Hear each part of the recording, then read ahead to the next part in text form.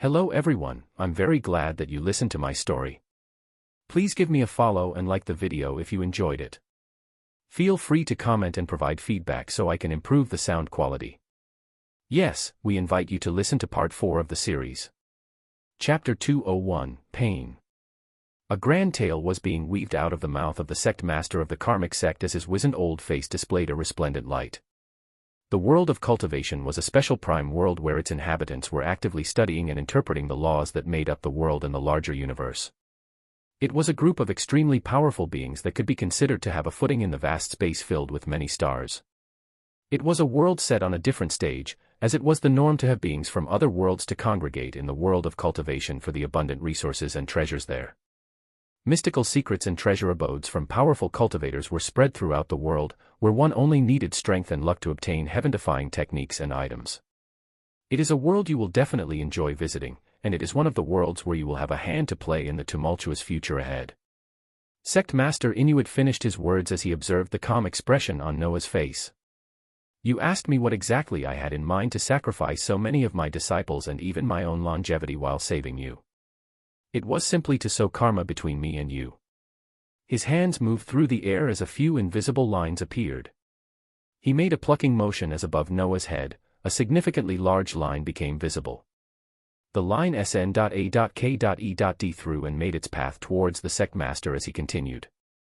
Karma is something that very few can grasp, but it can show us wondrous things and give us the ability to traverse the tumultuous future relatively unscathed. Through it, I was able to know about a being worlds away who would one day come to prevent my death, and the deaths of many more beings that are connected to the world of cultivation. His hands came down as the white lines disappeared into nothingness once more. I have not yet found out what threat is coming to cause such a catastrophe, but I have completed the immediate goal of saving you, and now I can let events continue to unfold as I watch with ease. The sect master had a soft smile on his face as a brilliant white light flashed out, the figures of his many disciples with blank faces appearing around him as all of them inexplicably left Noah's spiritual land. Noah observed all of this closely, surprised at the foreboding words about the future as he asked. That's it. The smile on the sect master's face became wider as he raised his hands, forming a large hazy white door of light above them that his disciples began rushing into. His other hand stretched out as a luxuriously shining necklace inlaid with gems appeared and floated towards Noah. The gems lit up the entire area as Noah felt the many negative emotions and feelings of exhaustion slowly lift away from his body as this gem continued to float towards him. That's it. Here is one of the few unique treasures of the world of cultivation. I've attached some inscriptions that will let me know whenever you begin your journey there. I see a cloudy but clear path that you plan to follow, and I cannot interfere with it too much, lest I cause things to backfire. We will meet again in time, and I look forward to seeing the things I've only glimpsed become reality. His words finished as cryptic as ever, his figure following the disciples that had already passed through the hazy white door in the sky as his voice rang out for the last time. Oh yeah, don't get too sucked in with that fiery demoness of yours. I know heartbreak can be a deadly thing. With these words, the mysterious sect master of the karmic sect was gone, leaving behind a pondering Noah that received another surprise with the last words he mentioned. He had too many things to do, so he put aside the mysterious-looking treasure aside for now, planning on looking at it along with the skill books he gained from the death of Baal later. His mind wandered to Barbados at the mention of the fiery demoness as he shook his head and breathed out. His gaze landed on the spiritual land as he prepared to go see the beings that were facing unimaginable pain from losing something extremely precious to them. He disappeared from the skies and reappeared on a snowy area in the spiritual land where a few thousands of Atlanteans, merfolk, and the calamities of the sea were collected together. It was a weird sight to see as these beings that would normally be seen underwater were slumped on the snowy ground of the spiritual land letting out mournful howls and saddening cries. They were going through a tremendous amount of loss that Noah could not begin to imagine. Some had lost friends, others their entire families, but all of them shared the biggest loss of their home. The Ocean Master was blankly staring at the sight of a few thousand Atlanteans and merfolk as extreme despair was apparent on his face. His emotions were overwhelmed by guilt and sadness as he was the leader that was supposed to keep everyone safe. Yet he could do nothing, and he had felt what used to be his home perish. Feelings of failure and shame were not only on the mind of the Ocean Master, as the calamities of the sea that had the roles as the actual protectors of their world felt a much heavier burden as they felt the link disappear. There was no lost world for them to return to anymore. There was nothing. It was an extremely depressing sight as Noah made his way over to the Kraken, the one calamity he had spent a significant amount of time with through the space affected by time dilation before they arrived for the defense of Atlantis. The Kraken had a face full of wrath and sadness as its red eyes turned to look at Noah's Atlantean figure.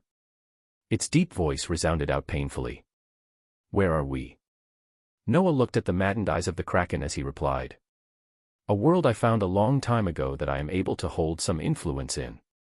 The inhabitants are not too strong, and will not be hostile, so we can spend some time here collecting ourselves."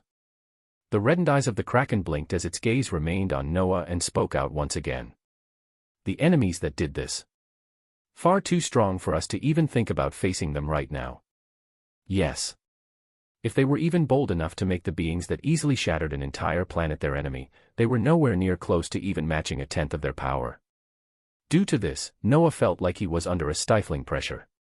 He still had a plan that he planned to follow in his mind as he had to get closure from a certain world, but he had to plan carefully on how to move forward from there. He had to evaluate why he was doing the things he was doing, and it could not all just be based on hatred and revenge. He was connected to the lifelines of two worlds with billions of beings tied to him. After watching the destruction of a world that was much more powerful than the ones he was connected to, he gained a better understanding of the brevity of the situation he was in. His eyes turned back towards the Kraken as he continued to have an internal struggle over his next movements. The Kraken had an unwilling look, seemingly wanting to go fight right then and there no matter the results. The enemies are too strong, but they do not know about us. This gives us time to become stronger. It gives us time to learn more about them. After we achieve a certain level of power, we can choose to fight a battle that won't result in the lost world of Atlantis being forgotten in the dredges of time. Noah's eyes held conviction as he tried to calm and console the pained Kraken, spending some time with the rest of the calamities that now only totaled up to 5. When some time passed, he left them and went to see yet another being that was heavily affected by the events in the lost world. A fiery demoness, huh? Chapter 202, Freedom. The spiritual land was vast, with many snowy fields apart from the central point where luxurious buildings that Noah had built stood. His body teleported to a particular snowy field in the frozen plateau spiritual land as he found the figure of a certain demon empress that was blankly looking out across the peaceful area. Barbados sat on a field of snow as her bare white legs sank down into the ground, the freezing cold not bothering her one bit. Her body that was greatly injured from Baal's attacks had outwardly fully healed, with her skin as clear as it was before. Noah had a complex expression as he thought about how he would be moving from now on when he spoke out. Barbados was dressed in her Gothic dress as she looked across the snowy plains of the spiritual land. She didn't even turn around to look at Noah when she replied. "I'm Fucking peachy, little fish." A variety of emotions were going through her mind as she felt the true death of Baal and felt heavy chains being lifted off of her body. Her emotions became even more tumultuous when she spread out her awareness from the isolated space treasure and saw the apocalypse occurring in the lost world. She saw the panic and fear in the remaining ruler's eyes as she stayed still in the isolated space treasure and continued to heal her injuries. Sometime after, she began to feel the true deaths of rulers of the demon world one by one, as every living being in the lost world perished. She had her own goals and hopes, and she had a hand in killing the strongest being of her race for it. As she felt the onslaught of true deaths occurring, she found her will wavering and questioning itself. Was it all worth it? Was her freedom worth the death of the strongest ruler of the demon world and all those that followed? Freedom. Her eyes lit up as this word flashed through her mind, her expression that was sad and melancholic disappearing as a vicious expression replaced it. Yes, it was all for her freedom, and she was now grasping it in her hands. It was selfish. It was cruel. It came at a great price. But so what? The only person she cared for was herself. Why did it matter who had to die in order for her to get what she wanted? The vicious expression slowly blew away any feelings of melancholy as the necromancer of chaos rapidly shifted her mood yet again. Noah's voice rang out once again. "You got what you wanted. What exactly do you plan to do now, Barbados?" "Humph, why does it matter to you? Don't think I didn't notice the hatred in your eyes when you were targeting Citri and Paimon. You expect me to give you respect and talk when you continue to bullshit me? What do you have against the demon race? Noah looked over at Barbados, who seemed to be shifting from opposite moods very quickly as a cloud of craziness followed her. He thought about the recent experience he had as he watched an entire world and its people be destroyed, and he thought about his hatred for the invaders that caused the death of his parents and many more. In his homeworld, he recalled the memories of demons and cultivators he had killed as he learned of the larger worlds out there and how many beings were in a similar situation his homeworld and the beast world was in not too long ago. He couldn't save the beings in the lost world of Atlantis, nor did he have the power to save the many worlds experiencing a similar level of pain and unfairness in this vast universe. But there was still something he could do against those that directly caused him and his world harm. His gaze hardened as he affirmed his beliefs, recalled the many rulers he had knowledge of through stolen memories, and then he replied to Barbados. Belial, Asmodeus, Dantalion, Phurkas, Malphas, Andras, Valak, Nabrius, Merex, Phoenix, Orobas, Horus, and Gaap. All of these are rulers that either directly or indirectly caused the deaths of many beings in this world you are currently in. Most were active in the middle world you might remember, the beast world. Putting aside those that already faced true death in the lost world of Atlantis, I will be going for the heads of these rulers sometime soon. Those who had a hand in the pain that the beings in his homeworld and those in the beast world faced, they would all have to die.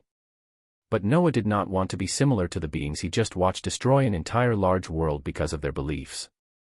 He did not want to wrathfully descend down to the demon world and senselessly massacre everything on sight in the name of revenge. He would kill those involved in causing the harm to the two worlds he was connected to, and reserve his judgment for the rest of them for now. Barbados's mouth formed a huge O shape as she blurted out. "You're the asshole who killed Gremory and Orias in that little beast world. Haha, I even told them to let me descend down so I could kill the growing threat quickly or they would regret it." Barbados was clutching her stomach laughing as she continued. "That ball that was so big and tough actually did die to you, haha. If they had listened to me, I would have met you sooner, little fish. Maybe I would have already fried you up into fried fish, eh?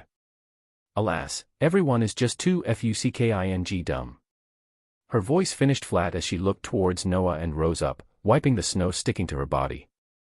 "I've already betrayed my entire race for my own selfish goals. I don't care about your little revenge dream or who you want to kill as long as I get to do what I want, little fish.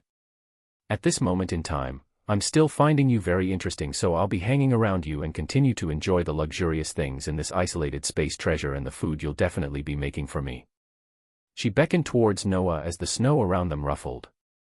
"But, it looks like these stupid feelings of guilt don't want to go away fast enough and I need something to take my mind off of them, so a good fuck would do. Come on, little fish." Chapter 203, Assimilation and Loot. The next few days were a busy period of time as Noah moved back and forth between multiple locations to start preparations and smoothly transition the displaced inhabitants of the lost world of Atlantis. A day after their arrival in Noah's homeworld, they were able to have an introduction to the humans that were busily moving around. Noah sent forth communications to Steel Mikhail and Kazuhiko as they arranged for the appropriate people from the Blessed Empire and the United Federation to receive the Atlanteans and merfolk. The Ocean Master took the lead to talk to the humans who were much weaker than him with respect as hours and hours of talks ensued. At the end of all of these talks that Noah had to sit through, the result was an agreement being made for the inhabitants of Atlantis to reside in a certain location scouted for in the sea as the two forces planned for peaceful mutual cooperation. The process took a few days, but at the end of all of it, Noah was able to watch construction begin deep under the sea of his homeworld as Atlanteans and merfolk with hardened faces worked to create a new home. He was standing beside the Ocean Master who had long since collected himself as he asked, "The world engine, do we still have the capability to build it?" A pained expression passed through the Ocean Master's face as he heard of the creation that was the apparent cause of their world's destruction. "We can. I have multiple unfinished prototypes with me that would require a few weeks' work to complete. But, would we not be inviting the same destruction here were we to do that?" His body pulsed with power as he said this. Noah knew of the strong feelings each of them held as he shook his head and replied, "No, word of the world engine was spread through the mouths of demon and cultivators, and we will not have that repeat itself again. What we need now is to strengthen ourselves in hiding. The features of the world engine will provide that for us. After a sufficient time has passed, we could maybe stand up to those that harmed us." His words were strong as they shook the Ocean Master out of his stupor. The ruler of Atlantis nodded as his eyes turned towards the calamities. Noah spoke again as he noticed this. They feel a tremendous amount of guilt for what occurred, and I'll be moving with them as we explore new worlds and find more ways to increase our strength. The calamities were powerful beings that had limitless potential to grow. He would be sure to strengthen them as time goes, as he knew he couldn't do everything by himself. This tedious process of communications across humans, beasts, and the inhabitants of Atlantis would continue for the foreseeable future as the powerful figures at the top continued to move forward the plans.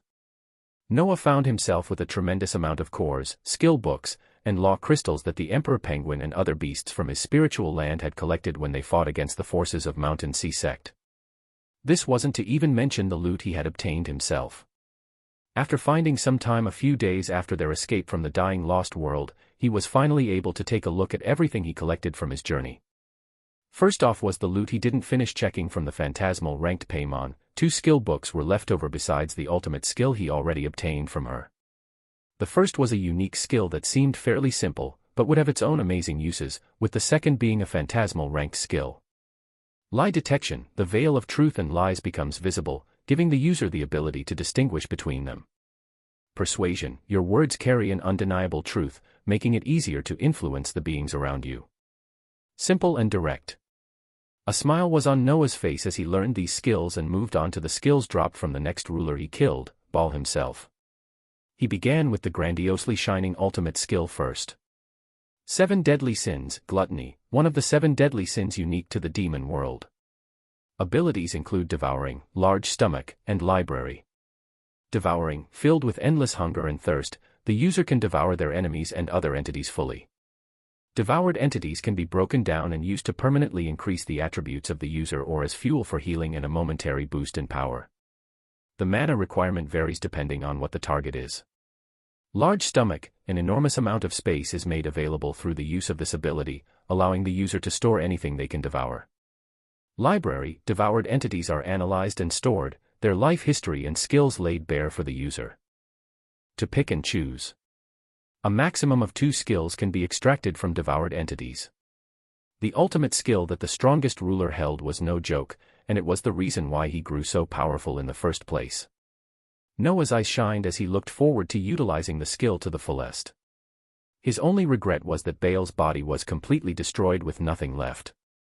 He let bygones be bygones as he looked at the next 3 skill books, these ones being 2 phantasmal skills and a unique skill. Sundering Hellfire. Hellish flames blaze out to cover anything your eyes can see. The flames do not extinguish until you give the command. Space Destruction. Your strikes gain the capability to affect space. The effect varies depending on what realm you are in. Parallel Thought. The mind is an enigma, but it can still be controlled and enhanced. 2 diverging thought processes can occur at the same time. Skills that he had observed the oppressive tyrant use to fight against multiple phantasmal beings were now in his hands as he felt a feeling of accomplishment to have come so far. There was a new feeling in his heart after all the recent negative experiences and emotions. With his strength growing like this, there was a large possibility for him to grow to the same level as those he had to run away from. His beliefs were reinforced as he looked at his stat panel with shining eyes. He could do it. Vitality, phantasmal. Strength, phantasmal. Skills, F, E, D, C, B, A, S, epic. Legendary, Memory Plunderer, Hydrothermokinesis, Devastation, Summon Death Reaper. Legendary Plus, Whirling Frozen Death, Healing Wings, Demon King's Banner. Mythical, Hydrokinesis, an Undead Stamina, Defiance, Resplendent Speed, Phasing. Mythical Plus, Titanium Body. Phantasmal, the Dictatorial Kaiju, Hydra, Summon Titans of the Abyss, Radiation Queen's Sword, Persuasion, Sundering Hellfire, Space Destruction. Unique, Spiritual Land Management, Primal Conjurer, Spatial Travel, Shapeshift, Witch Slaves, Lie Detection, Parallel Thought. Ultimate, Bone Master, 7 Deadly Sins, Gluttony. Equipment, 3 XP Ring of Storage, A Ring of Storage, S Storage Pouch, Mythical, Pearl of the Sea. Laws, Law of Water, 5%. Chapter 204, Preparations. Beings from Noah's homeworld and the beast world were rapidly moving around as preparations were underway for them to do something grandiose. The rulers of the demon world were heavily weakened at this moment in time, with more than half of all their forces meeting true death in the lost world of Atlantis. There was fear and uncertainty in all of their hearts, and Noah chose this time to strike and take out those involved in causing the deaths of many beings across the two worlds. He did not want to consider himself a senseless killer, but there had to be reckoning for those who caused senseless harm to many weaker beings based on their own motives. For the preparations, he had a tremendous amount of cores at the legendary and mythical rank, as well as many skill books and items that he and the beasts from the spiritual land had collected from their journey in the Lost World. Much of this loot was distributed to Kazuhiko and Steel Mikhail, allowing for these powerful individuals to be power-leveled to the mythical rank in a few days. The remainder of the loot was handed to the remaining 3 mythical beasts that might soon lose their titles as they neared breaking through to the phantasmal rank. The Imperial Phoenix that had helped Noah when he was still at epic rank not too long ago only looked in shock at Noah's appearance after she had looked for him all this time. The being she had looked at as having a lot of promise had actually overtaken her in strength, and in such a major way at that. When she found out that the spiritual land that was extremely hard to upgrade and take care of was also a rank higher than her own, she blanked out. As much as Noah enjoyed looking at the reactions of this fiery Imperial Phoenix, he continued to move fast as he spent some time with the Queen of the Frozen Kingdom in the Beast World. It didn't take long for him to travel across worlds with spatial travel, and he routinely came back to spend some quality time with the Icy Queen while boosting her strength and the strength of the people in the kingdom through the continued use of budding farmer.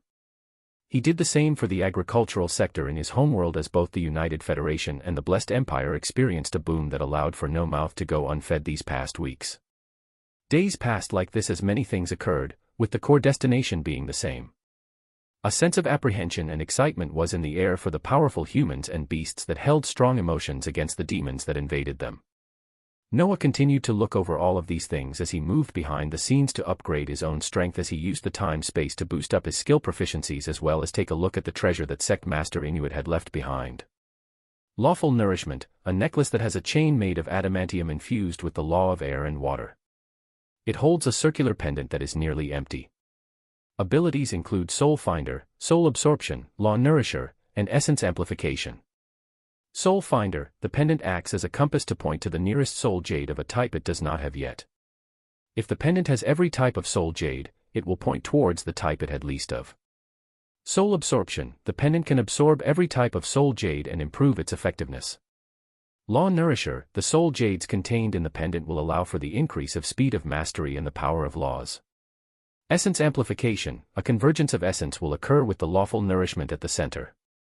The amount of essence amplification will depend on the number of soul jades in the pendant. It was truly a unique treasure of the world of cultivation as it showed spectacular possibilities. Inside of the circular pendant of the necklace called Lawful Nourishment, a glistening blue piece of what seemed to be the thing called soul jade was lying peacefully. It was an extremely small piece that you barely noticed it in a corner of the pendant, and this was the only thing that was present in it. Yet, the effect it had was something wondrous to observe. Noah looked around him as he equipped Lawful Nourishment and watched the essence around him tremble as it began swirling around the area.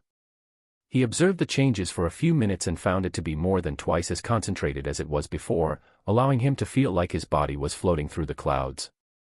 He spent some time manipulating the necklace and found that he could expand this area of essence convergence as well as reduce it, its effects becoming less and less the further out it was spread.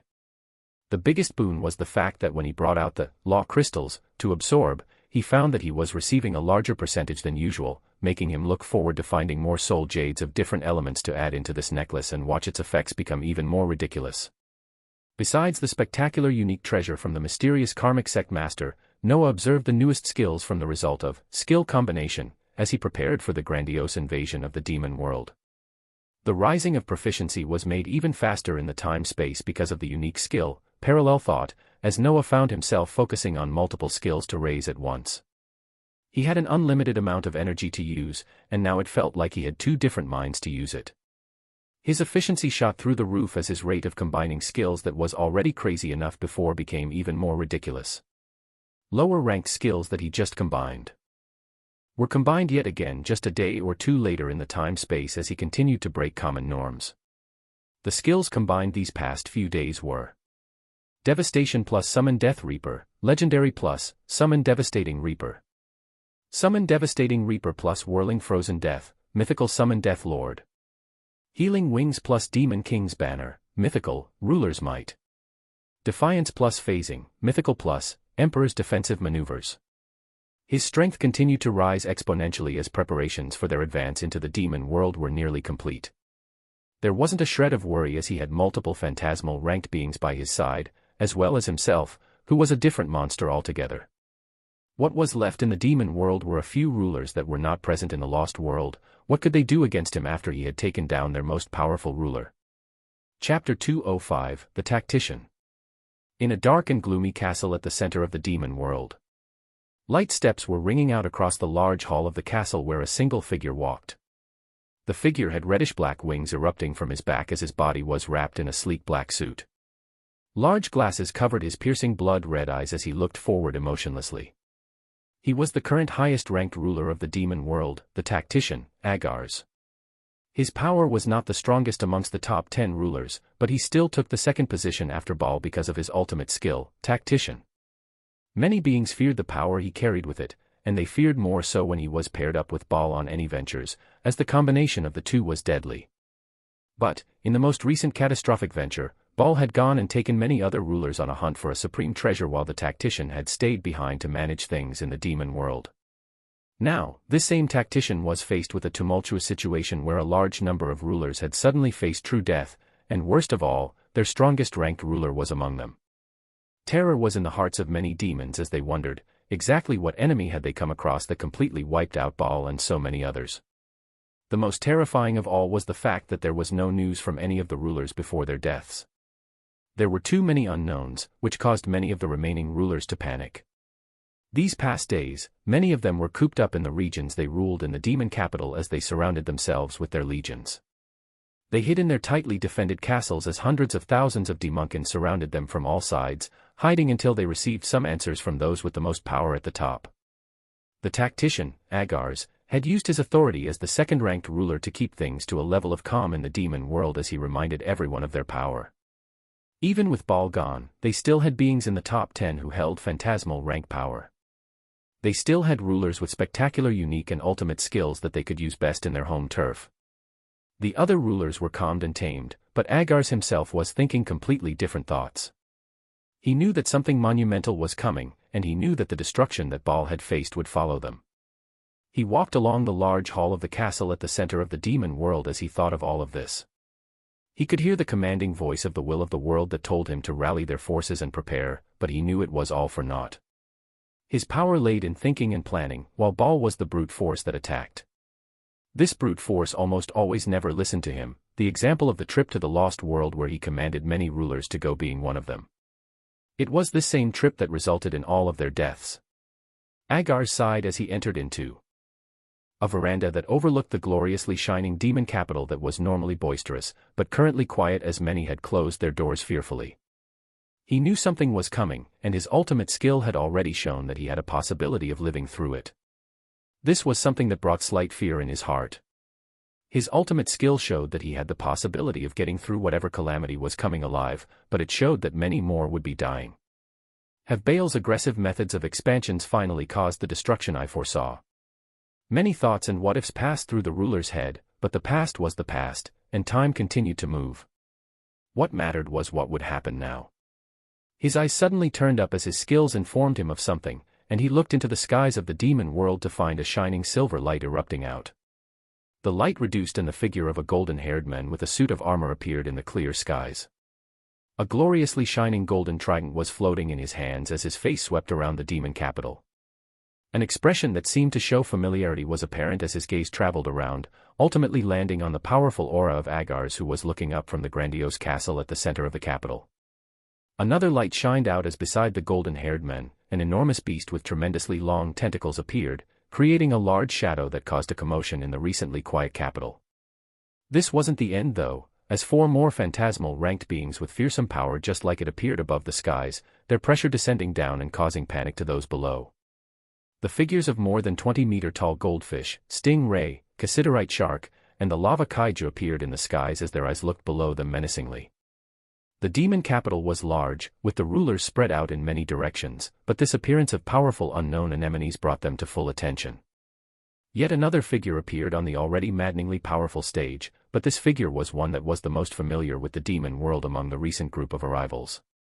It was a voluptuous figure of someone that was barely 20, wrapped up in a tight black Gothic dress as she carried what looked to be an umbrella above her to block the rays of light.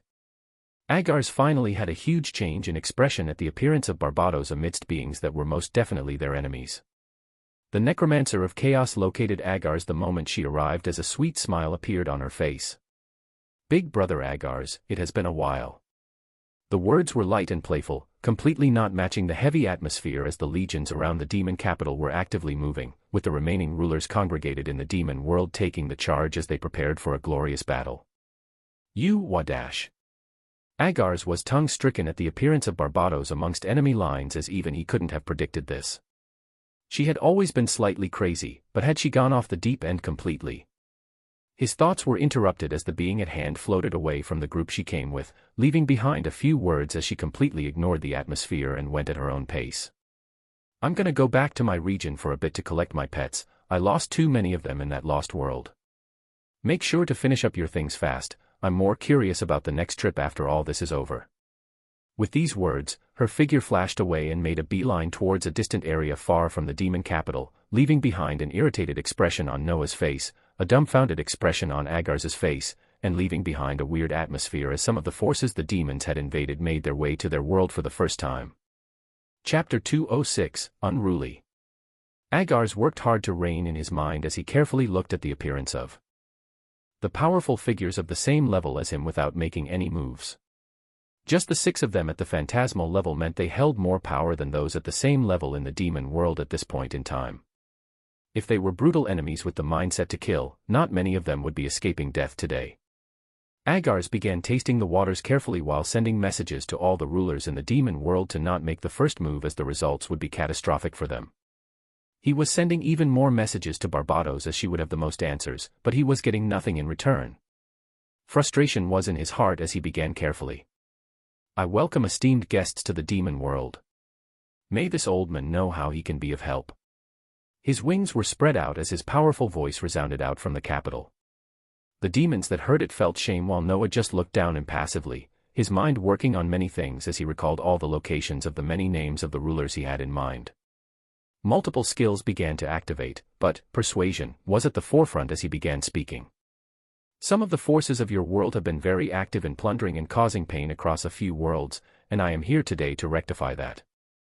Dangerous words spread out without fear from Noah as they reached the ears of every ruler in the demon capital. Expressions of rage and apprehension were abundant as many of the rulers continued to hear Agar's commanding voice to come through the communication channel. They used to be extremely powerful, and would never stand for arrogant words like these to be said to them. But their most powerful ruler was dead. Many more of their leaders followed him as they faced true death with which they had no answers to. Now, enemies they did not know came down upon them, and their power was nothing to laugh at. Many of the remaining rulers were wrathful, but they were apprehensive even more. Agar's followed the lead of his ultimate skill, tactician, as he saw a path appearing in front of him.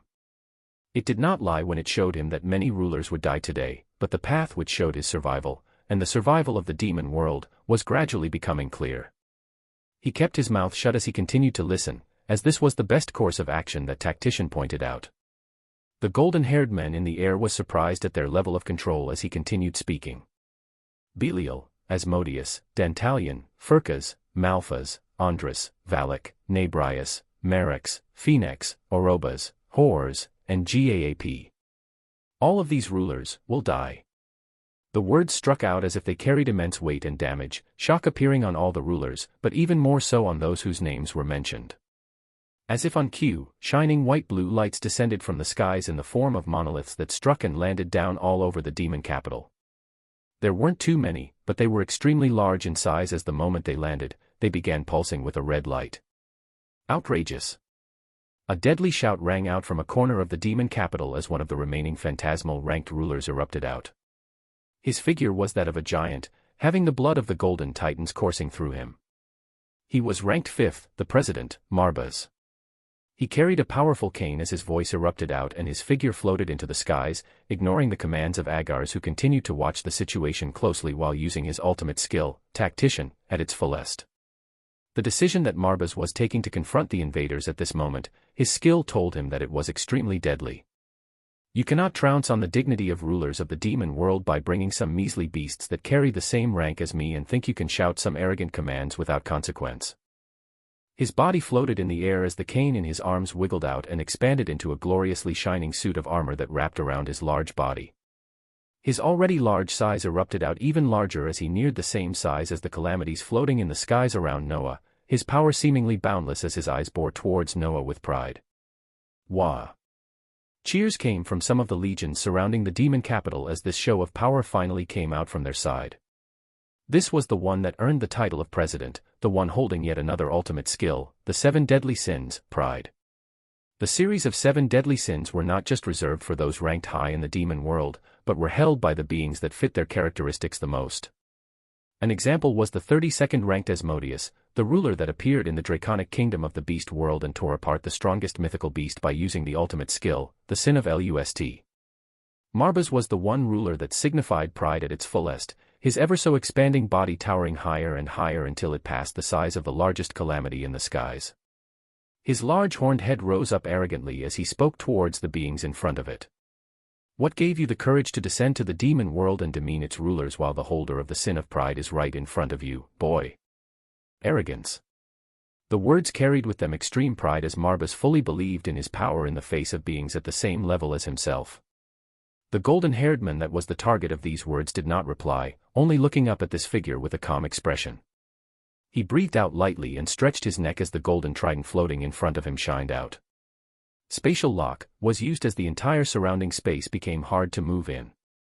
An eruption of essence occurred next as Noah's body rapidly changed, the form of a terrifying dictatorial kaiju, Hydra making its appearance.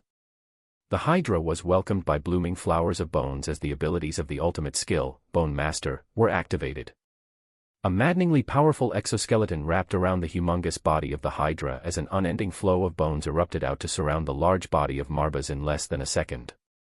A large scream came out from the encircled Marbas as his large fist struck out and created a small opening in the encirclement of bones, but they quickly closed in again as yet another skill was activated from Noah.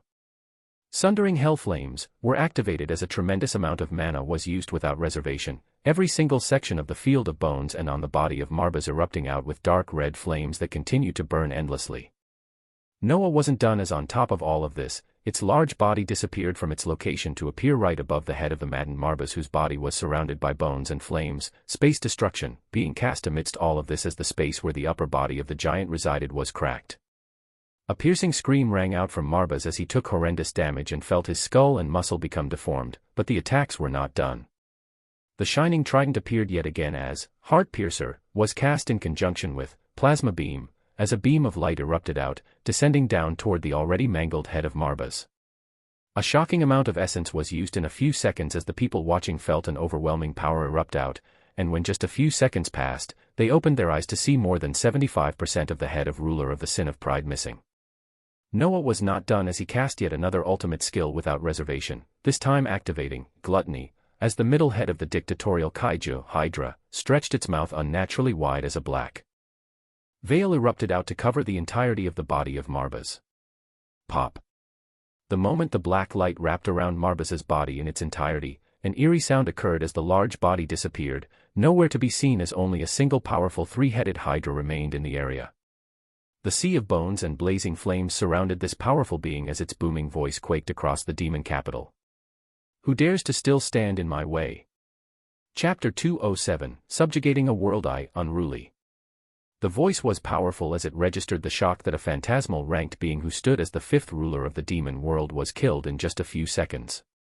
Not just killed, as they felt his true death right after. The apprehension that many demons were feeling soon turned into fear at the reality currently occurring above them. This was especially so for the rulers whose names were mentioned from the mouth of this terrifying existence earlier. Many of them were in the legendary or mythical rank, but they just watched the being that had laid down a death sentence for them kill a phantasmal ranked ruler in just a few seconds. Despair crept in their hearts as at this moment, the skies and earth of the demon world trembled, the will of the world making its presence clear as it just watched one of its most powerful remaining forces face true death. But it was bound by universal laws, and could not do much. Agars was looking at all of this wistfully as his ultimate skill continued to give him different pathways of survival, his head shaking as the pathway Marbas had taken really did lead to his destruction. He continued to hear the unruly voice of the demon world in his mind as he found himself not being able to do anything besides meet the commands of this terrifying being or face death.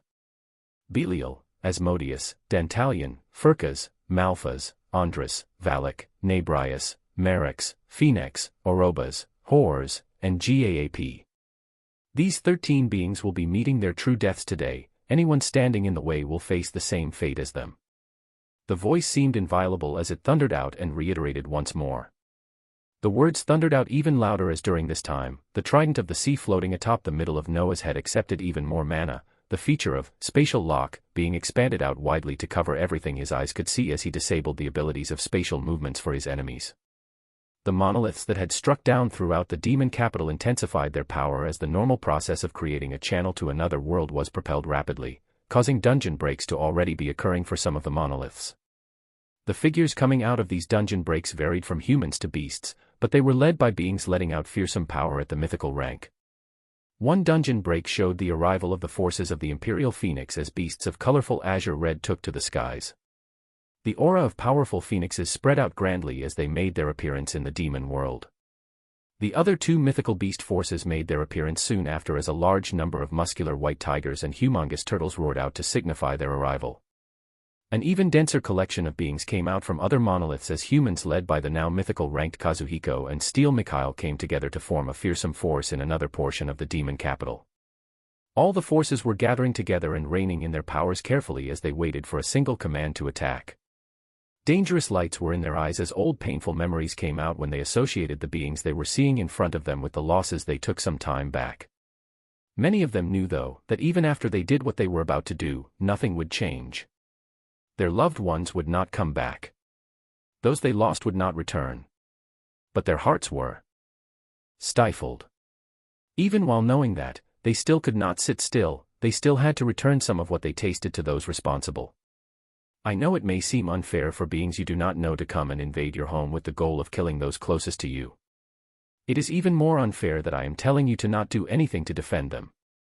Noah's voice continued to resound throughout the demon capital as movements began to occur for many of the legions spread out, a few rulers grouping up together as the situation seemed to be turning for the worse.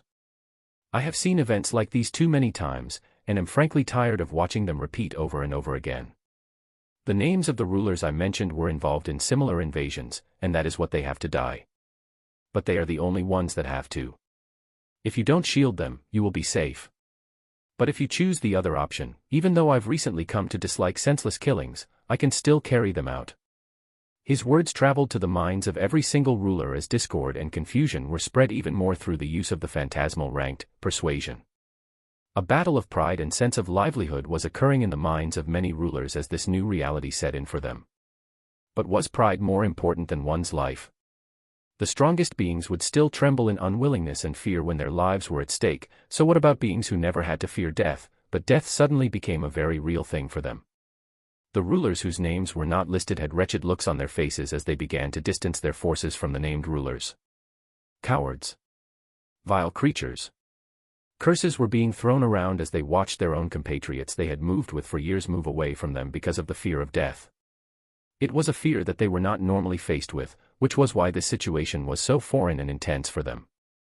Agar's had a difficult expression as he followed the pathway shown by his ultimate skill and sent a message to all the rulers that the powerful Hydra had not mentioned, telling them to either stand down or face death. Far from them was a certain necromancer of chaos that was watching the events occurring in the capital from a far location. There weren't any undead that she had left behind in the demon world for her to collect, and it was just an excuse for her to leave the events in the capital to unfold as they would. She knew that she could not go back to the way things were the moment Baal faced his true death, and was committed to following through her selfish goals without worry. Yet, she still felt some attachment to the beings and the world she was born in. She couldn't bring herself to be there and watch as some of them faced true death. She looked across the deathly quiet region she held the rule of as the vibrations of power continued to ring out from the demon capital. Her gaze continued to shift from impassive coldness to occasional guilt, but the coldness seemed to always win out in the end. She had spent countless years shackled down, she would not stop now after coming so far. The being that had captured her interest now seemed to be one of the few lights that were brightening up her always bleak surroundings that were only full of the undead. There was a sense of deep interest and curiosity that she did not want to let go yet. So she would follow the path she set herself on all the way, no matter what happened after. As always, coldness replaced all other emotions in the eyes of the necromancer of chaos as her eyes gazed at a far distance. The demon capital was hectic as many citizens locked themselves behind closed doors, trembling in fear at this unforeseen situation. Legions of demons moved across the capital as gradually, two camps began forming in the largest capital of a large world. All of the remaining rulers had gathered their forces together in this capital after the sudden true deaths of so many of their peers, which gave an unbelievable opportunity for Noah's goals. A never-before-seen division was occurring because of it, whether it was due to the oppressive power the forces he came with brought, or the fear of death that many rulers had not come across their entire lives. A division was occurring nonetheless in the demon world. Chapter 208, Subjugating a World 2. Feelings of shame and fear were abundant, but the rulers could do nothing about it as they had just watched an example of one of their strongest do what they wanted to do in their hearts, but he had faced death within seconds. The demons felt angry and stifled as questions many beings had asked in the past when they were moving freely began to pop in their minds as well. Why was it all so unfair? What did they do to deserve this unfairness? In this world, in the universe, what brought in fairness to all the trillions and trillions of struggling beings? Those who could not defend themselves or stand up for what was considered right and they died meaningless deaths. Did their grievances do something or were their lives worthless? Some said that those who hold power and bully those who are weaker and poorer never really face their consequences. That they live freely and enjoy their lives while many more continue to suffer. At one point, the demon world held powerful forces and was spread out across many worlds as they carried out grand ambitions of expansion. They had traveled to many worlds and caused the deaths of billions for their own goals. The worlds they targeted looked at their situation and cried at how unfair it was. Now, the inhabitants of the demon world were feeling the same emotions. They felt the unfairness as a ridiculously powerful being towered over their capital and called for the deaths of many of their powerful figures. Because this time, they did not have the power to stop it. They were actually on the other side where many beings found themselves in the universe. They were now considered weaker than those they were facing. It was truly unfair for a large percentage of the beings in the demon world, as many of them had never even set foot into the outside worlds. It would be even more unfair if they realized that a single ruler, the being that was a master of lies, Belial, brought about this entire reckoning today. Noah's large draconic figure flashed as it appeared above a certain demon legion in the capital where a particular ruler looked up with an ashen face. He was only at the legendary rank, the same level he was at when he controlled some of the forces of the subjugated beast world and sent them down to a small blue planet. The face of Belial only turned whiter as he found his body rising through the air towards the terrifying figure of the three-headed Hydra. The soldiers around him trembled as they could barely look up with the terrifying pressure descending from above them. Noah used hydrokinesis as he manipulated the water molecules inside the body of Belial and forcefully dragged him into the skies. His three heads shone with light as his eyes landed on the fearful face that was looking at him pleadingly. This was only a being of legendary rank, and yet he was the one that had caused such tremendous pain in his world. He simply located a small unknown world that didn't have any powerful figures and used the beasts they enslaved from the beast world to do their bidding. These simple actions had resulted in a catastrophic loss of life that many mourned till this day. Yet, Noah was looking at the perpetrator of all of this who was fearfully struggling in front of him now. The being in front of him seemed so weak enough that he would be able to give him true death in the blink of an eye. It seemed unbelievable that someone of his caliber was responsible for such egregious actions. Noah didn't feel any sort of contentment or happiness from looking at the face of this being that was the root cause of the apocalypse in his world. He only found himself thinking of the past that could not be changed no matter what he did now. But, even though the past could not be changed, he could make sure that something like it never happens again. His gaze turned stern as Belial felt his body constrict to the point where his bones almost broke. New arrivals neared the position where they were at as Kazuhiko, Steel Mikhail, and other humans from Noah's world raised their weapons at the demon legion that Belial commanded. Information had been disseminated long ago on who their targets would be, and the first one they wanted was the one responsible for the death and destruction in their world. Steel Mikhail had a dark face as his body was lifted into the air by a golden shining shield as he arrived in the skies where Belial was struggling. His thick voice resounded out. "Please leave him to us." The voice was firm and strong, filled with extreme anger as Mikhail looked at the weak figure responsible for so much pain. Noah gave a nod as the body of the demon king fell towards Mikhail, who clutched the demon at the neck and floated down towards the throngs of humans. Noah observed this as well as the movements of the three mythical beasts as they target Asmodeus, who had taken down the draconic kingdom, as well as the other rulers that were present in the beast world. The calamities were acting as support as they took charge to make sure there were no casualties on the humans and beasts side, their strength being powerful enough to wipe out all the rulers with the verdict of death if they wished to. Noah's gaze traveled to one of the very few remaining phantasmal ranked rulers of the demon world, who was watching all of these events with a pained expression, but did not make a single action against it. He thought about the ultimate skill that this being called the tactician carried as he nodded his head and transferred himself above the castle Agar's was on. This being would be a key figure to the plans he had for the demon world. I won't talk to you about unfairness or revenge, only what will happen after this. His voice only entered Agar's ears as the mentally defeated ruler continued to use his ultimate skill to see the paths of survival in front of him. He was watching beings he had worked with for years be killed in front of his eyes, and he did not have the power to do anything about it. He did not act before, and he would not act now, as he saw only one path to survival: their subjugation. This was something completely foreign to him, a concept he would have never thought his world would ever fall to. Baal had gone across to conquer a few worlds and instill his forces there to obtain a continued source of resources and manpower. Now, their world would be falling under the same predicament. A sigh of defeat escaped Agar's as he worked to prevent the obliteration of the entire species of the demon race as he replied to the words of the fearsome Hydra. How can this old man be of service? Large black wings erupted out as the phantasmal ranked ruler of the demon world bowed down towards the figure in the skies. This astonishing sight from one of the powerful remaining beings in the demon world made the beings that Noah uttered the names of despair as every other ruler looked on with pained expressions. They understood that they could not stand against the powerful beings invading them, that to defy them would mean the true deaths of many, if not all of them. They felt the same feelings many other worlds had felt when their forces were rampantly spread for the purposes of expansion. They felt the unfairness as they could not even defend themselves. They were observing firsthand the process of a large world being subjugated under the rule of an invader. Noah looked to the bowing Agar's as his voice traveled through the air yet again. Let's talk about the demon world's power jewels.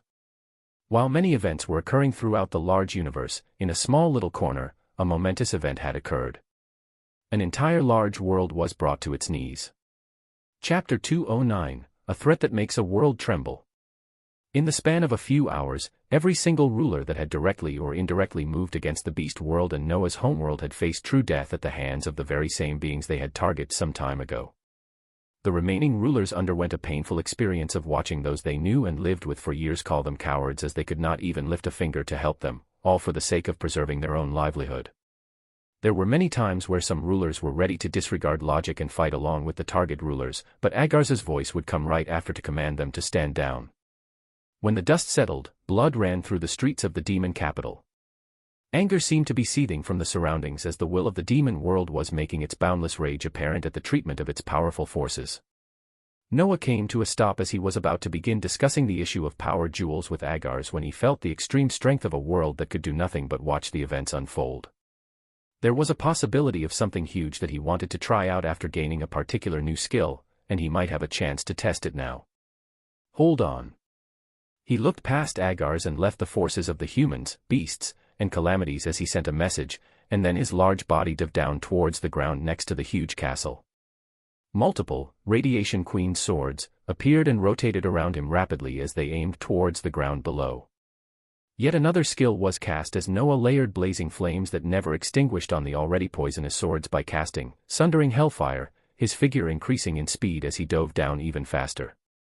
An explosive sound resounded as his large body began drilling through the earth of the demon world. Rumble. It was a shocking turn of events as many had thought events were coming to a close. Noah's figure was moving through the ground at an ever-so-increasing pace as he had a single goal in mind, the deepest layer of the demon world where the planetary core resided. This was where the will of the demon world continued to let out threatening power that it could not use, the centermost location of a world that even its inhabitants never came close to. His pace continued even faster as more and more mana was placed into the rapidly rotating, Radiation Queen swords that were wrapped in destructive phantasmal ranked flames. Minutes seemed to pass as he could feel the seething rage intensify, and he even began to hear the whispers of the wrathful will of the demon world itself. His pace continued until he passed through multiple layers of the earth, the temperature around him getting hotter and hotter until the very earth itself took on a deep shade of red. His powerful body, that was the dictatorial Kaiju Hydra, was not bothered one bit as he spent a few more minutes passing from the crust and into the mantle of the demon world, eventually coming across the much harder and more intense outer core layer.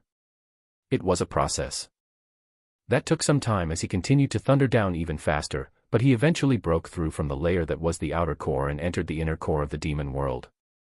Resplendent light was all that was in front of him as the rotating blades were met with a suffocating air of extreme heat, but no more earth. Noah had broken into the inner core layer of the demon world that was actually not a solid collection of dense metal and stone. Unknown forces were present in the air as extreme heat was coming off from the centermost location of the inner core. It was the most beautiful sight that Noah had ever come across as he laid his eyes on the bare form of one of the more unique and powerful forms of life in the universe. "You mongrel!" A piercing voice thundered out from every direction as it bore down towards Noah, who only felt a tiny bit of pressure that he shook off as the world's will could not have too much direct effect on him.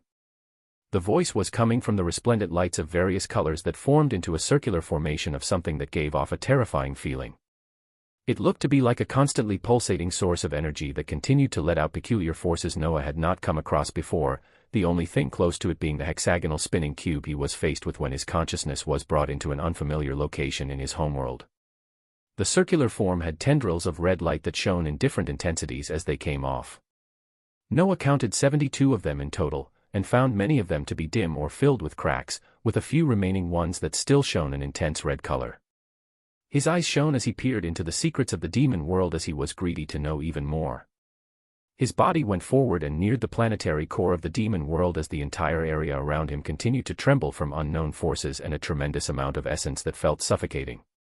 The body of the dictatorial Kaiju Hydra shone a menacing red light as Noah activated a particular skill to see if he could keep this demon world in line. The skill was a subset of the ultimate skill that he received from Baal, the devouring ability from the 7 deadly sins, gluttony. Devouring, filled with endless hunger and thirst, the user can devour their enemies and other entities fully. Devoured entities can be broken down and used to permanently increase the attributes of the user or as fuel for healing and a momentary boost in power. The mana requirement varies depending on what the target is. Noah always loved to go over the wording of the skills multiple times, as they almost always surprised at him with their ingenuity and all the different ways they could be used. The devouring ability mentioned that enemies and other entities could be devoured, with the mana requirement varying depending on what the target was. So, how much mana would be required to use this ability on something as stupendous as the planetary core that now stood in front of him? His many eyes shined a brilliant light as he knew he would not be able to do something that outrageous yet, but his goal today was to show this entity a future possibility that could befall it were it to not fall in line. The ultimate skill of gluttony was fully activated as the menacing red light continued to erupt from Noah's huge body, its target being the resplendent centerpiece of the demon world. Chapter 210, A Threat That Makes the World Tremble. 2. A maddening aura was spreading out in the innermost layer of the demon world as the planetary core observed the being in front of it with shock. A familiar aura, a familiar concept that she had designed herself was actually being presented in its best possible form in front of her. The ability she had created for the possible stupendous use in the future was actually right in front of her, already reaching the stage she had only dreamed of. She felt the activation and maintenance of 7 deadly sin, gluttony, as a menacing light erupted from the being in front of her and began enveloping her very core. Emotions that she had never felt before sprung out as a particular one pervaded throughout. It was fear. Fear and immense confusion sprung out as nothing she was seeing made sense. How was such a thing possible? The ability she created at its pinnacle form would be able to do something like this, but a tremendous amount of energy would be required in order for this being to do what it was doing right now. So how was it possible? A foreboding feeling could now be felt as the planetary core screamed out. Noah felt a tremendously large flow of mana that he had never felt before as more and more energy went into the ability of devouring, an expansive film of light going on to wrap around the resplendent planetary core in front of him. The film of light became denser and denser as the seconds passed, but so was the tremendous amount of mana that just continued to gush out endlessly. He ignored the shocked screams that were booming all around him as he wanted to see how far he could go. He wanted to know what the actual possibility of doing something like this was. He felt a new emotion of unending hunger as gluttony continued to be activated, a voracious smile forming on his face. He wanted more. He wanted all of it. The entire demon world was shaking as something occurred in the deepest core of the large world. The rulers turned ashen as they heard fearful screams from an entity that they would never expect it from. In the inner core, where a red light continued to expand around the resplendent planetary core, Noah's body that continued to endlessly pour out mana felt a slight tremble as a message quickly entered his head. "That is the limit, quickly stop." The voice shook him out of the reverie of an emotional state that the ultimate skill had brought him in as the process of devouring quickly came to a stop. He was surprised as he seemed to have lost himself there for a second. The voice that entered his head was the planetary core of his homeworld that was always observing things through Noah's eyes. It told Noah to stop because for the first time ever, the theory he was testing required a tremendous amount of mana that put a strain on the enormous reserves of 2 planets. "We barely count as middle worlds as of now. There is not sufficient energy to successfully devour a large world through you, but I see a way to quickly use this to our advantage." Many thoughts from the planetary core flowed into Noah's head as the unique skill, parallel thought, worked to match all the ideas flowing in at a fast speed as a stupendous plan bloomed. The fearful screams from the will of the demon world stopped as it felt the threatening film of light wrapping around its slowly retreat, the figure of the 3-headed Hydra in front of her speaking out in a booming voice. That was a threat, if it wasn't clear enough. A second passed as the resplendent planetary core remembered the foreboding feeling, releasing out words carefully. "What do you want? I could simply devour you whole and destroy your very being, or I can give you a chance for something bigger." Noah's large body moved closer to the shining circle of resplendent mass of colors as he weaved out lies. The demon world was a large world that he would never be able to devour through the use of gluttony, at this moment in time anyway. The mana required to use the skill varied depending on the target, and the mana reserves of the 2 middle worlds he was connected to would not be able to match the demon world. But it wouldn't all have to be for naught, as there existed another pathway where they could still garner great benefits through using the situation that Noah had just made the will of the demon world feel. The first process that you just saw now, you could not resist against. What I'm about to do next, you can resist against if you wish. If you don't want the option to be devoured, simply don't resist. His words boomed out as he neared the core of the demon world closely, and a gorgeous channel of light erupted out from the large chest of the dictatorial kaiju, Hydra. The words he just said were actually true. If he had the capability to use gluttony on an entity like the world core that was restricted by universal laws and could not act against him, they would not be able to resist it. But the latter process he was doing now would need the permission of the target if it were to succeed. The channel of blue and white light erupted from his chest and struck onto the resplendent planetary core as yet another process began to occur. The core of the demon world was shocked as it heard the threatening words and then felt this change. The being in front of it was trying to. "You, what are you?" It was astounded at the process it felt, not thinking that something like it was even a possibility. "It's either this or your destruction, do not resist." Only a cold impassive voice replied as the will of the demon world hesitated. It felt like the process happening now still had its own levels of danger, but recalling the devouring film of light just moments ago brought back a foreboding fear that steered the core in another direction. The hesitation was slowly lifted as it slowly opened its deepest self and let the channel of blue and white light enter its very center. The connection of the channel was unstable the moment it struck, but gradually began to settle down as Noah's large body magnificently floated in the air with the planetary core right in front of it. He was actually facilitating the connection of yet another world, something that the will of his homeworld had only done with the beast world some time ago. He was directly connected to both worlds, and now he acted as an anchor to try and establish yet another connection, and this time it was with a large world. Chapter 211, The Ruler of Demon's Eye. The world rumbled as a powerful force filled the surroundings, showing the arrival of a grandiose event. The endless channel of white light that Noah was facilitating gradually stabilized as a burst of colors erupted out from the resplendent planetary core of the demon world. A shocked voice erupted right after as the core felt the changes, and the new connection that was just established with it. You crazy bastards." Tremendous shock was all the will of the demon world felt as it fully realized what this connection signified. It felt the connection towards 2 worlds a vast distance away, but even more so was the connection with the being that was just threatening it. Over the vast distances of the universe, Noah's homeworld and the beast world were undergoing yet another change as the abundant amount of essence from the much larger world began flowing towards them. The density of essence in the atmosphere began to rapidly increase as any beings that could sense the energy felt the conditions around them improve significantly.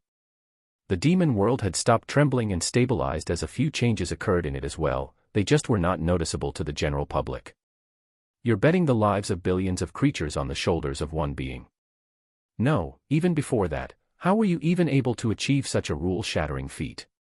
A bombardment of questions was all that came out from the will of the demon world as it gained an understanding of just what had occurred.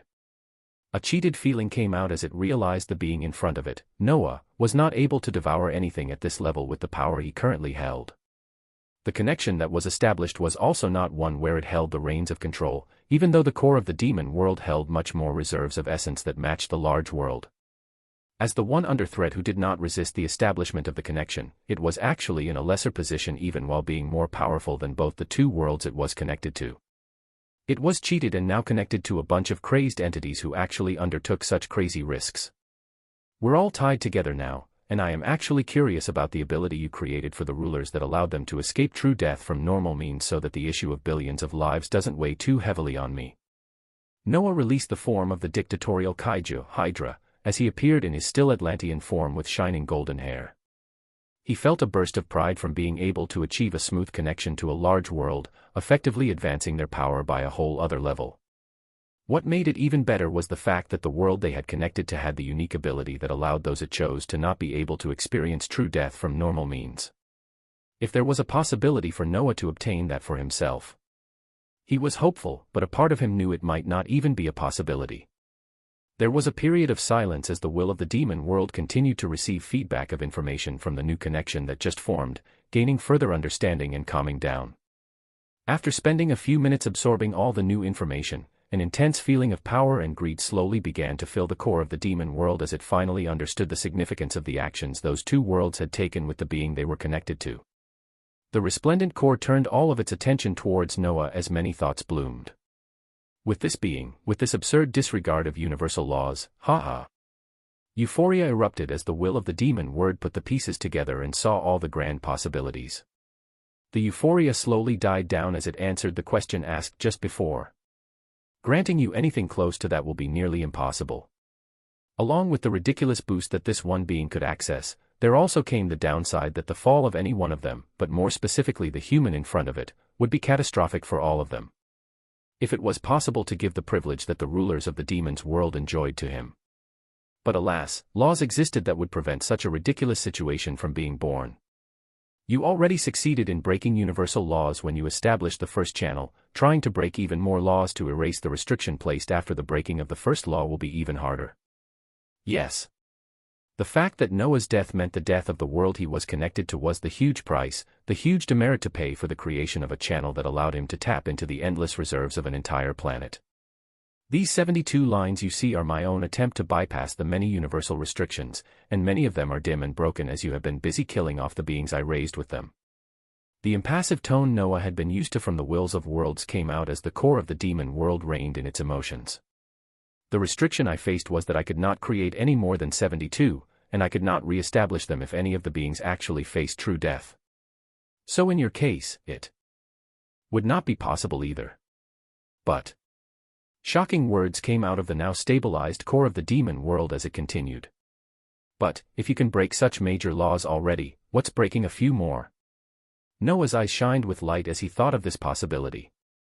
He reveled in the new reality as he realized the huge enemy that was the demon world had been brought under his heel and was now even connected to him as yet another endless reserve of mana to tap into, this one especially huge as it was a large world. There also existed a possibility of gaining the perk that all rulers had. I don't know how long it will take as this will be something completely different, with you being especially unique in this regard. Don't have any high hopes and continue to be vigilant though, as your death would now affect 3 worlds. The invisible pressure that was always pressing down was made more apparent as the words from the enemy core turned into an ally continued. About that, you should head back up and stabilize things on the surface. Those responsible for past mistakes have already faced true death. Any more destruction now and you would actually be reducing your own forces that you can use in the future. A reminder came from the demon world as Noah was still relishing the new changes. Yet another one was occurring now as something unique was occurring with the successful establishment of the connection with the demon world. Something that I can easily do now is this, allowing you a level of command over the remaining rulers. A brilliant red light erupted from Noah's chest as something was being etched deep into his skin. Like an ink wrapping around his chest, it pervaded throughout as a menacingly gorgeous tattoo was etched onto his body. When it was complete, a red light pulsed out as the coronation of a being that could not be considered a ruler yet held the power over them began. Chapter 2:12, The Ruler of Demons 2. A few minutes passed as Noah rushed out from the deepest layer of the demon world and made his way up. The instant his body broke out of the earth, his aura spread out as it returned with something new. A sense of grandeur that was not there before presented itself, especially so to the demons as they felt something they had only felt when looking at Baal, and yet it seemed different. Noah's gaze took in everything that was happening as he looked towards the castle where Agars still stood. The second-ranked ruler was looking at him stupidly after he rose up, his senses informing him much more what the significance of the aura that had erupted in front of them was. His rise into the skies was accompanied by a rumbling of the world itself as the blood-red tattoo on his chest shined out. The calamities, humans, and beast forces that had taken down the target rulers watched on as these same enemies were shaken while looking towards Noah. Soon, they began to kneel down one by one as a single mental message replayed itself in their minds. It was a shocking message telling them to kneel as they looked at the figure in the skies. The phantasmal-ranked Agars nodded like he finally understood and also kneeled down, followed by every other ruler as they looked forward stupidly. "Dude, what the fuck did you do?" Words that could only be heard by Noah traveled to his ears as he found the figure of Barbados appearing in the distance, looking at him in shock. "I can kneel for you when doing other activities, but I don't like getting a constantly repeating mental message telling me to do that now." The Necromancer of Chaos had a troubling expression as she found a familiar aura she didn't like on Noah's body as he floated and was cradled in the skies like some important being. Noah saw this and sent a command to the tattoo inscription on his chest as a change was immediately felt by Barbados. The feeling of wanting to pay respects that was on the minds of every other demon disappeared in her mind right away. "Relax, I don't plan to put anyone on a leash, especially someone as Heir, especially someone like you. I know how much you value your freedom." Humph. A harumph was all he heard back as the Necromancer of Chaos looked towards him displeasingly, while every other demon kneeled down and paid their respects to him. It was a spectacular sight for anyone watching as the invader they should have been spiteful at was the same being they were paying their respects to now. Under the observation of every single being present in the demon world, a new ruler that did not share the biggest perk that other rulers enjoyed but had a level of command over them was crowned. The inhabitants of the demon world were listening to the commands of their world and paying respects to their new ruler. The portion of time after that was a long period of adjustment as many things had to be figured out. Noah's goals were clear in his mind as he continued exchanging messages with the second-ranked ruler, Agars. The plans for the demon world would not just end here, but he would take the victor's role and reap the rewards that came with subjugating a world and its inhabitants. For the demon world, the power jewels created from abyss magic were the things that would become a major resource that Noah would extract to strengthen the inhabitants of the worlds he was connected to. The power jewels could be used to enhance the skills of anyone using them, giving a boost in power that only increased when the corrupted skills were later combined. It would serve as another resource to rapidly propel the strength of the beings that used the unique system that the will of Noah's world instituted. This wasn't to mention the deep troves of treasures that the demon world had collected for the hundreds of years from the many worlds that its rulers had been actively moving to and looting. Days passed as the same things that had occurred when Noah's homeworld and the beast world had established their connection were happening yet again, with the only difference being a sense of animosity remaining in the air when it came to the demon world. With Noah in place, not a single being stepped out of line, they began moving forward together. There were now 3 worlds connected to him, and they would all be moving towards the same goal of survival from here on out. He took some time aside for himself as he checked the newest loot from taking down the phantasmal-ranked ruler that held yet another one of the 7 deadly sins skills. The Imperial Phoenix, from the beast world had aimed for and ripped apart Asmodeus, who was responsible for the destruction of the Draconic Kingdom, in turn gaining a skill from the 7 deadly sins series herself, obtaining the sin of Lust. Noah was curious about the continued use of these spectacular skills as he observed the one he obtained himself. 7 deadly sins, pride, one of the 7 deadly sins unique to the demon world. Abilities include pride manipulation, pride embodiment, sun throw. Pride manipulation. The user can induce extremely high or low levels of pride in others, causing them to lose contact with reality or overestimate their own abilities. Cannot be applied to oneself. Pride embodiment. When meeting foes holding a higher level of strength, the user gains the power of hubris itself. This power can be used to strengthen attacks or defenses. The level of enhancement is dependent on the true pride lying deep in the user's heart, which could be nurtured to grow so large that nothing is allowed to overshadow it. Sun throw. Those that dare to stand against the holder of the sin of pride can only be punished by a blazing star. The skill lived up to its name as yet another killer ultimate skill, and Noah could not wait to see all the ways he could put it to use.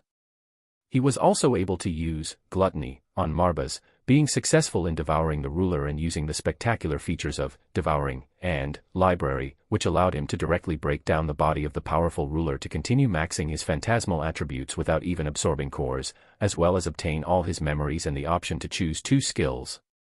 His aims were completed with the demon world, and he would now continue to move forward as he strove to improve his strength even more while exploring the vast universe that held many spectacular creatures, treasures, and also unknown dangers. He held a level of confidence as he continued to gain strength while also learning to be even more careful. His gaze was already looking ahead towards the world of cultivation as he pondered the best way to begin his adventure there. What awaited him in this prime world, which was filled with powerful beings and unknown wonders? Chapter 213, Movements in the Dark. In the vast expanse of space, there lay a certain star that was distinctly unique from the many stars in the galaxy. It held a slight golden sheen as it stood stably in space, but this wasn't what would draw the most attention. What would draw the most attention were the many maddeningly powerful auras that were moving all over the star. It signified a type of power that many worlds would not dare to cross in their lifetimes. Deep in this star was a simple-styled monastery where an aged figure was looking at the young man bowing in front of him. The monastery had a simple house surrounded by an abundant amount of exotic plants that would make many powerful figures stare in shock. The plants bore a variety of fruits and vegetables that shone with various colors of light, an extremely thick amount of essence condensed within that would make many fight for a taste of even one. The aged figure held a watering can that released a rainbow-colored liquid as he moved across and watered the many plants. The figure held an air of authority and wisdom as the very air around him trembled in fear and anticipation. "You are ready for your first mission." A voice reverberated throughout the monastery as the aged figure continued to look forward without even opening his mouth to speak. The disciple replied curtly as his bow became even deeper, seemingly holding too much reverence for the figure in front of him. The disciple was a man in his late 20s at most, exhibiting a powerful stature with the only unique thing being the streaks of blue hair mixed with the abundant black on his head. Good. There is a particular cursed item in the world of cultivation that was lost in history over the dredges of time. The Grand Master continued to move across the monastery and chanced upon a particular fruit that was shining a brilliant red. He raised an eyebrow as an invisible force moved and plucked the fruit, bringing it towards him. The cursed item is about to make its appearance once more, as the treasure abode of a long-gone void firmament cultivator that was hiding it is about to come to light. The fruit floated towards his face as he took a powerful bite, a light shining out as a burst of essence erupted out. A calm nod was released from the Grand Master as he nodded his head while tasting the fruit before he continued. "This will hold a level of danger to you as the realm the abode is in will be filled with dangers that can kill even the most powerful rank 3 celestial. With your level being just halfway in the 3rd rank, you need to be extremely cautious." The Grand Master continued to water the rare plants around the monastery as the disciple that was still bowing nodded. The disciple did not let out any air of dissatisfaction with the task he was given, as this was actually the norm for those of his level. Never would they be given a mission that matched their level of power which they could easily complete. They were given missions that would test their power and force them to become stronger at the end of it.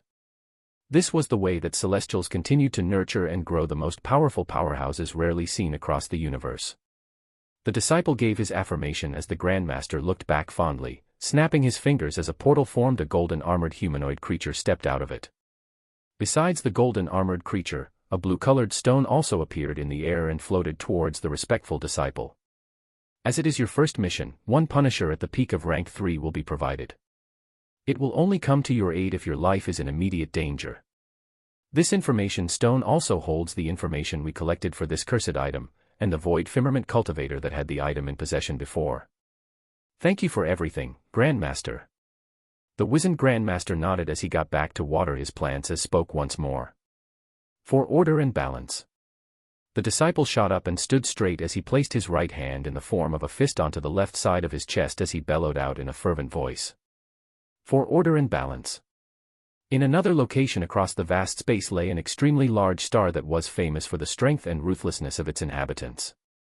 Beings called it many names, but it was known officially as the world which bore the most ruthless magic. It was the Magus world. In a distant corner of this world, there was a hidden underground lab that very few had access to.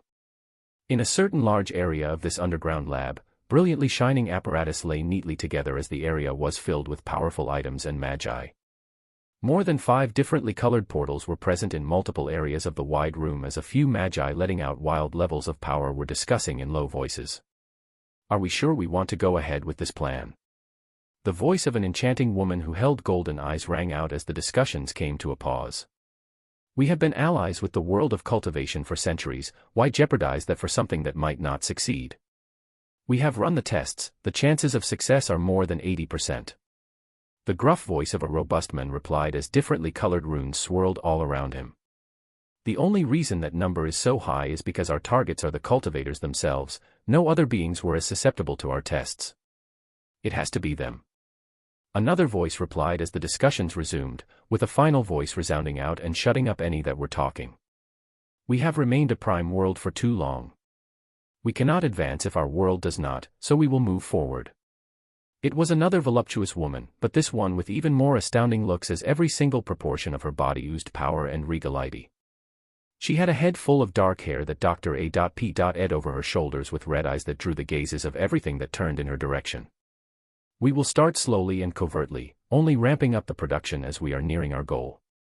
By the end of all this, we shall be the victors once more. Her body swayed as she moved and looked towards a particular direction in the room where a humanoid figure was elevated on a wide metal bed. The figure was constantly twitching as something wriggled beneath its skin, but its face remained unconscious and impassive. What was surprising was that this unconscious figure was letting out a maddening aura of power at the transcendent level. The metal bed the figure was on was just one of the many that were propped up in this underground room. There were hundreds of such beds spread out all over the area, with tens of them already occupied with similar unconscious humanoid figures. A shining light blazed out of the red eyes of the voluptuous magi as she looked forward at this sight, observing a future that very few could imagine. Chapter 2:14, Training. In the time-space of the spiritual land, Noah was actively moving as days quickly passed in the area he was in while only a few hours passed in the outside world. The rapid combination of many skills was occurring as he continuously spammed and raised their proficiencies before combining. Other beings also joined him in the wide area as they trained skills of their own. In another section of the wide time-space, Noah had installed a relaxation zone which consisted of fragrant steaming hot springs that a few beings were currently using.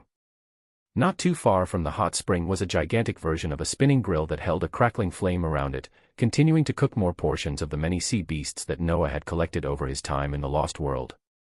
In the hot springs, Barbatos's voluptuous figure was dipped in halfway as a particularly arrogant emperor penguin was behind her using its flippers to give a shoulder massage. Its arrogant face showed unwillingness and shame as it turned to look at Noah and the other beasts training in the distance. It was the most powerful beast in the spiritual land, holding unlimited potential to advance. Yet it was currently being forced by this crazy woman to attend to her like a servant, giving massages or bringing food at the snap of her fingers. It didn't want to do it because its pride as the most powerful beast in the spiritual land prevented it, but it could not take it anymore. It would do it. It was going to complain to the spiritual land master. Near where Noah was training were 2 figures of young women. One of the frozen queen that was using her relaxation time from her busy schedule, with the other being the shadow guard, Night. Queen Adelaide was sitting down holding a tray of refreshments and fresh white towels as she looked in Noah's direction with a smiling expression barely breaking through her icy exterior. Night was standing up with her piercing gaze looking in a certain direction where a demoness was relaxing in steaming waters.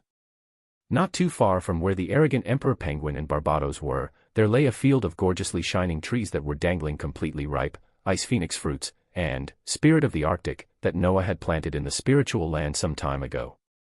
He had specifically planted them in the time-space so they could mature even faster, using the boundless mana to continue to keep the time dilation active in the space. Even with this cheating format, their time for ripening was around the same as the previously unlocked tier of plants, being just slightly shorter. But this still meant that the newest tier of plants in the spiritual land had already matured and bore the fruits that were extremely conducive to the rise of strength of the beasts born in it. Aside from the winged spider that was hanging from one of the large trees picking and eating ice phoenix fruits, with a content expression, a miniaturized calamity of the sea, the goldfish was also floating nearby and opening its wide mouth to eat the resplendent fruits whole. The fruits shown they were most effective for the beasts born in the spiritual land, but they still collected a tremendous amount of essence in them and were exceptional to enjoy for anyone. The process of breaking through from the mythical to phantasmal rank was even longer for the beasts this time around though, as they had been eating and absorbing the energies of the ice phoenix fruits and spirit of the Arctic this past day, and they were still consolidating and increasing their power at the mythical rank. Noah expected the emperor penguin to be the first to break through as usual, and he wasn't worried if it would take a few days or even a week. There were miniaturized forms of the other calamities of the sea furiously going head to head as they fought against one another to increase their strength in another portion of the large time-space. After residing in Noah's homeworld and being considered as one of its inhabitants, they were able to access the system that quantified their strength as well as their skills with the permission from the will of the world. The demons were experiencing a similar situation after the establishment of the connection, with the top echelons observing the use of power jewels closely to corrupt their skills and make them even more powerful. There were any different ways to upgrade their strength, and everyone was continuing to work hard, not wanting to be left behind. Kazuhiko and Steel Mikhail had obtained their own unique and ultimate skills from the rulers they had taken down, boosting their power by a large amount as they spent more time diving in the dungeons that were newly created throughout the three worlds.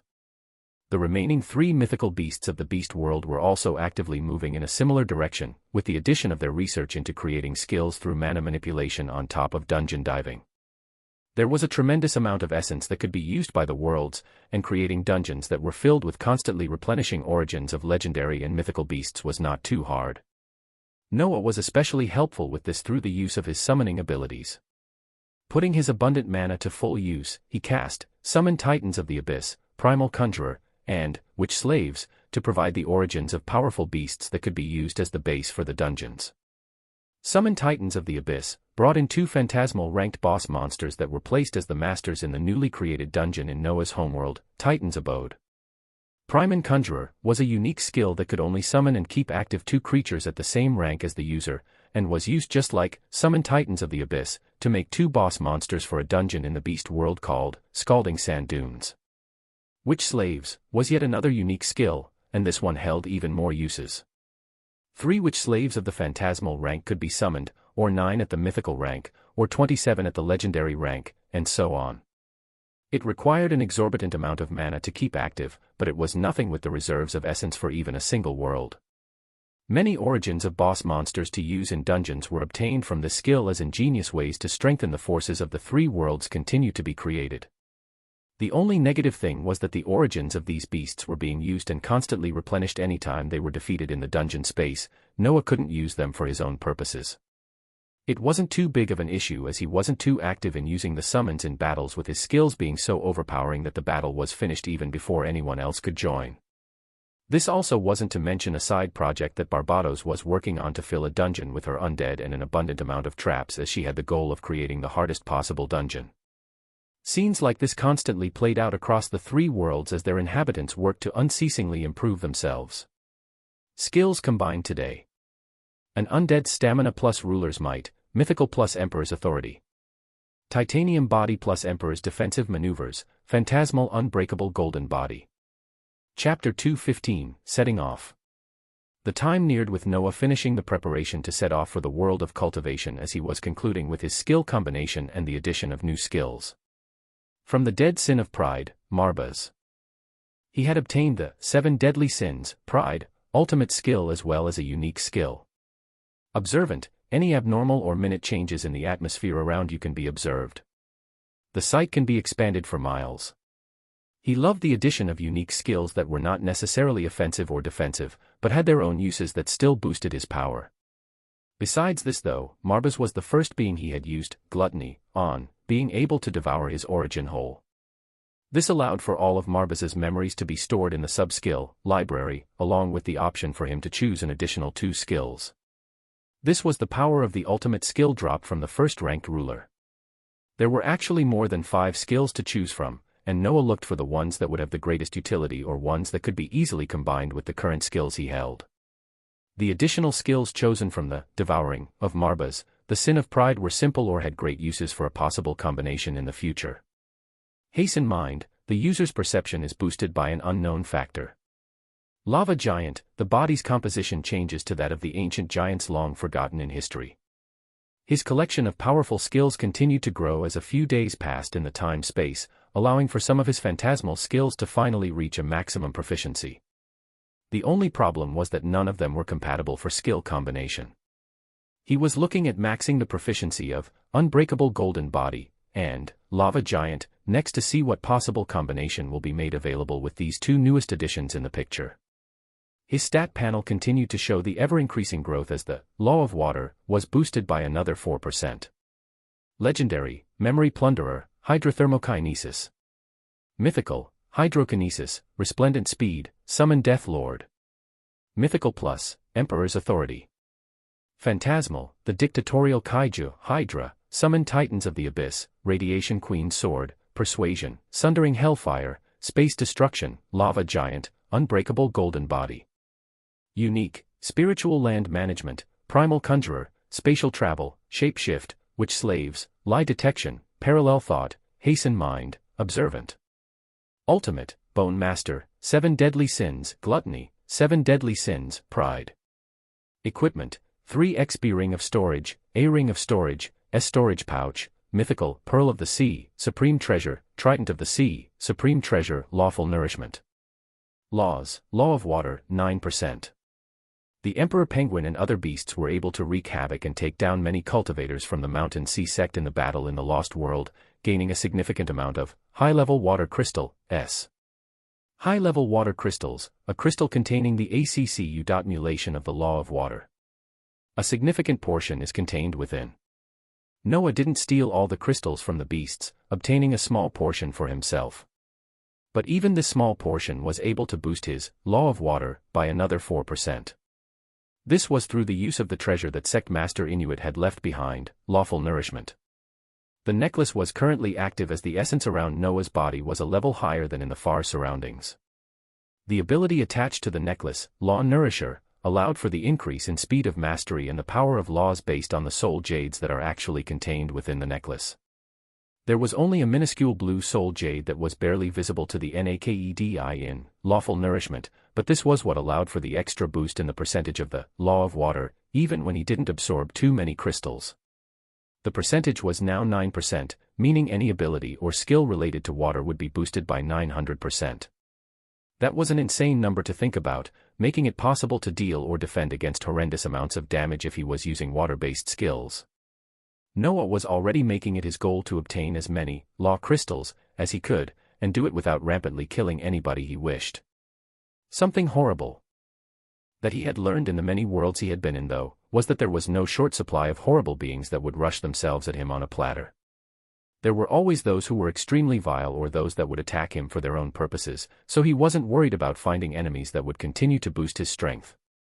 This was the type of world, the type of universe that he now found himself in. Those with abhorring levels of power were many. Unfairness, pain, and death was the norm. There were many worlds and people constantly being enslaved, with millions of innocent beings facing death because those stronger than them willed it. He would be there to take action against these people. It was not because he considered himself some saint that was destined to save every living being that was in pain. It was not for some sense of justice with him wanting to uproot all evil. It was for his own selfish reasons to grow stronger. He needed to be stronger so that the worlds and the billions of beings he was connected to would not face destruction. He needed to be stronger so that he could not sit and watch helplessly if an event similar to what happened to the Lost World were to repeat itself once more. So he would simply do just that. It didn't matter to him if it was considered selfish. The way for him to continue getting stronger at a quick pace was clear, and he enjoyed himself a whole lot while following this road. The many mysteries and spectacular things he could do with the unique treasure of the Beast World, the spiritual land. Powerful items like the Trident of the Sea from the Lost World and Lawful Nourishment from the World of Cultivation that he still has not utilized even close to their best potential. All the unique worlds with different types of treasures, foods, and culture he had yet to experience, there were just too many things to look forward to. He had a confident smile on his face as he was ready to cast spatial travel and arrive to a certain part of the world of cultivation from the many stolen memories. His figure was back to that of a robust human with a head full of wild dark hair, his body visibly showing the packed muscles from the blue robe he wore. The frozen plateau spiritual land that was holding the many beasts, as well as the calamities of the sea, was anchored to his body. The fiery Barbados was floating by his side as her gaze twinkled with anticipation like that of someone going on a field trip. A flash of silver light erupted out with them at the center, and they soon disappeared. Chapter 216, The World of Cultivation. It was a bustling scene in the wide roads of Rainbow Spirit Mountain. It was the peak of activity atop the powerful mountain that was under the control of the time immemorial sect. Under their watchful gaze, not a single being went out of line as they oversaw one of the richest mountains in the world of cultivation. Near the bottom of Rainbow Spirit Mountain was an area full of colorful lights as all sorts of portals were spread out cleanly in a circular formation. These portals allowed for the transfer of beings from the subordinate worlds that the world of cultivation had their reach in, as well as other powerful worlds they were on friendly terms with. Beings of all sorts of species came and went from this transfer zone as they spread out all over the Rainbow Spirit Mountain to conduct their business. Cultivators dressed in a variety of colorful robes from differing sects were strolling through in a grandiose manner as the elemental particles in the air followed them happily. Disciples of various sects were moving in groups and cheerfully discussing current events, while other more powerful beings considered to be formation masters and pill masters had extravagant buildings where they conducted their business.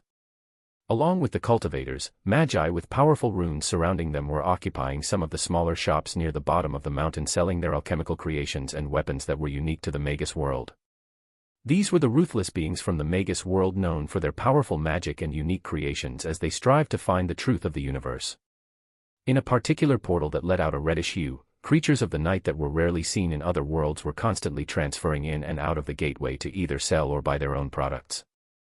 Their bodies were renowned for their extensive strength, making them horrible enemies to fight in close quarters. These were the beings of immense strength that drew their power from powerful bloodlines, the beings from the underworld. A variety of species ranging from powerful lichens with robust bodies of humanoid wolves to the race of the masters of blood that was the vampires, all were moving peacefully among other beings in the Rainbow Spirit Mountain. This was just one of the locations in the world of cultivation that held a hub of diversity and collection of strong beings trading and sharing information with one another. Different sources of strengths were discussed as every single being tried to become increasingly stronger through any means possible, while unknown things still continued to occur in the dark. All of this was made possible by the power that the many sects of the world of cultivation carried. There had been very few incidences as nobody dared to cause issues with powerful beings that held a level of control over universal laws. In the Rainbow Spirit Mountain, there were many paths snaking upwards with shops, inns, pill pavilions, jadesmiths, and many more spectacular services built throughout. The higher up the mountain one went, the more exotic and expensive the services would become. One would even be able to set their eyes on a supreme weapon whenever the extravagant auctions held by the time immemorial sect appeared. Everything sold in this mountain was under the scrutiny of this sect, with taxes being imposed on everything. This allowed for extreme wealth and power to be condensed in the hands of any sect that held control of a mountain similar to the Rainbow Spirit Mountain.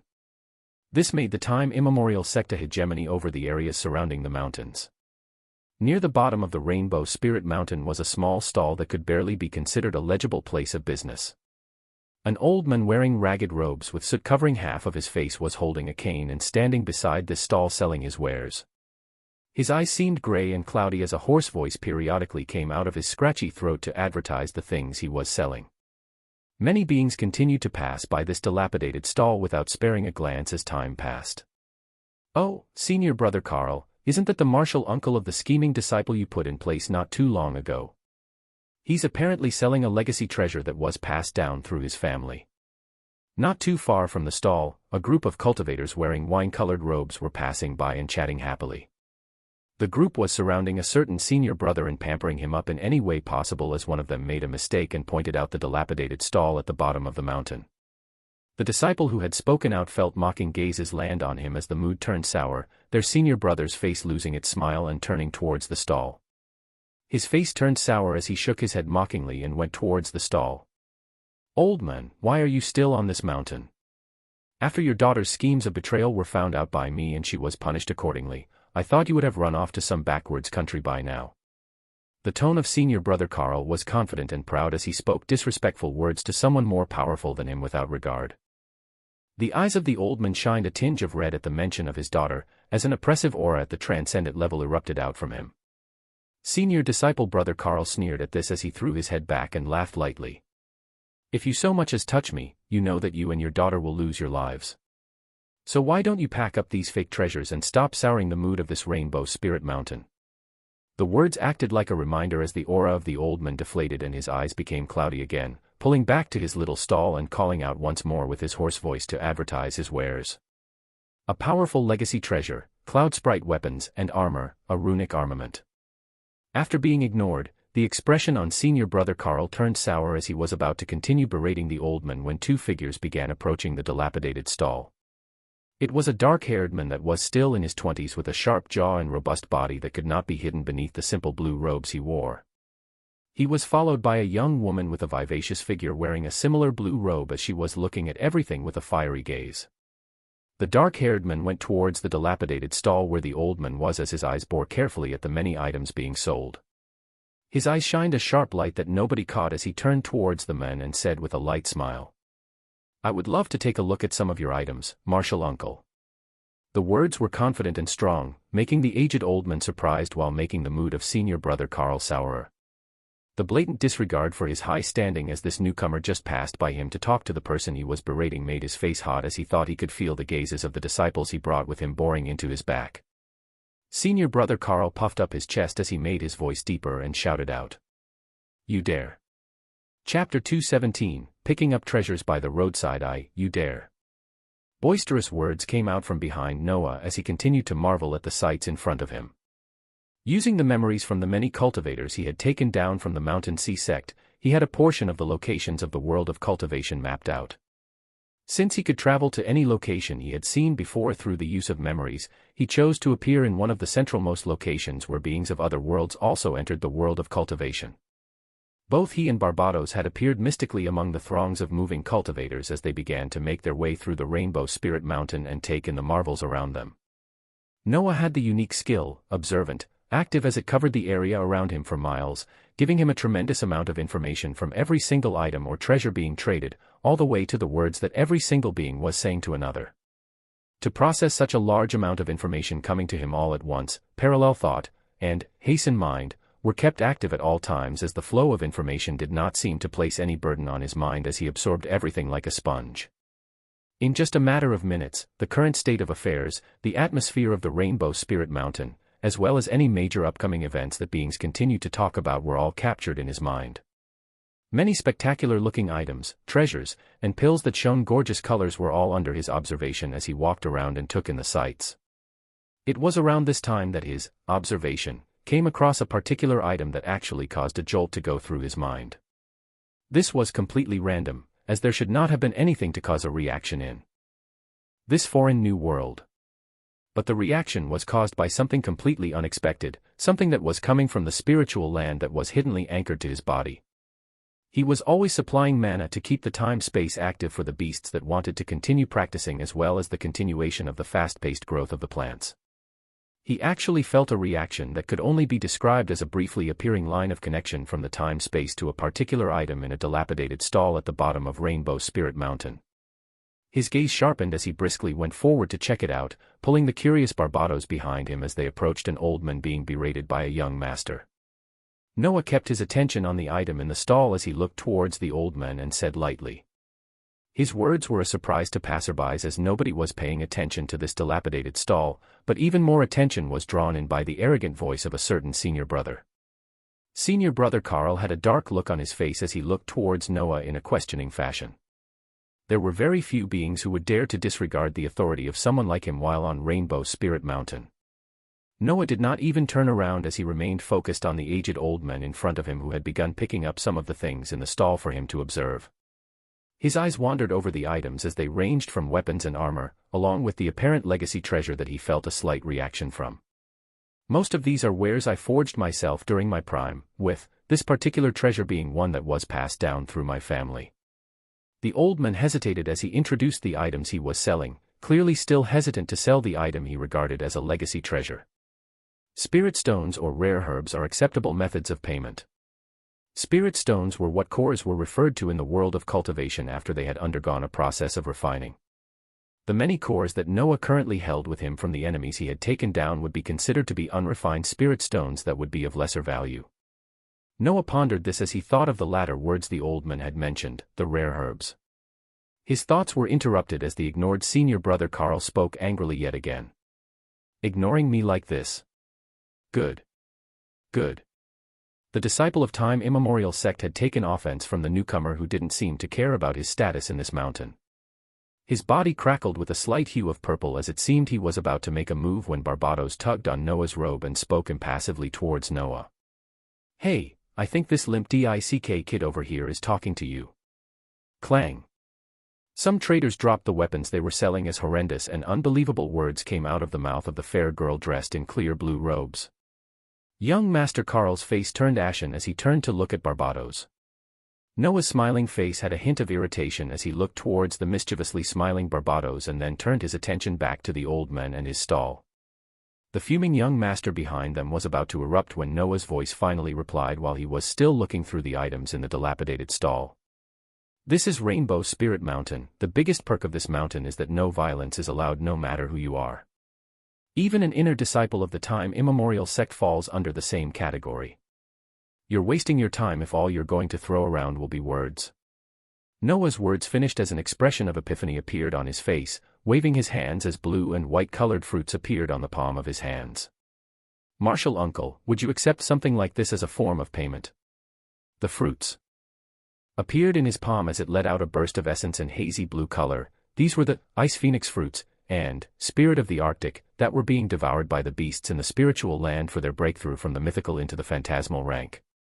Even the calamities continued to eat them as well for the dense essence that was collected within. There were gasps and shock from the surrounding people that were still watching as the fruits appeared. Such dense medicinal fruits. Those should at least be at the 4th tier, right?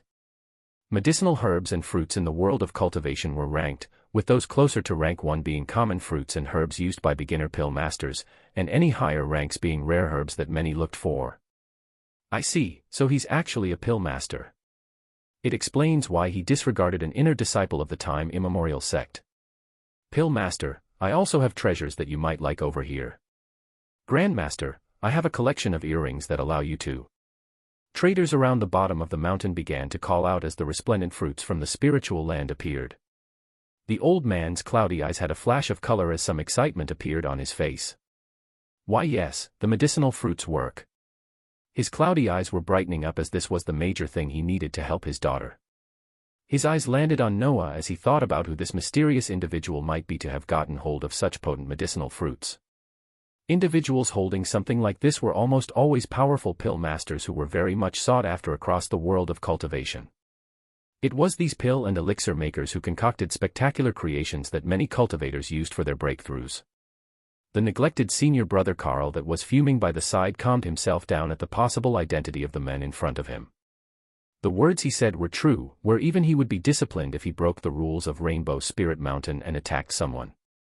He reined in his anger as he snapped his fingers and began leaving, but not before having the last word. This isn't over. I'll remember your faces, newcomers. His group began leaving embarrassingly as traders began to crowd Noah's position, but his eyes continued to stay on the stall of the old man towards the one particular treasure that somehow had a reaction with the time-space in his spiritual land. Chapter 2:18, Picking Up Treasures by the Roadside 2.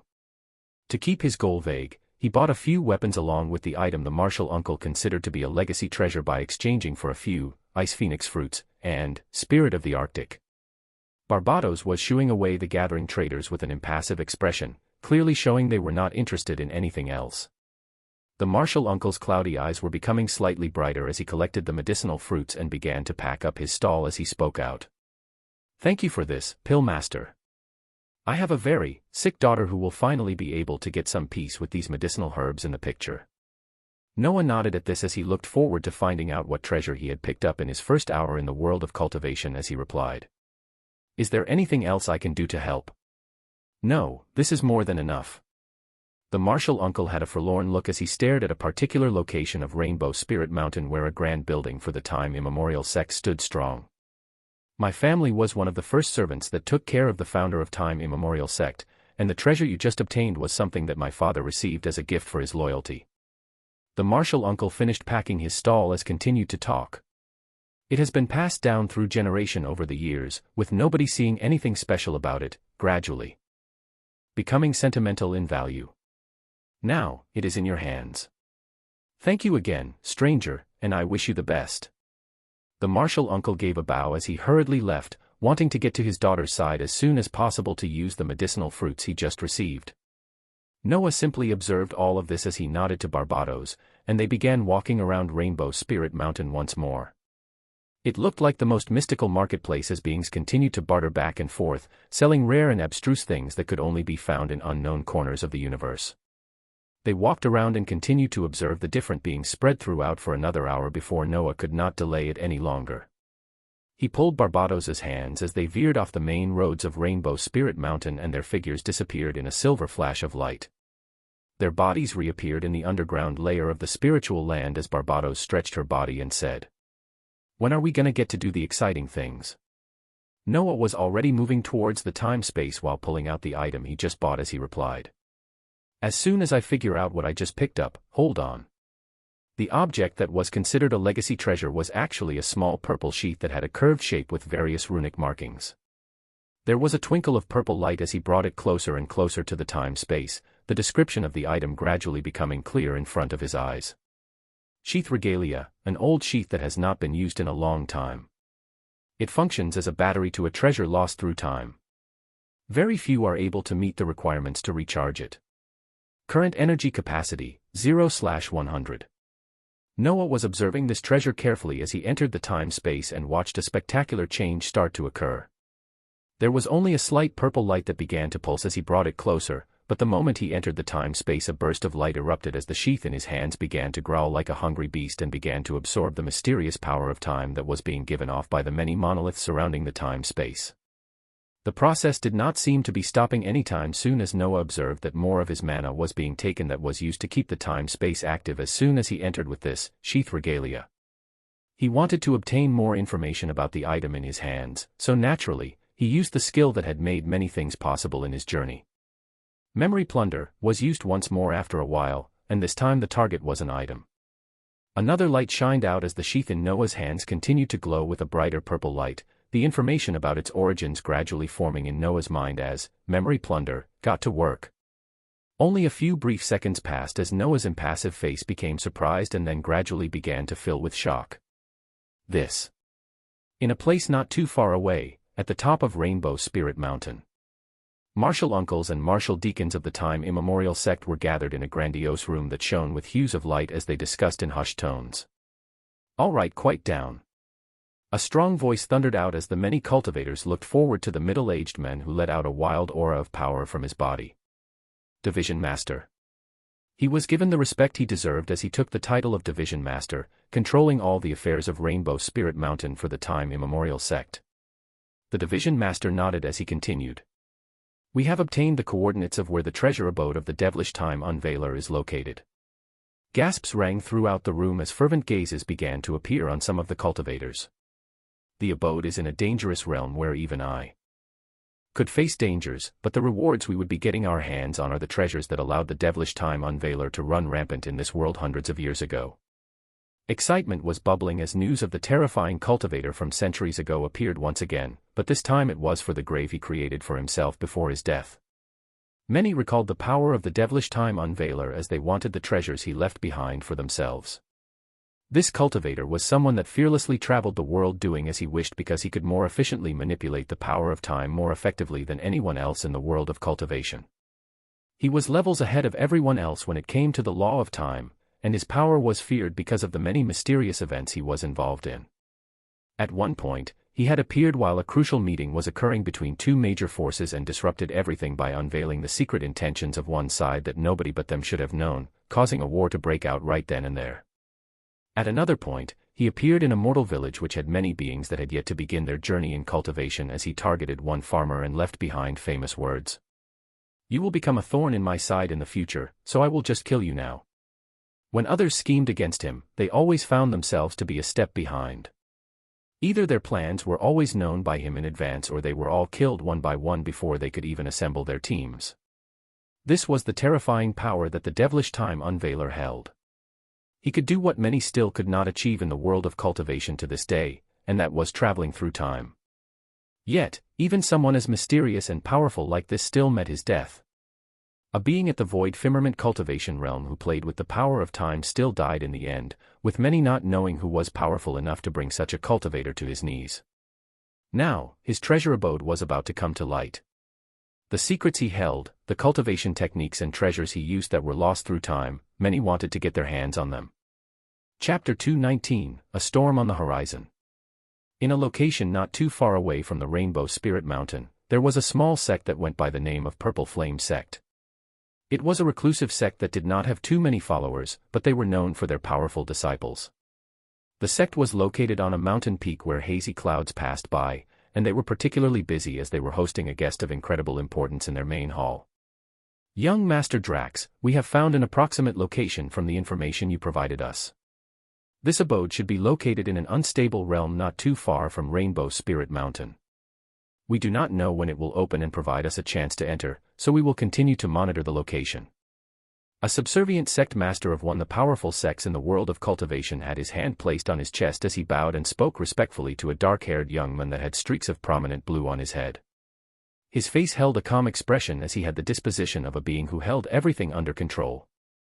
The disciple of the Celestials had arrived in the world of cultivation for his mission. In a corner of the room was his protector, a Punisher at the peak of rank 3 in the terms of the Celestials was standing expressionlessly. The Celestials were a powerful group and held their own unique naming of their levels of strength. A being that was halfway through the level of a rank 3 Celestial, similar to young Master Drax, would be considered at the Transcendent Realm.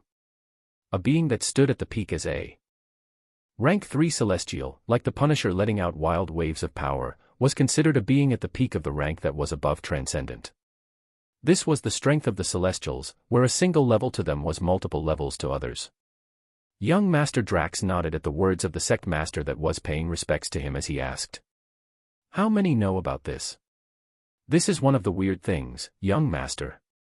For such a powerful and mysterious abode of the devilish time unveiler, many surrounding sects were actually able to get their hands on this information and are preparing to move out themselves." A smile appeared on young Master Drax as he thought carefully before he replied. "There is something afoot with the opening of this realm. Prepare your forces and continue to monitor the rift where the entrance will appear. See if you can find out who spread the information." The sect master of the Purple Flame Sect nodded respectfully as the hand he placed on his chest became even firmer as he called out. Many pieces continued to move as time moved forward, with the surrounding sects and forces around Time Immemorial Sect receiving information about and preparing for a singular event, the opening of the treasure abode of a long-gone void firmament realm cultivator. Every single being was watching with rapt attention as information even began to flow to the hands of other worlders that were not native to the world of cultivation. Unknown forces were moving through the dark, with even more actively moving fearlessly in the light. Noah was organizing the information he received from the sheath regalia, as he found his heart was actually beating at a fast pace. He did not think he would find a direction of how to move around in the world of cultivation so quickly, and it was such a spectacular direction at that. The item that was considered a legacy treasure passed down from a long time ago was actually more than just that. It was a piece to a powerful item that not many beings knew about. The sheath regalia was a treasure that was overlooked by those passing it down as they found no uses for it as it didn't react to energy or anything else tried before. It was passed down mostly as an item of sentimental value, until it ended up being sold in a small stall by a martial uncle that was in great need of money to take care of his schemed daughter. The item was unreactive to the many sources of energy it was exposed to because it needed a particular source that very few beings in the world of cultivation could provide. It required the power of time from a very proficient cultivator, or something as unique as the time-space in the spiritual land. If the treasure was not passed down in the hands of servants of the Time Immemorial Sect and instead to its powerful practitioners or even the sect master, maybe its true uses would have been found out in time. Yet now, it was in the hands of a being from another world. Noah's eyes sparkled as he observed the sheath regalia, that was now constantly pulsing with a deep purple light. Sheath regalia, an old sheath that has not been used in a long time. It functions as a battery to a treasure lost through time. Very few are able to meet the requirements to recharge it. Current energy capacity, 10/100. The numbers of its energy capacity had changed as it continued to remain in the time-space where a tremendous amount of mana was now being eaten up to sustain the faster flow of time as well as the energy being sucked in by the item that was considered a battery. As for the main piece that this battery charged, it was a truly wondrous item that Noah briefly saw the history of before it was separated from the sheath regalia. He also saw the man that was carrying that treasure. It was a being known at the void firmament level in the world of cultivation that went by the title of Devilish Time Unveiler.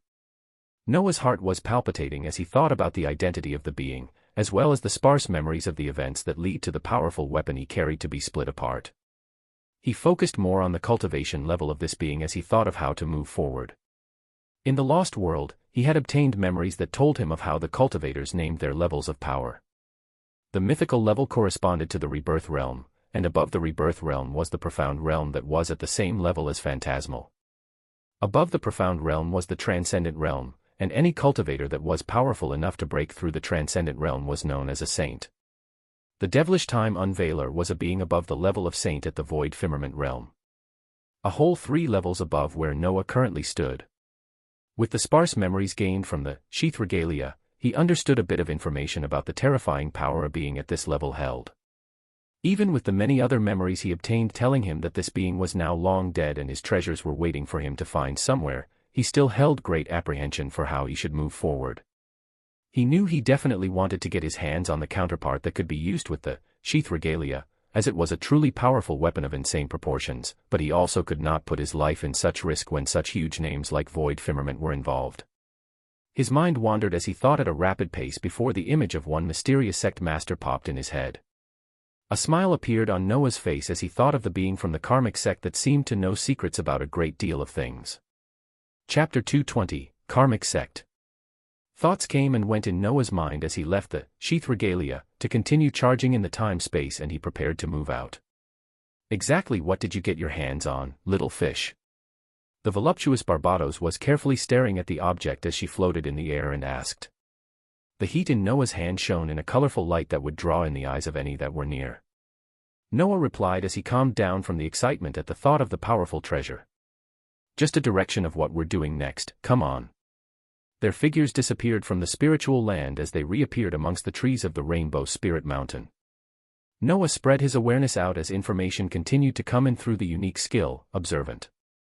He was surprised to find that not too far from where they were hidden amongst the trees, 2 cultivators with blank eyes and white robes that were staring straight at them.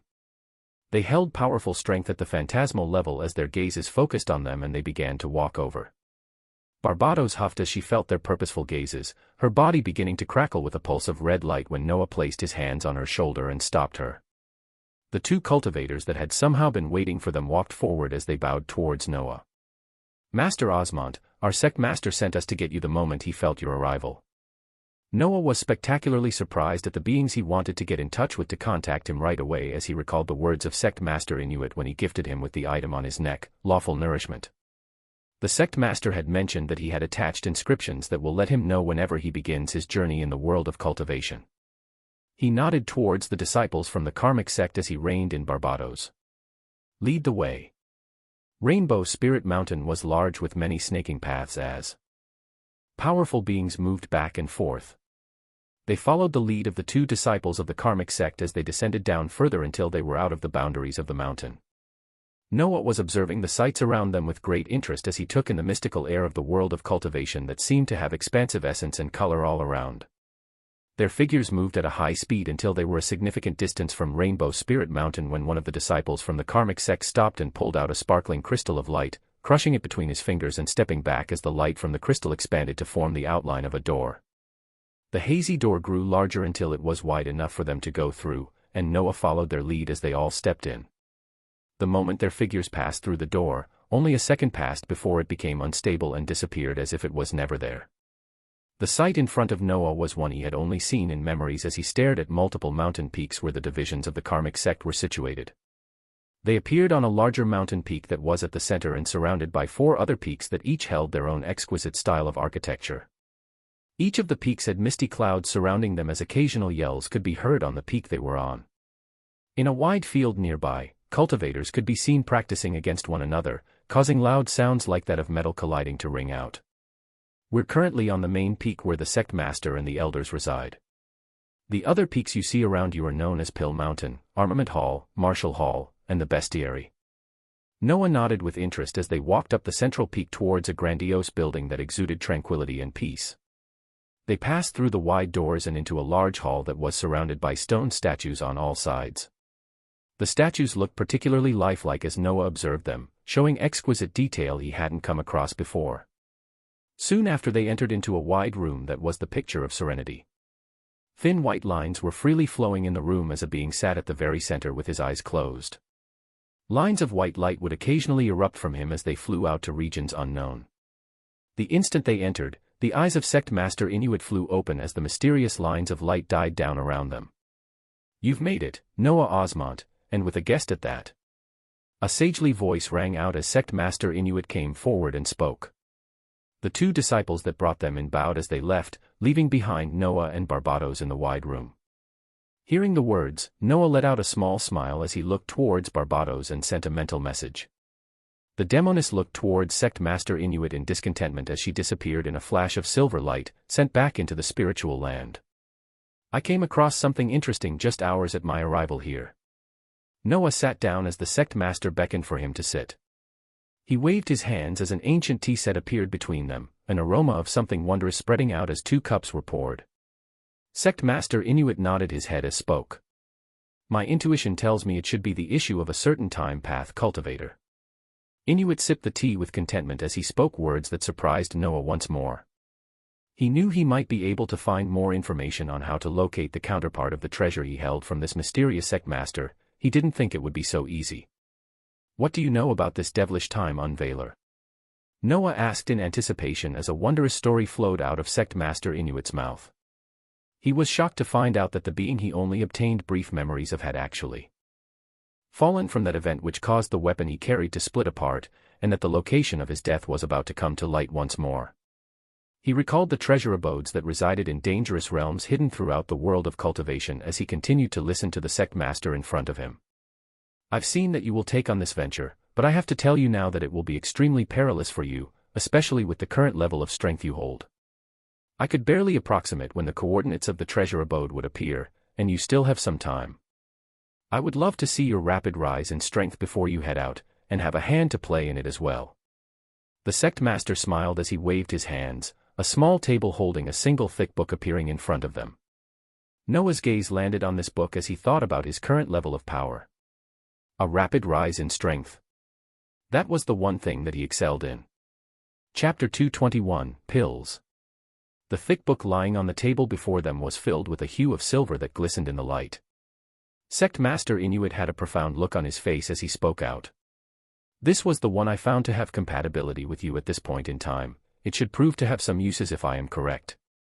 Noah gazed at the first book that explored the techniques of the world of cultivation, but would it work the same as the skill books he so easily learned because of his world system? All skills were just different ways of manipulating essence to achieve something at a whole other level, with the beings in the beast world spending many of their years learning how to manipulate essence to create and improve their skills. The silver book on the table in front of him contained the knowledge of how to manipulate mana to perform a particular technique, so he reached out and placed his hands on it to see exactly what would happen. A flash of silver light that was soon overcome with a hue of blue shined out, making a smile break out on Noah's face as blue words bloomed out in front of his eyes. Forge of the Silver Flame, a technique developed over the years by beings knowledgeable in conjuring the silver flames to refine rare material and medicine in order to achieve their quintessential form. The description was that of a unique skill, with the book in front of him disappearing in a flash of light that was absorbed into the back of his hand, forming a tattoo of a glimmering but faint silver cauldron. A face of understanding and wonder appeared on Sect Master Inuit's face as he clapped. "Wondrous indeed. I'm curious to see the surprises you will continue to produce. We'll talk more after you have adjusted to the new technique and finished your preparations." The wizened Sect Master stood up as he spread his hands out and continued. "For now, consider this little karmic sect of mine your home. Let me know if you need anything else." Noah nodded as he gave his thanks to this mysterious figure that continued to help him under the excuse of something that was bound to happen in the future. He did not fully know what this cultivator had seen, but he knew it was the reason why he was able to leave the lost world and keep his life. He still held some reservations, but he would cautiously trust this much-needed helper for now. This wasn't to mention the spectacular treasures and this new skill he had just received from him. Noah turned his attention to the Forge of Silver Flame, as he pondered on its ability to refine rare herbs and materials as he pulled out the only thing that could be considered along the same lines. An ice phoenix fruit from the spiritual land appeared in the air as he began his first trial of the new unique skill from the world of cultivation. Forge of the Silver Flame was cast as a silver light bloomed out, the transparent outline of the cauldron that was tattooed on the back of his hand forming in front of his eyes mystically as the medicinal fruit that was floating in the air was sucked into the center of the transparent cauldron. A large amount of mana was leaving his body endlessly as he found this skill to be using even more mana than even the ultimate skills he held. A silver flame erupted out within the cauldron as the ice phoenix fruit became bathed in a silver light and began spinning speedily. Essence trembled and converged around the cauldron as a sizzling sound spread out, along with a strong aroma of medicine that Noah had not come across before. The process continued for just a few more minutes before hazy clouds of silver light spread out and the rapid spinning in the transparent cauldron stopped. What remained was the sparkling shapes of slowly spinning pills that shone in a hue of silver and blue. Ice Phoenix pills, born and cultivated from a unique environment, the source of these pills was refined even further as their effectiveness was more than quadrupled. The pills hold a tremendous amount of essence that very few could handle to absorb. The gorgeously shining pills floated happily in front of him as the transparent cauldron disappeared back into the tattoo on his hand. Noah had an amazed expression as he grabbed one of them and popped them in his mouth. It felt an explosion of essence that spread throughout his entire body, granting him a tremendous source of strength that felt similar to when he was absorbing phantasmal cores. He marveled at the increased effectiveness of the fruits he cultivated in the spiritual land as his thoughts moved towards the beings that the fruits showed the most effectiveness with. The beasts born from the spiritual land had been absorbing the ice phoenix fruits and spirit of the Arctic recently, but many were still stuck in the mythical rank with their breakthroughs imminent. This was especially so for the arrogant emperor penguin. If they had the refined versions of the fruits they were eating. A smile spread out from Noah's face as he realized the next upgrade of the spiritual land would not be too far off. He stretched his neck as he disappeared from the large room that Sect Master Inuit left him alone in and appeared in the underground layer of the spiritual land. Barbados could be seen in a region of the time-space as she seemed to be battling with the practicing calamities, deathly spirits being summoned around her as she laughed maniacally. Noah entered the time-space himself as he went towards the large plants holding the gorgeously shining ice phoenix fruits and spirit of the Arctic, setting his body not too far away as the many fruits hanging from the plants were plucked out and came towards him. The transparent outline of a silver cauldron erupted from the back of his hand and absorbed the rushing fruits within as Noah did something that would make the eyes of cultivators pop out in shock and horror. The most rapid refinement and formation of pills was occurring in an isolated space that was the size of a grain of sand on the main peak of the karmic sect. The silver light from the constantly refining cauldron as well the tremendously powerful aroma that came from it soon caught the attention of the practicing calamities and beasts as their practicing stopped and their gazes turned towards Noah's position, the expression of avarice present in their eyes as they stared at the formation of rapidly rotating pills holding immense essence within. Chapter 222, Upgrades. In a particular area of the time-space, a wide collection of resplendent blue pills was swirling around Noah's position as he constantly pulled in the many medicinal fruits from the wide fields and into the silver cauldron where they were quickly refined into multiple pills. He found himself getting a profound feeling as he did the simple thing of providing a ridiculous amount of mana to keep the Forge of Silver Flame active and continuing this process. The beasts that had begun to near his position with shining eyes grabbed his attention as he sent a command for them to prepare for yet another breakthrough, some of the recently made pills floating around him going towards them in droves. Their effectiveness was more than quadrupled, meaning that it would not be an issue for the beasts that had already been absorbing the ice phoenix fruits and spirit of the Arctic to experience their breakthroughs after this. The emperor penguin was ecstatic as it grabbed the glowing pill with its flippers and looked at it carefully before popping it into its mouth. A similar scene replayed with all the other beasts as you could see a flying spider, an Arctic fox, a polar bear, and many others swallow the glowing pills. It was followed by a burst of blue light as essence began to converge all around them, their advance into the next rank imminent. After a significant amount of blue and white shining pills had been refined with the beasts having already started absorbing them, Noah stopped supplying mana to the Forge of Silver Flame, as the transparent figure of the cauldron that seemed to be getting more and more solid as he continued to use the skill return as a tattoo on the back of his hand. He monitored the progress of the beasts as he got ready to start upgrades of his own, wanting to push his strength even further before he went on the dangerous journey in the grave of an extremely powerful cultivator. He had many phantasmal rank skills that had reached max proficiency and were ready for a combination, but he found they were not compatible. There were two more phantasmal skills that he had been raising which had compatibility that would allow him to obtain a skill of the phantasmal plus level that he could then combine to obtain an even more powerful one at the transcendent level, granting him more than enough confidence as he moved forward to the next stage. He began with the combination of his first phantasmal rank skill that he used to dominate the opponents in the Lost World, the combination of the Dictatorial Kaiju Hydra and Unbreakable Golden Body. A spectacular creation was produced as his first phantasmal plus ranked skill. The Dictatorial Kaiju Hydra plus Unbreakable Golden Body, Kaiju of the Deep, a terrible beast that devoured its enemies whole. It held unparalleled defense with golden scales that reflected the damage dealt towards it, while also holding maddening offensive skills from the three heads that controlled different elements. The combination had made his kaiju form extremely dense and strong, giving his enlarged body a golden sheen as he looked similar to a golden three-headed hydra. The next combination was something just as spectacular, the addition of Sundering Flames, with the other skills he found to be compatible with Lava Giant. Lava Giant, plus Sundering Flames, Ancient Hellfire Titan, a giant long forgotten through the dredges of time.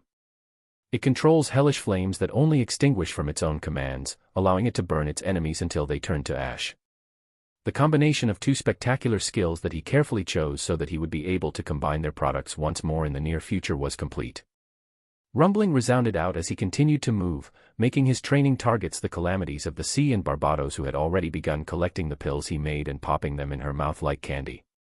Noah would now put his focus on training these new skills until they could be combined once more, trying to achieve his goal of a transcendent skill in the span of a few days, or a week at most. This training continued in the time-space for days, with Noah sensing the beasts in the spiritual land advancing to the phantasmal rank every now and then throughout. The first one to do this was of course the Emperor Penguin that had arrogance ingrained into its bones. A piercing cry rang out from it when it broke through, an aura of light erupting from it as it floated magnificently in the air. "Oh, you've become more powerful, little penguin. Come take my place as I go relax a bit." Its grandeur was cut short as the moment it finished its breakthrough, it was pulled into the fray of fighting against Noah who continued to endlessly throw out powerful attacks against the calamities of the sea and Barbados. He was using the newly advanced, Ancient Hellfire Titan, and Kaiju of the Deep, against them, his body changing into that of a flaming giant one day and a tremendously powerful hydra with golden scales the next day. He actually matched the attacks of the Kraken and the other four calamities without being pummeled to oblivion as he continued to use his endless pool of mana to heal and regenerate within seconds whenever his extremely tight defenses were breached. The damage that the calamities and Barbados took continued to accumulate over time though, giving Noah an upper hand as more time passed. This was where the recently advancing beasts from the spiritual land came in as they jumped into the fray the moment they completed their breakthrough into the phantasmal rank. Multiple days passed in the time-space that Noah continued to supply mana to, which allowed an equivalent of one day to pass in the outside world. This rigorous training regimen continued until more than 5 beasts had passed through the mythical rank and made their way to the phantasmal rank, making it possible for the upgrade of the spiritual land yet again. Noah also finished his training as he was able to achieve maxing the proficiency of the recently combined Kaiju of the Deep and Ancient Hellfire Titan, after more than a week of non-stop usage in the time-space. It was arduous and somewhat boring at times, but it allowed him to look forward to the combination of a transcendent rank skill at the same time as the upgrade of the Frozen Plateau spiritual land to the 5th rank. Chapter 223, Power. Noah's body floated in the skies of the Frozen Plateau spiritual land as a grand smile spread out from him. He was looking at the panel of spiritual land management, and seeing that the conditions for the upgrade to the next rank were all complete, and all that remained was him putting in a tremendous amount of mana as a catalyst. Start. He sent a command in his mind as the process began, with the spiritual land beginning to tremble as it underwent yet another change. The treasure was something unique from the beast world, having its own uses that were very rarely seen. Noah was reaching unknown levels of this treasure as he continued to upgrade it with no problems. He was looking forward to the new unlocks and next tier of medicinal fruits that would be available to use, as well as the all-round improvements of the features already existing. He was particularly looking forward to the improvement of the time-space feature, as only the first ratio of 1:5 had been unlocked and many more were waiting. The rumbling in the spiritual land further continued as mana continued to senselessly leave his body and bathe the glittering frozen land, a blinding blue light continuing to build up and ready to seemingly erupt. All the beings in the spiritual land could feel the grandiose change as the kraken leading the calamities of the sea looked forward in stupefaction. Barbados was feeling the essence's convergence around them and looked towards the central figure where all of this was occurring as she shook her head in surprise at the things that continued to happen around this one being. The crescendo of noises and build-up reached the peak as the blinding light erupted out, bringing with it the completion of advancement to the next rank for the Frozen Plateau spiritual land. Frozen Plateau 5. Beasts, FXXX, EXXX, D134, 325, C33, 653, B21, 426, A3, 735, S1539, Epic, 496, Legendary, 42, Mythical, 14, Phantasmal, 6. Plants, Whitefall trees, Snow vine, Sacred rye, Pygmy melon, Icefire persimmon, Ice phoenix fruits, Spirit of the Arctic. Available for planting, Frozen angelica, Regal flora.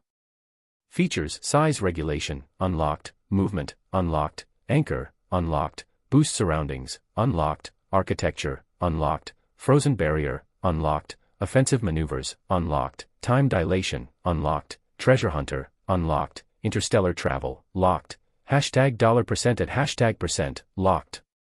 Upgrade, conditions not met. Noah stared at the gorgeous lines of blue words as he went through the newest feature, as well as the upgrade of the one he looked forward to the most. Time dilation, the abstract concept of time can be manipulated in a small area. 1:5 ratio, unlocked, 1:10 ratio, unlocked, 1:20 ratio, locked. Treasure hunter, unique wonders exist all around, rarely observed with the untrained eye. The master of the spiritual land gains the ability that allows them to more easily locate unique treasures in the land they are in. The first one was the unlocking of the 1:10 ratio of the time-space from the original 1:5, making it possible for him to train in the space without any worries even more.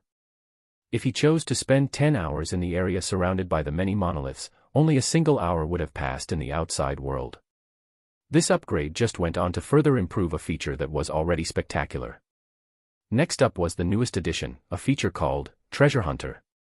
It didn't seem like anything special, but Noah knew not to underestimate anything appearing from the upgrades of the spiritual land, with this feature most likely being something even more spectacular that would bring him amazing things in the future. All the other features like Boost Surroundings, Frozen Barrier, and Offensive Maneuvers received their own upgrades, making them much stronger and increasing their effectiveness even more. Noah observed the celebrating beasts, especially the emperor penguin that was the first to break through to the phantasmal rank as he looked at his own panel towards skill combination. The upgrade for the spiritual land was complete, and now he would observe exactly what power the combination of the two phantasmal plus rank skills would bring once they produced a transcendent skill of the next rank. He left the celebrating beasts behind as his body disappeared and reappeared in the underground section of the spiritual land once again. He took a deep breath as he observed his panel and placed the two skills, Kaiju of the Deep, and Ancient Hellfire Titan, into the two slots of skill combination. Kaiju of the Deep, plus, Ancient Hellfire Titan, Transcendent, the Calamitous Leviathan, a terrible creature that rains down destruction and fear upon its enemies. It holds the bloodlines of ancient giants and dragons, granting it the form of a calamitous dragon only heard of in history, the nine-headed Hydra. Noah breathed out heavily as he saw the appearance of his first transcendent skill, not giving it a second thought before he activated it right away. He wanted to know exactly what level of power this new addition brought him. Essence rumbled and the skies cracked as the Calamitous Leviathan was cast for the first time, Noah's body erupting out as a maddening power appeared in the underground layer of the spiritual land. Every single being in the unique treasure could feel the appearance of this maddening aura that seemed to bring anything lower than it to its knees. It spread out from the spiritual land placed in the wide room on the building which was located on the main peak of the karmic sect as it spread out even further, grabbing the attention of practicing disciples as their gazes hardened. This wasn't just a normal aura of the transcendent rank they felt, but something that felt much more maddening. In the underground layer of the spiritual land, essence continued to clash and erupt out as a being with palpitating power appeared from the small humanoid form of Noah. Boasting 9 tremendously large heads and 4 resplendently shining wings that each held their own color, the 9-headed Hydra, the calamitous Leviathan, had made its first appearance in the world of cultivation. Chapter 224, Surrounded. A sense of calm passed through Noah's mind as he experienced the level of strength at the transcendent level. Belief in his own power was reinforced as he left the spiritual land to give thanks to Sect Master Inuit and start preparing to move after some time planning on how he should approach the dangers of the treasure abode of the fallen cultivator. There were a few ways, and one of them lied with the sect that was obviously tied to them in name and would be doing everything possible in their power to obtain the treasures of the powerful devilish Time Unveiler. This was the time immemorial sect situated in Rainbow Spirit Mountain. Noah had a smile as he thought about the arrogant young master he had somehow offended a day back when not putting in the days that passed in the time-space. As his figure flashed away, he wanted to see if this little enmity was something that would make the young master do something stupid. In Rainbow Spirit Mountain, even though no conflict was permitted from any parties, those from time immemorial sects still had many eyes spread throughout the mountain to surveil the beings going in and out. This particular day, a disgruntled young Master Carl had taken the shift of a fellow inner disciple to monitor a portion of Rainbow Spirit Mountain as he spread out their eyes to look for 2 particular individuals that made his face turn red just by thinking about them. Pill Masters. Humph, so what? We have many cultivators that can create pills in our sect. His mind continued to fume as he watched for the appearance of the 2 figures, and his patience finally paid off when a few hours later, the other disciples brought him news about a particular dark-haired that was strolling through the many buildings throughout Rainbow Spirit Mountain. Haha, good, follow him. If he steps foot outside this Rainbow Spirit Mountain of mine. Senior Brother Carl had a wrathful expression on his face as he took out a soul jade from his storage ring and took a deep breath before sending a message to a martial uncle that was one of the very few connections his father held in the sect. There were very few favors he could ask of this martial uncle, and teaching a lesson to some arrogant outsider was one of them. Martial Uncle Dan, there's a small issue that I would love your help on. The message traveled across space as a signal rang out in the soul jade that Martial Uncle Dan held while he was finishing a meeting. He heard the message as he shook his head wearily before replying. What is it now, boy? Things are about to get really busy around here, with a lot of us leaving very soon. Senior Brother Carl was ecstatic at the reply as he continued. It shouldn't take too long, Martial Uncle. You see, an otherworlder had. Senior Brother Carl weaved out a story as his martial uncle listened with a slight smile, knowing that his nephew was just on another one of his walks when he found another poor soul to pick on. But he would take care of these insignificant issues of his nephew so that his father never gets to hear of them. There were too many important issues at stake currently.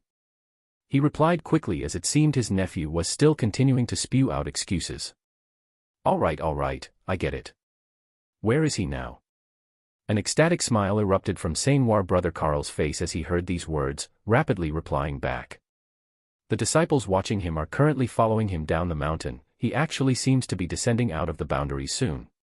Senior Brother Carl was ecstatic as he found the arrogant otherworlder to actually make things perfect for him. They couldn't cause too much trouble of Rainbow Spirit Mountain, but outside of it. His smile was wide as he sent the coordinates to his martial uncle and began moving down the mountain himself. He would teach this arrogant otherworlder what it meant to look down on others today. Noah continued down Rainbow Spirit Mountain as soon as his observation skill picked up the many eyes that focused on him and tracked his every move. The fish had taken the bait, and he moved out to see exactly what actions it would take to decide on whether he strangles it or lets it go. He browsed the items on other shops as he continued to descend down the mountain, continuing to watch the peculiarity of the new sites opening themselves up in front of him. After some time, he had gone down until he left the boundaries of Rainbow Spirit Mountain, watching the figures of beings become more and more sparse as he went further down. He followed one of the paths where carriages were leaving the mountain, and he did not wait too long before he felt his surroundings change as the scenery of a long road with trees around him disappeared, a new sight opening itself up in front of him. He was now in a field of grassland as they swiftly moved for miles around him. This is a formation. He was surprised at the ingenuity of cultivators as he was placed in something he only had memories of, a powerful formation that only the most proficient formation masters of the cultivation world could set up. Multiple figures began appearing in the skies of the formation as he recalled the face of a particular senior brother and smiled. A voice thundered out from all around him at this moment. You have the calm to smile after you are surrounded by my earthly revolving formation that no transcendent realm cultivator can break out of without my permission. The voice was confident and strong, coming from someone much more powerful than the senior brother that Noah had hoped would take the bait. His smile became even wider as he replied. I wonder what I have done to deserve the attention of someone so powerful. The reply was steady and filled with curiosity, not the tone that Martial Uncle Dan wanted to hear. Good, we shall see how much longer you continue to remain calm. No sound or aura will be released from this formation, with your livelihood being under my control. An overwhelming pressure descended from all around as lines of energy were activated in the formation, forming into an oppressive force that crushed down at Noah's position. Senior brother Carl and his posse floated behind their martial uncle in the bounds of the formation as they looked forward with arrogant faces. Their demeanor showed that this was not something new that the cultivators of the time immemorial sect would do as the martial uncle spoke again. You have offended an inner disciple of my sect. You will kneel, apologize, and give all the treasures and pills you have in your belongings. The pressure descended all around Noah as it made the area around him tremble, his body that was still only strengthened up to the peak of phantasmal level with many skills activated straining under the powerful pressure of the transcendent realm formation master. He grit his teeth as an imperceptible smile appeared on his face and he replied. Or what? There was a period of silence from the cultivators as they looked at this otherworlder who was struggling to bear just the pressure of the formation yet acting so confidently. The arrogance deep in their bones was tested as senior brother Carl was the first to speak out. Or you will face death. His face was showing anger as he observed the smile on the face of the trembling being becoming wider and wider. The moment his words thundered out, he felt a change as the smile from the otherworlder broke out into a laugh as he seemed to have ascertained something, and the rumbling of essence began to erupt with him at the center. Chapter 225, Prideful. Arrogant. Wild energies roiled out in the formation that was activated by the martial uncle of the time immemorial sect as the shackles of pressure that were holding down one particular individual were broken through. Martial Uncle Dan held an impassive face at this show of strength as he knew full well the power of his earthly revolving formation. This aura of someone at the peak of transcendent realm would not be something he would worry about. His body erupted out with purple light as he called out. A glimmering darkness that never ages. Rise and turn the earth asunder, earthly revival. His gaze looked down towards the otherworlder's position as the energies of the formation caused a grand change, brilliantly shining bronze swords erupting out from below as they bloomed into hundreds of weapons that aimed their tips towards the newly appearing bestial creature. Roar. A tremendously powerful howl escaped out from Noah's changed form of the calamitous Leviathan as a nine-headed hydra fully made its appearance known. Its appearance was welcomed with an astounding change in the environment, where the surroundings near the large body were filled with streaks of baleful fire and lightning that rained down all around it. Each of its heads held powerful energies from multiple elements as they rolled through the air menacingly and snapped at the incoming earthen swords. His head spat out a variety of blasts of energy as colorful lights erupted out on top of the freely flowing lightning and flames around his body as the swords were kept at bay. Martial Uncle Dan saw the attack being withstood as he nodded apathetically, turning his gaze towards his nephew that brought about this trouble. Senior brother Carl saw this gaze as he turned away wearily, but still not worried about their victory as they held one of the powerful martial uncles of the time immemorial sect on their side. The moment that the otherworlder fell in the earthly revolving formation, their victory was assured. Otherworlder. Since you're so adamant to stand against us and not kneel, I will show you the power that many around this rainbow spirit mountain of mine fear, the power that beings like you could only stare at from afar. A thunderous voice erupted out from Martial Uncle Dan as his head was raised high in the air, his condescending eyes continuing to stare down the tremendously large figure of the nine-headed hydra that was pushing back the first stage attack from his violet immemorial techniques. His body rumbled as energies left wildly, getting ready to cast an attack of a whole other level. Shimmering earth filled with sinless grains of time. Suffocating dreams asphyxiate thy own will. Obey, revile, and overwhelm. Sands of time. A tremendous amount of energy erupted out as the skies and the earth of the formation cast by Martial Uncle Dan pressed down on Noah's position. Silver and purple sands began forming from all around as they turned into deadly lines with fearsome edges that rushed towards the large body of the nine-headed hydra. The entire world of the formation with the vigorous essence in it all seemed to be turning against one particular being as its wrath unboundedly went forth. Noah used the tremendously powerful body with multiple heads to throw out elemental attacks, but he found his attacks actually missing their targets as the dangerous sands filling the area were never in the same position they were in just a second before. His many heads moved around rapidly while he used parallel thought and hasten mind, but he found that he could not successfully defend against the deadly attacks, their paths almost always knowing exactly where he would be a second later when they struck. The surroundings of his body where deadly fires and lightning automatically thundered down destroyed a majority of the incoming sands, but he could not defend or push the attacks back as they always seemed to find him wherever he went, the abstruse power of time finally being used against him. The besieged Noah actually found himself laughing as this spectacular skill was actually tearing through the extremely tough defenses of the calamitous Leviathan, the tinge of golden skin actually having scratches that could distinctly show some of the muscles beneath. After feeling the strength of these attacks though, he finally ascertained their strength as he began moving seriously. "I'll have to thank you in advance for all the spectacular things you're about to give me." Essence erupted out as all of a sudden, a gorgeously shining trident appeared and revolved in the air above the many heads of the calamitous Leviathan. Spatial lock was cast as Noah did not plan on giving even a single being the chance to escape. His large body that looked restricted by the formation's pressure all this time erupted out with golden light as it moved across the skies at a speed that only looked like a streak of light, each of its heads targeting a different cultivator in the skies as the dark energy that signified the casting of the ultimate skill, sin of pride, erupted out. Sun. Throw. Wah. The skies cracked under the pressure as the formation cast by Martial Uncle Den destabilized under the appearance of multiple blazing suns hanging over the heads of the cultivators. The suns shone in a dangerous shade of orange and red as they rumbled down, the defenses and skins of the cultivators at a lower cultivation level than Martial Uncle Den already being torn apart.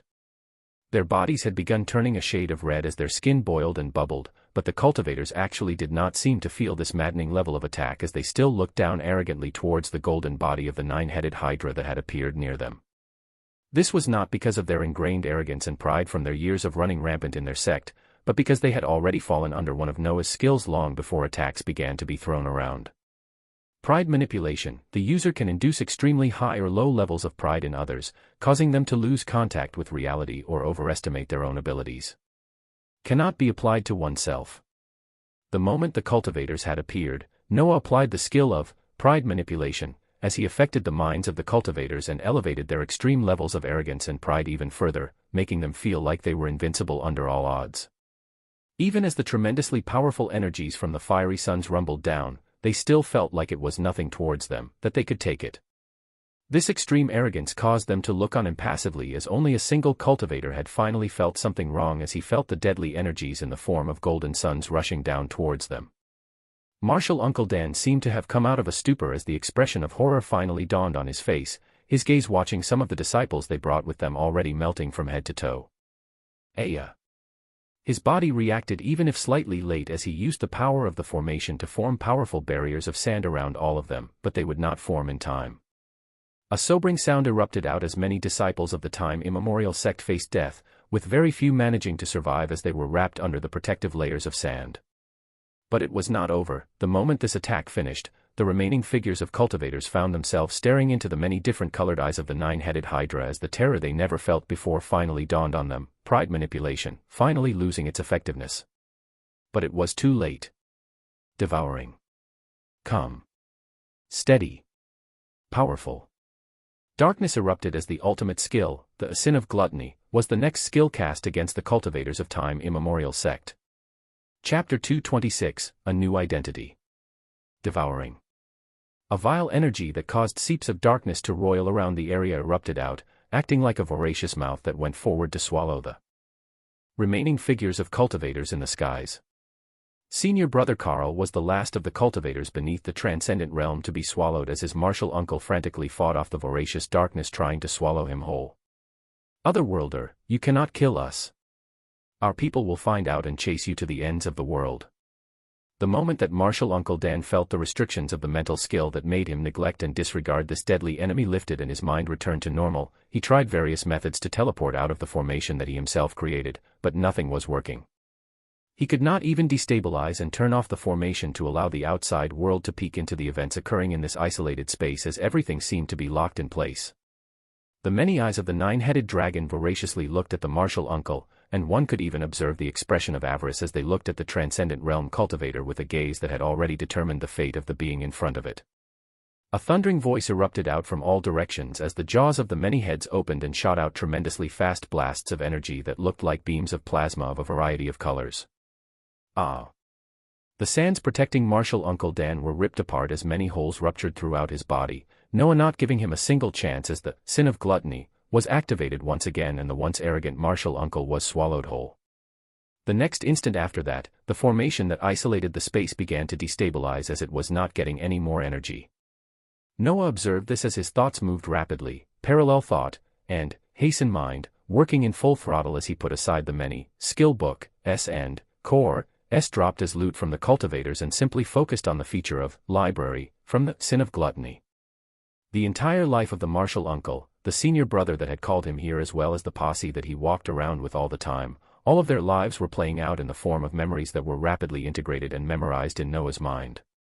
His large form of the calamitous Leviathan disappeared as he returned to his human form, but even that did not last long enough as his facial muscles began to change and bones could be heard reshaping, his body gradually changing to that of a particularly confident martial uncle of the time immemorial sect. The moment that the formation became destabilized enough and was wiped away, a brand new and improved martial Uncle Dan made an appearance to the outside world. He was in the skies not too far away from the road he took away from the Rainbow Spirit Mountain. None of the commotions from the formation or what happened in it leaked out as the area returned to normal. But something monumental had occurred. Noah was reveling in the memories of martial Uncle Dan as this cultivator was a high-ranking member of the time immemorial sect, and Noah received the memories of how they were already moving for the same goal he held, the tomb of the devilish time unveiler. He recalled the memories of martial Uncle Dan hurrying to quickly wrap up the issue his nephew had brought up before he began his preparations for the journey that could begin at any moment. Not a single soul in the world of cultivation knew when the treasure abode of the devilish time unveiler would open. They could only glimpse the possibility of its appearance and location, and just this was making many nearby sects go crazy to get their hands on the treasures of a being from the void firmament realm. The many memories continued to play throughout his head as he affirmed how to move from now on with his new identity as the martial uncle of the time immemorial sect, as well as how to handle the disappearance of senior brother Carl and his posse. All of these things could be put in the back of his mind currently though, as the spectacular attacks that martial Uncle Dan, the face of the cultivator he was currently wearing, had truly gifted him with a tremendous set of skills. The first one was a phantasmal skill that the cultivator had used the moment he pulled Noah into the formation, the skill called Earthly Revival. Violet Immemorial First Stage, Earthly Revival, the very earth you look down upon becomes a source of strength that can be transferred into a plane attack or used to reinforce your defenses. An incantation is required, a glimmering darkness that never ages. Rise and turn the earth asunder, Earthly Revival. It was a powerful skill that matched some of the highest damage-dealing phantasmal skills that Noah currently held, but the skill he obtained next was one that made him even happier. It was a skill at the transcendent rank, making it his second-ever skill of this rank. Violet Immemorial Second Stage, Sands of Time, aged and forgotten, the history of the sands and the surroundings come under your command as they corner your enemy. Unless one is proficient in the power of time, the attacks cannot be evaded. An incantation is required to initiate the skill, shimmering earth filled with sinless grains of time. Suffocating dreams asphyxiate thy own will. Obey, revile, and overwhelm. Sands of Time. A feature repeated itself similar to the first stage of these skills from the Violet Immemorial set where one had to call out a specific incantation to cast them, but their power spoke for itself. The surprises should have stopped here as Noah prepared to move towards the Rainbow Spirit Mountain to assume his new role as martial Uncle Dan before following the forces of the time immemorial sect into the extremely dangerous tomb of the void firmament cultivator, but when he moved on from the memories in the library, and into the skills he could choose from the beings he devoured using sin of gluttony, he was met with the most stupendous selection as something new he had never come across before appeared. Among the skills he could choose from the devoured origin of martial Uncle Dan was a skill that was the first of its kind, a skill holding the tag of Transcendent Plus. This came as a huge surprise as he always had to combine his current skills before he reached the mid-rank between one level to another, yet one of the skills he could obtain right now was already halfway there. His eyes shined as he peered through the appearance of this new skill. Transcendent Plus, Violet Immemorial Third Stage, Cage of Time, a cage filled with the darkness of time sunders upon a single target. Only those with great strength or proficiency in the law of time can break out of this terrible cage filled with nothingness. An incantation is required to initiate the skill. The ebb of corpses flows and flutters, yet a single prison stalls in the river of time. Simmer in the sea of turbidity, reflect the embers of age, and extinguish all hopes of victory. Cage of Time. Chapter 227, Martial Uncle Dan. Noah was lost in thought for a few minutes as he looked through the spectacular skills of the cultivators sitting at the top of the time immemorial sect. Their techniques dealt with time as their name suggested, and they held such unique uses that Noah could not wait to test them for himself. But first, he would have to fully play the part of the martial uncle of the time immemorial sect that he had taken down. So who was Martial Uncle Dan? He was a prideful, confident, and an outspoken cultivator at the transcendent realm who held one of the seats as an elder of the time immemorial sect. This job came with many perks and responsibilities, and one of the biggest ones currently was the privilege of getting all the information on the subject that was making many sects scramble, the tomb of the devilish time. Unveiler.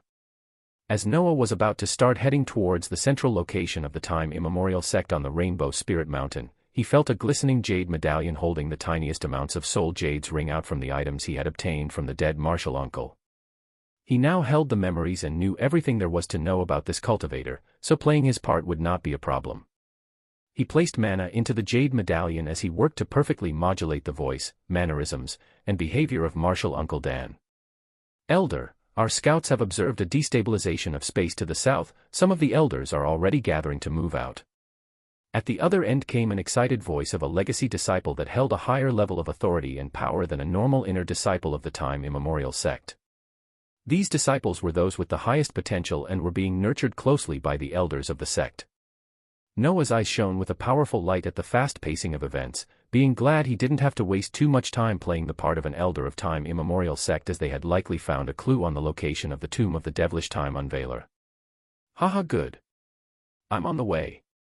He sent out a boisterous reply that fit with the demeanor of the dead martial uncle as he changed directions and went south from the Rainbow Spirit Mountain. His changed body fluttered in the air with the violet robes streaked with purple outlines that only the elders of the time immemorial sect wore as he digested many memories and secrets only those in the higher echelons of the sect held. He flew for some distance before he found the gathering of elders that were itching to move out at the first instance, but were still waiting for all the forces to gather as they knew how dangerous this venture would be. It was a group of powerful beings tiered together on what looked like a corporeal cloud stably supporting them in the skies. Among this group of cultivators, one particularly wizened elder looked up as he saw the figure of the changed Noah nearing, his eyes brightening up. Little Dan, we can get started now with your arrival. Noah looked at this aged elder that held the longest white beard he had come across as he nodded with a wide smile. Haha, don't worry, old man. I'm sure we'll find the treasures to return you to your youth again. The demeanor of Elder Dan seamlessly flowed out as he joked with the wizened elder that was only second in command beneath the sect master of time immemorial sect. The smiling old man in front of him was a powerhouse above the transcendent realm of cultivators, sitting comfortably at the realm of a saint.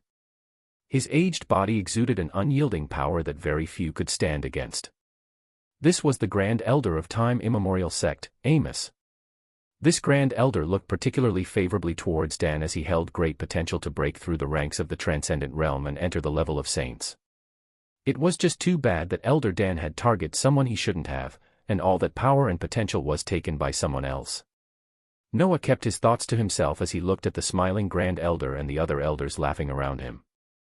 They all held a demeanor of strength as their levels ranged from the equivalent of phantasmal to transcendent rank, or in the terms of cultivators the profound realm and transcendent realm, with the Grand Elder being the only one achieving the level of saint that was just a level below the level of the void firmament cultivator they were targeting the remains of.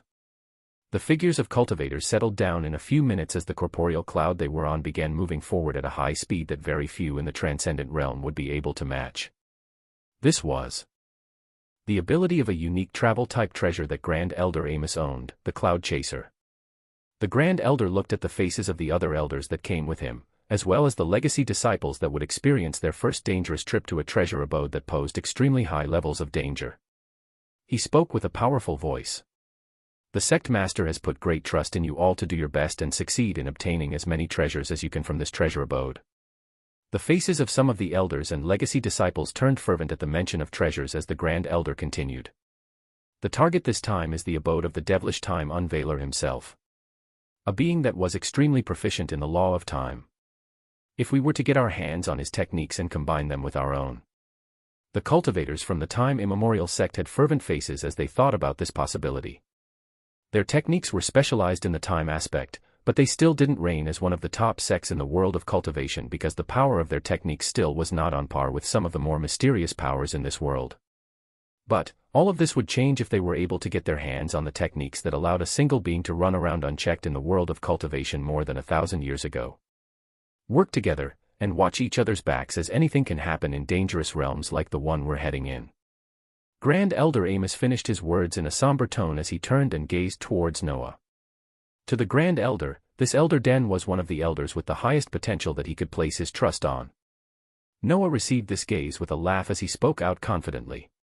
We are the cultivators of the one and only time immemorial sect. In time, success will be ours. In time. His words brought about a rousing atmosphere from the somber tone as the cultivators of the time immemorial sect were filled with confidence towards their journey.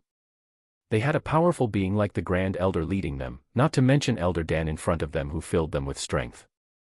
With their power, time immemorial sect will come out of the dangers of this tomb as the sole winners. Chapter 228, Different Parties Gather. In a particular location in the world of cultivation, a pulsating dark rift had appeared in the sky. The rift looked like a tear in space as it let out wild energies, seemingly trying to form into something the more it stabilized in space. One could distinctly catch a glimpse of a completely different environment if they were to peer through this pulsating rift, an environment that made many of the nearby individuals monitoring the rift let out bated breaths. In the barely stabilized rift gate that led to a treasure abode, they could already feel the tremendous coagulation of essence leaking out, as well as observe glistening medicinal herbs and rare materials, and this was just the immediate inside of this rift in space. One of the watchers hiding themselves in the distance as to not be observed by others was another elder of time immemorial sect. He continued to send updates every few seconds as he felt the auras of more and more individuals arrive in the immediate surroundings. In addition to a few familiar auras from the nearby sects, other worlders have also begun to appear. Make haste. His voice was filled with hurry as it traveled from the soul jade medallion he held onto a receiver that was on the unique movement item, the corporeal cloud named Cloud Chaser, where the Grand Elder of Time Immemorial Sect was bringing along many powerhouses for this venture into the tomb of a void firmament cultivator. The Elder watching the rift continued to watch with bated breaths as the rift in the skies became wider and wider, the dangerous energy of space destabilization gradually settling down and making the beings in the surroundings even more excited. Not too far away from the Elder of the Time Immemorial Sect, beings from another world were also keeping watch on the continuing folding and expanding of space in the skies. It was the cruel magi from the Magus world, each of them pulsing with immense power as runic circles continued to circle their bodies ceaselessly, continuing to protect and strengthen them at all times. Leading this group of magi was a being that was known by the title of the Black Serpent, a powerful magus that was successful in transplanting the bloodlines of a deadly serpent and gaining its strength. His body let out wild levels of power that were similar to the Grand Elder Amos, power of the realm of a saint. Around him were many other magi covered in runic circles or holding forms similar to the powerful bloodlines they transplanted on themselves as they stood behind him, their power obviously a level lower. The voice of Black Serpent rang out in each of their ears covertly as they watched the continued expansion of the rift in the skies. The information we've gathered suggests a large number of cultivators will be entering this dangerous realm in order to obtain the cultivation techniques and treasures of some cultivator from hundreds of years ago. We do not care about any treasures in this realm, only the fact that it is extremely dangerous, and many cultivators will be falling in this place. A chilling smile wrapped around Black Serpent's face as he voiced out the words slowly. Our targets are the cultivators, we have to collect as many bodies as possible. Horrendous words came out of his mouth as the temperature surrounding them chilled. While they are running around greedily looking for treasures, follow them closely. We are on a hunt. If you find a cultivator straggling or moving alone, that is your target. Attack fast and swiftly, and do not leave behind any traces. Maddening words came out of the mouth of the powerful magus as the beings surrounding him nodded with glistening eyes. while many more set their sights on the wondrous treasures and techniques they would be able to obtain in the treasure abode of the devilish time unveiler, the beings from the Magus world were moving with completely different goals. Time continued to pass as beings of different origins continued to gather around the pulsating rift. At one point, two individuals appeared silently in the skies as they didn't even bother hiding their aura. It was a robust young man with dark hair that was filled with streaks of blue. He held a calm and confident expression as beside him stood a golden-armored individual with dark blank eyes. The rank 3 celestial assigned a mission of obtaining a cursed item had appeared. He watched the stabilizing of the rift in front of him curiously as more and more auras gathered around the area. The region surrounding Rainbow Spirit Mountain was filled with a great many sects, with the majority of them being slightly lower in power than the time immemorial sect. There were only a few major sects in their surrounding areas of influence that were also aiming for the techniques of the devilish time unveiler when the risks of the extremely dangerous realm were considered. A loud sound like that of the sky tearing apart rang out as the rift in the sky became even wider, many beings now clearly seeing the wondrous land visible inside. Just a cursory look made many people start coming forward as they prepared to rush in at the moment the rift stabilized. Wah! At this moment, a droning sound rang out as a corporeal cloud appeared on the horizon, getting closer and closer to the position of the rift as they neared within a few seconds. The cloud chaser that the main group from the time immemorial sect was riding on had arrived on the scene. A powerful aura of a saint erupted out as the beings from time immemorial sect made their intentions clear. The show of strength made the rank 3 celestial turn to look towards this new group that arrived with such vigor as the violet-colored robes of multiple elders and Grand Elder Amos disembarked the moment the movement-type treasure appeared in the sky. The elders also turned to look at the two calm individuals that floated openly in the skies of this dangerous location with no worry as they didn't even bother to put them in their eyes. It was only a glance, but they were able to observe each other. The rank 3 celestial observed what he considered to be a simple group of cultivators that meant less than nothing in his eyes. From the group of the time immemorial sect cultivators, a particular Elder Dan who was the disguised Noah also passed his eyes over the two figures of celestial accompanied by the armored Punisher. Neither of them knew each other, and each had their own histories. At this moment in time, their gazes briefly collided, and that was it. Neither of them knew that when the time came where they would actually clash, it would be the start of a tremendous sequence of events that will leave a mark in history. Chapter 229, Devilish Abode I.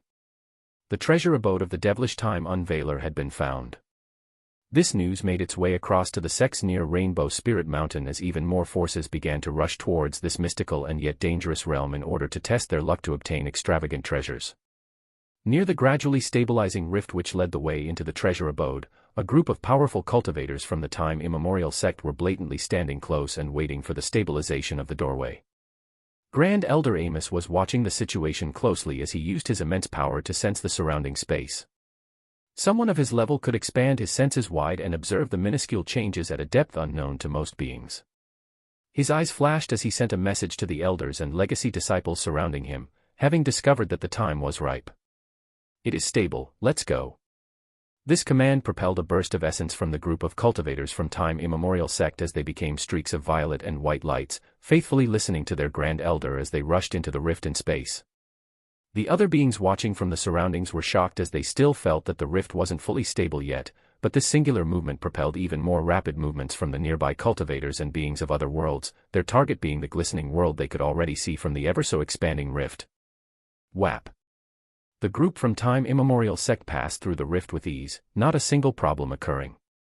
This caused those who were still hesitant to start a mad dash as every single being in the surroundings pulled in towards the entrance of the devilish abode. Noah, who was currently disguised as Elder Dan, felt a tremendous pressure descend the moment the group he was with passed through the wide rift in space and into the realm inside.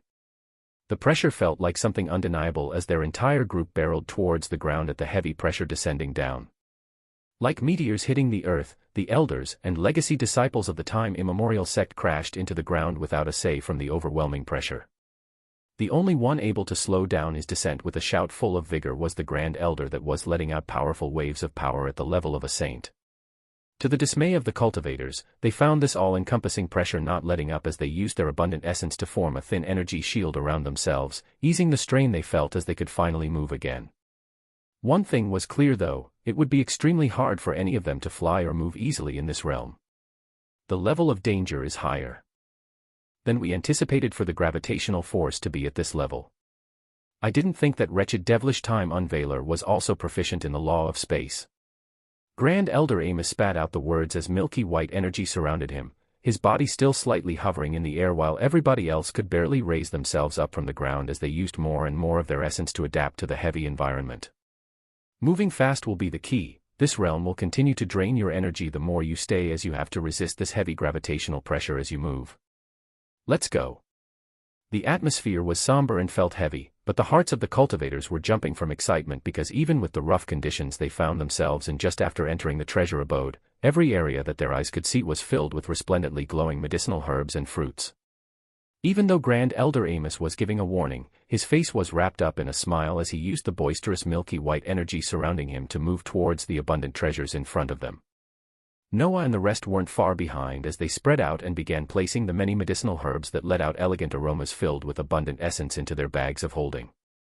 The group from time immemorial sect were not alone though, as soon after the smashing of bodies into the ground could be heard from the newly entering cultivators and other worlders, the gravitational pull affecting them just as much as the powerful elders standing at Transcendent Realm, with those holding lower cultivation levels being affected to the point where they could barely move a step. Haha, that's the ephemeral silver grass. The fruit of ice and flames. Boisterous laughs and gleeful calls could be heard from all around as more and more people entered and set their sights on the abundant medicinal herbs in front of them that seemed to be swaying and waiting for them to take. The ones struggling on the ground and barely being able to move towards the treasures in front of their eyes were shocked to find two beings floating with ease in the air. This was especially out of place as besides the powerful Saint Realm Grand Elder of Time Immemorial Sect, there was nobody else that was able to float in the air the moment they entered this realm. They would find the energy in their bodies quickly wrung dry the moment they tried to fight the pressure and rise in the air, but now there were two other competitors in this treasure abode that could move just as easily as the Saint Realm cultivator they could see ahead. One was the being wearing golden armor, who was only given the command to escort the Celestial with him on his mission. Those watching were able to understand and accept watching this being float in the air as he let out a similar milky white energy that the Saint Realm Grand Elder of Time Immemorial Sect was giving off, but the one he seemed to be protecting was the one that puzzled them all. The waves of power he let out only showed he was at the peak of Transcendent Realm, and yet he was able to float in the air with ease the same as the few saint individuals that had entered this realm. The individual didn't seem to be using any tools, but his body let off a mysterious power that seemed to oppose the heavy gravity pulling him down and making it seem like nothing. Many were shocked as they wondered, just who were these powerful competitors that had entered into this dangerous treasure abode. Chapter 230, Devilish Abode 2.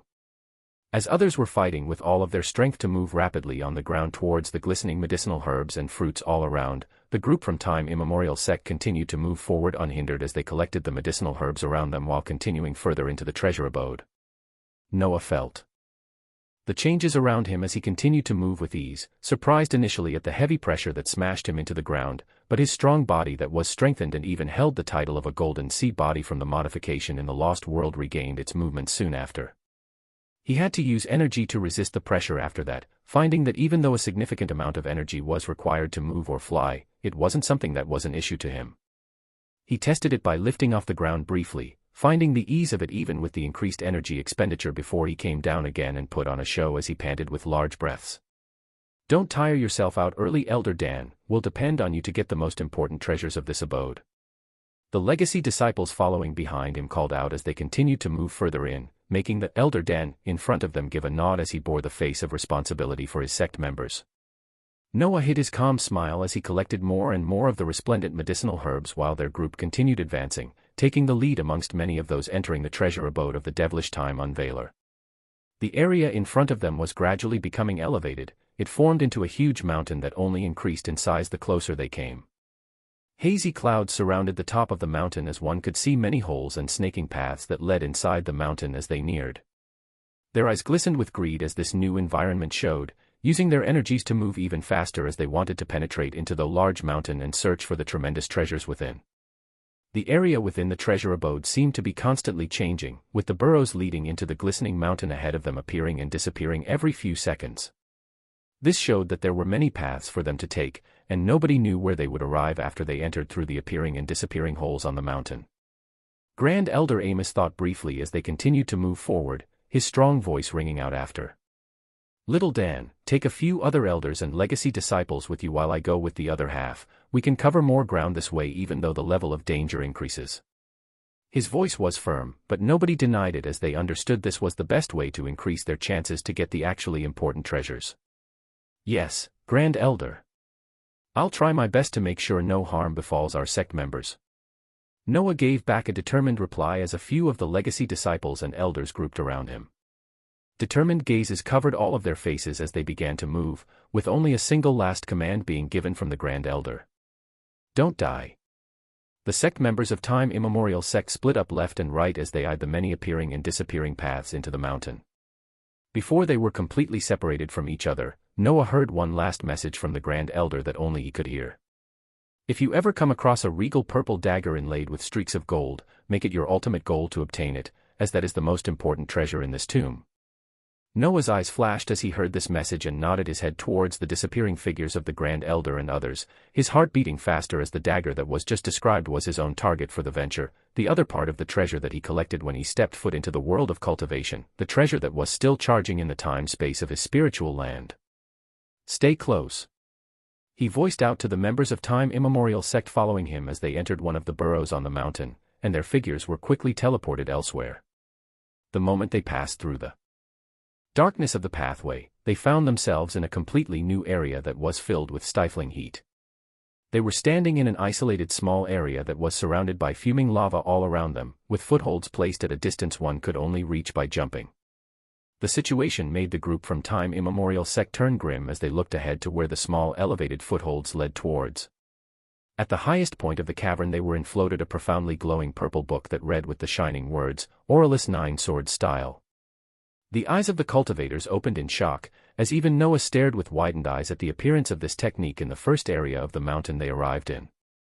This is the ultimate technique that was lost hundreds of years ago, the one that the devilish Time Unveiler used to kill his enemies before they could even react, the Aurelius Nine-Sword Style.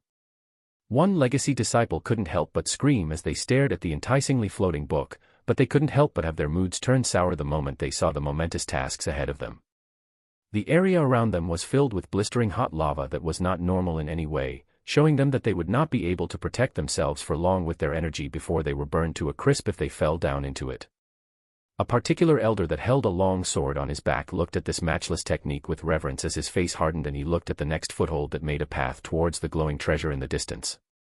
He steeled his heart as he wrapped himself up in his tremendous energy and jumped. Elder Broadsword. Shocked yells came out as the elder went for the treasure without hesitation. His body glided through the air as he used more and more energy to keep himself afloat with the tremendous gravitational pull still trying to smash him into the ground as he barely made it to the next foothold by reaching out with his hands. He was panting as he hoisted himself up and looked towards the bubbling ground in fear before turning back to Noah and the others.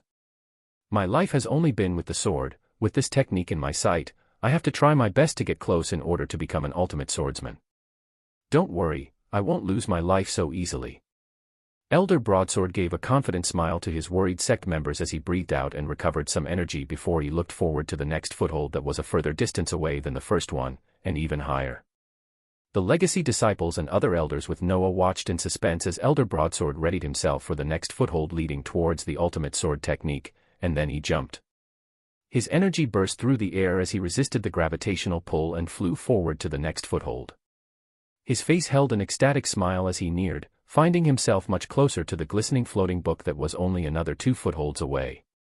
His hand reached out once more to clutch onto the foothold as his body fought to stay afloat, but he found his fingers only hitting air. Surprise and shock erupted in him as he imperceptibly noticed the foothold he was about to grab onto had actually moved forward enough to slip by his fingers. None of the other cultivators from the Time Immemorial Sect were able to see this as they were watching from a distance, and all they were able to see was Elder Broadsword about to reach the next foothold, but he slipped right before he could hang on, and his figure began tumbling down towards the bubbling ground that pulsed with gaseous heat. Elder! Shocked screams rang out as the legacy disciples and remaining elders watched in shock. Plop! The figure of Elder Broadsword smashed into the flowing lava with tremendous force as a shout rang out from beneath, the elder obviously fighting for his life. They watched in horror as they saw his body actually rise from the bubbling lava as it became surrounded by hazy violet-colored energy, but only his head was able to pierce through the lava before the hazy energy became thinner until it was gone. His energy reserves were empty. The moment he couldn't protect himself from the descending gravitational pressure and the blazing hot lava surrounding him, his body began to redden and crack as it began to be destroyed at a high speed. The head that was able to come out briefly from beneath sunk back down even faster as rolls of flowing lava shot into every orifice of the powerful transcendental realm elder that could no longer protect himself. The elders and legacy disciples from time immemorial sect watched on in shock as the first casualty of the treasure abode of the devilish time unveiler occurred in front of them. Chapter 231, Elder Dan sacrifices himself. There was a sense of shock as the cultivators from time immemorial sect watched the powerful elder at Transcendent Realm got pulled down by the heavy gravitational pressure and drowned in extremely baleful lava as his energy ran out and he could no longer protect himself. Grief was in their hearts as they looked towards Elder Dan, who had a dark face. Noah ignored the looks as he morphed his face into that of great pain, speaking out in a hard tone. "My power is only slightly higher than Elder Broadsword. It's going to be extremely hard for me to reach the end of these platforms towards this treasure, so we will move on and try our fortune in the next location." There was a stupendous treasure lying in front of them, but they couldn't grasp it. A great elder from their sect had also lost his life trying to get it, so they became extremely careful. They nodded unwillingly to the words of Elder Dan as they focused the power in their bodies to make short jumps towards the platforms on the same levels of elevation that led towards a dark door on the opposite side of the cavern they were in. These jumps were manageable as they weren't required to expend more energy to jump even higher towards the profoundly floating book at the highest point of the lava-filled cavern. The elders were not having any issues getting across with their levels in the transcendent realm, but some of the legacy disciples still in the profound realm, phantasmal rank, had to rest after every jump to recover their energies before going again for the next one. Soon enough, most of them were on the last platform that led the way towards the exit of the cavern as they awaited the remaining legacy disciples to perform the last jump and make their journey out the hellish cavern filled with lava. A particular legacy disciple with a fair face and green flowing hair gathered her wits and energy as she launched for the last jump when something horrendous occurred. The elders and the other legacy disciples watched with wide eyes as the platform they were on moved just slightly backwards, and this slight movement was enough for this legacy disciple to not make it across as her hands only met air. "Senior sister." Shock returned to their faces as they began watching the disciple use all her energy to stay afloat against the descending gravitational pressure, but her body began sinking rapidly, her strength not being enough to hold on. Noah's eyes glistened as he watched this occur, his skills improving the speed of his thoughts and perception working at high speeds as he let out a brave shout and jumped towards the falling legacy disciple. "I won't let anyone else die on my watch." The members of the time immemorial sect watched the valiantly shining figure of Elder Dan rush towards the direction of the rapidly falling disciple, his body rushing down even faster as he used the force of heavy gravity and his own energy to move like a streak of light and catch the falling disciple right before she smashed into the lava. Dense essence erupted out as he stopped his descent after catching the fair green-haired disciple in a princess carry as he resisted the descending pressure and actually began rising higher. The elders and other legacy disciples watched on with teary and powerful eyes as they looked towards the valiant Elder Dan that was resisting with all his energy and actually rising through the air, something that even the powerful Elder Broadsword was not able to do. This is the Elder Dan of our time immemorial sect. Many held grand thoughts as they looked towards the valiant voice coming out of Elder Dan, who continued to rise up with the disciple in tow. They neared the platform where everyone was located when yet another change occurred, and the cultivators noticed the vibrant essence that was covering Elder Dan began to flicker. Worries overcame their hearts as they shouted forth, "You're almost there, Elder Dan." The shouts seemed to encourage their elder as he rose up faster and placed more energy towards his hands, using it to forcefully fling the disciple he was holding forwards into the outstretched hands of the sect members. It was at this moment, though, that they observed the vibrant essence on Elder Dan's body flicker and fade away, and his body began descending down. "Elder Dan." Mournful shouts rang out as another disciple tried to jump towards the descending Elder Dan without thinking before he was stopped by an elder.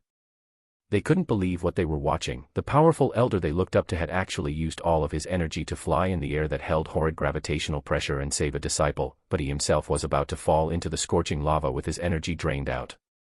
They looked down to see Elder Dan's descending face form into a sad smile as he shouted out, "Haha, I'm glad my last actions were for the sect. Don't you worry about me, go forth and obtain as much treasure as you can out of this deadly abode, but be much more careful." A valiant hero's smile was plastered on his face as he continued to descend down with his body still flickering with diminished energy. Mournful cries were the only thing escaping the mouths of members of the time immemorial sect as they watched Elder Dan continue to be pushed down, until his legs began sinking into the lava and his smile was replaced with a grimace of pain. Through this pain, they still heard his last bold words. "Go forth, and promise me that nobody else will die needless deaths in this place. If fate wills it, I will meet everyone once more in this life or the next.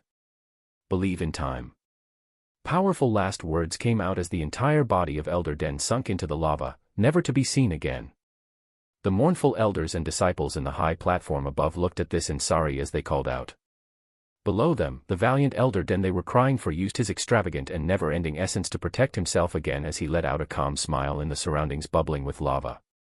His body was barely singed when he got in, and had already begun healing the moment he used his nearly endless energy to float in the blazing lava and stop the descent. He gazed through the bubbling lava as his eyes watched the mourning disciples, and then turned towards the floating purple book far in the highest elevated platform as he waited with a grand smile, trying his best not to chuckle too much beneath the flowing river of lava. The cultivators from the time immemorial sect had finished their use the moment they helped him locate the devilish abode, and would only slow him down if he continued with them. He didn't have any reason to kill them, so he would let them go on their own. As they faced the dangers of this treasure abode by themselves from here on out, the physique and musculature of Elder Dan soon began to fade away as he returned to his normal human form and waited patiently for the cultivators of the time immemorial sect to move on to the next location before he took the ultimate treasure floating in the air for himself. Chapter 232, An Ultimate Skill. Noah stayed at the bottom of the bubbling flow of lava as a constant release of essence protected his body on all sides. He was thinking of the recent events in this treasure abode, specifically the way that the cultivators from the time immemorial sect had faced their deaths. Noah had the unique skill, observant, active at all times, and thus he noticed the abnormalities where the footholds they were jumping to had actually moved in both instances.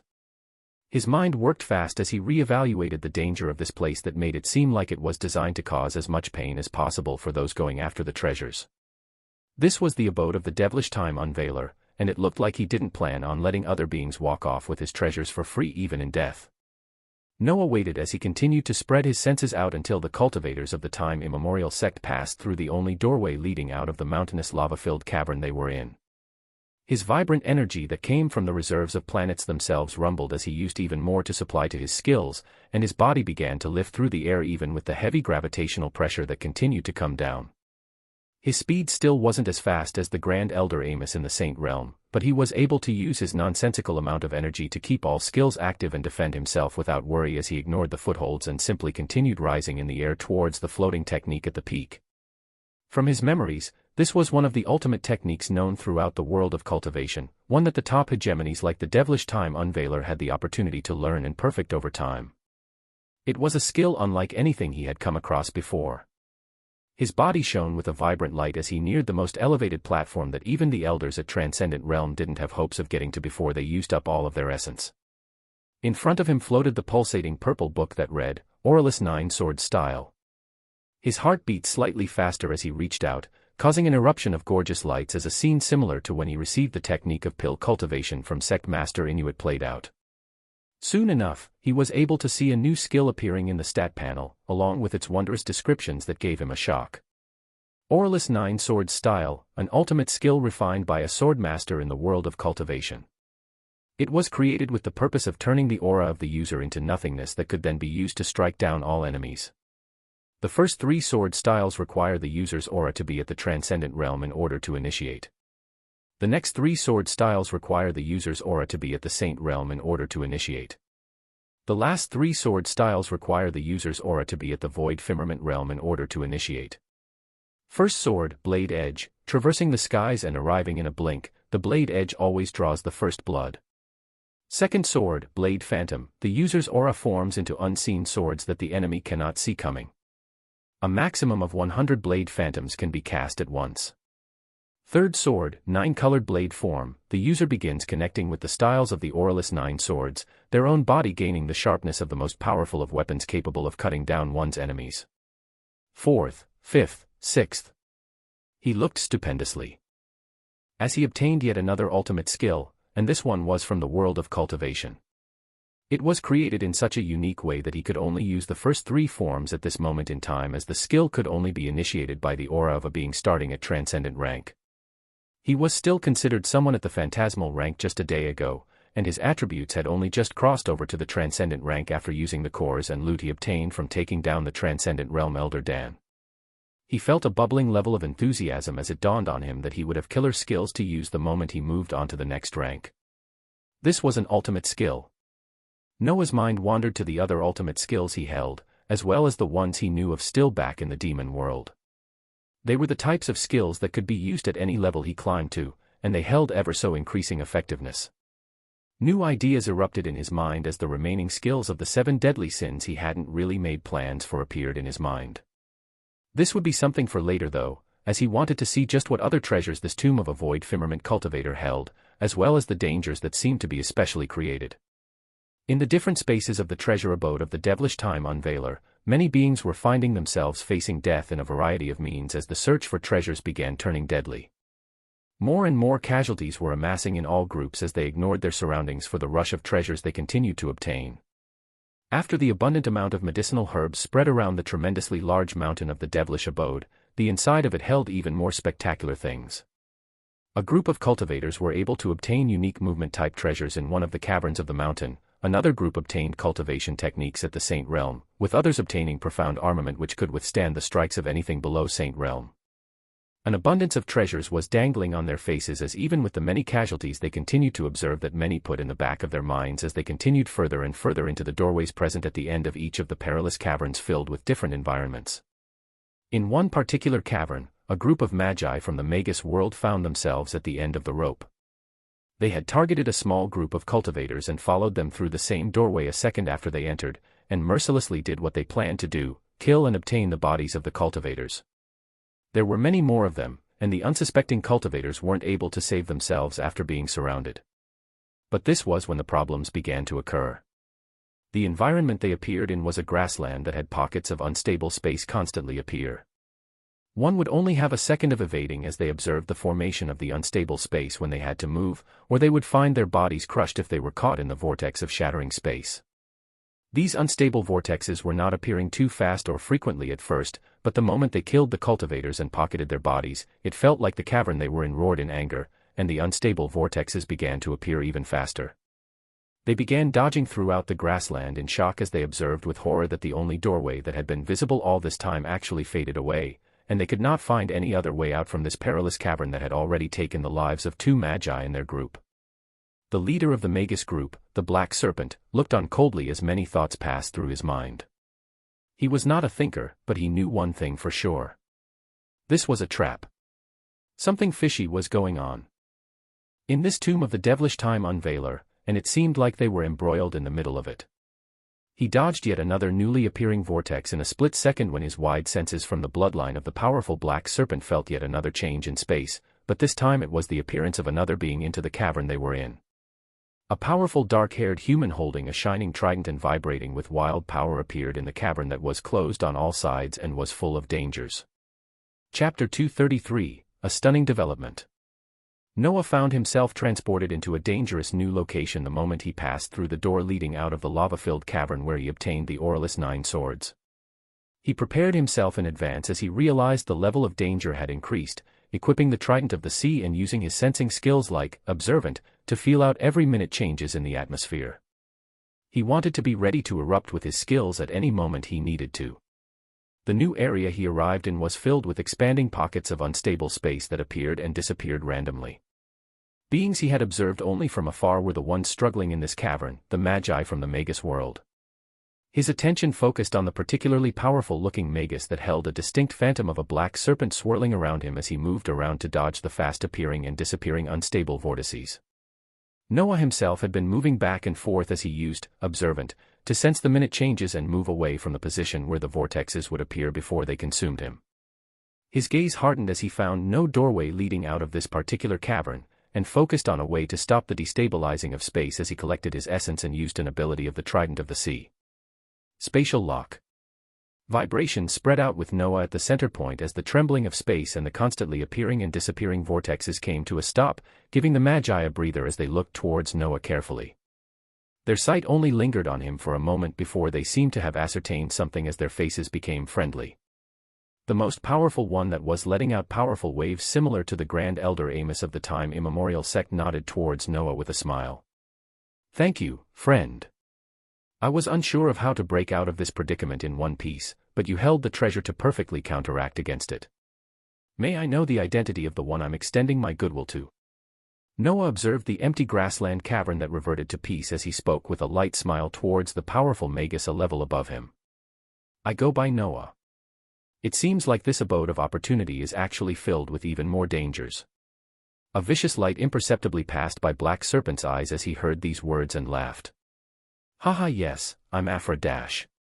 Any words were cut short as the cavern they were in trembled heavily, at the corner of it appearing a gateway similar to the ones that were in every cavern.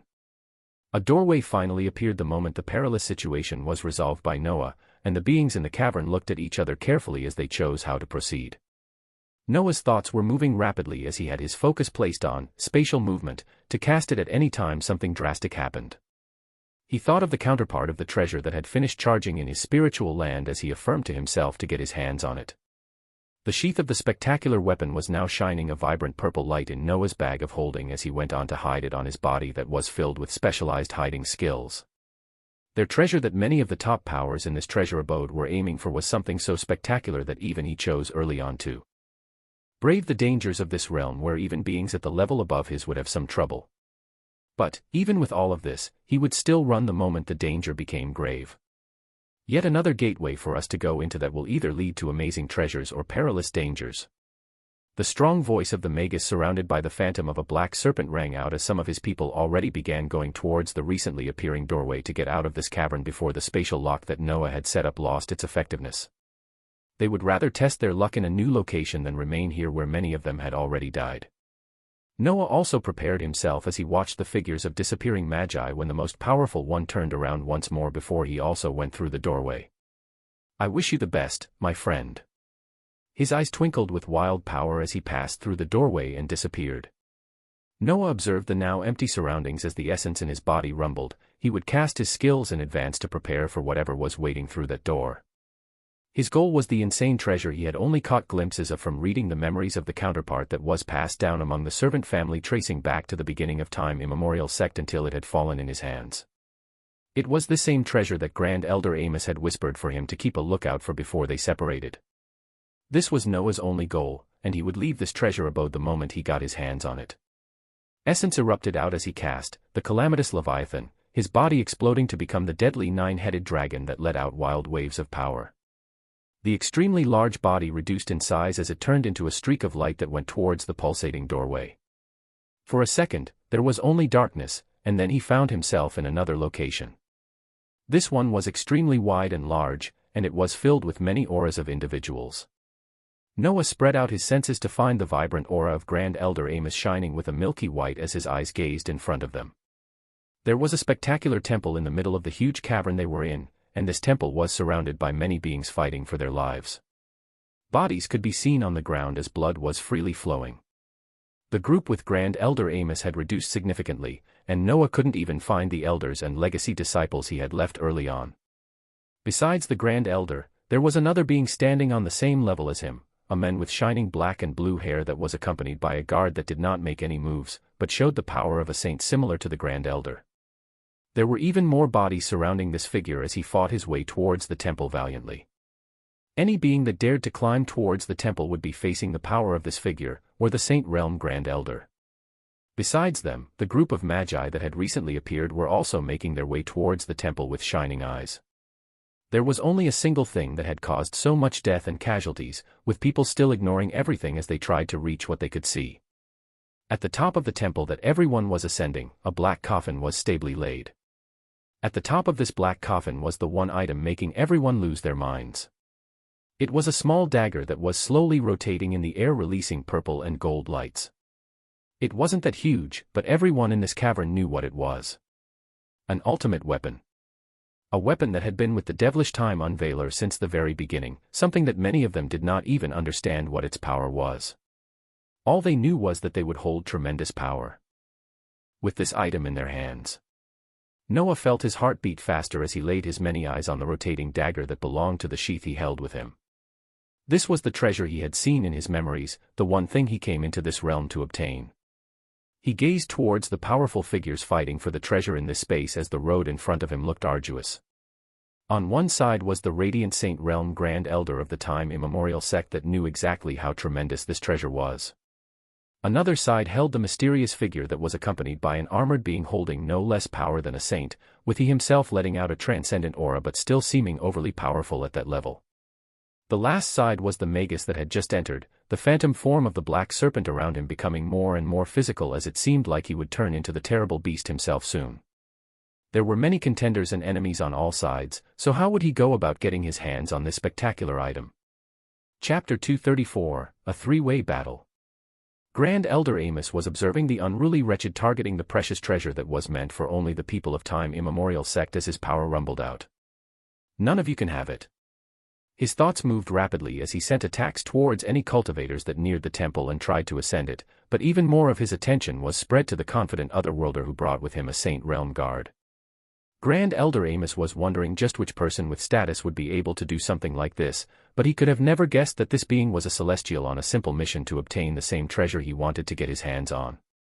The celestial breathed out calmly as the area around the temple became less rowdy, the ones around finally realizing they would only face death if they fought with those trying to lay claim to this treasure. He gazed towards the Grand Elder, as well as the group from the Magus world which held a powerful being now carrying a physical form of a humongous black serpent. These were his opponents that stood between him and his mission, thus they had to die. Essence rumbled as his transcendent rank energy erupted out, and the celestial closed his eyes. A second passed when a spectacular sight occurred, and a golden eye appeared at the center of his forehead. This golden eye shone in resplendent light as it released a heavy pressure that seemed to be in no way less powerful than the Saint Realm Grand Elder Amos or the powerful bloodline warlock, Black Serpent. This was the third eye that could only be cultivated by those who were proficient in the law of fate. One of the supreme laws that very few beings could get their hands on, yet this rank 3 celestial disciple had already cultivated it to the extent that he could bring out the eye of fate. Those facing this eye could do nothing but tremble beneath its power. The celestial that very few knew by the name of Drax opened his third eye as he boldly made the first attack against the 2 Saint Realm contenders. The Punisher by his side stood back, as this trial was only for him to pass. Only if he was about to face imminent death would the Punisher move to save him. Grand Elder Amos shook off the surprise of this transcendent realm being actually matching his power as he erupted out, sending attacks towards both him and the rushing Black Serpent. The ebb of time flows and flutters, yet a singed prison stalls in the river of time. Simmer in the sea of turbidity, reflect the embers of age, and extinguish all hopes of victory. The third stage of the top-ranked violet immemorial technique, Cage of Time, was cast. A sound as if a trumpet was being overblown rang out, and the atmosphere darkened as 2 cages of darkness appeared out of nowhere and rushed towards their respective targets. The figure of the tremendous black serpent that was the vicious Magus kept his eyes on the sweetly rotating dagger atop the temple as its large body expanded even more, a sonorous voice ringing out from him. Descend, serpent ancestor. Runic circles erupted out all over the huge body of the black serpent as essence of ridiculous proportions erupted out, his large body of a snake gaining features of a dragon that let out beams of red lights towards the descending attacks from the Grand Elder of Time immemorial sect and the celestial, Drax. Terrible waves of power spread out at the point of contact as anyone near was blown back, and a battle of crazy levels of power began. While this fight was occurring, something that nobody had caught was occurring in the dark. If one were to be paying close enough attention, they would notice the overflowing levels of blood that was caused by the deaths of many beings surrounding the temple begin to be absorbed on the ground as they disappeared to unknown locations. Something even more minuscule to notice was the vibrant life force of those already dead on the ground being slowly drained as they turned into even worse-looking lifeless husks over time. But the beings around the area were not paying attention to this. Their attention was on the horrendous fight that blew out waves of power that would hurt them if they were near, as well as the stupendous rotating treasure that they knew they could not get their hands on. Another thing that nobody had noticed was the miniaturized figure of a 9-headed dragon, the calamitous Leviathan, that was slowly making his way towards the top of the temple with all hiding and covert skills active as extreme care was being given not to be noticed by the powerful experts battling around the surroundings of the temple. In order to not let out any traces of energy as he slowly climbed up, Noah stopped the activation of the unique skill, Observant, that would have spread his awareness out all around, as those with power at Saint Realm would notice it. But this meant that even he was not aware of the change of draining blood and life that was occurring all around as everybody kept their attention on either the treasure or the ongoing fight. Beneath the temple that powerful figures were fighting on ran runic red lines that pulsed with fearsome life force. The runic lines were spread throughout the temple located in this cavern, as well as spreading out even further to other caverns of the mountain located in the treasure abode. All of these runic lines were hiddenly converging in this temple as they flowed upwards like veins towards the very top of the temple where a black coffin silently lay. Above this black coffin was the slowly rotating purple and gold dagger that caused the powerful beings currently fighting to enter this treasure abode of the devilish time unveiler. They had a goal, but something else obviously had a goal of its own. Chapter 235, Surprise. Waves of power spread out as three figures valiantly fought with one another with complete disregard for all those around them. Drax, the celestial disciple on a mission, was holding his own against two saint-ranked individuals with power at the transcendent level, the cause being the usage of the law of fate that was at an extremely high level. The third eye piercing from the center of his head arrogantly looked down on any being it targeted as it released waves of power that crushed all the attacks directed towards it. This type of power was one that could be considered to only come from the most exceptional geniuses as they were able to skip levels and fight with equal footing with those above them, but the Celestial took this to a whole new level as he dominated the fight against the two saint-ranked individuals. While this fight was going on, Noah was slowly edging higher and higher on the temple towards the rotating purple and gold dagger as its gorgeous light could already be reflected in his eyes. He kept his emotions in check as a single release of aura would alert the powerful experts currently fighting, and he didn't know whether he would be fast enough to act the moment they found him. His miniaturized figure continued to move up slowly as the treasure became only a few meters away from him, his excitement reaching higher levels as he got the counterpart of the weapon hidden deep inside his body to use the instant he got his hands on the resplendent dagger. The three key figures fighting in the distance had no idea that another being was so close to getting the treasure they were fighting for as they continued to throw out powerful attacks. Noah inched ever closer towards the black coffin that had the treasure slowly flowing on top of it, and he was just within an arm's reach when a change occurred in the atmosphere. Now, that would be no fun at all. Powerful waves of power spread out from the center of the temple as a black aura began to leak out of the coffin. Those fighting around the temple and other beings watching from a distance in the cavern all looked up in shock towards the centermost point of the temple where a coffin lay. They found to their disbelief that the lid of the coffin had slowly lifted itself off. Shock. Horror. The possible reality of what could be playing out next was understood by some much faster than others, with Noah and the Celestial being the first beings to instantly activate their spatial skills to immediately leave the location. The Celestial actually chose to abandon his mission and accept failure, while Noah chose to abandon the treasure he knew of the tremendously powerful uses for the instant this change occurred. The instant they realized the being that should have been dead in this tomb, the being that should be peacefully lying on the coffin atop the temple where his most powerful weapon remained, might actually not be dead after all.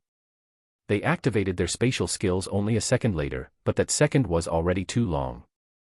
To their dismay, their spatial skills did not work. With my achievements in the law of space, do any of you think you will be making it out of this tomb? The guttural voice that had rang out a second ago was heard once again as everyone's fears were realized. Noah's heart beat faster as a dangerous premonition arose while the Celestial was soon standing behind the Punisher given to protect him. Grand Elder Amos had a crazed look in his eyes as he observed the slowly moving lid of the coffin with the abundant dark light leaking out of it, as well as the guttural voice that was ringing on every corner of the cavern they were in.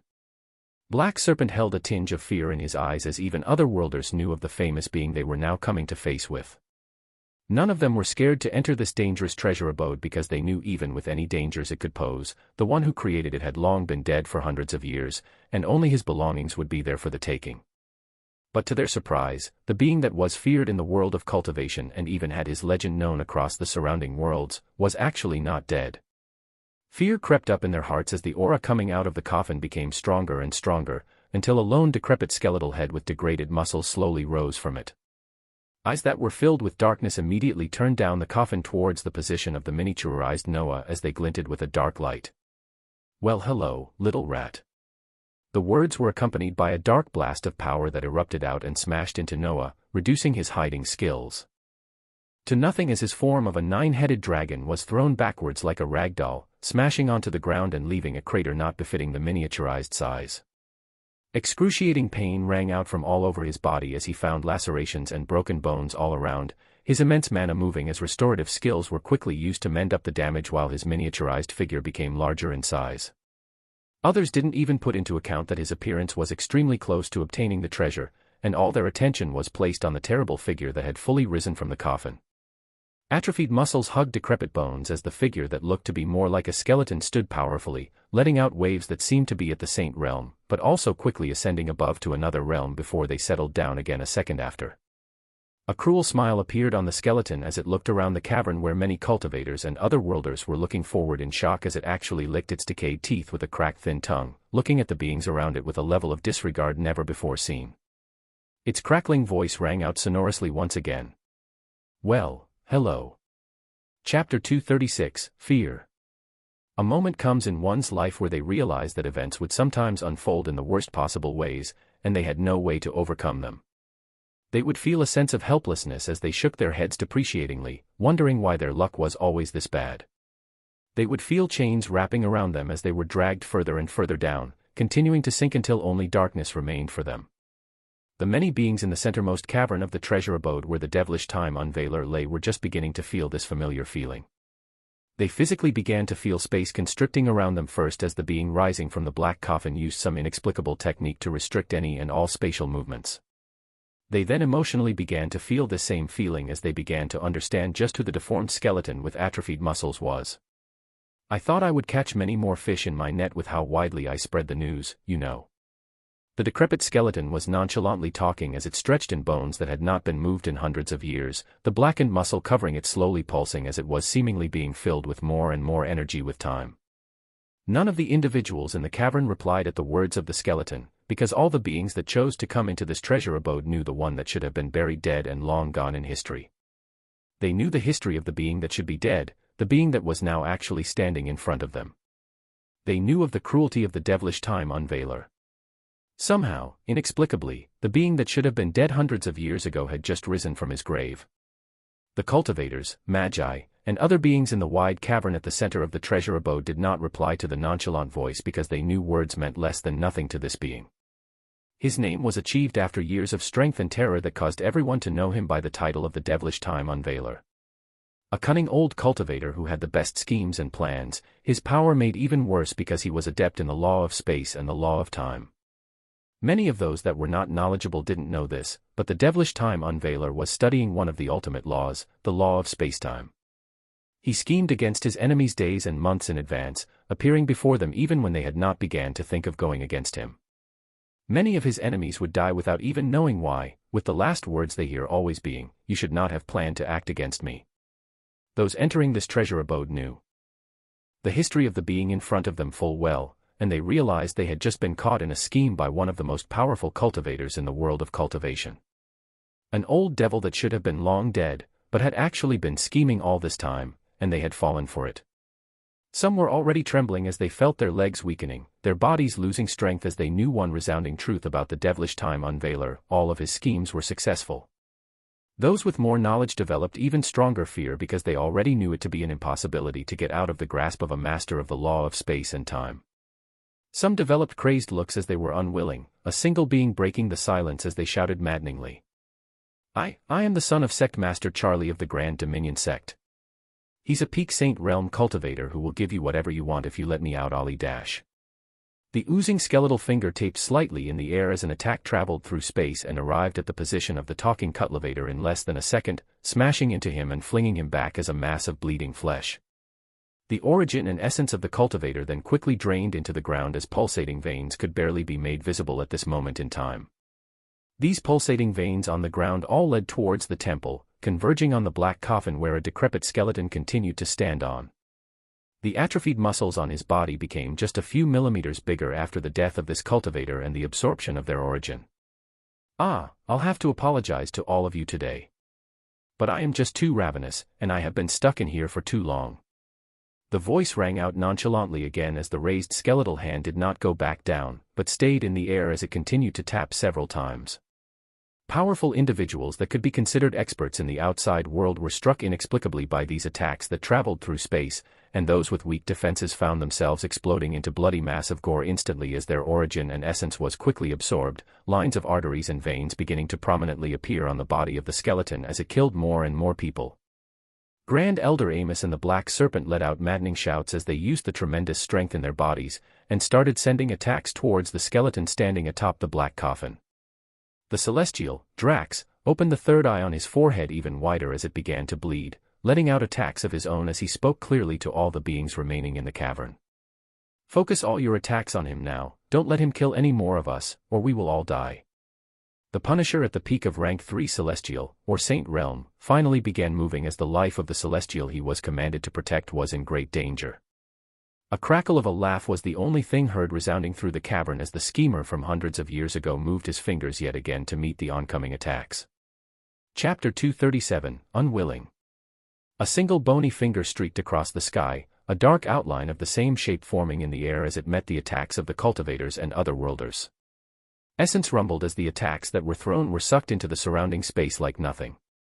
A chuckle was escaping the newly risen devilish time unveiler as he prepared to kill even more when a brand new attack streaked across the sky. This attack was different, as the devilish time unveiler briefly felt the space become locked, and a beam of light surrounded by 10 blazing balls of fiery suns rushed towards him. The ebb of time flows and flutters, yet a single prison stalls in the river of time. Simmer in the sea of turbidity, reflect the embers of age, and extinguish all hopes of victory. Words that seemed to resonate with the surrounding essence were ringing out continuously as Grand Elder Amos looked back towards the origin of the voice in shock, watching a being using the secret techniques of the time immemorial sect with astounding proficiency as cages filled with swirling purple darkness descended down along with the flaming suns and a glimmering golden trident that could barely be made out. Noah threw out these attacks without reservation as he knew exactly what the other powerful beings in the cavern of this underground treasure abode knew. If this being in front of them continued to kill and absorb their origins, he would only grow stronger until they could not stand against him. One has to know, this being was a peak void firmament realm cultivator, an entire stage above the saint rank. They did not know what level of power he held now, but if Noah could withstand a single attack of the devilish time unveiler and still survive, they knew he wasn't at the peak of his power. Spatial lock was the first thing he used before he commanded his boundless mana to go into the many skills he held, using the most powerful Transcendent Plus skill, Cage of Time, along with many more of his skills as he rained down destruction unceasingly towards the aged skeleton. His attacks were not the only ones as Grand Elder Amos was shaken out of his stupor and continued to throw his own attacks, followed by the Black Serpent and the cold-faced Celestial Drax. A burst of resounding laughter erupted out as a response to the extravagant attacks, the scene clearing as they observed the skeleton, which now held much more vibrant muscles, was stopping a golden trident with just a tip of his finger. The trident was vibrating rapidly as it shot out dangerous lights that just left streaks of white on the rapidly reforming muscles of the skeleton. Cultivators, otherworlders, and even a little disciple of the Celestials, huh? You brought with you one of the modified elves, I see. Shocking words came out of the barely reformed mouth of the devilish time unveiler as he looked ravenously towards Drax and the Punisher surrounding him. The Celestial's face turned ugly at his identity being so blatantly released, but he held bigger problems as the finger of the skeleton aimed towards them. Your body should hold the most abundant energies, the whiff of the supreme law of fate as well. The devilish time unveiler seemed to be getting energized the more he focused his attention on them, a streak of light passing through the space as it struck the golden helmet of the Punisher squarely, throwing it off and revealing the sharp ears of an elven creature with golden flowing hair. This sight made his forming pupils shine with light as he licked his lips and tapped his fingers vigorously in the air multiple times once more. Elves hold extremely strong essence, you know. One of the high-tiered races, and you brought one to me as a gift. He dissolved the attacks others were throwing his way through unknown techniques under the use of the law of spacetime as he focused on the Celestial and Punisher that were struggling to hold on under his tremendous pressure of attacks. Cracks were forming on the golden armor of the Punisher as the Eye of Fate on the head of the Celestial continued to bleed profusely. Oh! They let out screams of battle as they were reinforced by Grand Elder Amos and the Black Serpent, as well as the figure of the nine-headed dragon, the calamitous Leviathan, who held a different look as he stared at the struggling Celestial. They had to reinforce him and make sure he and the modified elf weren't taken down, as they were one of the few powerful beings on their side. Noah felt a wave of thoughts as he encountered a celestial for the first time, with those in his spiritual land feeling even stronger. Emotions as they let out their voices for Noah to let them out into the battlefield, but now was not the time. The focus currently was on surviving against this terrible schemer, other things would come later. The beings in his spiritual land could feel the changes of the outside world, especially Barbados and the calamities of the sea that held high levels of power. They had seen the incredibly dangerous predicament that Noah was in and had shouted for him to let them join the fight multiple times, but Noah denied them. The moment their phantasmal levels of power came to the outside world, they would quickly be used as fuel for the devilish time unveiler. No spatial skills worked still, whatever lock the devilish time unveiler who was proficient in the law of spacetime had placed still strongly holding all of them in place. They defended against the many attacks thrown towards the celestial, their impact leaving many of them injured, with Noah's body rapidly using up the origins of the beings he had devoured using the sin of gluttony to recover from the injuries. The moment the scene cleared as they prepared to face more attacks from the devilish time unveiler, they were surprised to find that he wasn't even gazing at them. His attention turned towards the weaker cultivators and other worlders still scrambling in the surroundings as his attacks were already flying towards them. Bloody explosions of gore occurred in the next few seconds as they saw the schemer take down almost every being beside them, their abundant origins quickly sinking into the ground as they traveled up the temple. Pearls of raucous laughter were the only thing ringing out as skin began to appear on the rapidly forming muscles on the body of the devilish time unveiler. Chapter 238, Despair I. He had made them group together to protect the celestial so the strongest of them could preserve their power, but the devilish time unveiler's actual targets were the much weaker beings surrounding the temple. Their bodies exploded into a mass of gore as they became fuel that sunk into the earth and was dragged along the pulsating lines towards the black coffin that the being who could not be considered a skeleton anymore stood on. Beside the black coffin, the ultimate treasure that they had entered this treasure abode for still rotated slowly in a gorgeous gold and purple hue. The devilish time unveiler's confident laughter rang out as he turned his head back to stare at the five beings looking towards him with powerful gazes. The ones remaining in the cavern at the center of the mountain of the treasure abode were the Black Serpent, Grand Elder Amos, Noah, the Punisher, and the Celestial Drax. They saw the continuing of the absorption of origins along the pulsating lines going towards the temple as their figures moved rapidly in the air, the heavy pull of gravity being offset with their abundant use of essence as they went all out. "Get him off that coffin!" Noah shouted out as their figures whizzed through the air letting out colorful attacks towards the enemy that continued to grow stronger every minute. Well, if you had moved faster or done something different just a minute ago, maybe you would have had a chance. A nonchalant sonorous voice rang out from the fully formed vocal cords of the void firmament cultivator as his body erupted out with waves of purple and black power, pushing all their attacks back and blowing their rushing figures away. An aura that was most definitely not of the saint realm erupted out from the body of the being in front of them, its levels of power inching ever higher as the celestial Drax and the others stopped the force throwing them back and retaliated with even more attacks as they could not stop, otherwise it would spell their death. But now, at this point in time, it is simply too late. As if to stay true to the words he was saying out, the gorgeous facial muscles forming.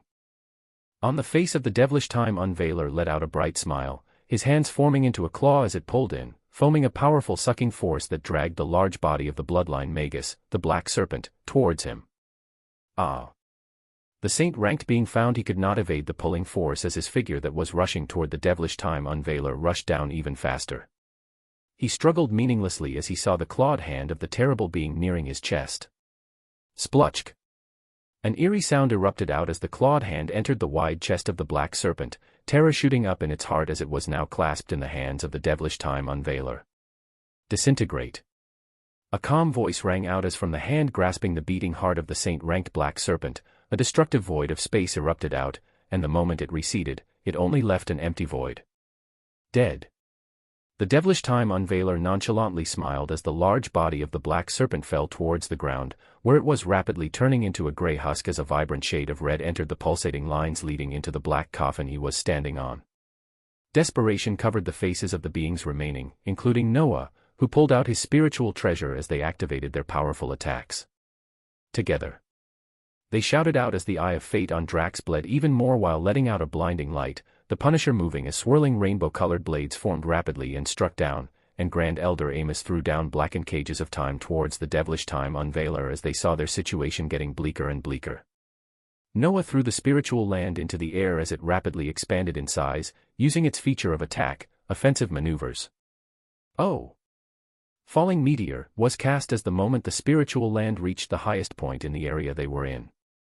A converging essence that collected the entire weight of the floating landmass formed into needlepoint that was aimed towards the devilish time unveiler, its power causing an expression of surprise to appear on the freshly formed face. This was the first time that offensive maneuvers of the highest-ranked spiritual land, the unique treasure from the beast world, had ever been used. An isolated space treasure of this level. My oh my. A simple chuckle escaped the lips of the devilish time unveiler as he let out a deep breath. I guess I'll get serious for a bit.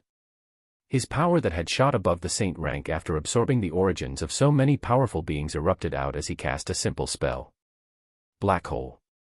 The land they were in quaked and shattered as above the figure of the devilish time unveiler, a region of space with tremendously thick gravity that did not even allow light to force its way out formed. It was extremely minute and small, seemingly taking an immense amount of energy to form even a single black hole the size of a fingernail, but it was this attack that went to meet the converging essence of the weight of an entire floating landmass. Boom. Noah felt something inside him shatter as the moment the two attacks connected, an explosion of darkness erupted that blinded everyone in the cavern. The moment this darkness receded, Noah saw a tremendously wide crack forming from the bottom of the spiritual land as it continued to spread rapidly, snowy landmasses beginning to fly out as an even more horrid sight occurred next, the small black hole still active as it imploded into a supernova. Astounding levels of power spread out as the droning cry of something that was not alive and yet had a sense of consciousness was destroyed. The feeling of something breaking inside Noah became even greater as the sight that revealed itself was that of a floating landmass split into two pieces. Chapter 239, Despair 2. Two pieces. A huge landmass had been broken into two separate pieces as it barely floated in the air. Chunks of snowy landmass were falling on the ground, along with the bloodied mess of bodies of thousands of beasts that were in the spiritual land who were nearest at the point of contact with the attack from the devilish time unveiler. The large body of a resplendent goldfish held jagged cuts and looked mangled as it fell down and smashed into the ground, its abundant life force soon being absorbed into the ground as the devilish time unveiler laughed raucously as if he had just gotten the best surprise. One of the calamities of the sea had been unlucky enough to be on the direct and closest path of the attack, his life being ended from the impact. You held so many life forces in this isolated space treasure. My oh my. He gazed at the thousands of falling bodies of beasts from the split landmass as his wide aura spread out to find the large bodies of the kraken and other calamities of the sea, as well as the emperor penguin and other spiritual land beasts who were standing alongside a grimacing Barbados. Fucking hell little fish, why the fuck did you come here? Her usual voice erupted out as it held a tinge of something else in it that Noah had never heard from her before, but had seen it many more times from other beings. It was fear. His mind worked rapidly at high speeds to find a way out of this perilous situation as he stared at the spiritual land he was slowly losing connection with. It stood broken in the air with chunks of snowy land continuing to rapidly fall. Around Barbados, thousands of undead began to appear and surround the beasts and calamities of the sea as they prepared to face the terrible being much more powerful than them by many ranks, but they had no choice. Noah's rapidly thinking mind grasped at all the possibilities, and his gaze continued to return to the slowly rotating purple and gold dagger that was situated on the side of the black coffin that the devilish time unveiler was standing on. There was no further time to think as they began moving rapidly yet again, giving no more leeway for the terrible being in front of them to continue recovering. Noah sent a silent communication into the ears of Grand Elder Amos and the Celestial, who was surrounded by colorful shields cast by the Punisher protecting him. Make a pathway for the ultimate treasure. If we can have it in our grasp, we still have a chance to get out of this. His mind moved rapidly as an abundant amount of skills were cast, his power being boosted by the subset skills of the Sin of Pride, as he also used Pride Manipulation, silently to see just how arrogant he could make this void firmament cultivator before he made a mistake. But they would not be given any respite. The power bubbling from the devilish time unveiler only continued to get stronger as the blood of the many beasts and calamity of the sea from the shattered spiritual land only acted to increase his rate of recovery, his hands moving once again as they targeted the abundant beasts, his ravenous gaze landing on the kraken and other large calamities filled with essence. The attacks from Noah and the others arrived as the devilish time unveiler used one hand to manipulate the space behind him to absorb the attacks while using his other hand to pull forward as the space folded, and the bodies of the kraken and emperor penguin found themselves being pulled in rapidly. RAAA. The Emperor Penguin let out a loud bellow as a gorgeous silver light erupted from it, its figure using all of its power to momentarily come to a halt against the pulling force of a void firmament cultivator multiple levels above it before its descent continued yet again. Noah's heart continued to sink as he looked at this, boundlessly pouring in all his mana into his skills as he disregarded everything. Don't let him kill anyone else. He yelled out to the others as Grand Elder Amos's body shone a brilliant white light, his figure turning into a streak of light as it stood between the devilish time unveiler and the bodies of the Emperor Penguin and Kraken that were being pulled down. Numerous undead also began rushing down as Barbados moved her hand as if playing a symphony, the aura of death spreading out as the skeletons rushed towards the nearly fully fleshed-out body of the devilish time unveiler. It's great that you all just continue to give me more and more gifts. The strong voice of the schemer erupted out as he became surrounded on all sides, his lips letting out simple words as he cast another skill. Spatial Rupture. RIP. A rip in space. Like a jagged line, it spread forward until it pierced right where the head of Grand Elder Amos was situated, the others watching in horror as his head split apart the next instant, brain matter flying out as the milky white light on his body dwindled and he began falling from the skies of the temple. Other jagged rips in space continued forward as one directly bisected the Punisher that had summoned hundreds of golden shields that were all torn through like paper. 2 Saint Realm individuals were killed just like that. Their abundant essence went on to be absorbed into the many pulsating lines of the temple as the black coffin beneath the feet of the devilish time unveiler glowed a resplendent black, even more power coursing through him as he laughed maniacally. This was the worst development that would spell death for all of them, so they moved even faster as the celestial Drax used both of his 2 hands to peel the skin on his forehead, revealing much more of the bulging eye of fate that was now pulsating gold and red as he called out. Displacement of fate.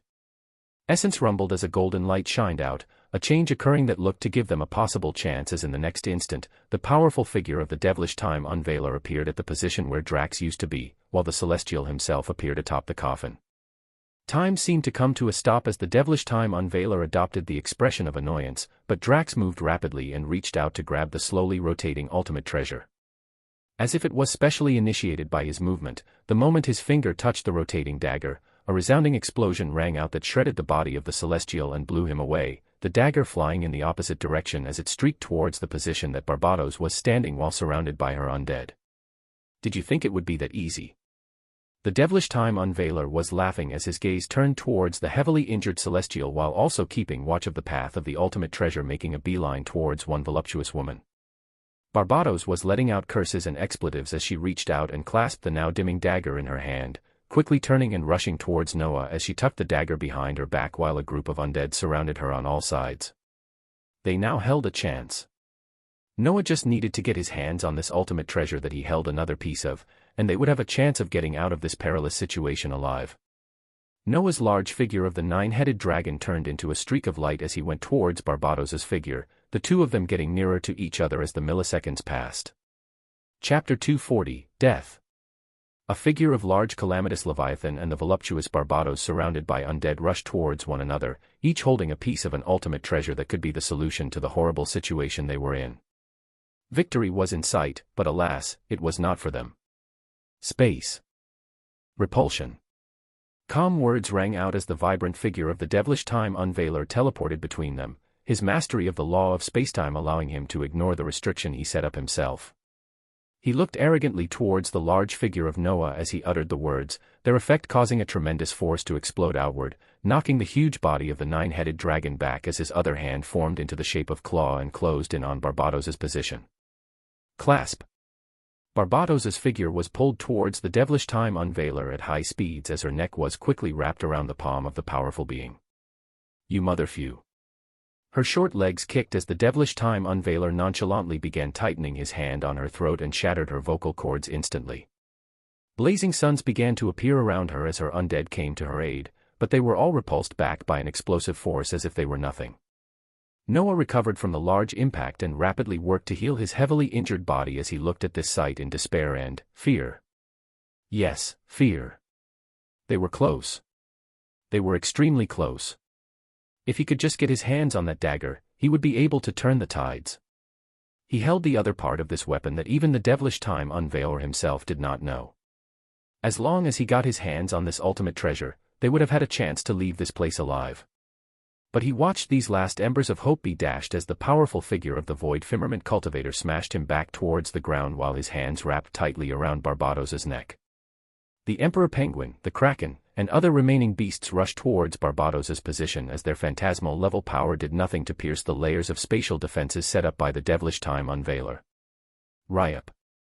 The being called out the word simply again as ruptures in space spread out, covering the bodies of the Kraken and Emperor Penguin as a bloody mess of gore erupted out. Ra.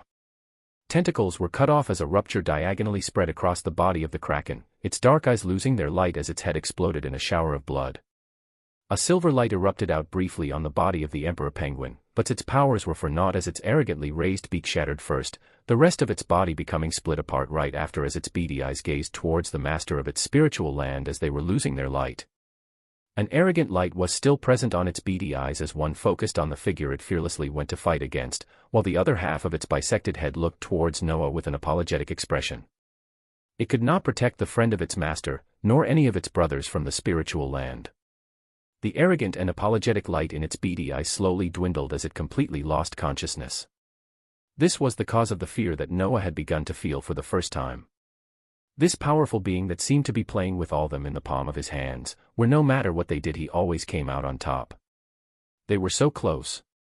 Noah felt the exploding aura of the devilish time unveiler as it stably held not a single milky white of the saint realm, fully recovering its power as it let out a wild purple aura of regal strength. A purple robe with golden inscriptions appeared on the body of the devilish time unveiler as he continued to clasp tightly onto Barbados's neck, his gaze alternating towards the despairing Noah and the strong light in the eyes of the struggling Barbados. It is not the first time I have torn apart lovers, for that I apologize. His gaze was calm as his free hand reached out and grabbed onto the right hand of the struggling Barbados and he pulled down, tearing apart the arm as blood rained down. The heavily injured Drax joined Noah on the ground as they looked despairingly at the position in the sky where the devilish time unveiler was ripping apart Barbados. She held the ultimate treasure with her, and the terrible being held her in his hands. The Celestial was heavily injured and barely hanging on to life after he fell for the trap laid upon the dagger when he first touched it, while Noah moved even though he knew his transcendent power would not be able to do anything against a being 2 levels above him. His large form looked dazedly towards the scene in the sky as his body shot up once more, trying his best to reach their position again as the trident of the sea, cages of time, and glistening golden suns all ruthlessly rushed out from him, but they were all met with a simple set of words. Space was torn and folded as the ruptures reached Noah, blood flying out as 5 of his heads lost their light and became messy stumps of bones and gore.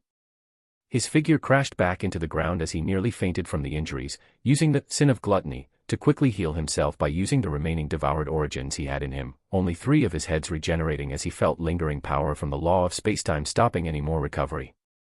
He breathed heavily as he looked up the sky in fear. Was this actually it? A terrifying thought passed through his mind as he thought of the billions of lives he held on his shoulders. The planetary core of his home planet, as well as the other 2 planets he was connected to, could see all the events occurring as they looked on in silence. Noah's eyes trembled at this reality as many thoughts passed through his head, the devilish time unveiler above them taking his time as he ripped the limbs of Barbados until she couldn't struggle anymore. Now that wasn't too hard, was it? Let me take back my partner now. He spoke out nonchalantly as he turned the stump that was Barbados to reach out behind her where he saw her place the dagger, and he found nothing. The dagger that he had seen this woman attach to her back was actually not there. A surprised expression appeared on his face as he turned her around and found her laughing, blood leaking out of her mouth from her crushed neck as she mouthed out, "Fuck-yo dash." He gave no respite as his hands crushed down and Barbados's head separated from her body. Noah slumped onto the ground as he saw this scene, his gaze unfocused as he did not know how to proceed. The Celestial beside him shook his head as he sighed, his heavily injured body that could barely move also slumping down on the ground. Close to Noah, the figure of a simple skeleton that was among the many that were surrounding Barbados appeared, its body slowly fading away as the life of its master was taken. Noah felt this change as he turned to the side, a golden light nearly shining out of his eyes as from the bony hands of the fading skeleton, a gold and purple dagger lay. Its name appeared in front of his eyes in shining blue colors as he grasped it. Dagger of Time. Chapter 241, Turning Back Time. The Dagger of Time. The ultimate treasure that the devilish time unveiler used to be able to traverse the world of cultivation free and unbound of worries. Noah grasped it in his hands as the details of the dagger and its abilities came to full view. All of its abilities were grayed out as this was only the major part of the treasure, and it still needed its battery to be operated. Nobody else knew this, but he actually held the other piece of the treasure, the sheath regalia, that had been fully charged. The devilish time unveiler felt the change as he looked down with a light smile. He snapped his fingers as the blood and gore around him dissolved into nothing, his gaze turning towards the last two remaining beings in the space he had set up. This is the part one actually liked the most. When the little pieces on my board game start to think they might have victory within their grasp, and I still dash all of their hopes a second later, it is an experience very few get a chance to experience in their lifetimes. He was arrogantly talking as he descended down. Noah observed this as he finally saw the effects of pride manipulation come into full effect, the arrogance of this being shooting through the roof as he pridefully looked down at them, knowing full well he could kill them whenever he wanted as they would not be able to use the treasure they got their hands on anyways. But this would be the cause of his first loss after his resurrection. So now that you have your hands on my treasure, how do you think you're getting out of this? Oh. Noah only needed a second, and the pride of the devilish time unveiler provided this as he made a move, and it was a move that was not within any of the expectations of the other two beings left in the cavernous space. Noah turned towards the heavily injured celestial beside him whose eyes had regained a semblance of hope as they had gotten their hands on the treasure, but he was shocked at the next turn of events as saw a devouring darkness cover his eyesight. The ultimate skill, sin of gluttony, was used as Noah swallowed the celestial in a single gulp, the action being so unexpected that even the devilish time unveiler stopped in midair in surprise and then broke out laughing. Ha ha. Now, what is that going to accomplish? I've already recovered a major part of my power, preventing me from enjoying the gorgeous flesh of that little celestial isn't going to change it. His strong and prideful words came out as Noah did not waste another second, making sure what needed to stay hidden would stay hidden until the last second as he moved the essence to initiate one of the abilities of the dagger of time, as soon as two pieces connected. I want to thank you for this very painful lesson.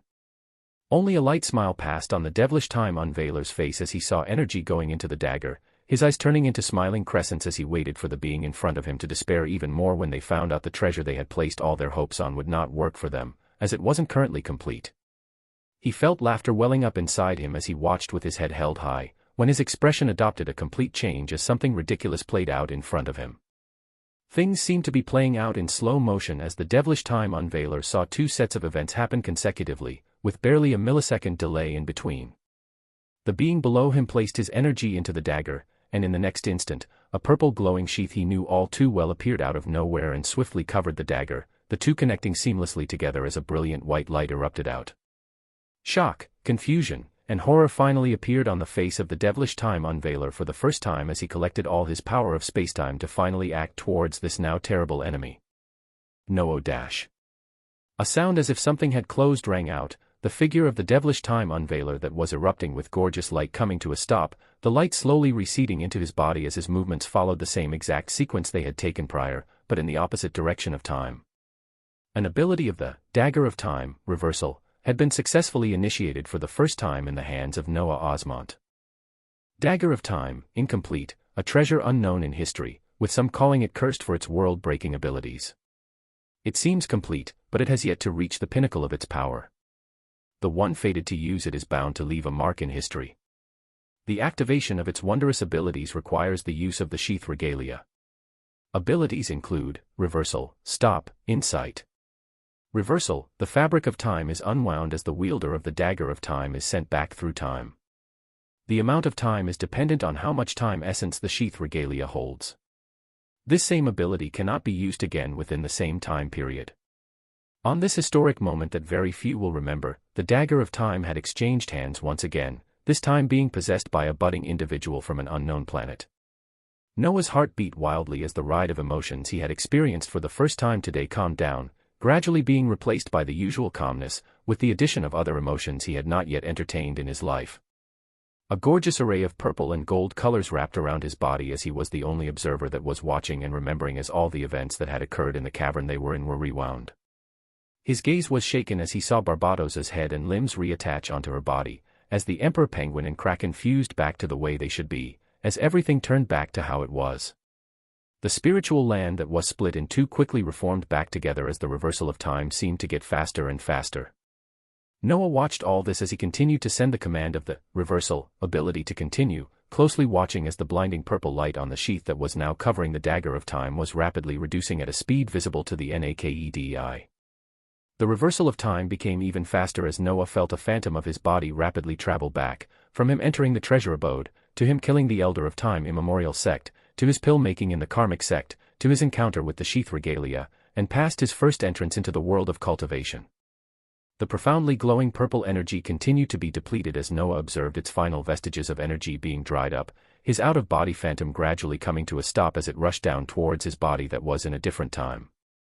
In the demon world, not even a few hours after he had received the fealty of all the demon rulers, a figure of Noah that was about to begin training shook as a purple and gold light erupted out. The light caused an eruption of essence around him as he regained his bearings and opened his eyes. He spent a few seconds adjusting as he looked down at his hands to observe the distinctly shining dagger that was covered with a sheath.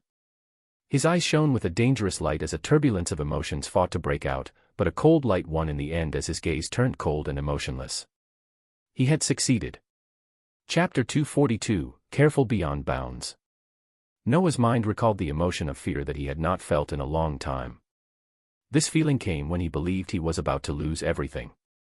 It came at his lowest point as he realized that he would be single-handedly responsible for the deaths of 3 worlds. He hated this feeling of fear, and he hated even more that he had not fully given his life the utter importance that it really deserved. It was not an option for him to die, and he had still acted recklessly and entered a place he was not fully knowledgeable of. This place had taught him a painful lesson as he watched a great deal of the things he cared about be literally torn apart in front of him. It was a painful experience, but one that he thanked the devilish time unveiler for in the end because he needed it. From this day forth, he had to be careful beyond bounds. He had to plan in advance every move he would do, understand which players he might come in contact with, and whether he will smoothly move and not endanger his life in the process. He hated the feeling of fear, the feeling of falling to the deepest depths as his life came under the control of his enemy. His calm aura changed as a dangerous glint of light passed through his eyes as he recalled the ruthlessness he had been exposed to in this trip in the world of cultivation. The ruthlessness of schemers that were hundreds of years old, ones that should have even been dead. The ruthlessness of grand elders as even with the death of all their sect disciples, they still kept their eyes on the treasure they wanted to get their hands on. The ruthlessness of a specific devilish time unveiler had almost allowed him to have complete revival from the dead before his plans were ruined because of too much pride and something he could have never expected. This was one of the biggest lessons replaying in Noah's mind, the fact that even after all the planning the devilish time unveiler had put even with his stupendous power at the void firmament realm, all his plans were still ruined in the end. Anything and everything could happen, so he had to be extremely careful, and in order to increase his chances of success, he also had to be ruthless. He could not only be reacting to what others did to him. He would not wait for someone to attack him for him to justify it to himself and kill them. He would not wait for unknown beings to destroy his people for him to get the drive to stand against them. He would not only be reacting from now on. Many emotions swirled in his mind as he pushed everything else aside and put calmness, carefulness, and ruthlessness at the forefront. If it was time, he now held an abundant amount of it. This was not even to mention the time-space in the spiritual land, but the acquiring of the dagger of time signified something obscenely huge. The abilities of reversal, stop, and especially insight, would be something that would be paramount as he moved in the future. The biggest boon besides reversal was insight. He observed its details as he also confirmed that all the skills he obtained during his trip in the world of cultivation were still on his stat panel.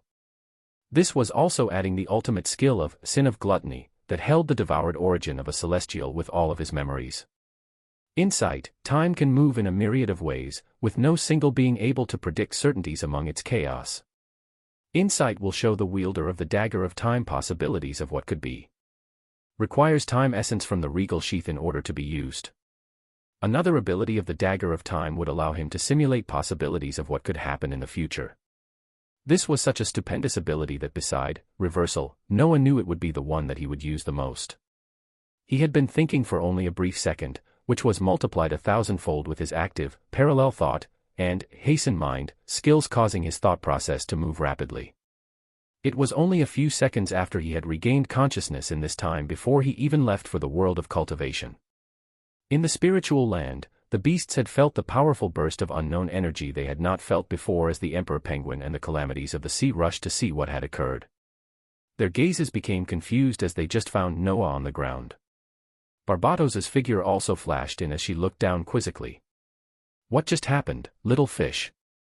Noah's calm and steady gaze faltered a bit as he looked around at the beasts and calamities around him.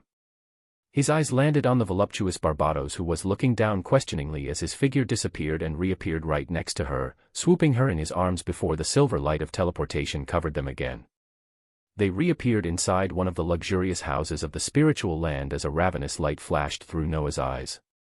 "What are you, ah?" A barrier of silence enveloped the house as the beasts still in the underground layer looked around them awkwardly and scratched their heads before they each moved about to continue their training. Time was a problem for many beings, but it was gradually being put under control for Noah as he found himself with more and more tools that could grant him an abundant amount of time. The first thing was that he had returned back to a period of more than a week, and he knew the specific events that would occur during this time. The idea that it had barely been more than a week since he arrived in the world of cultivation, learned the pill forging technique in the karmic sect, and then set off for the devilish abode felt weird to imagine as the events themselves seemed so numerous, but he knew how to make the most of these future events. He began moving rapidly the moment he made his decision, adhering to new rules of extreme caution and carefulness where even if he had to make multiple plans based on the possibilities he foresaw with the use of the insight ability and the dagger of time. Not too long after the subjugation of the demon world, a command was sent to a few specific rulers as the magnificent frozen plateau spiritual land appeared above the demon capital. Noah wore a simple blue robe as he conversed with the will of the demon world about his first venture after his return through time, the obtainment of the 7 deadly sins that he had been making so much use of recently. He had his hands on the sin of gluttony and the sin of pride, and he had seen the great uses for both. Now, he set his sight on all of them, and the possibilities that might open because of it. A cold light flashed through his eyes as the will of the demon world proposed something stupendous. Chapter 243, Chapter 243, and LT, and GT, In the grandly floating frozen plateau spiritual land, a dungeon in the form of a large black monolith was forming in front of all the beasts' eyes. At the center of the black monolith, the hazy figures of multiple demon rulers could be seen. These were the holders of the remaining 7 deadly sins skill. The sin of Lust, that had fallen in the form of a skill book into the Imperial Phoenix's hands was currently with Noah, with the Phoenix giving it the moment Noah asked without even asking for the reason why. The other 4 remaining skills were still being held by 4 demon rulers that were now going into dungeon bosses for the purpose of extracting their ultimate skills without killing them entirely. There can only be a single holder of the 7 deadly sins abilities anyways, but there exists a new uncharted territory once we succeed on this current endeavor. The voice of the will of the demon world rang out in Noah's mind as he watched the completion of the large dungeon which held the origins of 4 demon rulers. He observed the still charging, sheath regalia, below the spiritual land as he asked. The end result will allow for all of them to be combined into a single source. A silence arrived briefly before a confident voice rang out deep within the demon world. This was the ultimate form of the 7 deadly sins abilities I envisioned. With the help of the other 3 cores, it should not be a problem to achieve something I only thought would be possible after hundreds of years. Noah nodded at this as his figure moved forward and disappeared into the newly made dungeon as he pursued his first goal of a rapid rise in strength after his return to the past. The process was not hard at all as the rulers were either in the phantasmal or mythical rank, and with the fact that they were not even resisting, Noah was able to destroy their cores very quickly. Not even a few minutes after he entered, his figure appeared back on top of the spiritual land as the dungeon that was just erected began to break apart and disappear. It faded away to reveal the sorry figures of 4 demon rulers who had their origins injured after being defeated in the dungeon, and they also came to the realization that they had lost the ultimate skills they knew all too well for the past hundreds of years. Noah waved his hands as in front of his sight 5 red and golden colored books appeared, 4 from the demon rulers and 1 that he took from the hands of the Imperial Phoenix. The ultimate skills that signified the sins of Lust, greed, sloth, envy, and wrath floated peacefully around him before they turned into red streams of lights that entered his body. He watched the addition of 5 new ultimate skills in his stat panel as the moment they settled, they began seething a deep red color. Noah's figure quickly disappeared from the spiritual land as he reappeared deep at the center of the demon world, just a few meters away from its core. Let's do it. The will of the demon world was watching with rapt expectations as immense energy that only it could provide poured towards Noah. It would finally have the chance to watch the ultimate ability that it had only dreamed of come to fruition. The cheat of escaping death could not easily be given to Noah, but the combination of the 7 deadly sins ability she created could definitely be done to singularly become the epitome of what she imagined as the strongest warrior for the world. Essence from Noah's homeworld came into play as the feature of skill combination that would normally only work for 2 compatible skills was shining a deep hue of blue, contributing to the combination of the completed 7 deadly sins abilities. Noah floated near the core of the demon world as red light ruptured out of his body, the ultimate skills gradually being fused into something else as his skin began to turn a shade of red, and magnificent golden horns began to appear on either side of his head.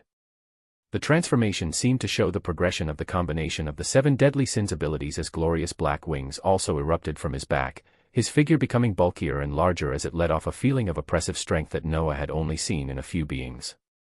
Runic golden circles began to be etched into the new body as they formed into an exquisite set of lines throughout his body. The moment they all connected, a resplendent golden red light erupted out as it signified the arrival of something grand. Haha, success! The resonant voice of the will of the world erupted out as Noah closed his eyes and reveled in the feeling of strength he currently felt.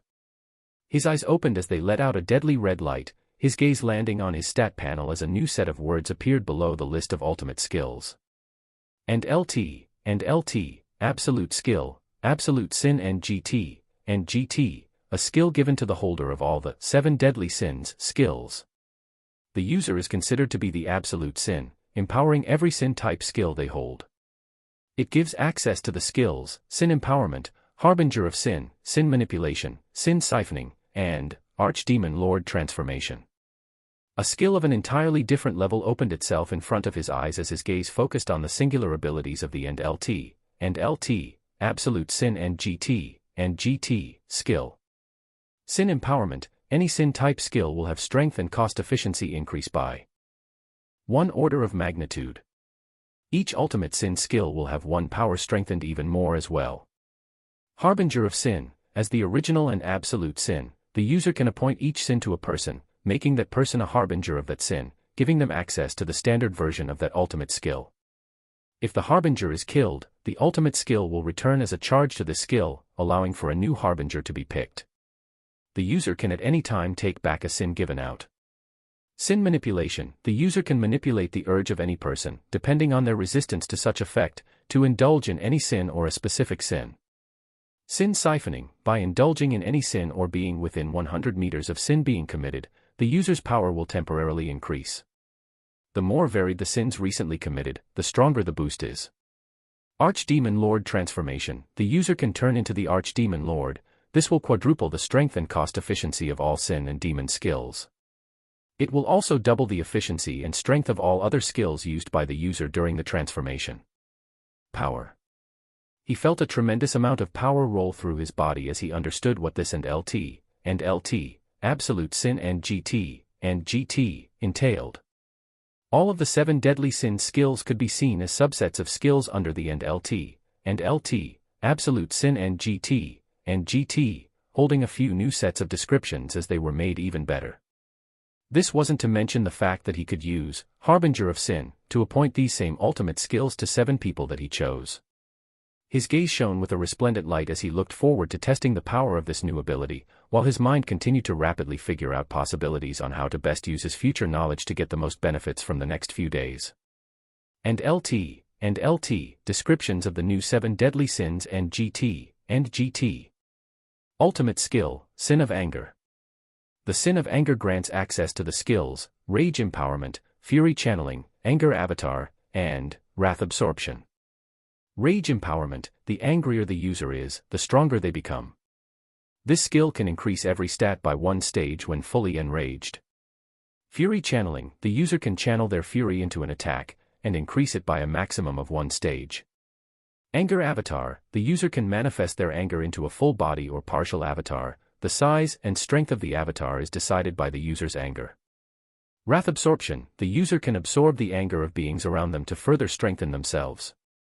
Ultimate skill, Sin of Envy. Sin of Envy grants access to the skills, Envy the Mighty, Strength of the Weak, That's Not Fair, and I'm the Absolute Best. Envy the Mighty. When fighting someone stronger than themselves, the user can lower the abilities and stats of the enemy by one stage. Strength of the Weak. Throughout a fight against someone stronger, the user is able to temporarily grow stronger. That's Not Fair. When the user observes someone stronger than them in certain aspects, they easily become envious of those abilities, and will strive to get better than the original person. They'll also have the training speed reduced to 1/10 of what they'd otherwise need. I'm the Absolute Best. Opponents are not allowed to use skills known by the user when fighting the user. Any unique, ultimate, or absolute skills holding a lower level of power than and LT, original absolute sin and GT, are negated and unable to activate. Ultimate skill, Sin of Greed. Sin of Greed grants access to the skills, Greedy Ruler, Loot the Body, and Not Enough. Emperor of Greed. The user can steal the ownership of any item they see or sense. Loot the Body. The user can steal the abilities and stats of dead beings they touch, but can't steal from beings above their rank. Not Enough. A voracious greed that can never be fulfilled. Dwells within. One can never have too much power, wealth, or treasures. The more treasure the user owns, the more their power is boosted. Ultimate skill, Sin of Sloth.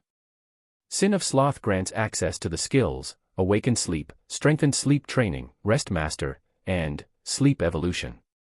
Awaken Sleep. The user is aware of everything going on around them while they're asleep. Strengthen Sleep Training. If the user is dedicated enough, then they can become stronger by sleeping. By having even the tiniest desire to improve or learn something, the user will rapidly learn and improve in that aspect while sleeping. Rest Master. The user can fall asleep in a single second, and a single hour of rest is everything they need to get back to full power, but more sleep won't hurt anyone. Sleep Evolution. When the user breaks into a new stage, they'll fall asleep, and their body will evolve in a favorable way. Ultimate skill, Sin of Lust. Sin of Lust grants access to the skills, Sex Demon Transformation, Love Enslavement, Life Energy Drain, and Lust Inducement. Sex Demon Transformation. The user's body becomes more attractive in its normal state, but when the skill is activated, the user will turn into a Sex Demon, and they'll take on a few of their traits. This will increase the strength of all the other sub-skills by a magnitude of 1. A Sex Demon can change between the form of an incubus and a succubus. Love Enslavement. By having Sex with another being, the user may be able to take control over the being they had Sex with. Life Energy Drain. When the user has Sex with another being, they can steal 1% of said being's stats. It also has a 10% chance to steal a skill. Lust Inducement. The user can increase the Lust other beings feel. This will make it easier for the user to manipulate said being. 7 Deadly Sins, Pride. One of the 7 deadly sins unique to the demon world. Abilities include Pride Manipulation, Pride Embodiment, White Dwarf Throw, and Aura of Pride. Pride Manipulation. The user can induce extremely high or low levels of pride in others, causing them to lose contact with reality or overestimate their own abilities. Cannot be applied to oneself. Pride Embodiment. When meeting foes holding a higher level of strength, the user gains the power of hubris itself. This power can be used to strengthen attacks or defenses. The level of enhancement is dependent on the true pride lying deep in the user's heart, which could be nurtured to grow so large that nothing is allowed to overshadow it. White Dwarf Throw. Those who dare to stand against the user will be punished by a white dwarf star, while allies will be healed and energized by it. Aura of Pride. This allows the user to exclude an aura of pure pride. It takes any and all pride in the air and puts it under the user's control. Any allies within range of the skill will have their powers increased based on the amount of pride. The same happens for enemies, but they'll be weakened instead. The user's own power will also increase. 7 Deadly Sins, Gluttony. One of the 7 deadly sins unique to the demon world. Abilities include Devouring, Large Stomach, Library, and Gluttony Manifestation. Devouring. Filled with endless hunger and thirst, the user can devour their enemies and other entities fully. The user can absorb the full power, complete memory, all skills and abilities, and the full potential of the devoured. The user can also burn the absorbed for healing or a short burst of power equal to the absorbed's power throughout their past, present, and future. The mana requirement varies depending on what the target is. Large stomach, an enormous amount of space is made available through the use of this ability, allowing the user to store anything they can devour. Library, devoured entities are analyzed and stored there. Life history and skills laid bare for the user to pick and choose. A maximum of 2 skills can be extracted from devoured entities. Gluttony manifestation, the user can apply the effect of devouring anywhere within 5 meters of them. There's no need to actively eat them. Chapter 244, 2. Chapter 244, and LT, and GT, 2. A level of power that was not accessible to Noah before could be felt coursing throughout his body as he reveled in the form provided by the Archdemon Lord transformation ability of the and LT, Absolute Sin and GT, skill. He had only ever felt power of this level from the Grand Elder Amos and the Black Serpent that he had yet to meet in this current time. Power above the transcendent level, he was actually letting out strength at the saint rank through his own power when his attributes and skills were only at the transcendent level. This was the insane boost provided by the complementing skills of the 7 deadly sins that made way for the creation of Absolute Sin. It granted him an ability that allowed him to achieve power of the next stage, something marvelous that he never thought to be possible. Noah spent some time familiarizing himself with the many new descriptions that came with the addition of 5 more 7 deadly sins on top of and LT, Absolute Sin and GT, as his eyes landed on a particular ability that shone the most. Harbinger of Sin. As the original and absolute sin, the user can appoint each sin to a person, making that person a harbinger of that sin, giving them access to the standard version of that ultimate skill. If the harbinger is killed, the ultimate skill will return as a charge to the skill, allowing for a new harbinger to be picked. The user can at any time take back a sin given out. The abilities of the 7 deadly sins that he held were the strongest forms possible, and he had the right to assign each of the ultimate skills to those he chose through the use of this Harbinger of Sin. His gaze sharpened as he sent out multiple messages to 7 specific beings, his mind already wondering who would be most fit to receive which sin. The abilities were extremely powerful, and would give a huge boost to the strength of anyone that held them. Among the people that passed through his mind, Barbados, Kazuhiko, and Mikhail were among the top, with his thoughts also wondering about the Ice Queen he had not seen in a while as he decided against it. He did not want others to be fighting fights they did not need to. Aside from the first 3, the remaining mythical beasts from the beast world were also excellent candidates to nurture with the gift of a 7 deadly sins skill. Noah's figure disappeared from the center of the demon world away from the celebrating planetary core as he reappeared in the grandly floating spiritual land above the demon capital. He was still in the Archdemon Lord form, his arrival causing a heavy pressure to descend to the beings around him as those that were already gathered above the spiritual land felt their bodies trembling from the immense power Noah portrayed. Noah realized this as he reined it in, canceling the Archdemon Lord form as he looked at the people already here on the spiritual land, as well as a few more who were on their way after hearing his message. It didn't take too long for 7 beings to be gathered in front of him, all of them still unsure of exactly what was going to happen. Kazuhiko was the only one comfortable enough aside from Barbados as he came towards Noah with a refreshing smile. "How far behind are you planning to leave all of us before you share something?" The confident Kazuhiko was itching with enthusiasm after his contribution to the defeat of the demons, his gaze excitedly watching the spiritual land they were on as his mind was already imagining growing his own spiritual land. To this level. Noah looked at the dark-haired Kazuhiko who was moving around while still clutching his treasured katana, his gaze somewhat softening after seeing all these people that he felt like he had not seen in ages, even though it had only been more than a week. Barbados, the Kraken, the Emperor Penguin, Steel Mikhail, the Imperial Phoenix, and the second-ranked demon ruler Agars were the other 6 figures looking towards Noah with a variety of gazes. Some were respectful, others were fearful, and one was mischievously smiling. He looked at their faces closely as he spoke. The universe is vast and filled with many dangerous things. Their gazes hardened as they were addressed, even Kazuhiko's enthusiasm turned serious as they paid attention. Don't ever think you are anywhere near the strongest, as there are almost always others much stronger than you. Even now, I can only give the few of you a small boost in strength. He moved as he spoke, his gaze landing on the Emperor Penguin as he activated, Harbinger of Sin, sending a command for the sin of pride to be given to the first beast of his spiritual land. A wild burst of essence erupted as the arrogant penguin felt its body elevated, gradually being filled with strength as a transparent runic marking appeared on top of his head. Ra! Ra! Ra! The Emperor Penguin let out loud cries as it noticed the appearance of an ultimate skill in its stat panel, its gaze towards Noah softening as it thought that its master wasn't so bad after all. The others noticed the change as they looked forward with rapt attention, and Noah continued. The universe has been here before us for an untold number of years, with so many powerful beings so many levels above us that we cannot even be considered along the same lines. His gaze landed towards the Kraken as he sent another command, the Sin of Wrath being sent forth and appointed to the calamity of the sea. There are old monsters and powerful schemers all around us, and we're only just beginning to grow.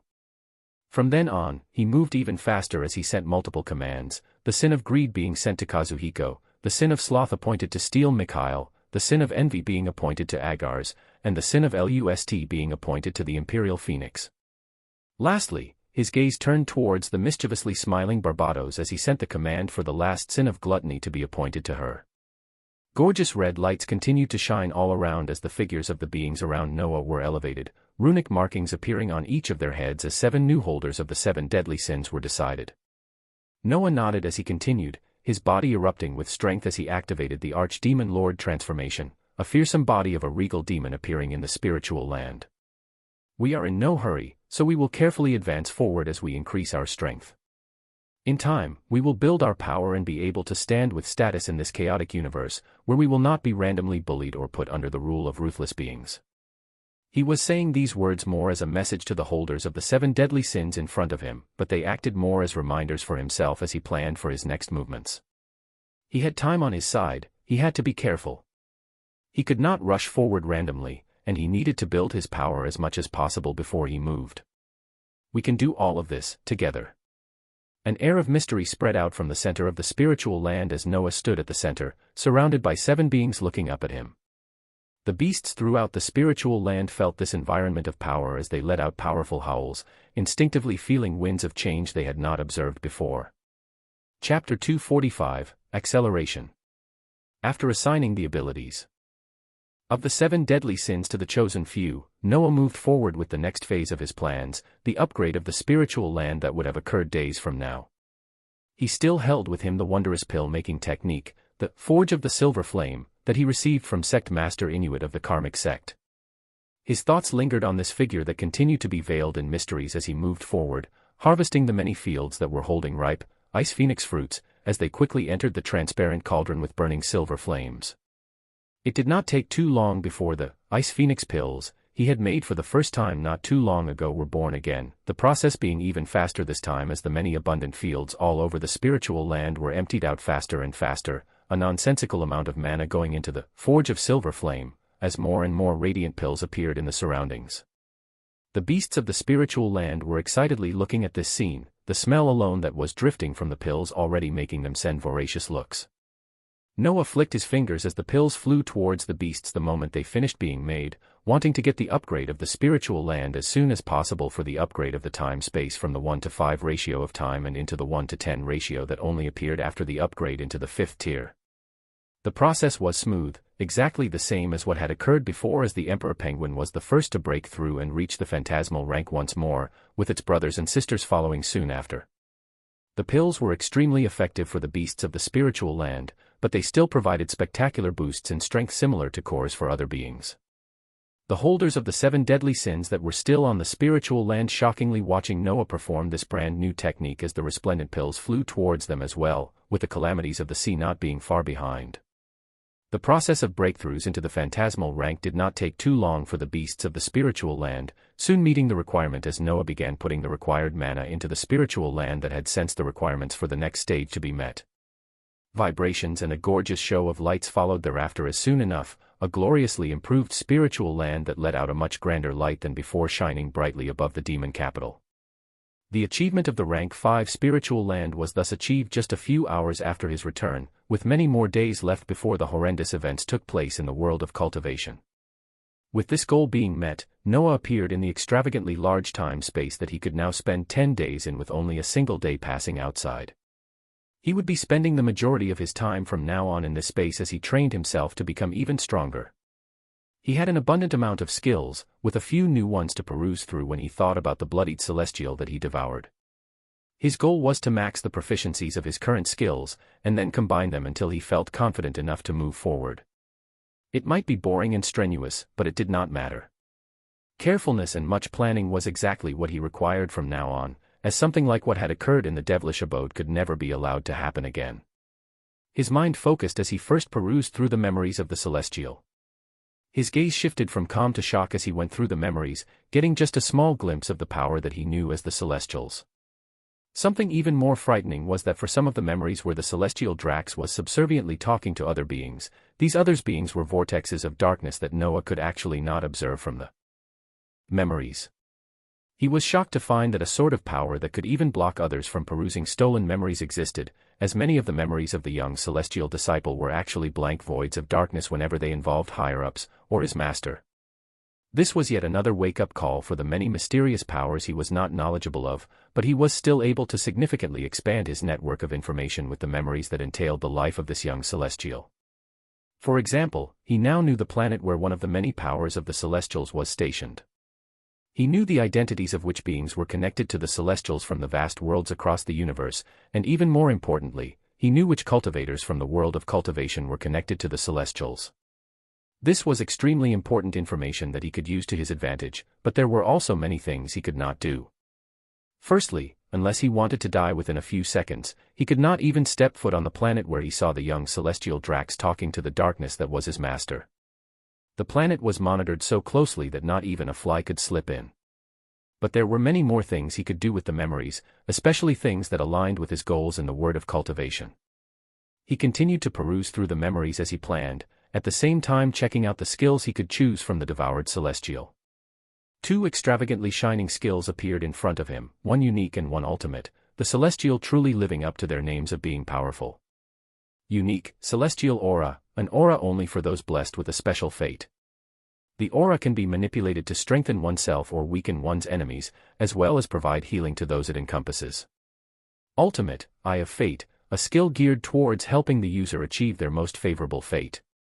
Abilities include Domineering Fate, Empowering Fate, and Displacement of Fate.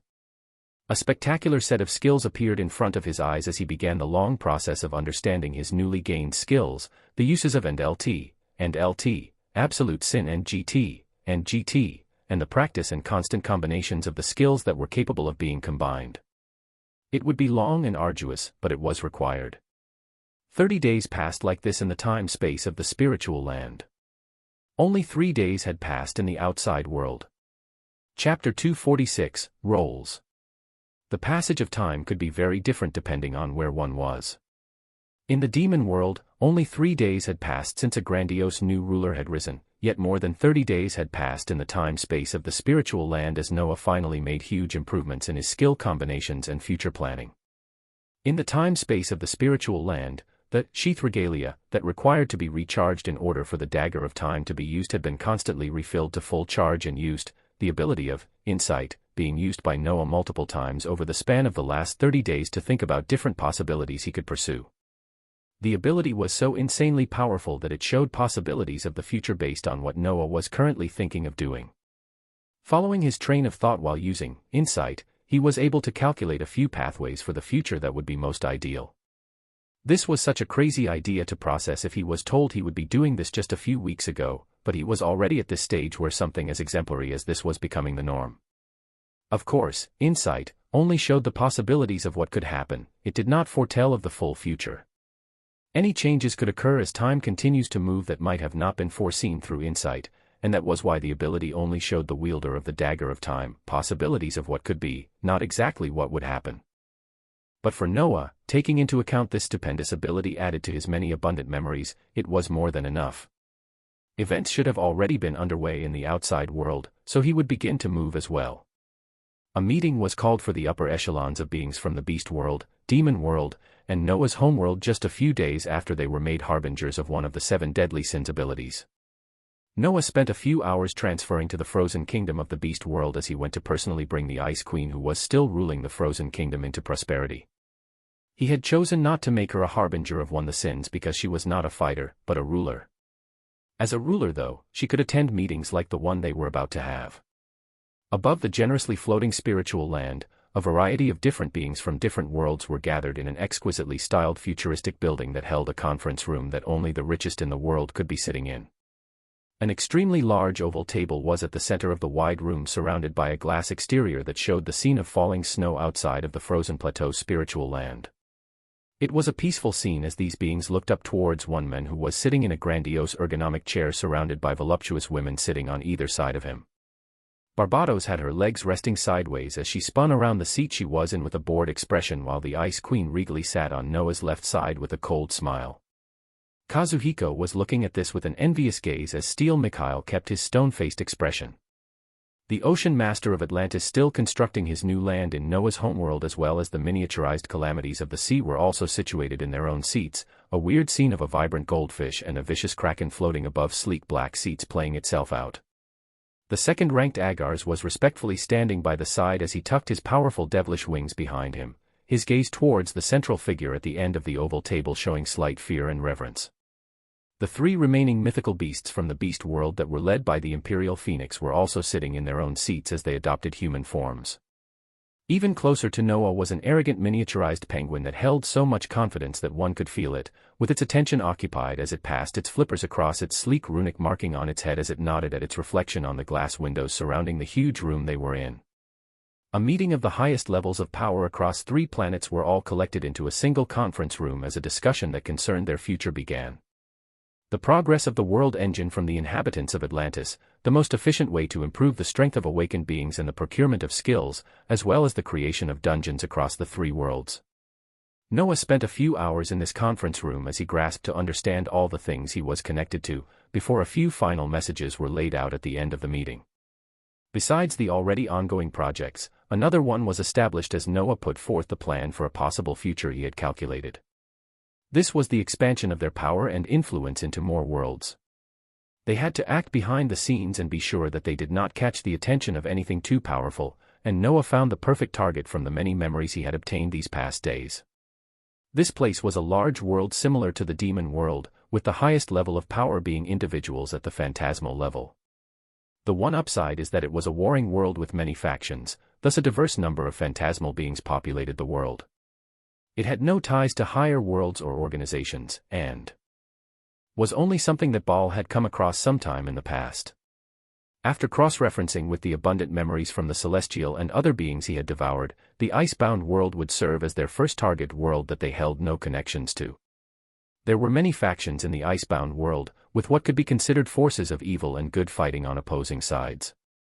There were thousands of what could be considered innocents dying every day while the tyrannical powerful continued to roam free. Noah didn't care too much about this, and was only treating this world as a place that he could send a few of his harbingers to train and upgrade their power, with the ultimate goal of forming yet another world connection once his people reigned in supreme power. The one chosen to lead this expedition to the icebound world was the first beast of the frozen plateau's spiritual land, the Emperor Penguin. His beak rose into the skies after this was decided, as coming along with him were the Imperial Phoenix, Kazuhiko, and the Kraken. Steel Mikhail wished to stay true to his role as the protector of the Blue Planet, staying behind to clear the dungeons as he continued to oversee the smooth operations of the Blessed Empire and the United Federation. Agars would occupy his role to keep watch and strengthen the forces of the demon world, while the White Tiger and Black Tortoise would work together with the Ice Queen to strengthen the forces of the Frozen Kingdom and the mythical kingdoms of the Beast world. Everybody had their roles, and now it was just to allow the passage of time as they steadily rose their power. The rise of something obscure and unknown was slowly occurring in a small corner of the universe. It was an unknown force that would take the center stage amongst the oncoming chaos. Chapter 247, A Confused Devilish Unveiler. In a barren mountain filled with heavy snow, a figure silently teleported amidst the freezing winds. His senses spread out as he observed the world around him for miles, nodding his head as he waved his hands and led out multiple figures onto the snowy ground. The sleek and shining fur of the Emperor Penguin glistened in the light as he appeared, surrounded by multiple other beasts from the spiritual land. Kazuhiko appeared next, accompanied by 2 beast girls, one holding a fiery tail of a phoenix and another innocently looking around with feline features. Kazuhiko had vehemently voiced out that one could not have fun on an adventure without a balanced party like his. The Imperial Phoenix also appeared next, surrounded by her generals and protectors. The fearsome Kraken and other calamities of the sea were already floating in the air, and the only figure that was missing was the voluptuous Barbados. She didn't want to be bothered with what she termed laborious tasks, and opted to train in the time-space of the spiritual land whenever she wasn't enjoying the luxuries built by Noah all around. The ones that had the mission of the icebound world were observing their surroundings closely as they looked forward to beginning their journey in this world. Side with those being unfairly treated, and kill those you see are blatantly causing death and mayhem while you increase your influence. Don't target those blindly following orders, but the generals and upper ranks that push their agenda onto them. But most of all, grow stronger as you increase your skills and raise your powers. Noah reminded them of things they already discussed as a brilliant light bounced off the sleek fur of the emperor penguin, his flippers pounding his chest as he told his master that he could be counted on. Noah observed this with a light smile as he grasped the dagger of time, confirming his thoughts as he unleashed a force of multiple phantasmal ranked beings on an unsuspecting world. His forces had arrived in the warring icebound world. Possibilities and plans were reviewed over and over again before Noah nodded his head and disappeared from this new world, moving on to his own plans as he used spatial transfer, with a singular destination in mind, the world of cultivation. Confusion was gradually setting into the mind of the devilish time unveiler as he spread out his senses deep within the coffin he was confined in to confirm that the dagger of time that was floating above the coffin was inexplicably gone. He did not feel it disappear, nor watch as someone took it. It just felt gone, like he never had it. His confusion grew into anger as the thoughts fell into place, and he realized just what exactly might have happened in order for the dagger of time to not be with him currently. Someone had stolen his partner, and they inexplicably had the sheath that he lost before he went into slumber, and they used it to activate the dagger of time with them. His barely waking mind raged as he pieced the things together, his anger rising to levels never before felt as he chose to quickly change his plans.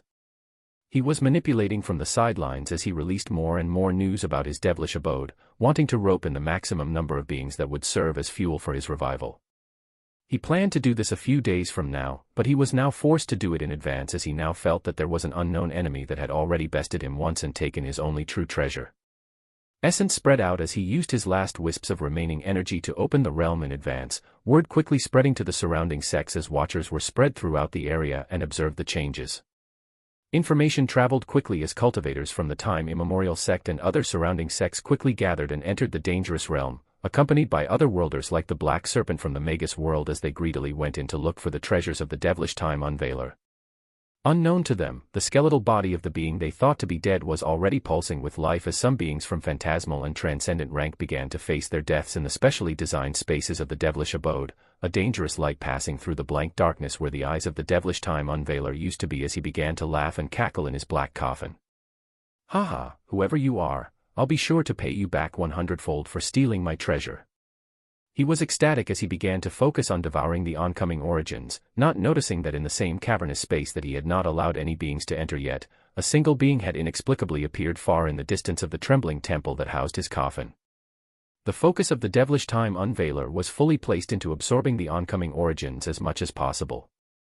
He needed to regain much of his power before this unknown enemy that now held in his hands the dagger of time could even get the chance to reap his life while he wasn't fully recovered. The dagger of time required the use of a tremendous amount of time essence. Even someone at the void firmament realm would not be able to produce enough time essence to fill the sheath regalia in such a short period of time, so the dagger will be unusable if the enemy chose to come back now. Yes. From his knowledge, he had some time before his unknown enemy would ever get the idea of coming, and thus he needed to move his plans forward differently from what he would have done before, changing any possible future that his enemy would have seen. Ha ha, ha ha. Crackles of laughter resounded throughout as the devilish time unveiler felt things coming into place, the origins he had absorbed being enough to allow his cultivation stage to start breaking through the saint realm once more. He felt this overpowering feeling of strength as essence converged towards his core, feeling ecstatic as he would be one rank away the moment he stabilized his cultivation in the saint realm.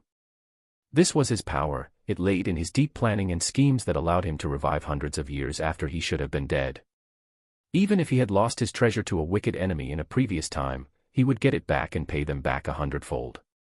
He began stabilizing his cultivation at the saint realm as grandiose thoughts floated through his head. It was at this moment, though, that he suddenly felt resounded alarm bells as he spread his senses outwards, feeling speedily approaching attacks that caused cracks to spread throughout the temple and the sky around the cavernous space to tremble. What? To his horror, in the middle of his breakthrough to the Saint Realm, at this extremely crucial juncture, someone that had been hiding from his senses attacked him. Who dares? Chapter 248, Too Much. Who dares? Rumbling ensued as he felt a strain in his core, stopping his advancement halfway as he directed his half-Saint Realm essence to form an extremely minuscule black hole. Different from a timeline that the devilish Time Unveiler had yet to experience, this black hole did not have even half the strength it would have had when he used it against a descending spiritual land. He frantically placed more essence to stabilize the protective black hole that flew towards the numerous and heavy attacks that were raining from the skies. A large amount of extremely condensed white dwarf stars that carried a tremendous amount of weight were crashing down towards his coffin nonsensically. As if this was not enough, accompanying these many stars was a brilliantly shining golden trident that shone with an outline of a menacing red light. Coursing on the empty spaces of these stars and gloriously shining weapons were jagged spikes of bones that painted a picture never before seen. The sky over the cavernous space shimmered with beautiful white light from the wide expanse on deadly bones, white dwarf stars, and a piercing golden trident of the sea that thundered down to meet the center of the coffin. Boom! A vigorous tremor spread out as the coffin housing a skeletal figure exploded out, the temple it was housed on top of crumbling to the ground. Humph! An arrogant snort rang out as the emaciated skeleton was filled with confidence even after this sneak attack at a critical juncture, but it was just him not being aware that he had already fallen under the effects of multiple debuffing and weakening skills, while his pride was already getting boosted rapidly to extremely high degrees. Half of his chest bones were missing as he was dealt a heavy blow as a golden trident was solidly wedged within, but he still stood strong. The devilish Time Unveiler looked at the highest point of the cavernous space as he found the outline of a fiendish demon with an aura that screamed regality. His emaciated body moved quickly as he moved to eliminate the deadly intruder, using the half-Saint Realm essence that he could not finish consolidating as he started off with the strongest attack he could muster to end this quickly. Spatial Rupture. Ruptures spread out in space as they sn.a.k.e.d through the skies, trying to lock onto an abstruse target in the skies. The devilish Time Unveiler looked on expectantly when a foreboding feeling erupted as he heard a single word. Stop. OOOM. A distinct droning sound rang out as the ruptures spreading through space came to a stop. Silence and calmness pervaded the surroundings as in the hands of a fearsome archdemon lord in the skies, a purple and golden dagger had appeared. Its regal sheath showed rapidly reducing purple lines as an ability that used the most time essence was activated. Stop, time can be brought to a halt in a specified area. This ability goes against natural laws and will require a tremendous amount of time essence every time it is active. 24 hours are required before this ability can be used again. In the cavernous space around them, time had come to a stop. The devilish Time Unveiler watched with endless horror as an ability he was very much familiar with was used against him. Terror began creeping in as this old schemer saw the fast movements of the only being that could move in this stop time, the initiator of the ability of the Dagger of Time, the one who had taken it from him. Noah saw the trembling light in the eyes of this fearsome schemer as he moved rapidly, the time essence he had fully recharged in the sheath regalia, reducing at high speeds as he kept the ability to stop time active. He only had a few seconds. His figure moved in a circular manner around the skeletal figure that was frozen in space, its hands reaching towards the skies as he cast a tremendous amount of skills all around. The enhanced ability of the Sin of Pride, White Dwarf Throw, was being cast hundreds of times per second as twinkling miniature stars formed a circle around the skeletal figure. The Eye of Fate was on full display as it provided tremendous boosts to all of his skills while reducing the defenses of the devilish Time Unveiler through the uses of Domineering Fate and Empowering Fate. Celestial Aura was already activated as it went to achieve the same effects, just compounding how much damage his skills could do while weakening the enemy in front of him.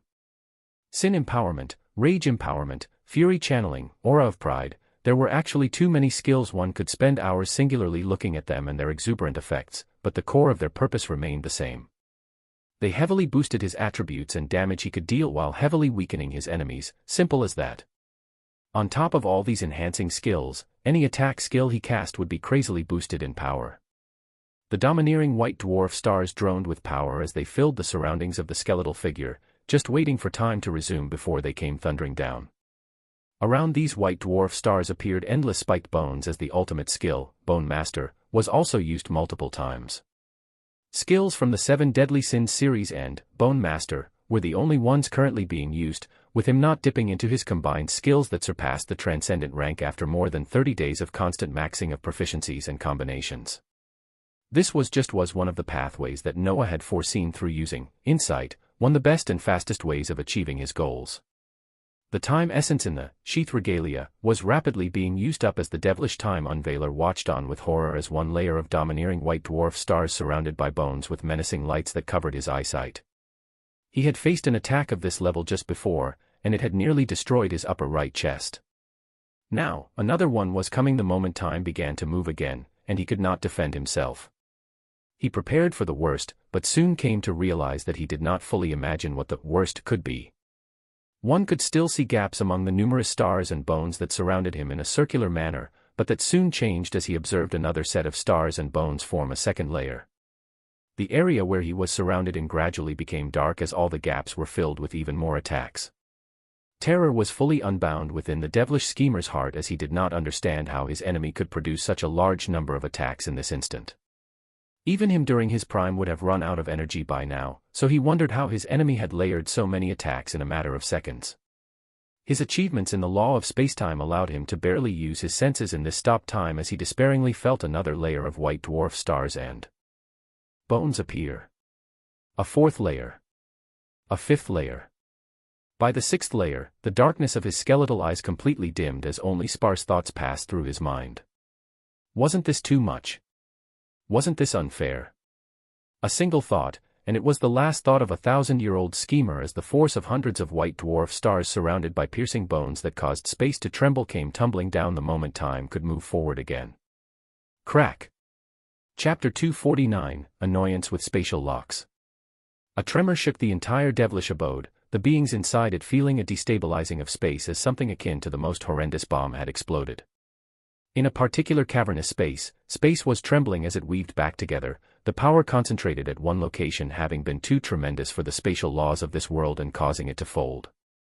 In the space where a large temple and a black coffin used to stand, sandy white particles of bones were all that remained as Noah let out calm breaths. He saw the burst of skill books and cores erupt from the grounded skeleton that was the devilish time unveiler as he confirmed the schemer's death.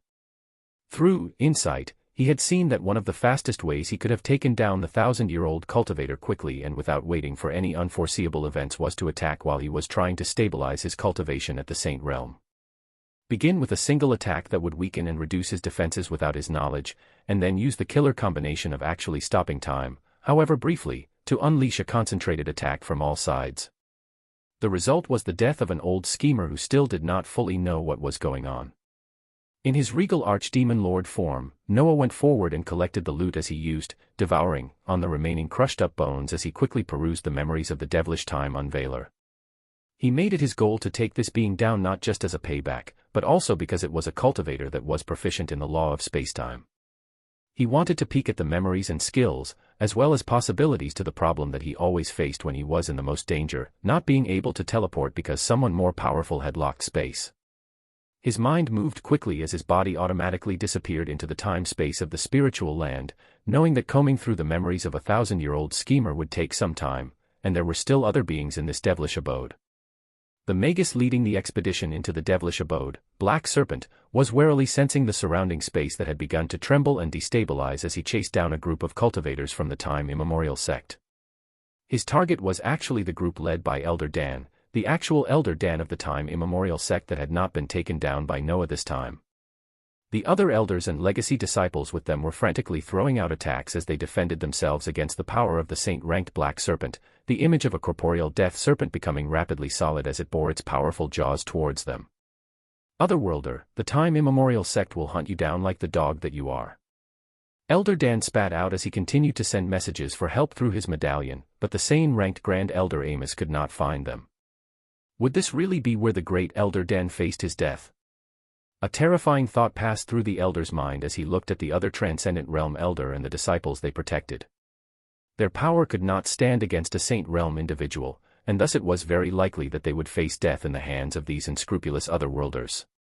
Elder Dan was unreconciled as his body shone brightly, ready to give it his all as he valiantly turned around to face the enemies, while he gave the others a chance to escape. Heartfelt shouts rang out as the valiant elder dashed towards the group of magi, seeing Black Serpent's huge form chuckling as it opened its jaws wide to swallow him up. "Sigh, forgive me, Grand Elder." He let out a valiant shout as he prepared for death, but death would not be coming for him today. Space trembled as a small black dot appeared between the forces of Magi and Elder Dan, and from this small black dot, numerous dragonoid heads erupted out. It was a scene of horror as the terrifying heads were mixed with all sorts of colors. The only issue is that there were too many of them. They stretched out from the black dot endlessly in long lines as their poisonous jaws weaved in the space towards the terrified Magi who found out they could not move. Around them, transparent cages were locking them in space, making them completely unable to move as the numerous dragonoid heads attached to continuously strengthening necks neared them and snapped their jaws shut, forever swallowing their bodies. Black Serpent let out a wild shout as he tried to summon the serpent ancestor, but found to his horror that he could not activate his abilities. Without his knowledge, something else besides the tens of dragonoid heads that had stretched out from the small black dot in space, rapidly constricting his large body as he felt himself losing control every second. Crunch. Numerous bones cracked in throughout his body as the last thing he saw was enveloping darkness from numerous poisonous jaws. Elder Dan's heart trembled as he viewed the monstrosity in front of him, not being able to move as he observed the tens of ferocious heads that were attached to powerful and even more numerous tentacles. An absurd monstrosity that only released these features from a single black dot in space had completely devoured the party of multiple magi who held a Saint Realm Magus in the lead. Elder Dan did not know what to do as he tried to calm his fear, seeing the many long heads eerily turn their eyes towards him as the tens of tentacles rapidly receded into the small black dot.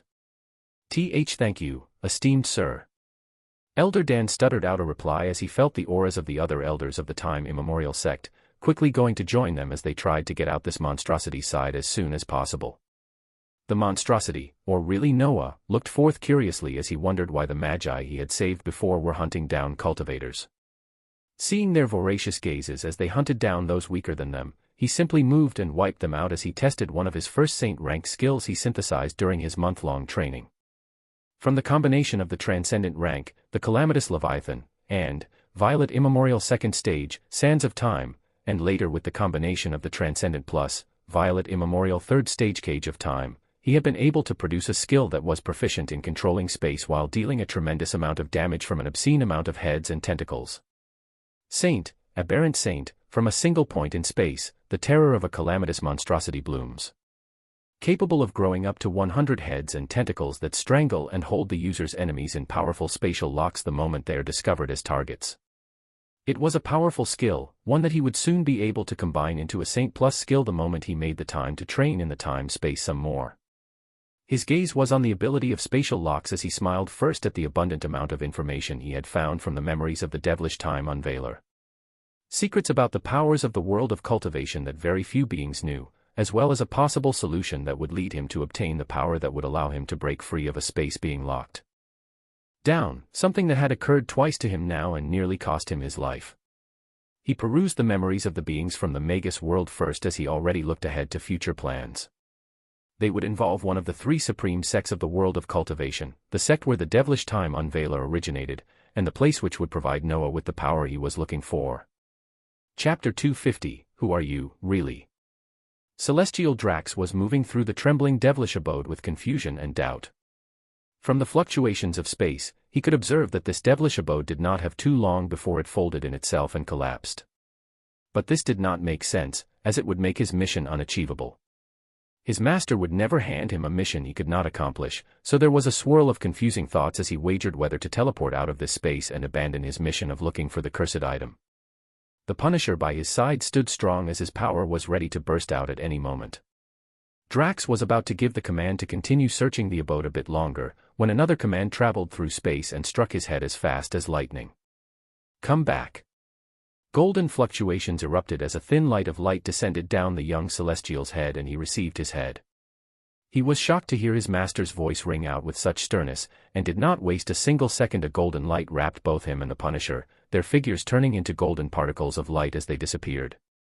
They both appeared on a location known by very few not too far from the world of cultivation where a vibrant blue gateway was standing vibrantly. The young celestial Drax pulled out a medallion that activated the mechanism, allowing both him and the Punisher to be sent to the location they called home. In the peacefully rotating star that was one of the core bases of the Celestials, the young celestial disciple appeared before his master again as he sank to his knee right away. "I have failed my task, Grand Master." He kept his head low as he atoned for not achieving what he was assigned to do, while the Grand Master in front of him looked forward with a mysterious expression. "Someone has interfered with the workings of fate." Shocking words were the only thing the young celestial heard as what he heard shook him to his core. An interference with the workings of fate. That was something that very few could do. He held skills like the Eye of Fate that could somewhat influence fate for a brief period of time, but he could never hope to interfere with the workings of fate with his level of power. So what exactly did his master mean? "The things I foresaw were changed entirely, to the point where even you lost your life." The Grand Master continued to speak slowly as his aged body that let out maddening levels of power stood up to water the colorful medicinal plants all around the mystical monastery they were on. His aged voice turned serious as he continued. "The one responsible for the interference is extremely adept, as they are causing the unraveling of order from very small but important changes.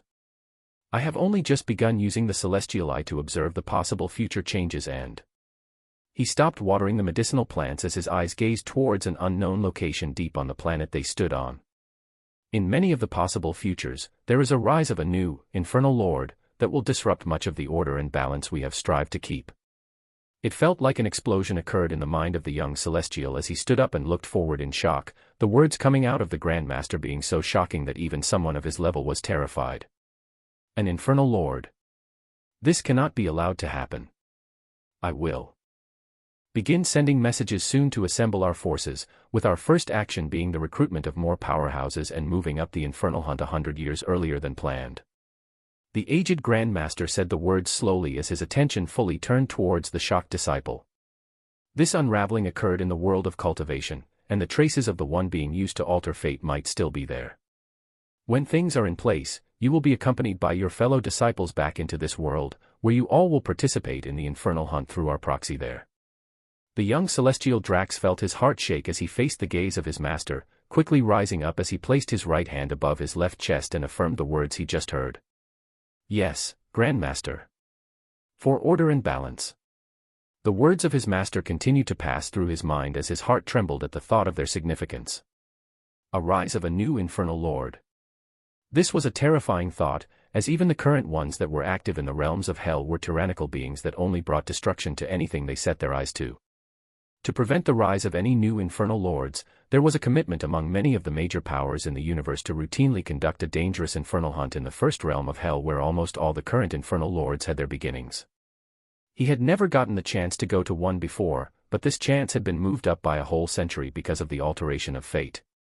His mind thought back to the world of cultivation that he had just left, as he looked forward more than ever to get back to it. Chaotic undercurrents were beginning to flow slowly, and he would be one of those at the very center of it. Celestial Drax's gaze was strong and confident as he took his leave from the monastery to prepare. The Grand Master looked at this disciple as his dangerous eyes flashed with golden light, his gaze turning to the skies as he pierced through the layers of space and observed a world quite a distance away.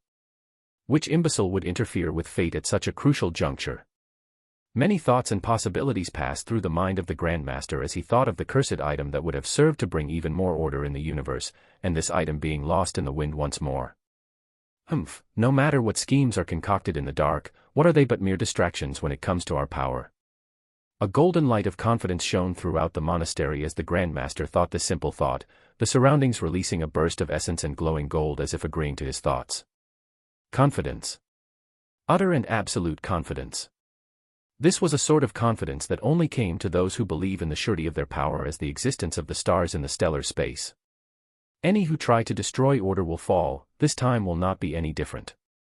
The Grand Master took his radiant watering can that released a rainbow-colored liquid filled with an overabundance of essence as he went back to watering the numerous medicinal plants peacefully, a scene of peace playing out on one of the celestial stars. Chapter 251, Who Are You, Really? 2. Back in the world of cultivation, a multitude of thoughts bloomed in Noah's mind as he delved into the memories of the beings from the Magus world, his eyes being opened up once more to the many things he did not know of in this universe. There was an abundant amount of information, but the one holding most importance was the reason why the saint-ranked Black Serpent was leading a force of magi to kill and obtain the bodies of cultivators. Black Serpent belonged to one of the central powers of the Magus world. Shockingly, this central power actually held grand designs of power that involved the use of the bodies of cultivators. Noah connected the things he continued to peruse through his memories with a being he had recently come in contact with, the Celestial who was given the mission to obtain the dagger of time that he had taken for himself. The Celestial had come with a protector that was known as a Punisher, and those like the devilish Time Unveiler knew more information, like the fact that the Punishers were all beings of the elven race turned under the command of the Celestials with no will of their own. Shockingly, one of the powers of the Magus world was trying to build up a force similar to the Punishers, with their research allowing them to use the bodies of cultivators as the base for their new creations.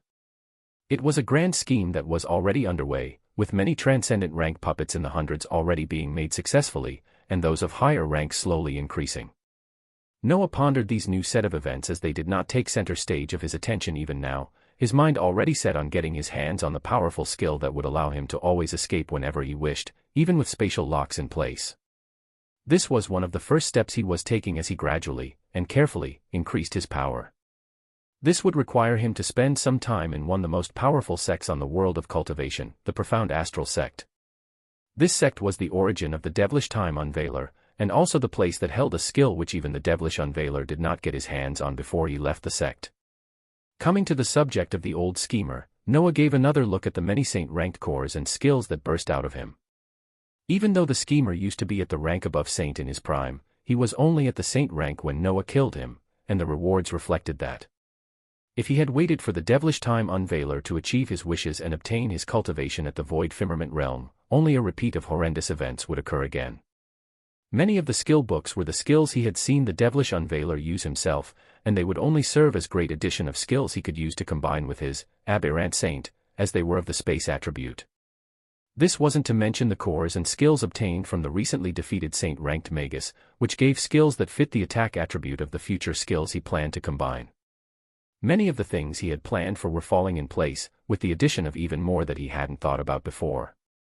He remained careful as his figure teleported from the devilish abode, having roamed in it as long as he could but still not being able to find the other target he was looking for, the celestial disciple. He appeared above a large mountain that was surrounded by multiple peaks, the location of the main peak of the karmic sect that he had been led to when he first arrived in the world of cultivation. He had already used insight to test the possibilities of events when it came to the mysterious sect master Inuit who had always been his helper, and yet he still did not understand enough information about him. The results from insight were a huge surprise to him, as they portrayed what he was watching now in an eerie fashion.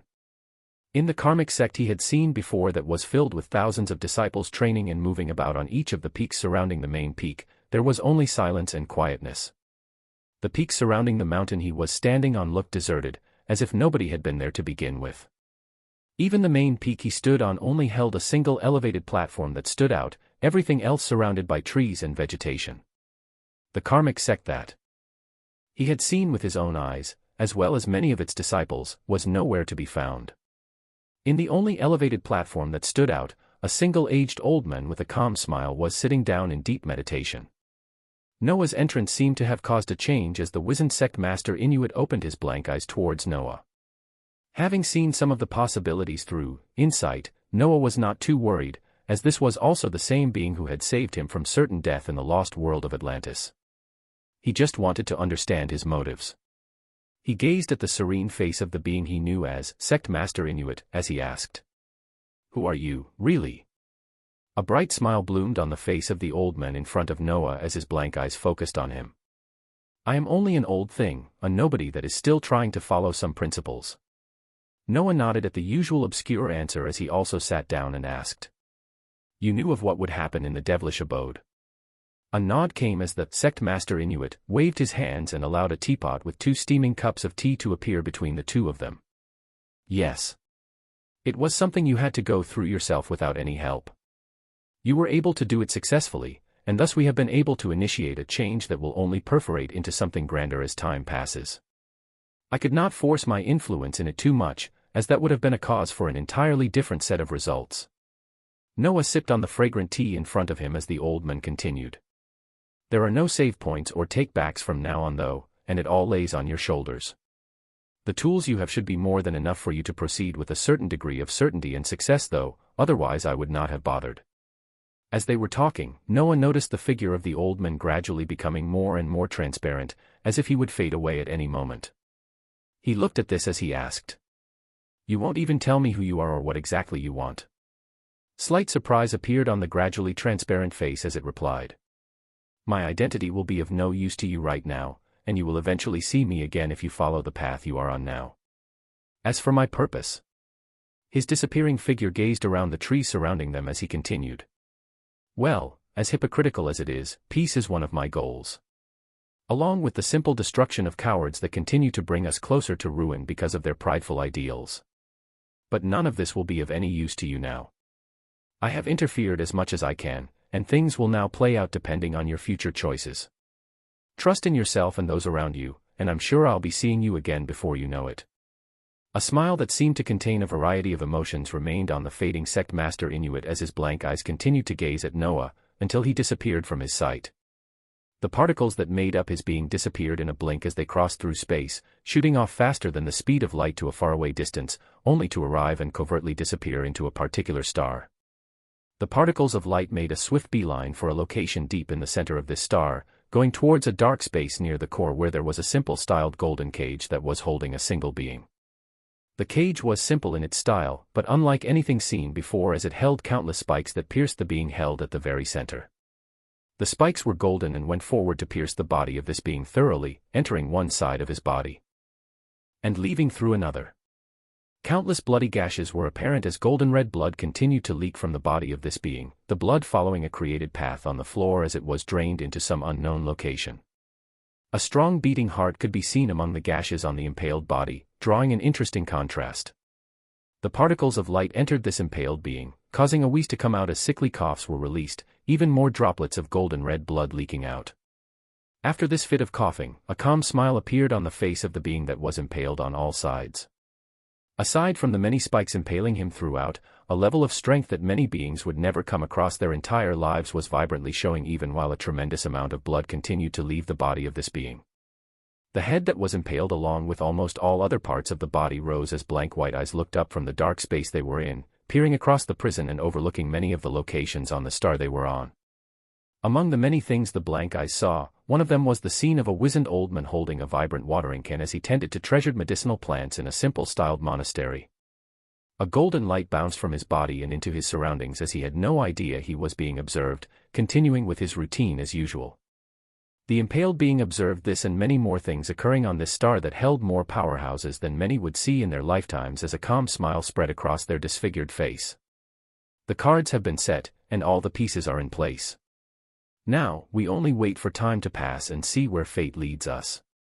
In the silence on this enclosed space holding a golden cage, a being closed their blank white eyes as they observed and waited. Chapter 252, Serenity. Noah looked around the peak he was on as many thoughts passed through his mind, realizing he did not really get any solid answers, but knowing that there was an unknown being somewhere who could be considered to be on his side. None of the memories he held were of any help as he gazed at the peaceful vegetation and trees surrounding him, his thoughts wandering from his next goals, and what he wanted for himself. He thought of the beings around him, those that depended on him, and those that he stood above. He thought of the two women he still did not fully open up himself to, as well as the woman taking care of a small star city he had nearly forgotten about. He could be considered strong and powerful to an extreme degree when others looked at him, but there was always a place where one would be weak at. After the loss of his parents, he did not open himself up to anyone fully, not wanting there to even be a possibility of feeling the same pain he felt back then. Without his conscious knowledge, he had gotten extremely close to some of the women around him, that when he witnessed one of them ripped apart right in front of him, he was reminded of a pain he never thought he would feel again. Even when he reversed everything and events returned to a better past, he still held those memories, and they weighed heavily on his mind. This was why he was not against it when Barbato said she wanted to remain in the spiritual land and do her training there. This was why he continued to let the Ice Queen manage the Frozen Kingdom as a ruler, and not someone he wanted to fight on the front lines. Gradually, he was realizing that he was slowly opening himself up again to these people around him. This provided a conduit that could cause him great pain, something he had experienced before and never wanted to come across again. He gazed at the serene trees on the mountaintop he stood on as he continued to be lost in his thoughts. Was it truly worth to open himself up to others like this? To open up the possibility to feel a tremendous amount of pain again? Many thoughts appeared and disappeared in his mind as he was not able to find an answer. He stared at the leaves of trees swaying peacefully on the mountain he stood on as he closed his eyes and felt the abundant essence that could be felt everywhere in the world of cultivation.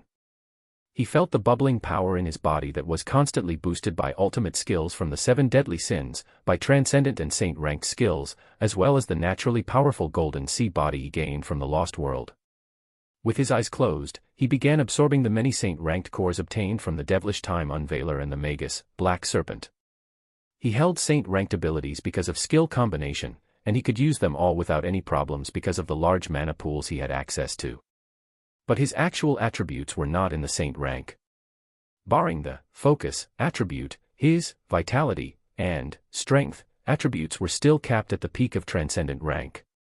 He absorbed the saint-ranked core S from his loot as his body gradually entered a serene state, and he fell asleep. The sub-skills of the ultimate skill, Sin of Sloth, were activated as even in this state of sleep, Noah could sense the surroundings and the changes occurring in his body.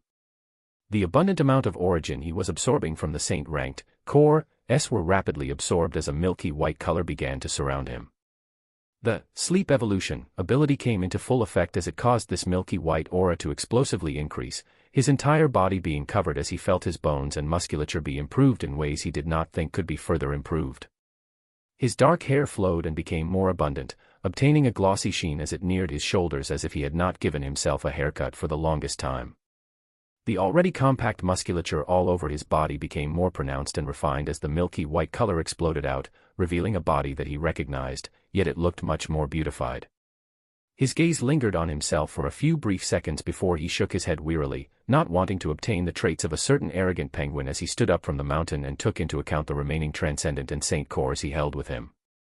Because of sleep evolution, he saw that his attributes at the saint rank were already more than halfway maxed, the supposed favorable evolution from this ultimate skill not being a joke. This brought about new uses for the cores that he did not really need. A few more points in his vitality or strength would not really do anything for his power, and they could be put to better use if given to those around him. Many of the beings around him were at the phantasmal rank at this moment, and he would divide the remainder of the transcendent and saint-ranked core, as he did not need to have them upgrade their attributes to enter the next ranks.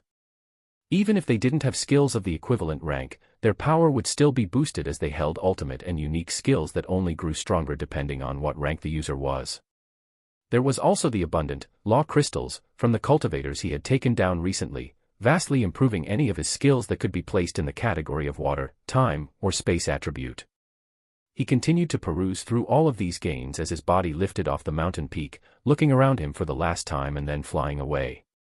Plans about the distribution of loots and his future moves were outlined in his mind as his figure began moving towards the direction of one of the 3 supreme sects in the world of cultivation. The Profound Astral Sect. In this sect, he had plans of infiltration that would allow him to gain access to one of the prized treasures that was only given to the core disciples of the sect that showed the most promise, potential, and strength. In the Profound Astral Sect, elders at the saint rank were not rare, with the most talented core disciples that could be called geniuses actually having similar cultivation as the elders of the sect. Multiple powerhouses at the void firmament cultivation realm were also situated in this powerful sect, with many mysteries surrounding the sect leader of this Profound Astral Sect.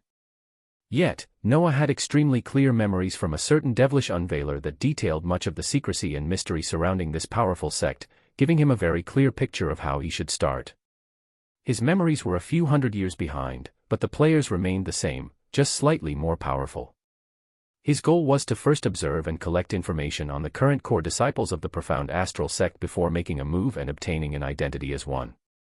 After that, it was simply careful planning and scheming as he made his way closer and closer to something that even the devilish time unveiler was denied. His mind cleared up from the reverie of thoughts as his figure became enveloped in a dark light, the aberrant saint, that was proficient in space being activated as a single minuscule ball of darkness flew even faster in the air. In this small piece of darkness, numerous vicious dragonoid heads and suffocating tentacles that nobody could see were contained, just waiting to be unleashed at a moment's notice. Chapter 253, The Genius Wastrel of the Profound Astral Sect.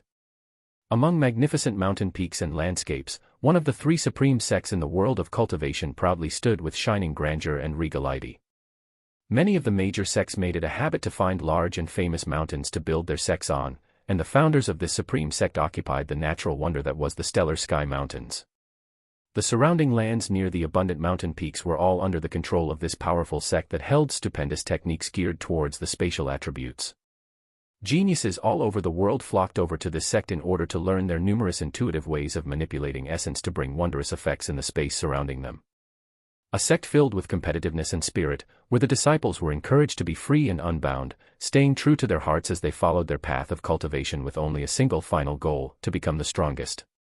This was the sect that held sway over 1/3 of all the lands in the world of cultivation, the birthplace and congregation of geniuses, the Profound Astral Sect.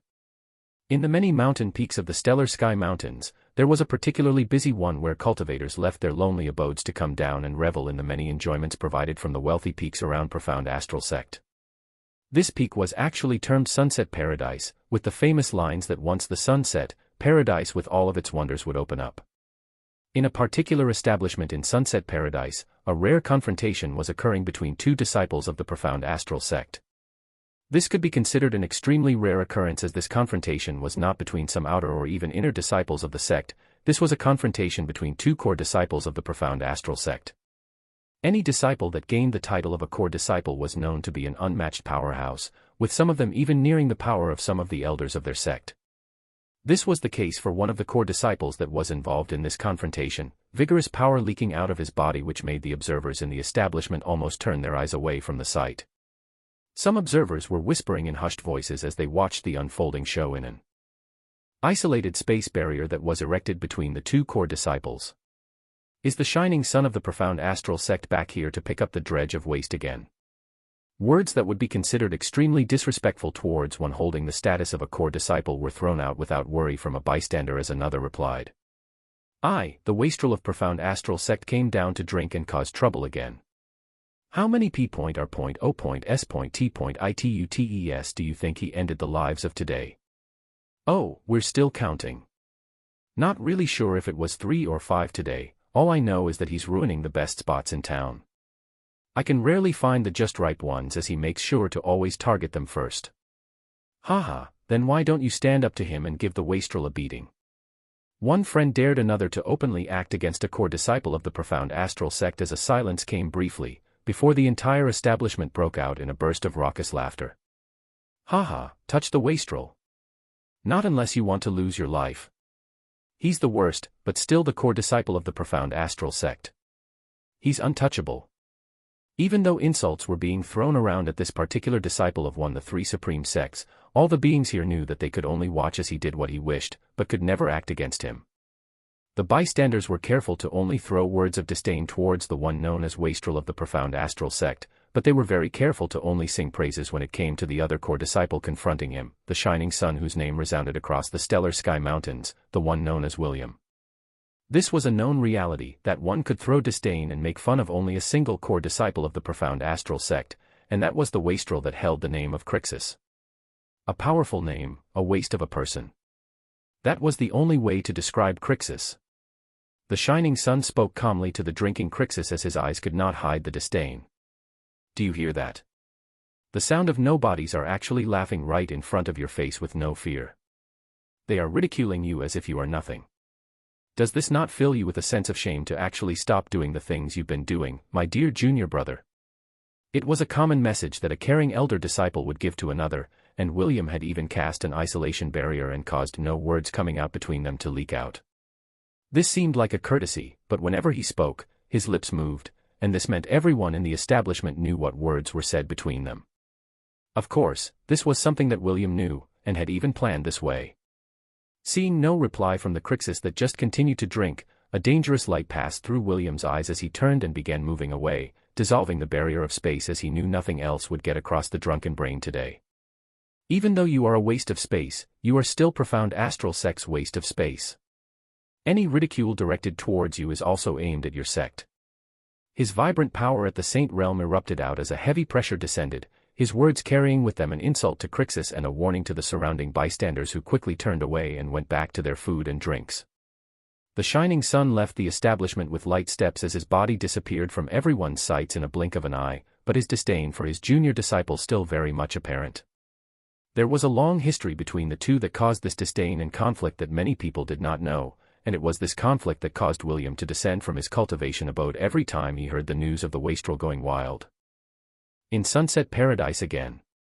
The simple conflict that was only known among a few cultivators in the profound astral sect was the fact that very early on during their cultivation journeys, William had his eyes on a particular senior sister, and so did Crixus. Crixus was the son of a famous elder in the profound astral sect, while William was a normal genius disciple just beginning his cultivation. To William's dismay, he found out just a few months into his journey in the profound astral sect that Crixus had used his identity to force himself on this senior sister, ruining her face and making her ashamed to even be seen around the sect.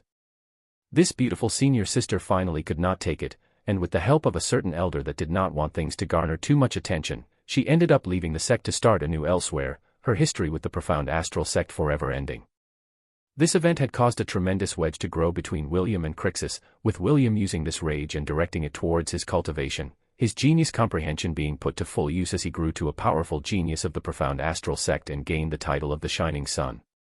With his new title, even with the fact that Crixus had a father for an elder, William could now look down and even act against him as he wished to some extent. This was also one of the reasons why Crixus was drinking and ruining the lives of poor women frequently nowadays. His cultivation had not been able to advance from the transcendent realm all these years, and the cause was none other than William. A duel had been called forth by the Shining Sun some years ago, and William used this duel to deal heavy injuries that Crixus carried to this day. Until now, with William holding a cultivation level in the Saint Realm, Crixus was still left behind at Transcendent Realm.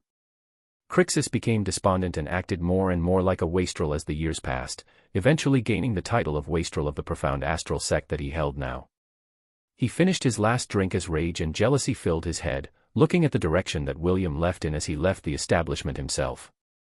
Crixus did not even gaze at the bystanders who were bashing him as his drunken mind filled with rage moved out of the establishment, and his eyes landed on the red light district once again as he went forward to find a place to quell his anger. Among the many bystanders that he was not paying attention to, a single one had a thoughtful expression on his face as he left the establishment along with Crixus, following closely behind him as their two figures disappeared among the masses on the Sunset Paradise. Chapter 254, A Perfect Identity. Crixus weaved around the mass of beings around him with ease as he made his way over to the red light district. His body was at the transcendent realm, being such a genius that he almost entered the same cultivation realm as his father, an elder of the profound astral sect that had yet to break through the saint realm and into the void firmament realm. With how rapid he was used to breaking through cultivation ranks, the blow of the speed being halted at the transcendent realm was too heavy for his mental mind to take. He was weaving through the masses when a tingling voice that seemed to be coming from his head whispered how annoying the beings around him were, making him want to go through the darker alleys where there were fewer people as he made his way towards the red light district. It was only a small voice at first, but it became gradually louder over time as he shook his head in a drunken stupor and turned away from the bright streets of Sunset Paradise and began weaving through the dark alleys. His figure only made it another block before something completely unexpected occurred. A bizarre dark circle appeared out of nowhere, and in the span of less than a second, a dragonoid head erupted out, swallowed the figure of Crixus, and then quickly returned into this small dark spot. Silence reigned among the small alleyways of the buildings hidden by darkness as a few minutes passed with not a single being in sight. A few minutes later, the figure of a young genius wastrel reappeared in the dark alley of Sunset Peak.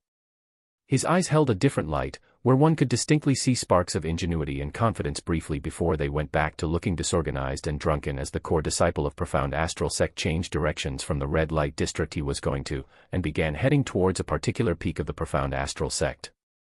In the span of a few minutes, a core disciple of the Profound Astral Sect had disappeared, and an entirely new being took his place, with nobody else being the wiser. The figure of the wastrel made its way towards the Pill Pavilion Mountain of the Profound Astral Sect, the location where Elder Baldwin, his father, acted as the mountain master. Elder Baldwin occupied a unique position in the sect, his power as an elder being average at the peak of the saint realm, but it was his skills in pill concoction that etched his status in stone. Even after the core disciple William had gained the sect title of Shining Sun, he still could not do too much against Crixus, the duel that injured his mental state and kept his cultivation base at transcendent rank being the most he could do currently without causing an eruption of rage against two parties that were both favored by the sect. Crixus entered the Pill Pavilion Mountain and made his way towards his living quarters while bringing as much attention to himself as possible. The disciples on the mountain that saw him could only describe his face being that full of drunken wrath and anger, a face that seemed to say that enough was enough. His body let out vigorous essence at the transcendent rank as a unique energy signature released from him and opened the large door to his cultivation abode, a wide cave that was expertly architectured into the Pill Pavilion Mountain. Our little mountain master seems to have been humiliated by the shining sun yet again. He looks fed up with it, but how long do you give him before he gets frustrated from his cultivation and goes out to drink again? How long? I give him a day at most before he rushes back to Sunset Paradise. A day. You're looking too highly at him, I think a few hours is more like it. Hushed voices talked among themselves as they talked behind the one they called Little Mountain Master, the title of the son of Elder Baldwin, the Pill Pavilion Mountain Master. All the disciples then continued about their business after witnessing Crixus fumingly rush back to his cultivation abode, with some even taking bets on how long the wastrel could last while cultivating. In the grandiose cultivation abode that Crixus entered, a convergence of essence that was more than 3 times what could be felt outside permeated the luxurious cave, a large golden bed by the side, as well as a naturally formed spring that was flowing with clear blue water into the crevices of the mountain. Crixus entered this cultivation abode as he immediately sobered up and stood straight, his gaze overlooking the area around him as he waved his fingers, and a rotating miniaturized spiritual land appeared in front of him. Only a second passed before the spiritual land was set down among the granules of sands around the abode, and his figure swiftly disappeared. Unbeknownst to anyone, an otherworlder had infiltrated one of the 3 supreme sects in the world of cultivation and began hatching a scheme that nobody would know the grand effects of in the future. In the outside world, disciples were shocked to find out that an entire 2 days passed since the little mountain master entered seclusion in his cultivation abode after being bullied by the shining sun once more.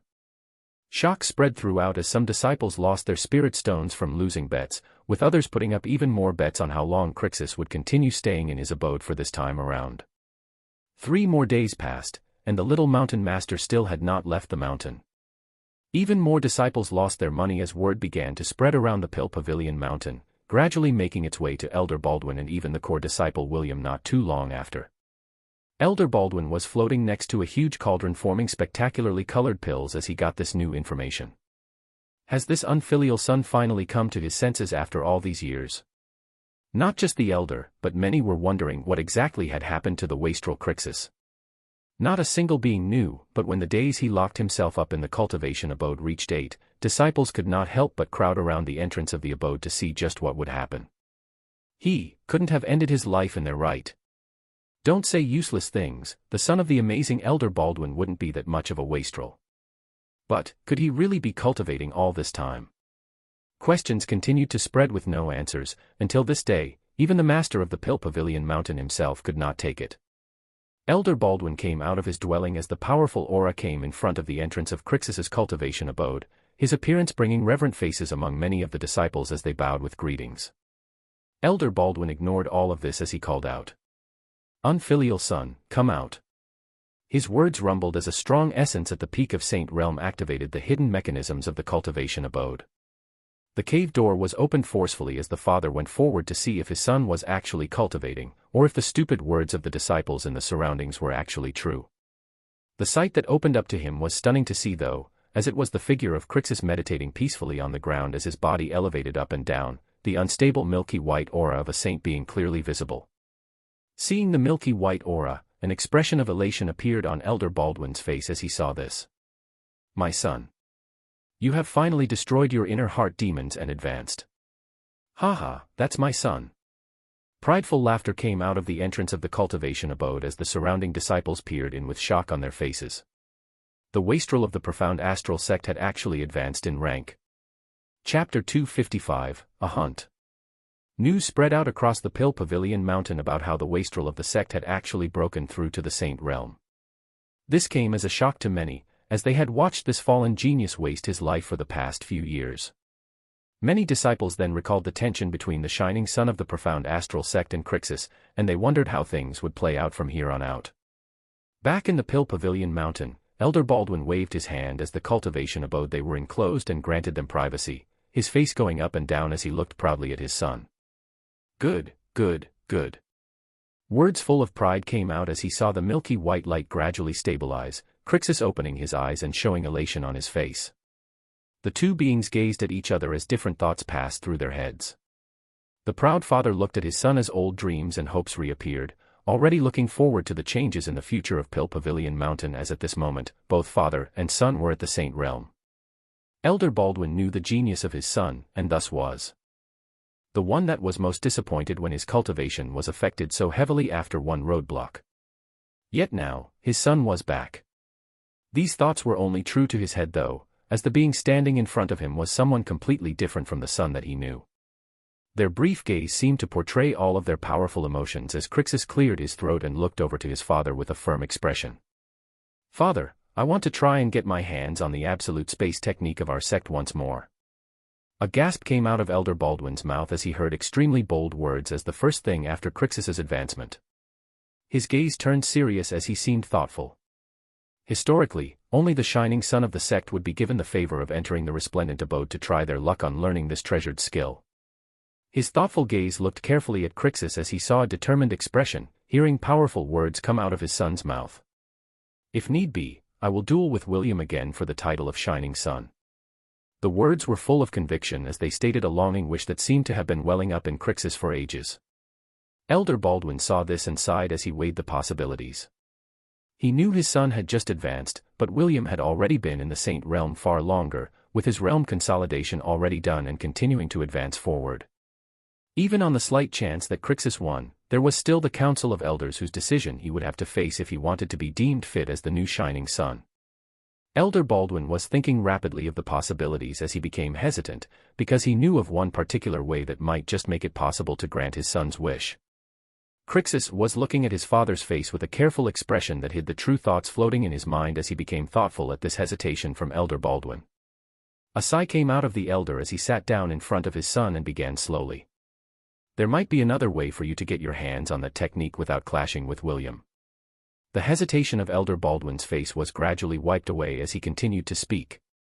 "Only the elders know of this as of right now, but we have received word from the sect master that the infernal hunt will be initiated a century earlier than usual, and that we will soon be sending disciples to one of the infernal realms, the first hell."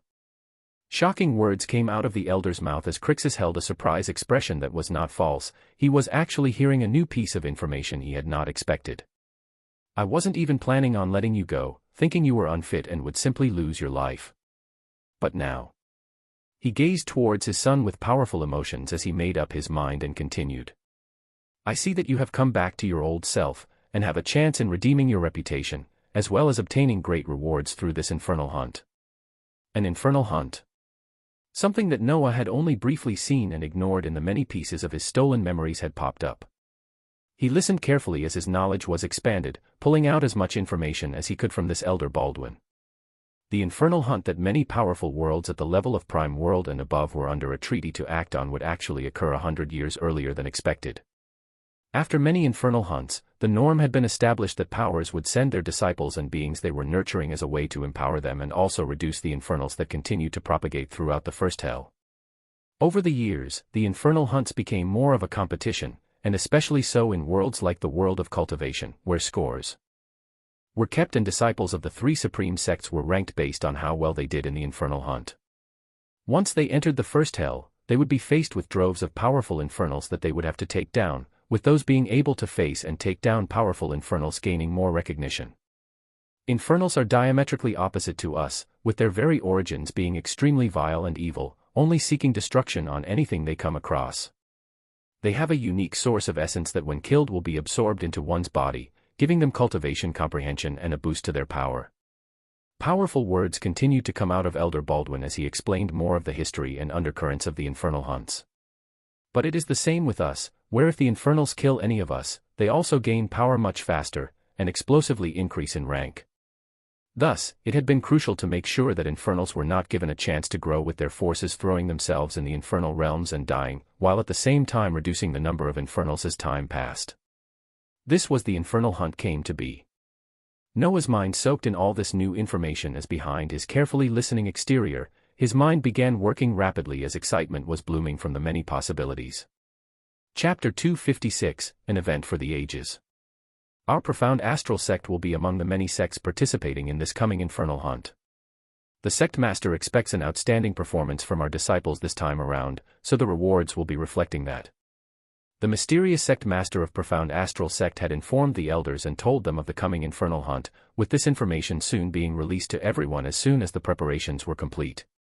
Among the top rewards for the disciples that outshine and outperform is the absolute space technique of our sect. Noah's eyes shone at this new piece of information as his mind worked at high speeds. The face of the being he was portraying showed an interested look that expressed his enthusiasm. I will show them my power in this infernal hunt, Father. I will take down a higher number of infernals than anyone else. His face was that of a young man with his blood boiling in excitement as he looked at the proud gaze of his father. Crixus sharply turned his shining eyes towards Elder Baldwin as he spoke carefully. When it comes to stabilizing my cultivation though, I used up all of my spirit stones while breaking through, and have completely run out as of right now though. Haha, don't sit on the ceremony with your father. Spirit stones, pills, and even the Saint Realm techniques you haven't looked at yet, I'll bring them all here and prepare you for the infernal hunt to come. An expression of appreciation was plastered on Noah's face as he nodded, his vibrant power at the Saint Realm still showing signs of instability as Elder Baldwin moved out of the cultivation abode and went out to grab some of the less restricted techniques of profound astral sect, as well as an abundant amount of refined, core, also known as spirit stones, for his son. His face was full of pride as his figure disappeared in the skies. Noah rose up as he observed silence in the cultivation abode once more, his gaze turning calm as he thought about his great use of time this past week.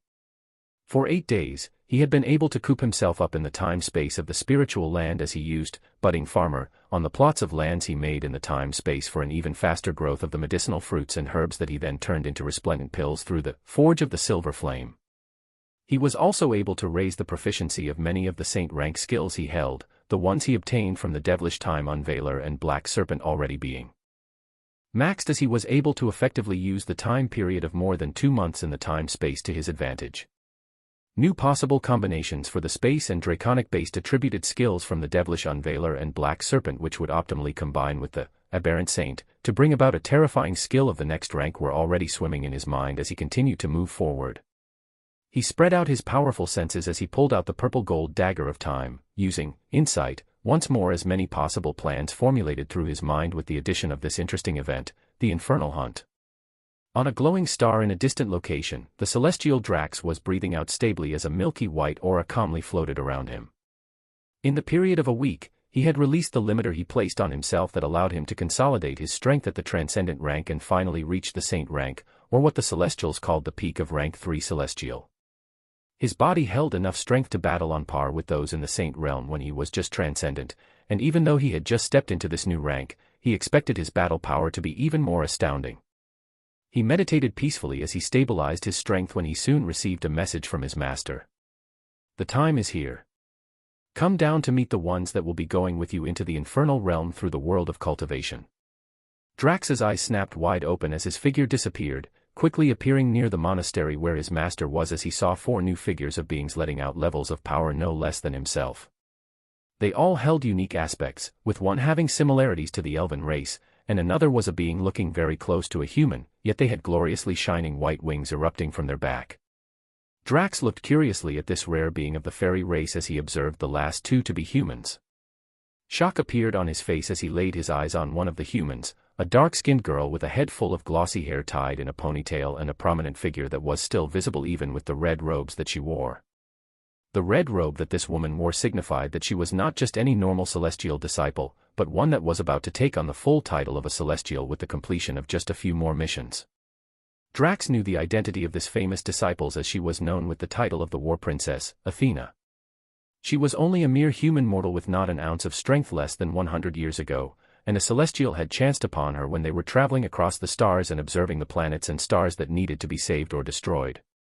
She was in a world on the verge of ruin as her people continued to wage wars amongst each other, eventually depleting the resources of their planet as their only path left became destruction. The Celestial was observing this ruined world when they noticed her unique body disposition that was perfectly inclined towards techniques related to fate. This Celestial took her in as a disciple right away, finding in her a monstrous ability to advance through ranks unlike anything seen before.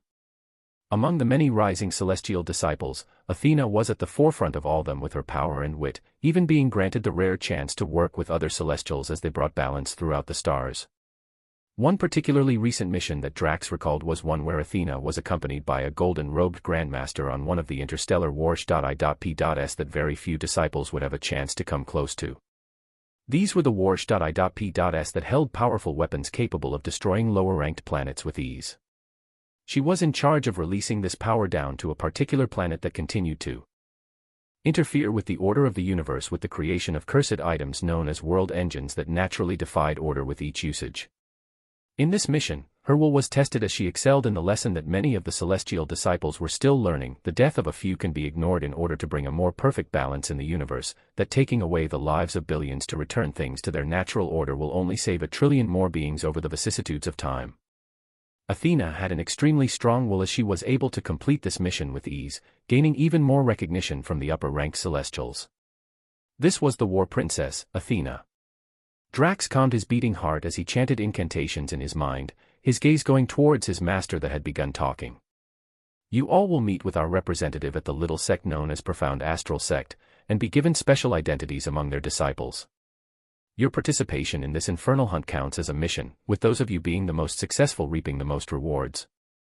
The Grand Master spoke slowly as the 5 beings looked at each other, his gaze focusing on Drax and Athena. Be especially on the lookout for any irregularities as you investigate to see whether the ones tampering with fate are still moving around the world of cultivation. Yes, Grand Master. Drax and the others placed their palms over their hearts as they received the commands, calling out in unison words they had been trained to say for many years.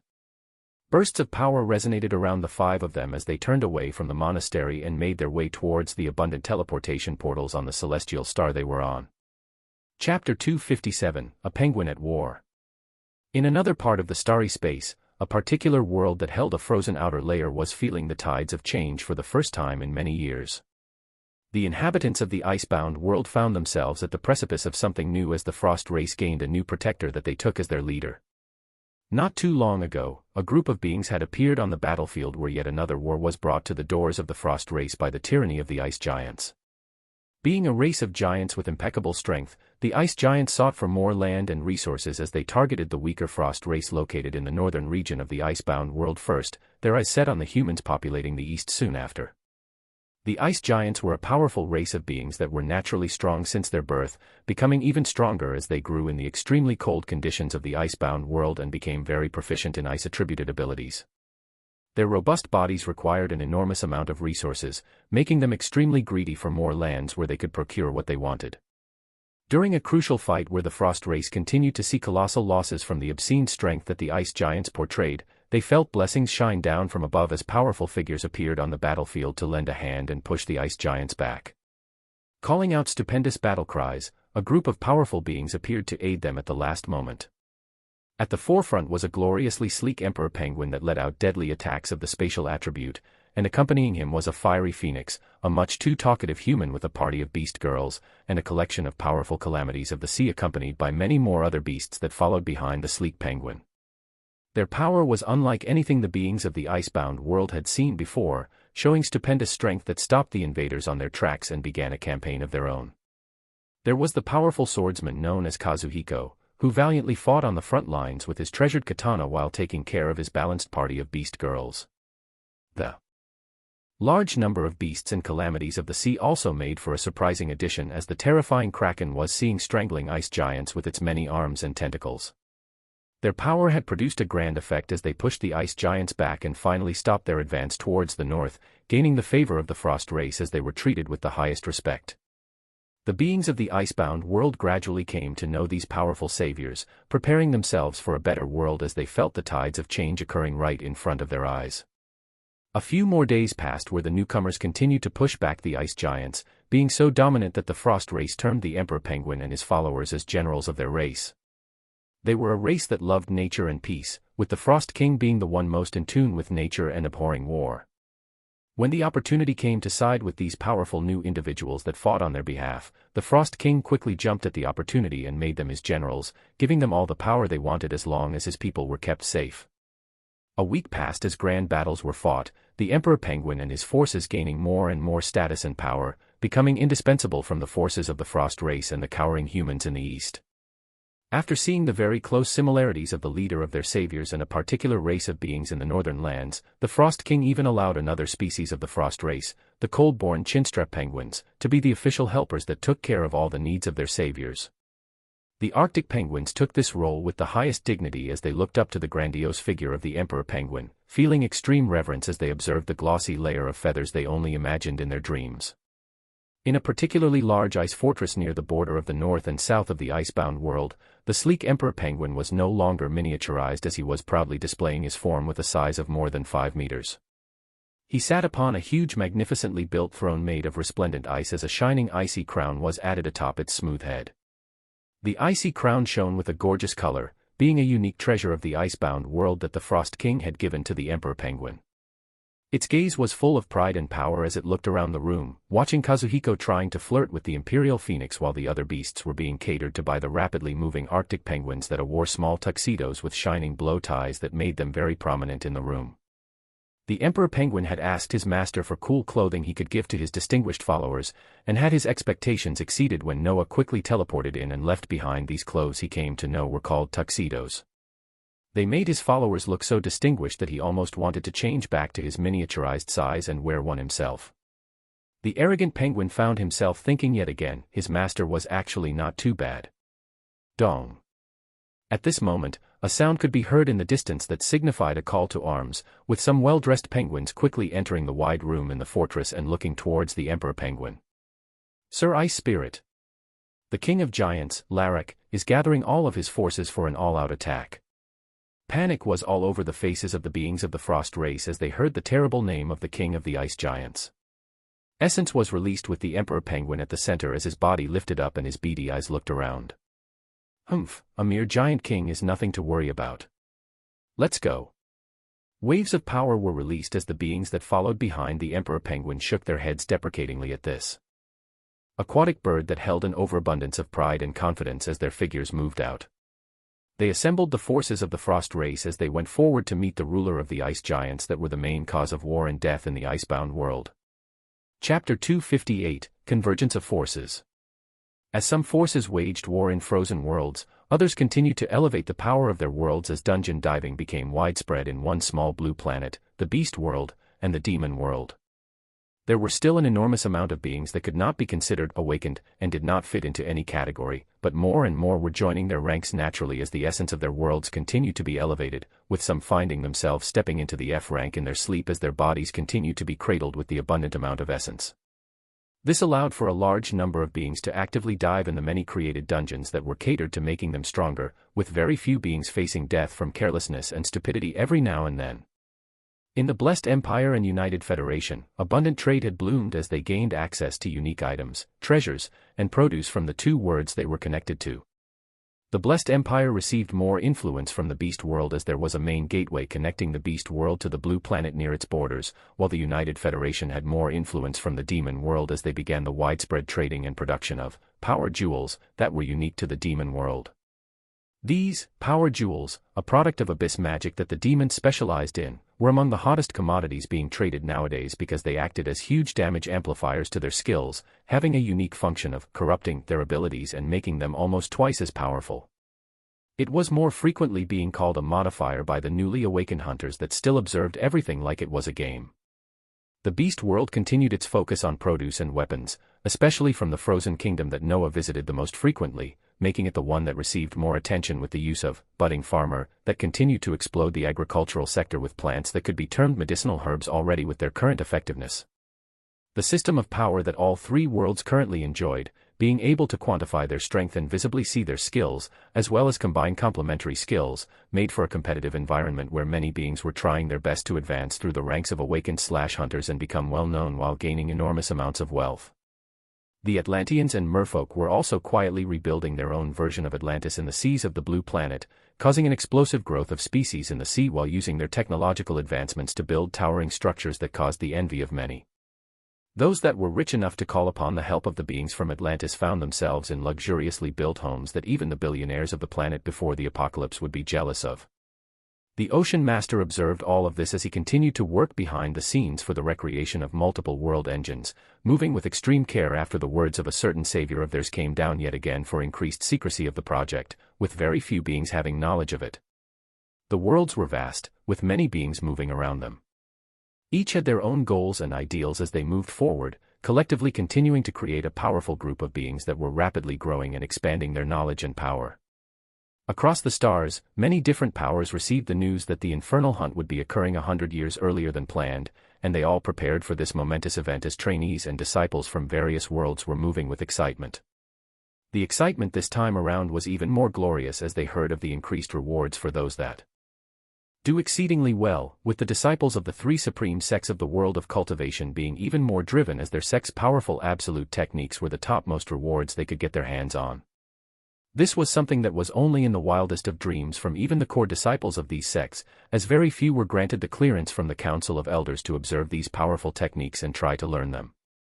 In the profound astral sect, it was even busier as besides the shocking news that the wastrel of the sect could not be called that name anymore, the arrival of old disciples that were the trump cards that the sect was raising in secret in the outside world were returning to join in this excursion.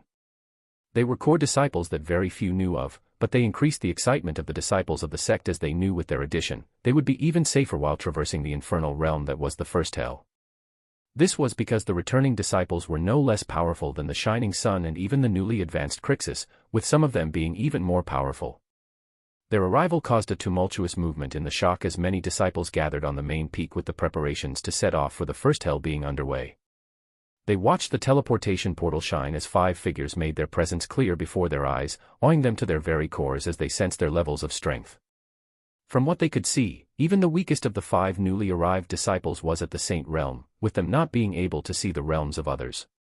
This left them roiling in shock and awe as they asked themselves, in front of such geniuses, weren't they just trash? Among the many disciples congregating on the main peak of the stellar sky mountains, the Shining Sun, William, was looking closely at the appearance of these unheard-of disciples as someone not too far from him was giving these beings an even closer look. The figure of Crixus had a brief change in expression as he observed the faces of 2 particular beings among the newly returning core disciples, as he knew these faces very well.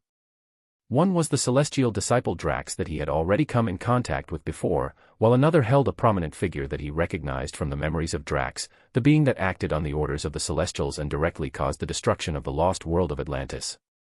In the recesses of Drax's memories, Noah had found the collections of missions of many of the celestial disciples, with many of the memories occupying the renowned war princess, Athena. The celestial disciple at the forefront of power, the one that many celestials looked at with favor as someone who would soon join their ranks.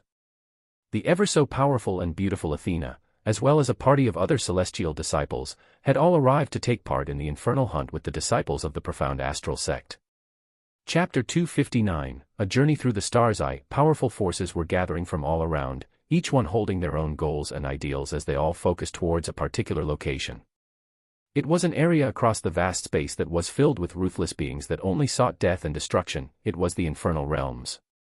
In these wide infernal realms, the focus for many of the powerful worlds currently was on the first hell, the infernal realm that was closest to them, the first realm that could very easily open its gateways into this universe. As always, the trainees and disciples of the powerful powers were prepared as the infernal hunt was about to begin. Over the thousands of years, the powerful forces under the direction of even more terrifying forces behind the scenes had created this infernal hunt to become more of a competition than the widespread massacre of the destructive beings in the realms of hell. This competitive spirit was even more apparent in the world of cultivation as its 3 supreme sects were always fighting for power, trying their best to garner more resources from the higher powers based on how they perform on events such as this. It was not just disciples that were given incentives and rewards to do well in the infernal hunt, the leaders of the different sects and powers were also incentivized by the powerful force of the celestials behind them. The powers that made the most contributions would garner the favor of one of the few powerful and secretive forces of the universe, while also gaining abundant rewards in the form of stupendous techniques and treasures for them to add to their collections. Thus, the powerhouses in the profound astral sect were most pleased when they saw the returning disciples that would be fighting for them, the joy of those who knew the actual secrets behind the scenes being even higher, as they knew these beings were disciples of the Celestials themselves. This was the favor that the profound astral sect of the world of cultivation received after connecting themselves with the powerful force that was the Celestials. The other two supreme sects only had suspicions and unconfirmed theories as they gradually watched the power of the profound astral sect continue to rise higher and higher over the years, with very few having the knowledge of their association with the Celestials. The newly arriving Celestial disciples looked at the numerous disciples around the main peak of the profound astral sect as they serenely made their way to the section where core disciples were situated. Powerful auras felt each other out as the new figures observed the auras of the Saint Realm William and Crixus, along with other disciples that were at the peak of the transcendent realm. These were beings that could be called geniuses by many standards, but Drax, Athena, and the other celestial disciples only looked at them briefly as their gazes only passed through them, finding their own positions and looking forward to where the elders of the profound astral sect were situated. Quiet down. A powerful sound reverberated throughout the main peak as a single bearded elder of the profound astral sect spoke. Surrounding him were a few more elders that let out levels of power no less than his. Being vigorously powerful, they were releasing a purple milky aura of the void firmament realm. Their show of power awed the disciples as the elder up front, the one known as Elder Space Warp, waved his aged hands to cause a powerful ripple to appear in the skies above them. A few seconds later, the sky darkened as a tremendously large ship floated in the skies above the stellar sky mountains. The large vessel could only be described as a ship as it took the general outline, with various runic markings and spreading throughout its black exterior, and powerful weapons that let out an oppressive light. Elder Space Warp's eyes let out a sharp light as he laid them on the interstellar warship above him yet again. He very rarely got the sect master's permission to use this amazing piece of ingenuity, but today was a special day with the arrival of the beings that gave them this interstellar warship in the first place. His gaze briefly stayed on the figure of Athena, who was standing at the forefront of the celestial disciples, as he continued. The journey to the first realm of hell of the infernal realms will begin now. The disciples who wish to participate can now board the ship. A wide section of the interstellar warship opened as it revealed wide doors and an exquisitely built interior. A ship like this only held a single purpose, and that was to traverse through space.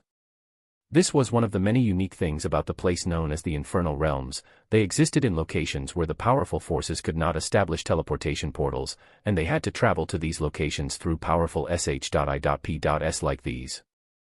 The many disciples looked at this sight with blazing eyes, but they held themselves back and remained still. They knew how things worked, and their eyes gazed upon the location of the core disciples. The shining sun, William, moved first as he nodded the 5 celestial disciples, leading the way as he flew up serenely towards the ship. The celestial disciples also moved next as behind them, the being with the figure of Crixus moved with a mixed expression that any watching disciples and elders interpreted as a look of determination and slight fear. Elder Baldwin watched his son fly towards the spaceship as he nodded his head. "Be strong, my child. Show me that you have truly regained your genius and wit."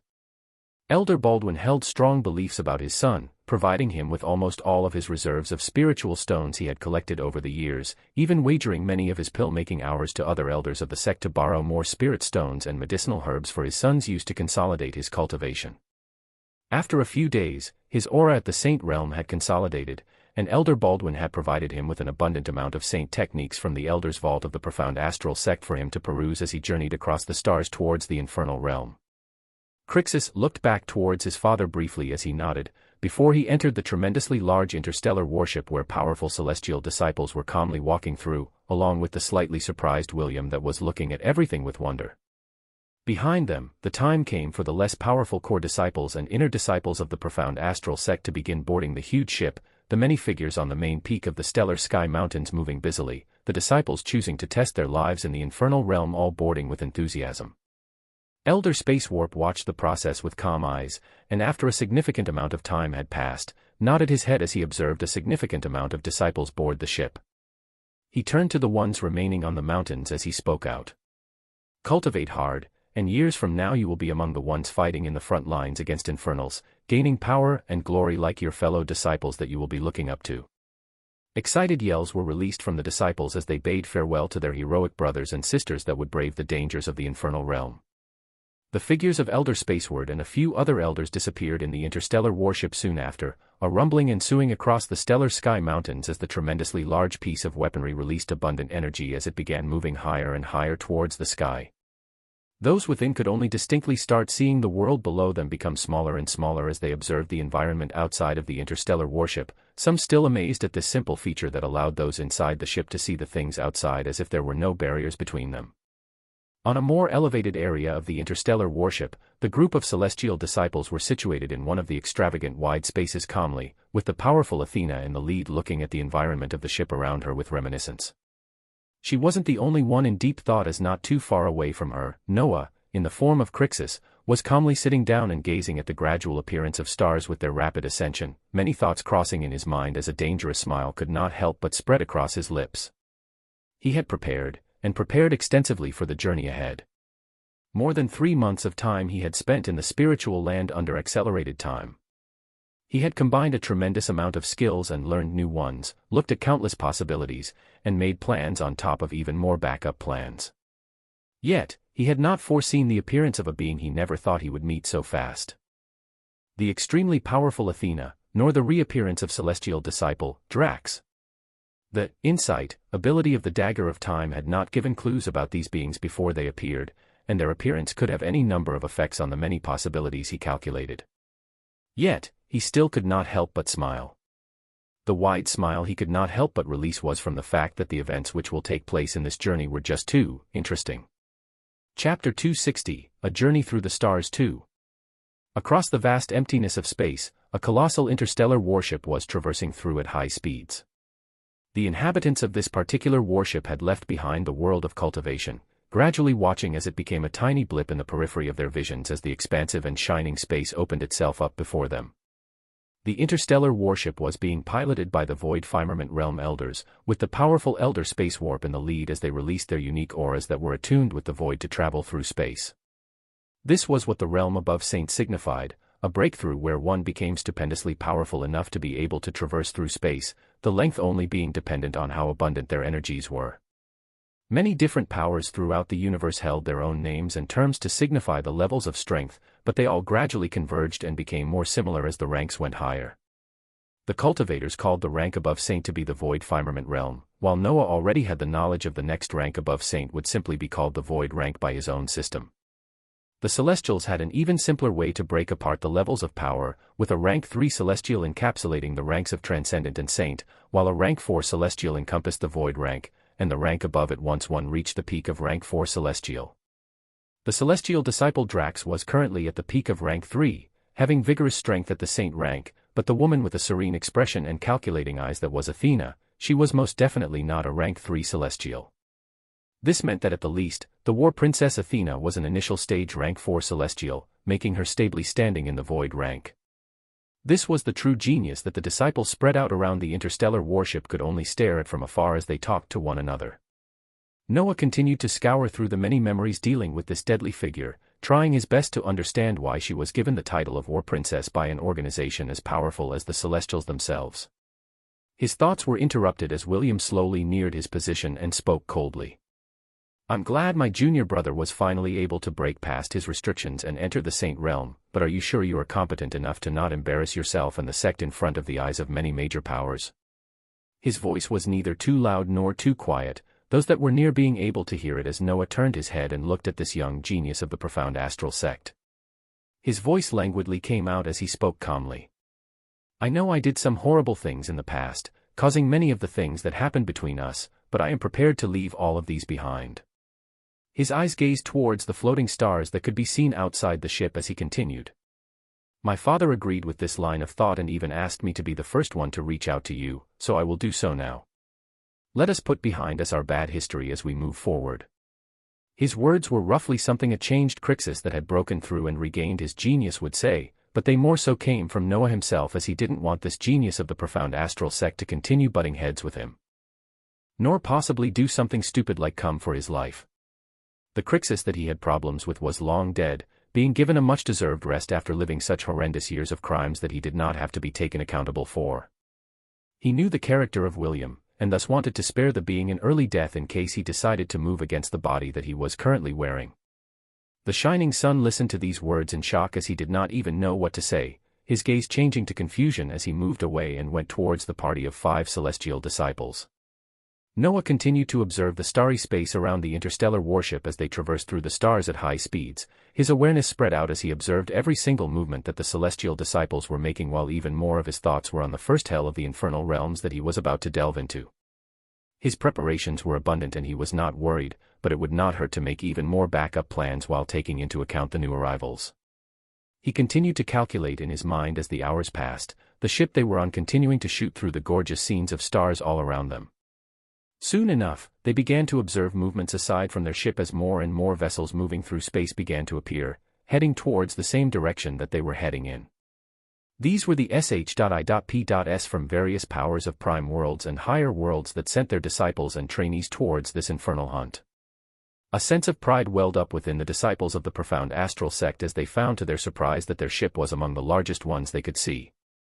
Awe and amazement continued to bloom as a grandiose scene of interstellar warsh.I.P.S traversed through space towards a singular location, the doorway that led to the first realm of hell. Another few hours passed as they continued, and soon enough they began to see a shining red light begin to encompass their entire field of vision as they neared a stupendous and unimaginable sight. The multitude of sh.I.P.S carrying powerful beings all continued to congregate towards this shining red light as the scene gradually became clear to the eyes. In front of them, the outline of a ridiculously large door-looking structure stood alone in space. The outline of the door was surrounded by searing red flames, its entire existence looking completely out of the norm as it blazed powerfully in space. It was so humongous in size that many of the large interstellar sh.I.P.S congregating towards it could not even compare in size, only being 1/10 the size of the flaming gateway in front of them. This was the doorway leading to the first realm of hell. Chapter 261, The Door That Leads to Hell. The door that led to the first realm of hell showed itself grandiosely to the many crowding beings seeing it for the first time. The beings in the sh.I.P.S that were getting closer to the gateway were able to see many interstellar sh.I.P.S already stationed a few miles around the flaming door, and these sh.I.P.S carried a special significance. These were not sh.I.P.S that had just arrived like most of them, but they were already stationed here for the past hundreds of years as they acted as the first line of defense to monitor this gateway which could bring them into the first realm of hell, but it could also take terrible beings out of this realm as well. These were various beings from world powers under the agreement to battle against the infernals, some being stationed here for years as they carried out their jobs as guards and protectors. The many sh.I.P.S coming in stopped at sufficient distance as they came to a standstill, waiting for the start of a grandiose event. Elder Space Warp's vibrant essence erupted out in the interstellar warship as he took the center of attention, the many odd disciples turning their gazes towards his as he began to speak. What lies before us is the gateway to the first realm of hell, a terrible world that is the birthplace of many of the infernals you have to come to learn about. His voice reverberated throughout the ship as he continued. Once you pass through this gateway, you will be transported to a random location in the first realm of hell, this being something that none of us can control. The elder waved his hands as he was speaking, bringing to their eyes an assortment of colorful medallions in the thousands that began shooting out from him and towards the many disciples all around. What we can control, though, is your exit. These infernal medallions are creations from the resources we have gained in the realms of hell over the years, and they allow for the immediate teleportation of anyone that activates it. For now, attach them to your identity medals and mark them with your name, and the name of our sect. Only use these precious medallions if you find yourselves in dire situations where you might lose your life. His strong words resounded as the disciples took hold of these medallions as if they were another lifeline, using essence to inscribe their names and profound astral sect before putting them in their bags of holdings as they continued to listen. The medallions will react to your unique signature and also act as a scorekeeper for the fun aspect of this hunt, allowing us to distinguish which of you is performing the best in the infernal hunt. Elder Space Warp waved his hands as a red light shone from the medallions, acting like string as it all came towards him, and he redirected it to the space outside of the interstellar warship as the disciples turned to see similar red lights shooting from the many sh.I.P.S that were now stationed around the humongous flaming gateway. These red lines from a multitude of sh.I.P.S all came together as they converged on one particularly exquisite interstellar ship that was near the center, causing a blinding light to shimmer as the collection of red lines were all put together, and then projected above the ship as an extremely clear image of hundreds of thousands of names of beings from various powers were displayed. Elder Space Warp continued to speak inside the ship. These infernal medallions make it so that every single power here will know exactly which disciples are excelling the most in this hunt, so make your sect proud as you take down the most powerful and most numerous infernals that you can come across. The disciples shouted with vigor as they heard the motivating words, the elder floating in the ship as he spoke once more. Aside from the abundant rewards from the profound astral sect itself, with the top one being the discernment of the absolute space technique with the help of any elder proficient in it, you will find that the recognition received by the powerful figures watching this infernal hunt to be even more useful for your future cultivation. Furthermore, the infernals themselves have unique origins that when defeated, their essence will be absorbed into your bodies as they directly increase your comprehension and cultivation realm, so use this to your advantage and take down as many as possible. But the voice of Elder Spaceward turned serious as he captured the attention of every disciple around him.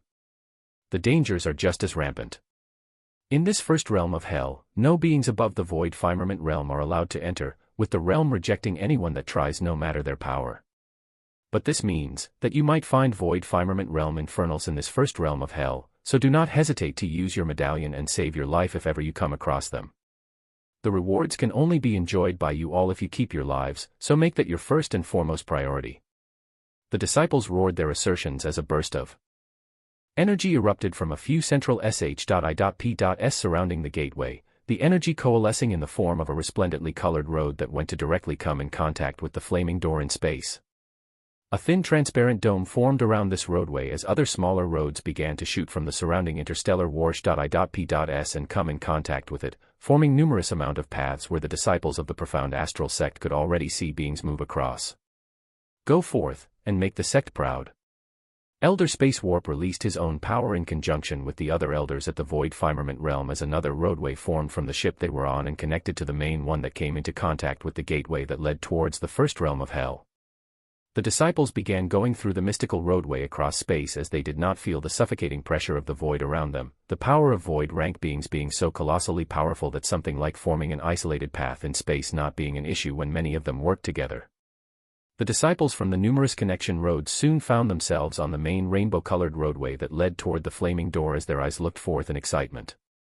Many of them turned to stare at the huge projection above them which showed tens of thousands of names, all currently showing 0 points next to them as they wondered, just who would come out on top on this exciting infernal hunt. Would it be the powerful disciples of their sect, or would it be someone else entirely? Around them, beings of various races congregated towards the same path as many of them could see extremely different phenotypes all around. Beings made of flesh and bones, others made of stones and steel, others made of shining light with even more covered in darkness. All of these beings from a wide variety of races came together as their gaze was only towards one thing. Fear, trepidation, and excitement all mixed in a wide assortment of feelings as the disciples and trainees of powerful forces amassed and went towards the flaming door that led towards the first realm of hell. Chapter 262, The Harbingers Rain Down Destruction. In a world covered with the vicissitudes of ice, a world-shaking battle was taking place, and it was a battle that would decide the fate of the large world that was known as the Icebound World. The three forces occupying the lands of Icebound World had all converged to meet in this single battle, with the cowering humans in the east finally making their stand and choosing to join with the Frost race that had recently gained powerful helpers in order to bring the tyrannous ice giants' warpath to an end. Freezing cold winds and snowy weather covered the terrain of this final battle, where two powerful auras were looking towards each other with extreme battle spirit on the wide terrains where hundreds of thousands of beings gathered. Billowing snow that obscured one's vision continued to come down heavily, but it did not deter any of the two opposing forces. On one side, the king of the ice giants, Larak, held a tremendously large mace made of extremely hard crystals that shone in the light, giving the menacing weapon a beautiful sheen before it could be seen dripping with blood as it crushed countless beings. The king of giants was more than 20 meters tall, being 5 meters taller than the average ice gant as he stood out prominently in the crowd. Expertly made blue battle armor covered the entirety of his body as he looked like a moving fortress that was ready to crush everything on sight.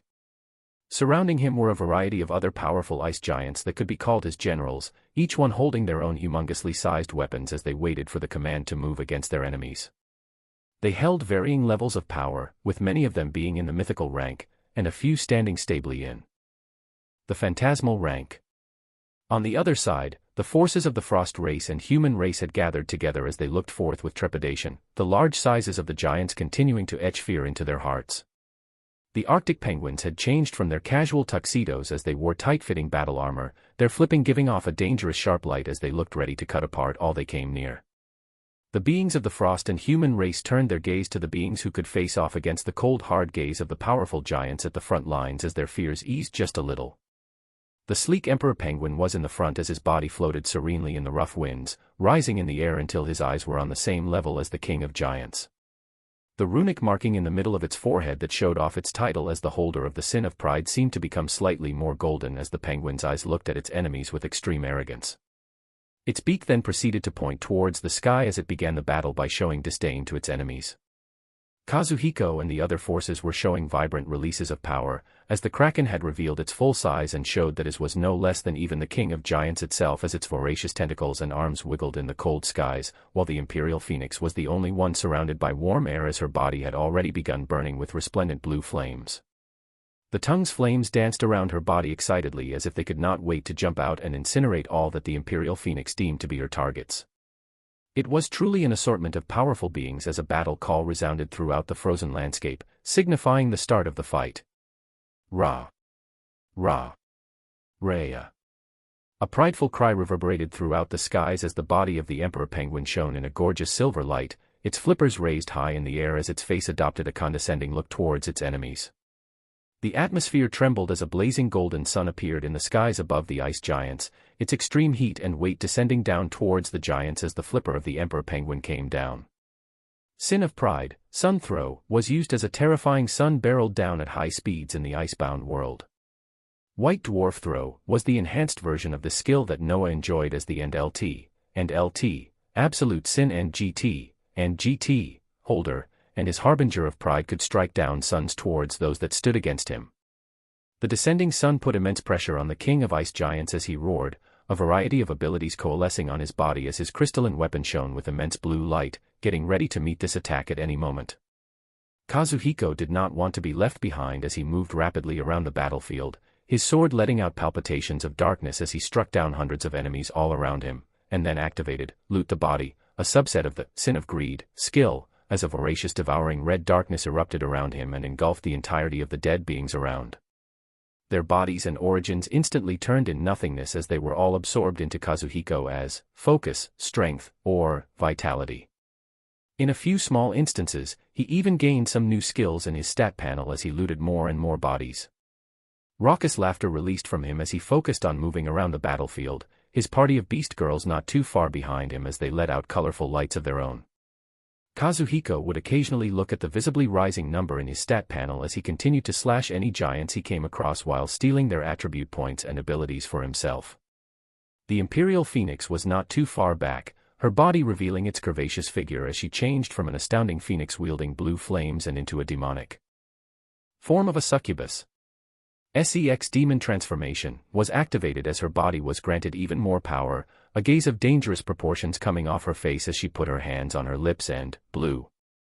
A terrifying blue miasma spread out from her as it went on to cover thousands of giants around the battlefield. The ice giants found strength leaving their bodies as they looked towards the Imperial Phoenix with loving gazes they had never given even to their mothers as they heard a sweet command from her, their minds imagining the amazing ways they would spend their nights together the moment they completed the command from this being they loved the most. They brought whichever weapon they were holding in their hands as they turned them towards themselves. Those with huge blades serrated their own necks, those with cudgels and hammers smashed their own heads until they became unresponsive, but their gaze was still that of profound love as they looked towards a sweetly smiling Imperial Phoenix with the enhanced form of a succubus. It was an eerie and dangerous sight to see as even someone who was not affected, Kazuhiko, briefly looked at this sight as his eyes shone towards this curvaceous form. He was reminded of his unsuccessful attempts at flirting with the Imperial Phoenix these past few days, wondering whether he should go to Noah to ask him exactly how he was able to charm the frozen queen in Barbados so he could apply the same principles to this cold Imperial Phoenix. His thoughts were quickly interrupted as he felt a hammer twice the size of his body descending down from a giant, cutting his thoughts short as he put more mana to his next attacks to make his enemy feel even more pain for the interruption. The humongous kraken focused on the battle and was fully utilizing the Sin of Wrath, as its reddened eyes gained a bloody color, its mind dredging up the worst memories that induced immense anger as an encompassing red light erupted from it. His power reached insane levels with rage empowerment and fury channeling, as something even more spectacular was activated. The immense levels of anger it held deep inside its heart, the helplessness it felt when it saw the world it was born in shatter into pieces, this anger grew more and more as it manifested itself gloriously with Anger Avatar. The humongous body of the Kraken found a reddened battle armor forming around its many arms and tentacles, the ends of each of them gaining shining red spikes that seeped with blood as his aura momentarily overtook the whole battlefield. A variety of emotions clouded its mind as it recalled its destroyed homeworld, the billions of beings that lost their lives, as well as the origin of something very close to him. A deadly scream erupted from the Kraken as a bloody light was released, its huge body spreading out like a fan over the battlefield and spinning rapidly as powerful ice giants in the thousands were turned into a mass of flesh and bones. Those that were watching could feel a tremble deep in their hearts as they unconsciously felt an unknown anger dredge up from the depths of their hearts. Humph. The sleek penguin in the skies observed these stupendous scenes around it as it did not like the fact that it wasn't the center of attention, a snort ringing out as pride embodiment activated and caused a shining golden light to gloriously erupt from it. His facial expression seemed to become nobler as the sleek feathers covering it became golden, the body becoming an embodiment of pride as a power that was not at the phantasmal level was released. Burn, little ice giants, burn. An arrogant voice that seemed more like a command rang out from its beak as the ice giants felt themselves being brought to their feet in a kneeling position, their gazes turning towards the skies as they observed two more blazing suns appearing explosively in the skies as they barreled down towards them. This made it 3 suns that were now descending down at their position, and at the centermost of all this was a gloriously glowing golden penguin that seemed to be looking at them with eyes that only saw them as something less than bugs. The king of the ice giants, Larak, looked at this sight in dumbfoundedness as he felt the powerful strength he had always known leave his body as he thought a few last words. What the fuck was this? Boom. Silence reigned in the battlefield after the explosion of 3 suns, the frost race looking towards where the king of ice giants stood only to find a scarred landscape with burning flames, the only thing left behind being burnt masses of bones. The large crystalline weapon that the king of ice giants carried was the only thing intact as all around the area, only death reigned. Immense shock and slight fear entered their hearts as they turned to look towards their powerful helpers in the sky. The others were looking at the penguin and shaking their heads because they felt a change in its aura at the last moment, realizing this penguin had released the limiter they decided to place on themselves and revealed its power at the transcendent rank.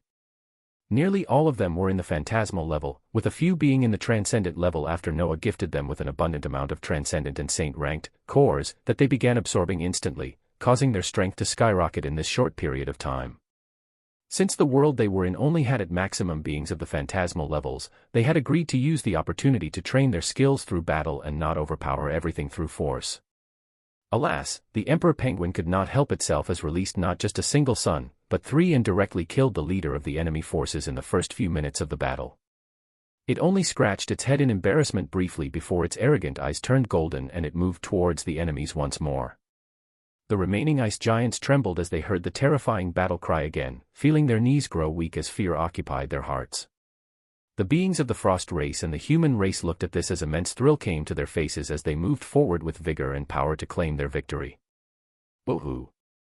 The battle for the icebound world that had started not too long ago, had actually found an untimely ending. Chapter 263, The First Realm of Hell. As battles concluded in some worlds, new ones began in others.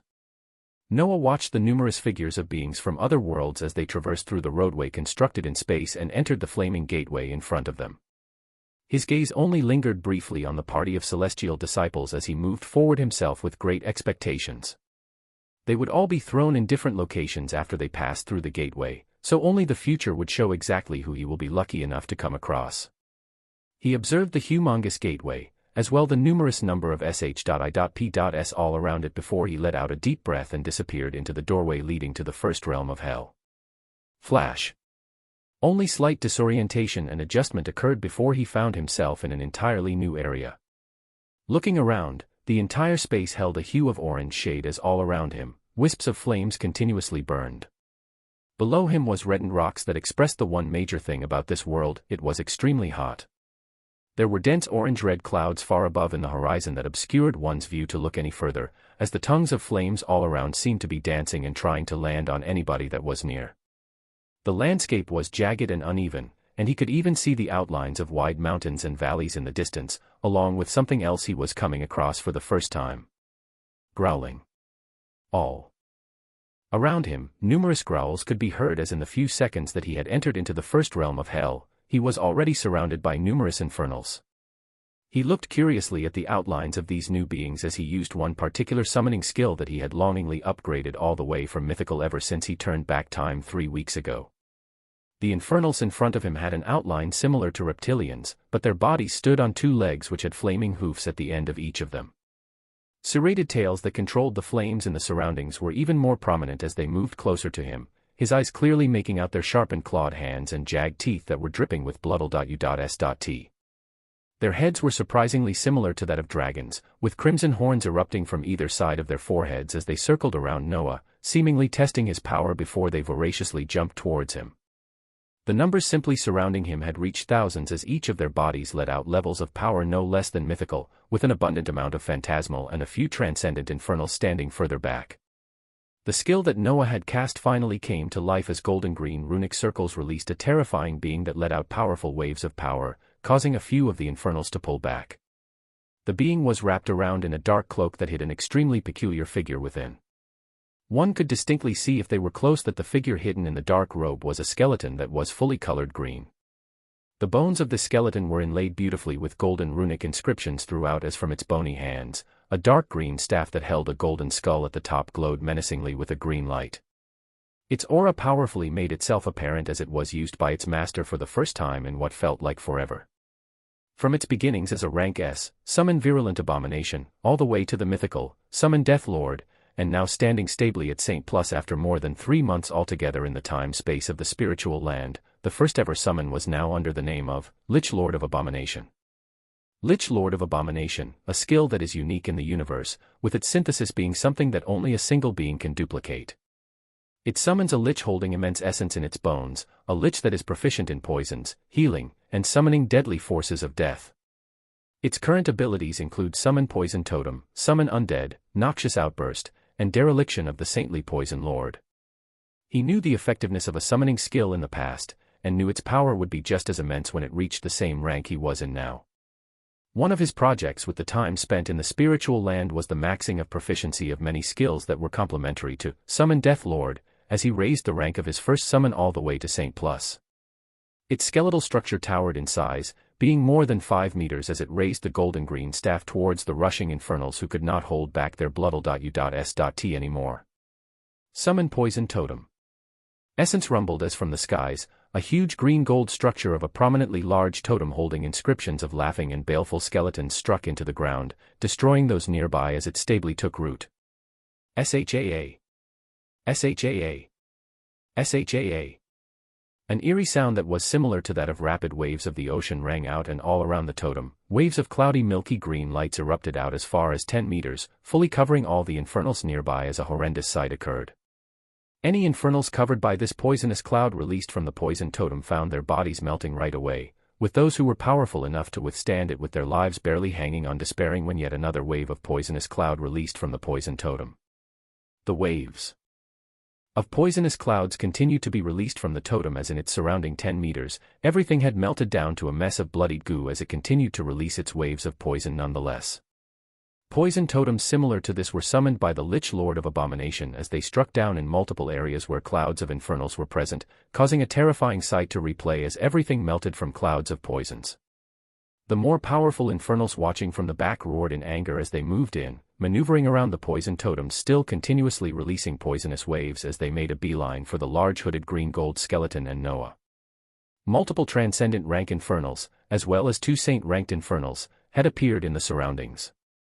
The Lich's eyes shone a green light as the skeleton atop its staff shone a golden light, its immense energies casting yet another skill as Noah watched the abilities play out with a wide smile on his face. Summon Undead was cast as shining green lights began to appear in droves all around them. The green lights seemed to be multiplying at a rapid pace, increasing exponentially as an aura of death began to spread out all around them. Encompassing screams resounded as in the vicinity of Noah and the Lich Lord of Abomination, thousands of powerful undead had appeared. Numerous skeleton warriors wielding poisonous jagged blades, Dullahans releasing poisonous smoke, immensely large ghouls and zombies, as well as a humongous-sized bone dragon that whipped its skeletal head towards the oncoming infernals, and let out a poisonous dragon's breath. A gory scene of melted transcendent rank infernals played out as a fiery light erupted from the saint-ranked infernals, a barrier of flames surrounding them that fully protected them from the poisonous breath. They pulled back briefly as they pulled in their bloodle.u.s.t and observed the beings in front of them yet again. Around the human and lich, droves of powerful undead were screeching at the infernals as the bone dragon began the charge, and thousands of the undead spreading out towards the infernal swarming around them. Noah could not help but laugh at this sight, recalling how he loved summons so much with the ease they brought. Watching a pet that he called out move across the battlefield as they reaped havoc and chaos had always had its own charm, and he was reminded of it yet again right now. He was about to move forward and put in some work himself when he felt a reddish form of energy come from the dead infernals all around him and enter his body. Error. Oh. Now what is this? He stopped as he heard the messages from the planetary core of his homeworld, with the core of the beast world and demon world chiming in soon after as they came across something new. Memories about the infernals reappeared in his mind as he recalled the words of Elder Baldwin and Elder Space Warp about how these beings were diametrically opposed to them, with their bodies releasing unique energy which directly helped improve the cultivation and comprehension speed of those that defeated them. The same applied to the infernals, where any time they defeated any of them, their ranks and power would climb that much faster. So why exactly had this unique form of essence caught the attention of the planetary systems? Chapter 264, Exploring a Shocking New Feature. A new form of energy is directly interfering with skills and abilities. Contained. Isolated. Analyzing. This. His home world's core continued to speak in its monotone voice as the cores of the other two worlds continued to speak with more emotions, all three rapidly analyzing this new form of energy given off by the defeat of the infernals in this first realm of hell. The infernals existed in the 7 realms of hell, with the first one having the lowest levels of infernals, the place where most of them are newly born. When the various powers first faced the infernals, they found, to their surprise, that the defeat of these beings would grant them boosts in their power, with beings that studied the laws of different elements finding themselves gaining increased comprehension speed as they progressed much faster. This same energy that many powerful powers in the universe had come across, Noah was finally coming in contact with it for the first time. Isolation and analysis successful. New form of energy has been broken down and quantified, and will be displayed in the form of numbers under a new feature, infernal skill points. Noah phased his mind out from the infernals surrounding him that the Lich Lord of Abomination was taking care of as he focused more on the words of the planetary system, trying to fully understand exactly what they had come across. While increasing comprehension speed and power in others, it can be better utilized if it is directed and focused onto a few specific abilities and skills of the user. Hold on while a sufficient explanation is prepared. A few brief seconds passed as Noah activated his numerous mind-enhancing abilities, and he didn't wait long before a new blue screen appeared in front of his eyes. And LT, Infernal Skill Point, S, and GT, a unique essence found only in the realms of hell. The user is able to open up multiple paths of evolution for their skills and abilities through using skill points, and while working in conjunction with skill combination, achieve a smooth enhancement of all abilities through sacrificing skills of equivalent level. Skill trees of multiple abilities can be viewed and activated through the use of the skill points, and they can also be used to increase the proficiency of skills and abilities. Current number of skill points, 1.3.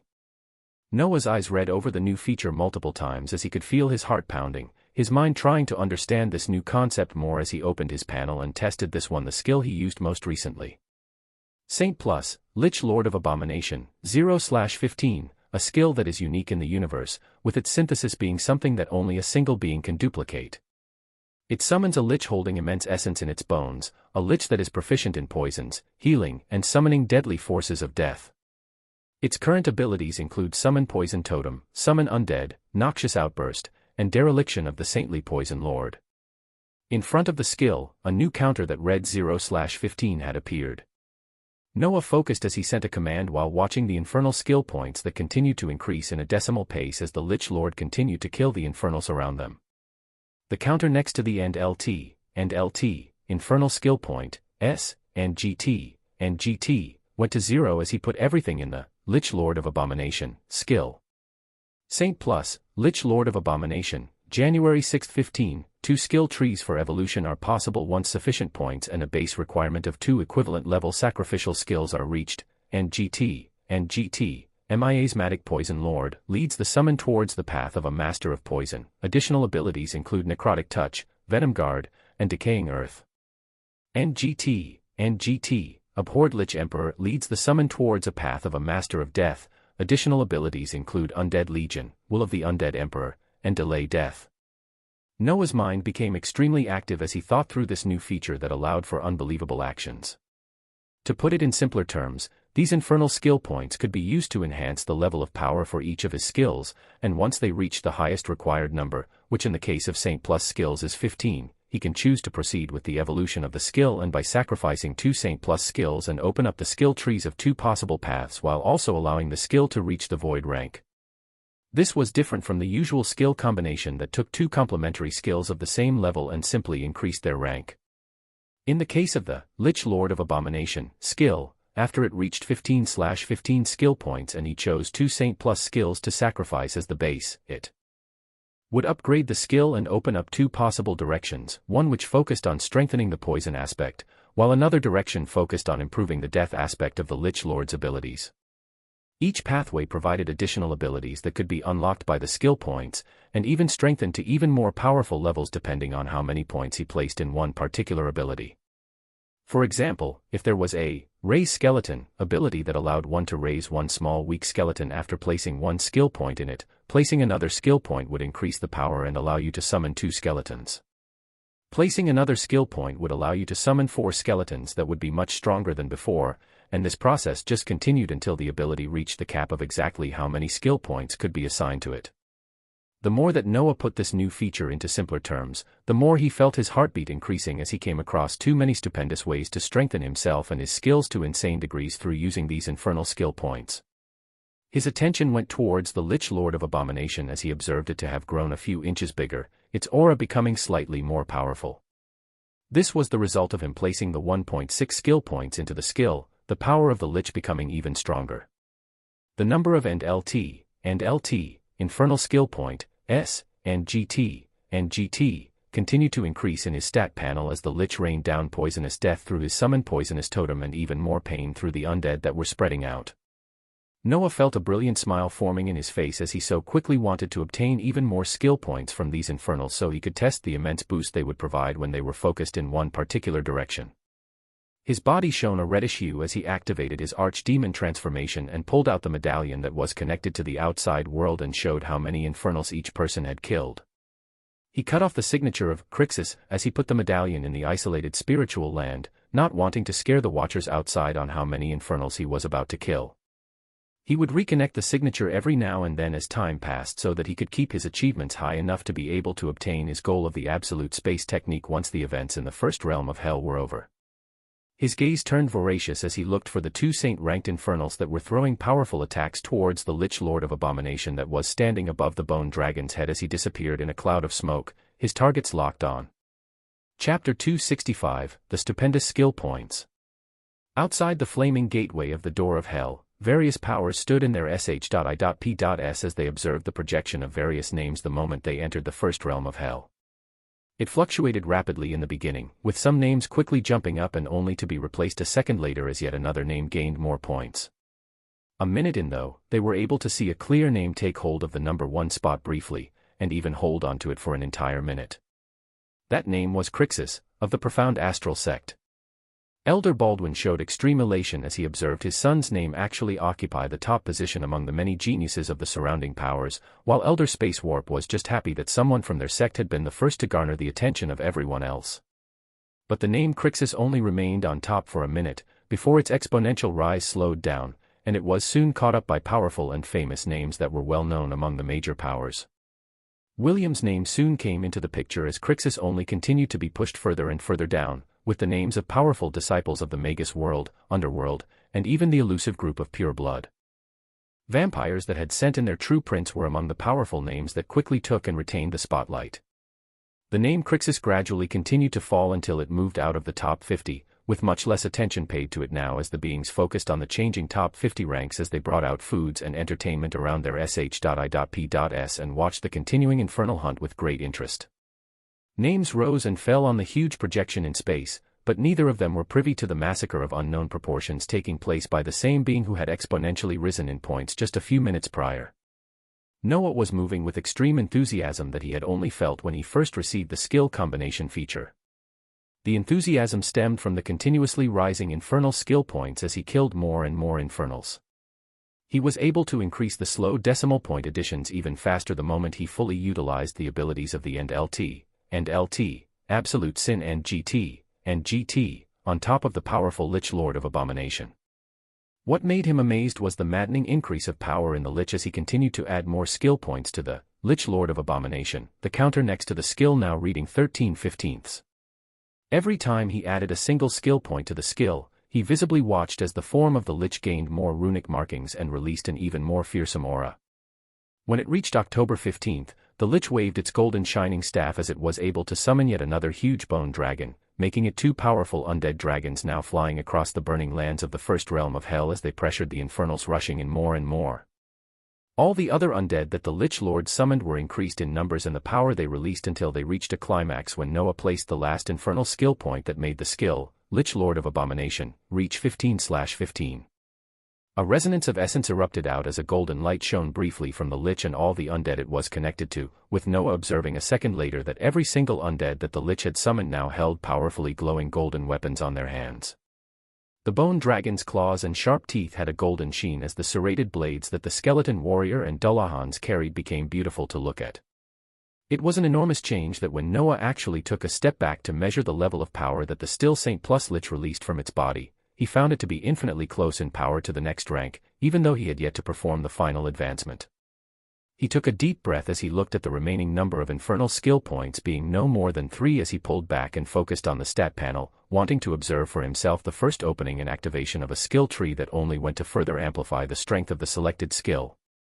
Saint Plus, Lich Lord of Abomination, 15/15, skill point requirement met.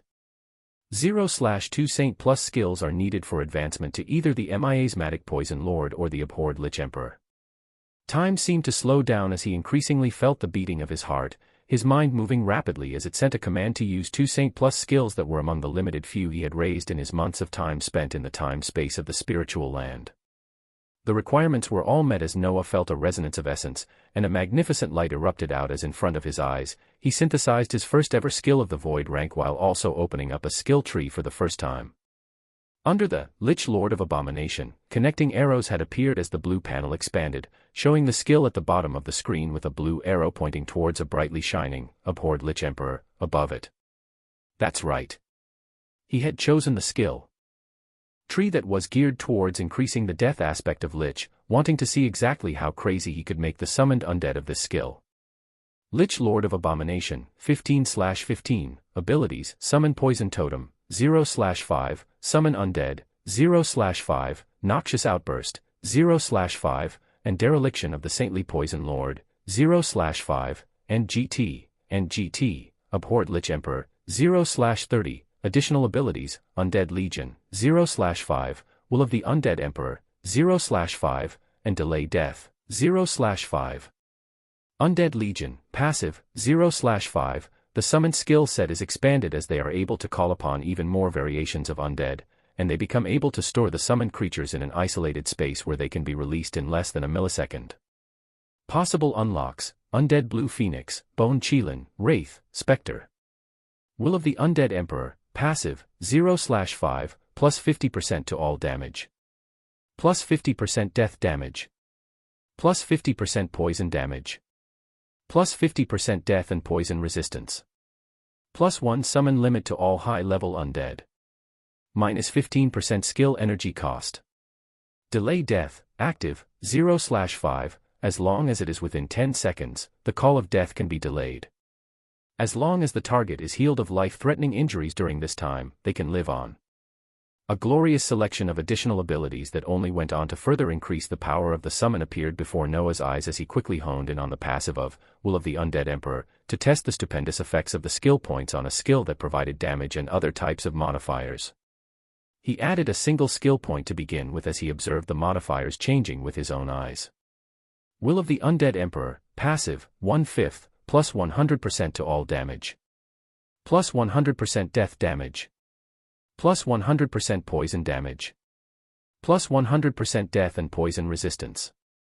Plus 2 summon limit to all high-level undead. Minus 30% skill energy cost. Every single modifier had effectively doubled with the addition of a single skill point. Noah's eyes shone as he added the rest of the remaining skill points and watched the results yet again. Will of the Undead Emperor, passive, 3/5, plus 200% to all damage. Plus 200% death damage. Plus 200% poison damage. Plus 200% death and poison resistance. Plus 4 summon limit to all high-level undead. Minus 60% skill energy cost. A beautiful view of numbers passed through his eyes as he turned his attention to the outside world to observe the stupendous changes of his summon and the crazy rise of power each of its undead received with the will of the Undead Emperor. The sight left his jaws wide open. Chapter 266, An Undead Legion traverses the first hell, a vampire makes a move. In a certain location of the first realm of hell, a sight of unimaginable proportions was playing out as for the first time in the history of this world, an area of a few miles was filled with beings that were not infernals. For miles around, one could see shining golden flames vigorously burning from the eyes of numerous undead beings as they moved like a single organism, the direction they went towards acting as a grinder that cut down everything they came in contact with. Noah watched his first ever void rank skill in action as the Lich Lord of Abomination gained the additional abilities of the abhorred Lich Emperor, heavily boosting the aura that it released itself, and the even more prominent effect being the large numbers of undead that continued to increase as he observed the Lich to be moving its now golden bony jaws in laughter as it waved its skull staff around maddeningly. Ka ka ka. The powerful jaws of the Lich snapped open and shut in wild emotional laughter as abundant essence released from its body, summoning as many undead as it could with its expanded abilities. The Lich was no longer 5 meters tall with a green exterior.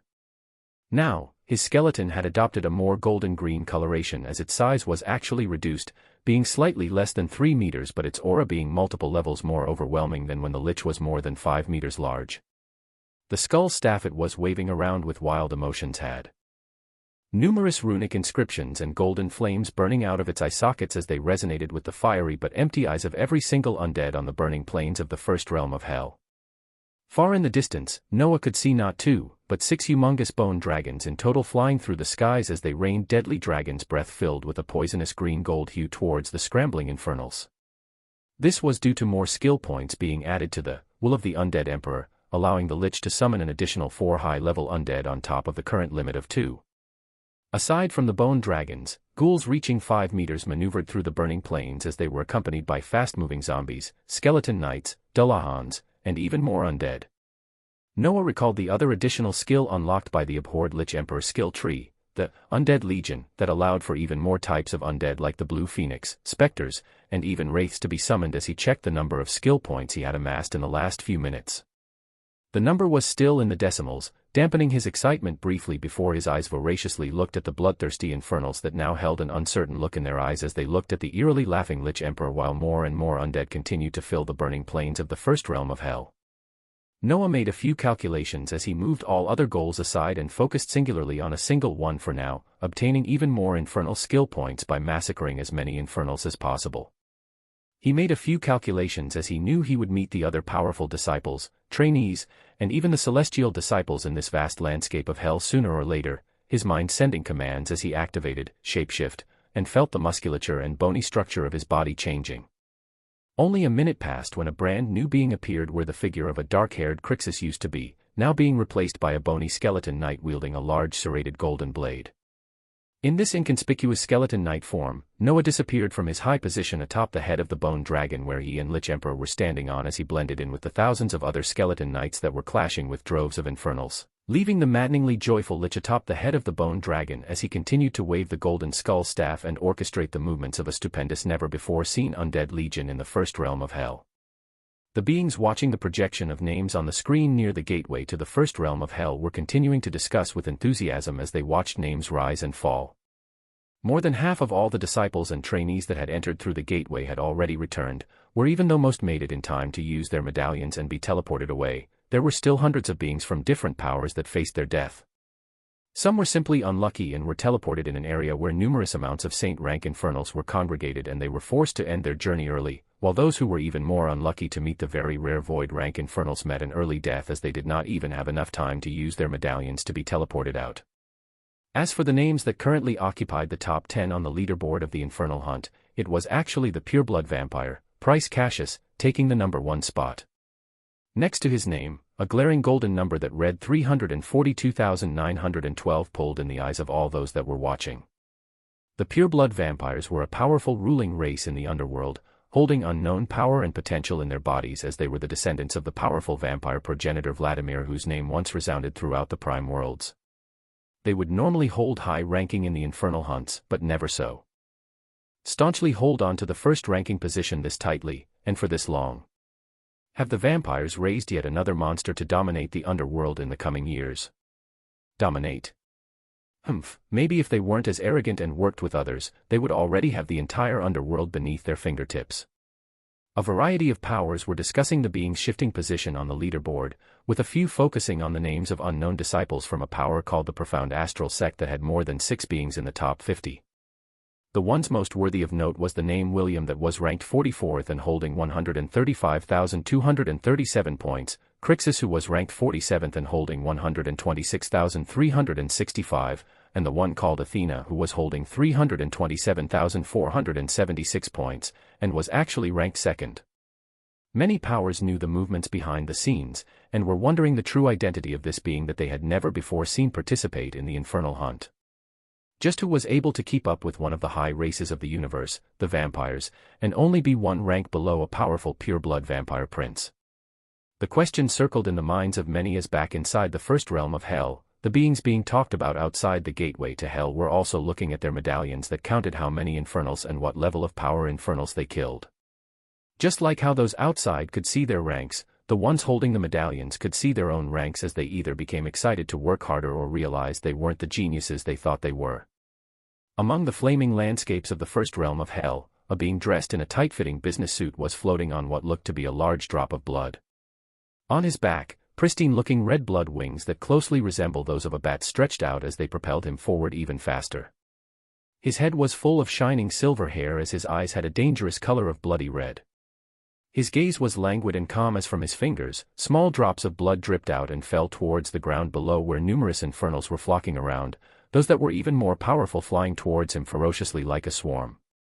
The moment these small droplets of blood touched the ground or came in contact with any infernal, they expanded to cover areas of more than 20 meters as everything they encompassed thereafter was shredded into a mess of blood and gore. The being, a particular vampire prince that many were paying attention to, suddenly shifted his gaze as he sensed a group of beings on the horizon that were not giving off the signature of infernals. It was a being from the fairy race that was accompanied by 2 humans as they fended out attacks of 10 saint-rank infernals that were leading droves of lesser-ranked infernals with them. The vampire prince's languid gaze quickly turned into focus as his red eyes honed in on the being of the fairy race, his eyes noticing something that very few would be able to across the universe. Those with an abundance of knowledge and know-how on a specific organization would be able to use unique methods that would have allowed them to know that this being of the fairy race was a disciple of the Celestials. The calm gaze returned to the pureblood vampire prince as he used an ability and spread his senses for the surrounding miles, checking to see if any other beings were in sight. Within a few seconds of confirmation, the vampire prince bent his knees under the teardrop of blood beneath him like a spring, his wings became taut and vibrated as the muscles became coiled, and then he released himself like a loaded missile towards the location of a celestial disciple accompanied by 2 humans. Chapter 267, An Enemy, or an Ally. Like an uncoiled spring, the powerful body of the vampire prince broke the sound barrier as he neared the celestial disciple of the fairy race in the blink of an eye. His hands had formed into the shape of a bloody claw as he aimed towards the heart of the being in front of him without a second thought. Although taken back and given less than a millisecond to react, the being of the fairy race was not holding the title of a celestial disciple for nothing. Fate's protection. A resonant howl escaped from her as her hazel blue wings shone, gaining a golden hue as a protective bell formed around her to meet the bloody claw. An eruption rocked the skies of the first hell as the bloody claw met the golden bell, the 2 beings that clashed being safe and sound as the celestial disciple had blood dripping from her mouth. The 2 humans that were moving with her were ripped to shreds from the impact as the vampire prince looked languidly at the enemy in front of him, not sparing a second more as he had already felt the movement of numerous beings headed their way. Blood World. Essence rumbled and roiled as the simple words triggered ancient magic that went to envelop the area half a mile from the vampire prince at the center. An expression of confusion and slight fear entered the mind of the fairy as she recalled her teachings on fate, never having foreseen something like this happening to her today. The fear overtook her pride as she took out her medallion and placed essence into it without a second delay, knowing her power could not stand against the enemy targeting her. Yet to her dismay, nothing occurred no matter how much energy she placed onto the medallion. In my blood world, not even an ant can find respite. What makes you think you can escape? More and more confusion clouded by fear sprung into the mind of the celestial disciple as she looked towards the vampire bubbling with essence as she calmly called out. Do you know who you are targeting? My death will bring you untold trouble, and most likely your death if you were to know exactly who was behind me. The fairy wiped away the blood still leaking from her mouth as she looked calmly at the silver-haired vampire whose eyes had turned even redder at her bleeding body, and sharp teeth that glistened gold could already be seen in his wide jaws. Little Celestial, your identity is the sole reason why I targeted you to begin with. Fear. The calm expression that was always kept by all Celestials wiped away from the fairy's face as she moved her essence in a last-minute dash the moment she realized this madman targeted her even while knowing who she was. Constrain. SHAA. With a simple command, countless lines of dripping blood erupted from the circular blood world domain as they tightly held and pulled on the limbs of the celestial disciple. The lines of blood went on to cover her entire body as she found she could not move any muscle, nor any of her essence as she felt helpless for the first time in many years. Her eyes were barely wide open as she noticed the silver-haired vampire right on her, his bloody eyes glistening with hunger as his jaws went for her tender white neck, two extremely sharp golden canines leading the way. The blood world that had covered the distance of the surrounding half a mile disappeared a few minutes after, a gorgeous vampire prince becoming visible again as he licked the last bit of blood from his lips. There was an ashen husk of a being in his arms that was gradually turning into ash as he turned his attention to his surroundings. Not too far from him in the flaming skies, numerous flying undead had surrounded the area just a few meters where his blood world used to be. He could observe fearsome auras leaking from bone dragons and deadly blue phoenixes, not to mention the tens of thousands of undead that had inexplicably populated the molten ground. All of them had golden fires shining in their bony eyes as they looked up solely at him. The vampire prince looked coldly at this, watching the undead leaking the most fearsome aura at the void rank, a golden-green skeleton that was standing on top of a blue phoenix that blazed with flames. The commander of these undead seemed to be tilting its head in confusion as it looked at him. A few thoughts passed through his mind as he began to float away, not wanting to engage with this new being after expending so much of his energy, while also not worrying about whether they knew the identity of the being he had just killed. There were very few people across the vast worlds who would be able to ascertain the identity of a celestial, especially one that was on the throngs of death. His slightly reckless actions here today would not be known by anyone other than himself. The droplet of blood beneath his feet began to move away from the eyes of the many undead as he prepared to break the sound barrier and leave this area, but his plans came to a complete halt as his calm expression became stern the moment he heard a few words. Now why would a prince of the vampire race be hunting down disciples of the Celestials? The vampire prince was brought to a halt at the mention of these words, his gaze turning increasingly serious as he tried to find their source among the droves of undead circling the skies and the ground below him, finding nothing but shining eyes with burning flames. He acted without a delay as he knew the importance of what he just did a few minutes ago, and how such an event could never meet the light of day.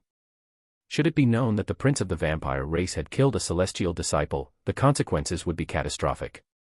He placed his hand near his chest as a bloody key formed out of nowhere, entering his chest as he turned it swiftly, unlocking something he never thought he would use in the first realm of hell. Thump. Thump. Thump.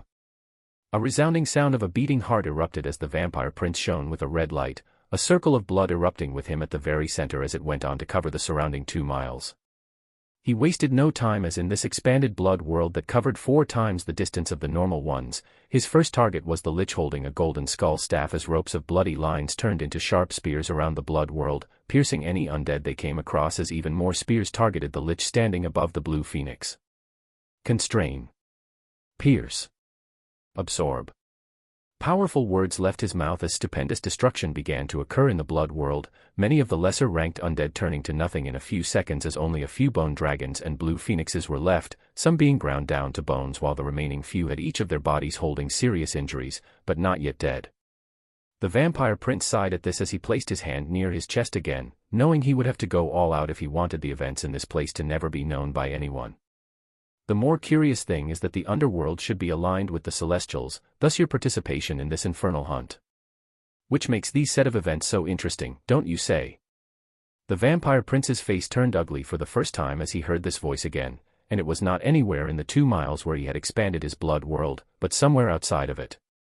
His impossibly gorgeous face twisted slightly before it regained its composure, and he breathed out slowly as he pulled his hands down and recalled the blood world. The silver hairs on his head looked slightly dimmer as he turned towards the injured undead in the skies. And the many more undead outside the 2 miles of his previously cast blood world as he voiced out with a devilishly dangerous smile appearing on his face. Who are you, and what do you want? A simple meeting was taking place between 2 completely different beings in the first realm of hell. At the same time, a celestial disciple had faced an untimely death. Chapter 268, The Pureblood Vampire, Prince Cassius. In a celestial star quite a distance away from the first realm of hell, an old man was sitting down in the middle of a monastery as he enjoyed a cup of tea while looking at 5 golden glowing pieces of circular stones floating on top of a white board. Some pieces were bigger than the others, with one being particularly large than the rest floating at the forefront. The celestial continued to drink from his cup as a few hours passed, when he finally observed a change as one of the golden pieces floating on the board became dim and crumbled. His gaze seemed to contain interest and a hint of wrath as his fingers moved and collected the remains of the golden stone that were now gray. The remains became absorbed in his hands as he closed his eyes briefly and activated a particular skill, but he was soon disappointed as the results came to be nothing. The celestial grandmaster was annoyed that his tracing had not worked, his annoyance coming more from the fact that he had lost a piece, and yet he gained nothing from it. A being had taken the life of one of the celestial disciples that he had sent, and this being was careful enough to first isolate the disciple in a different space before they killed them. Thus, the celestial grandmaster had lost one of his pieces that he sent forward to try and catch the worms trying to wiggle out of the order and balance that they had worked so hard to create. His gaze became calm again as he looked at the remaining 4 golden stones floating on the board, quickly bringing the teacup back in his mind as he fully turned his attention to these 4 stones, and simply observed once more. It was only a matter of time before the fly was caught in his net. A devilishly calm vampire floated in the azure skies of the first realm of hell as he was surrounded by droves of undead all around. He watched as a single small skeleton knight moved out from the groups of undead as its empty sockets filled with golden flames looked up towards him. The skeleton knight opened its pristine jaws as it began speaking. I dash. Boom. Before a single second passed, the vampire prince waved his hand as droplets of blood instantly appeared where the skeleton knight was, exploding the entire area as it cleared to reveal only broken bones. Prince Cassius watched for a response from the surrounding undead as nothing happened, making him sigh as he turned his sight to another location and watched an identical skeleton knight move forward from the horde. The golden flames dancing around the skeleton's eye sockets seemed to be having fun as a voice rang out once again. As I was saying, I'm just a lowly passerby who happened to see something I wasn't supposed to see, and now I'm just curious as to the meaning behind it. As the skeleton spoke, the destroyed bone dragons and blue phoenixes that had been killed in the blood world reappeared around them as good as new, with one bone dragon coming to the skeleton knight as it lowered its large head and allowed the skeleton to climb on top, its bony wings flapping as it shot into the skies and came to the same eye level as the vampire prince. Is it a personal vendetta? Or have I stumbled upon something entirely different? Prince Cassius could see the skeleton more clearly as he adopted a serene expression and thought of ways to contain this situation. He spoke languidly as he sorted the facts in his mind and replied. You mentioned the Celestials with disdain, and your first reaction to seeing one of them killed is not to leave instantly and report the killer to the Celestials to gain their favor, but to try and understand what happened. An eerie devilish charm continued to be released from the vampire prince as he snapped his fingers, the droplet of blood he was standing on quickly changing as it expanded and formed into a regal chair made of glistening blood. Prince Cassius sat down domineeringly as he looked towards the skeleton and continued. This means that you are either a being from the long-forgotten ancient races that still holds a grudge against Celestials, or a little disciple from the Alliance, which means this is as much fun as you're going to have. So once more, what do you want? Calm, collected, and domineering. Prince Cassius said these words imposingly, purposefully revealing some information that served as bait and to answer this being in front of him, yet wasn't too revealing of his own position. His red eyes gazed calmly towards the skeleton that held dancing golden flames in its eye sockets, the only thing giving away its emotion being the happily dancing flames that seemed to have found something interesting to play with. The skeleton in front of the vampire prince's eyes was just a random skeleton knight chosen by Noah, with him transferring his voice as he was safely hidden miles away within the undead legion. His location was not even in the outside world, but in a luxurious house in the miniaturized spiritual land that was the size of a grain of sand as he relaxed on a fluffy couch next to a snuggling Barbados. The curvaceous woman had eaten too much and now rested her head in Noah's thigh as she let out cute breaths while napping. She had been training hard in the time-space as her skills continued to increase in proficiency, and her rank was already a transcendent as she enjoyed cores from Noah firsthand. All she had left to do was bring her skills to the same rank, a task that was much more time-consuming for anyone that wasn't Noah. His mind stopped focusing on Barbados's cute face as he concentrated on his connection with the abhorred Lich Emperor, sending commands on what to make the skeleton say on his behalf. He was happy as he got a chance to witness something stupendous on top of his already ecstatic mood as he farmed infernal skill points and simply watched the power of the Lich. He continued to dump the points in to climb to insane degrees. He had come across the first ever being that seemed to belong to a force that actually stood against the Celestials, and this being was expertly hidden in the underworld, a world known to be an ally of the Celestials. His smile continued to deepen as he wanted to find out more information. The moment he heard about ancient races and the Alliance, his ears perked up even more as his mind worked rapidly. The memories of the celestial disciple Drax were abundant, but they did not have all the knowledge and intricacies of the enemies that stood against the Celestials. From Drax, Noah was only able to know that there were other powers in the universe that were not aligned with the Celestials, with some of them even being their enemies, but he did not know who these hidden powers were. Yet now, he seemed to have stumbled upon a being that most likely came from one of these powers, and this brought about a few possibilities. He looked at the vampire that had his body leaking an oppressive aura. This was a being at the void rank, and a powerful one at that. He did not have to move against them, and could perhaps make use of them if he played things correctly. We actually seem to have aligned goals, which creates new possibilities. Why don't we talk for a bit and share some information with each other? A skeleton with dancing golden flames observed a regal pureblood vampire prince seated on a throne of blood as a conversation that would flip the infernal hunt into untold chaos began.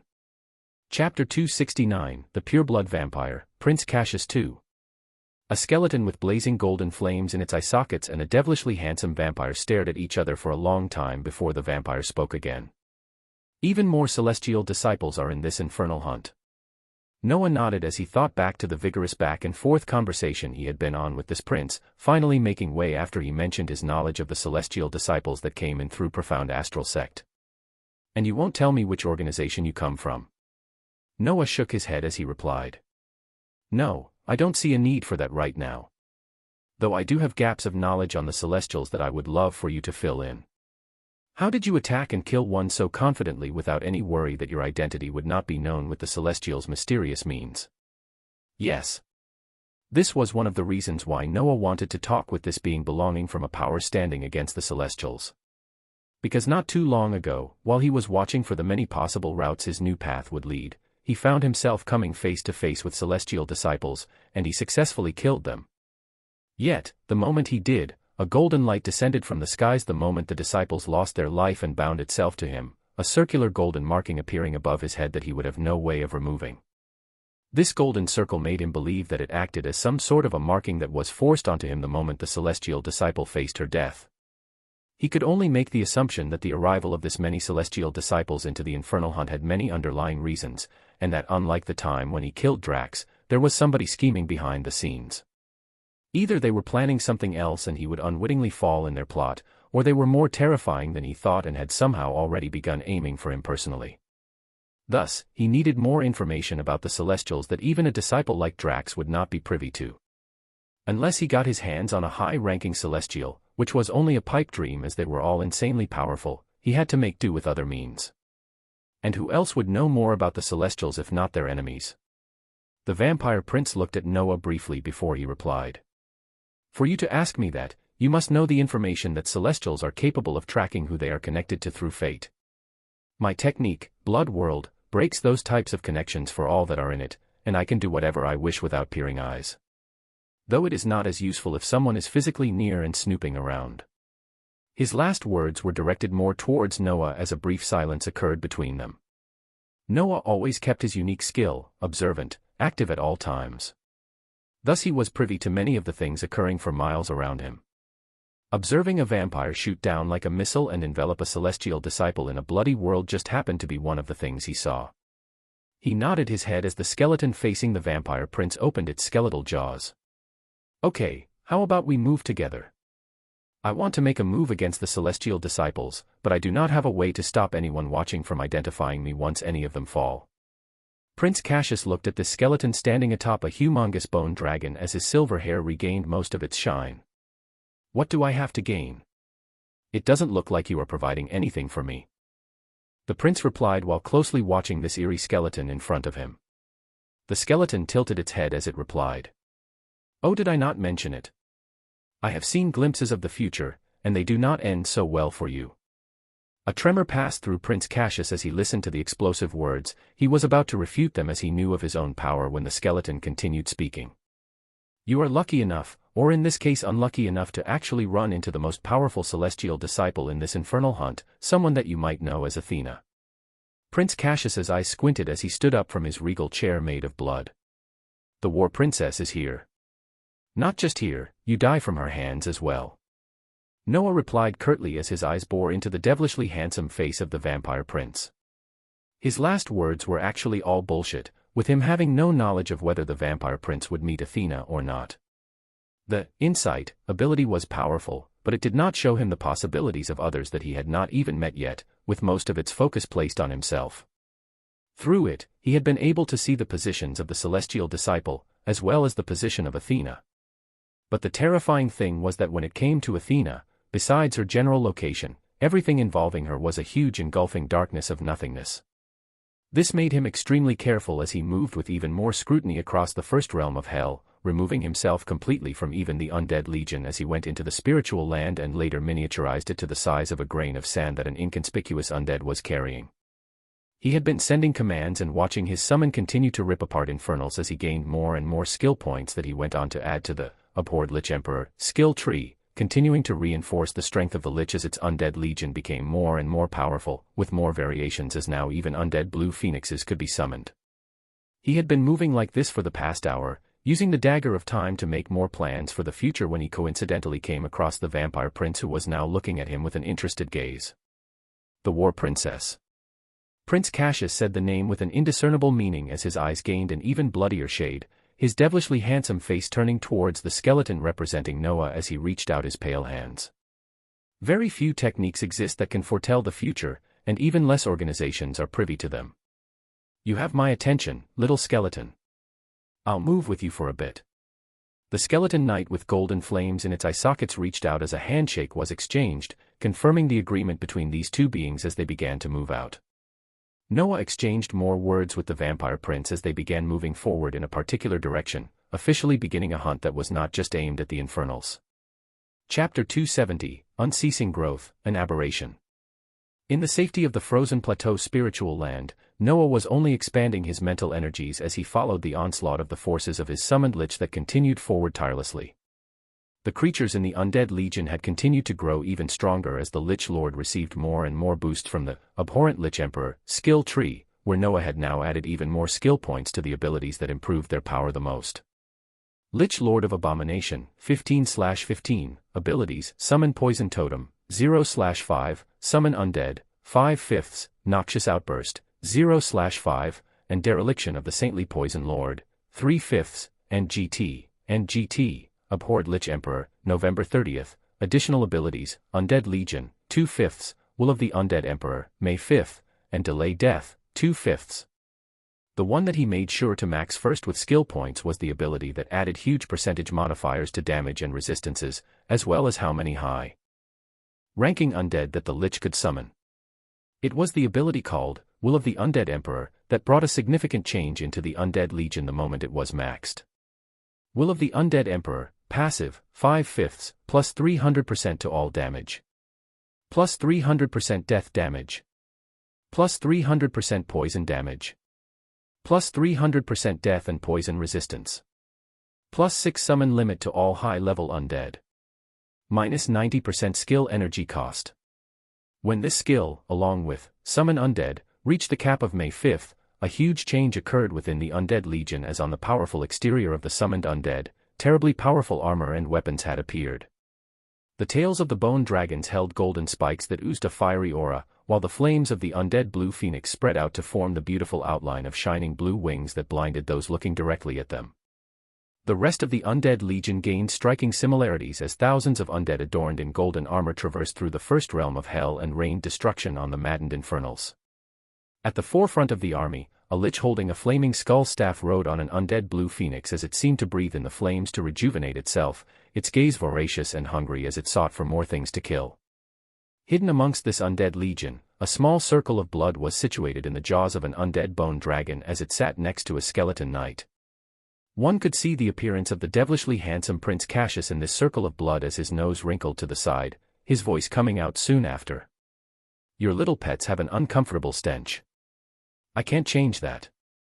A short reply came from the skeleton that Noah sent his words through as the prince's gaze focused on it.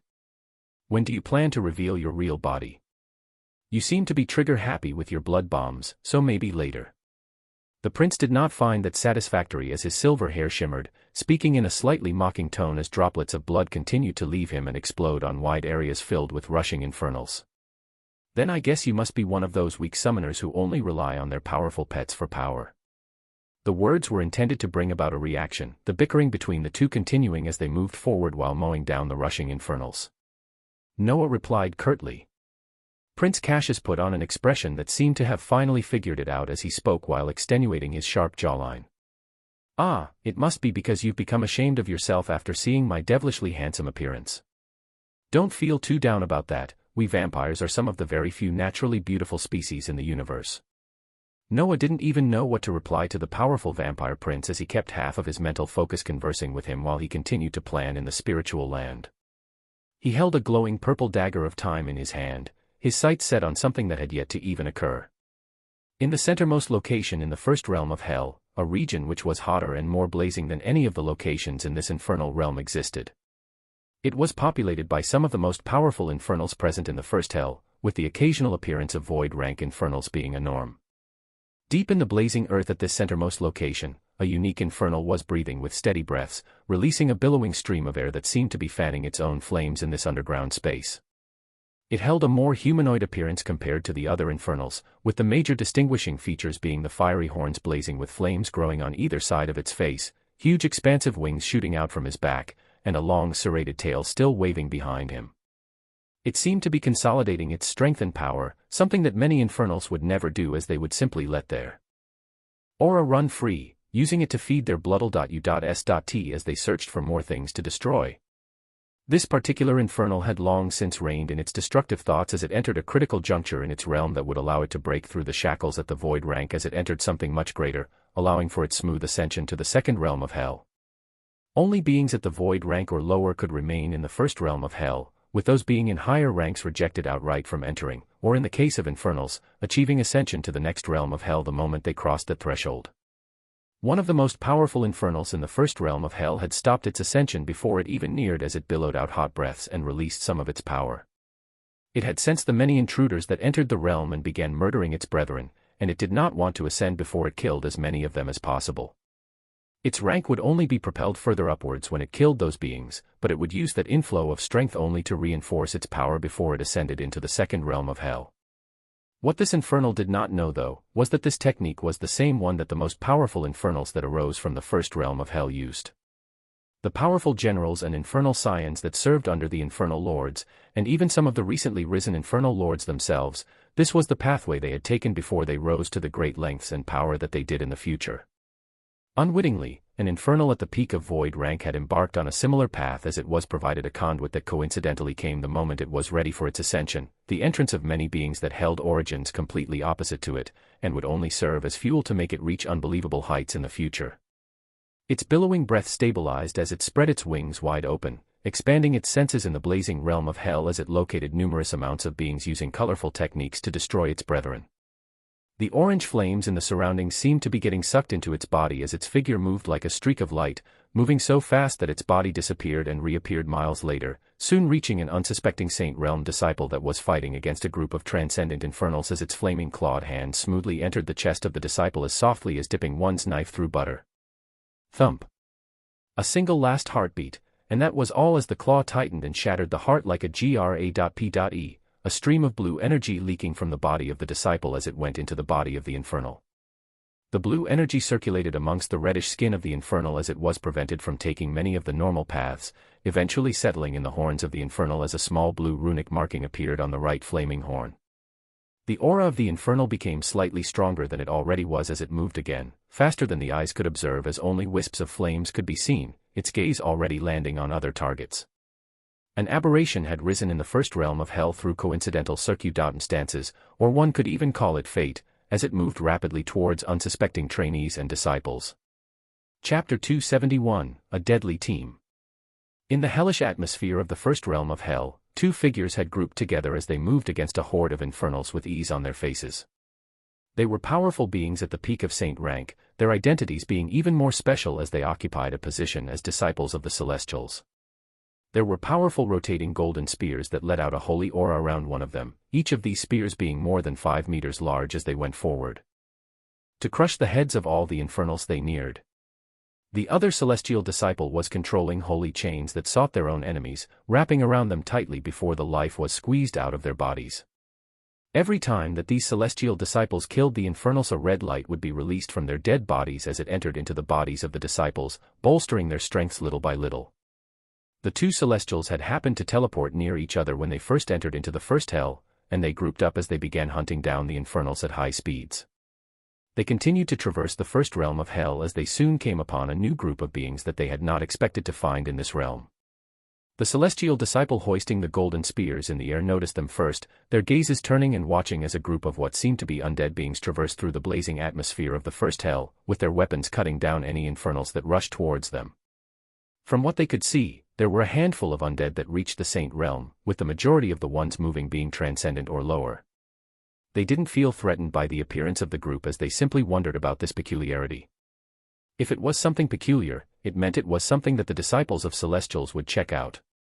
They exchanged glances as the two disciples went towards the group of undead. They were sent into this infernal hunt not just to reduce the number of infernals, but also to monitor any changes or unexpected events that occurred. The appearance of thousands of undead in the realm of hell was not the norm, as necromancers were not a group that was among the allies of the Celestials. The celestial disciple controlling the golden spears commanded one to descend as she first wanted to test whether these new undead individuals were beings made from the first hell or if they were creatures that were being controlled by something else. The spear thundered down towards the undead group as the celestial disciples watched expectantly when something drastic occurred. At a speed invisible to the naked eye, a bubble of red blood had spread out to cover everything in their surroundings. They heard the words soon after the bloody world had wrapped around their bodies, their gazes changing briefly as a golden light appeared on each of their bodies and they activated defensive abilities. They had not sensed any enemies nearby, nor had they expected one to appear that made it impossible to perform spatial movements and heavily restricted their physical movements. The two celestial disciples covered each other's backs as they glanced upon their newly appearing enemy. Their gaze was met with a devilishly handsome silver-haired vampire prince that looked at them coldly while the blood world continued to expand around them. Along with the expansion of the bloody world, undead similar to the ones they had seen before had began to appear en masse, although these ones were much more powerful than the ones who observed for. Essence rumbled and roiled as multiple huge bone dragons and undead blue phoenixes appeared in the bloody air. This did not stop until 6 fully formed bone dragons and 6 fully formed blue phoenixes valiantly appeared, their bodies letting out terrifying levels of strength that seemed to be at the peak of the saint rank.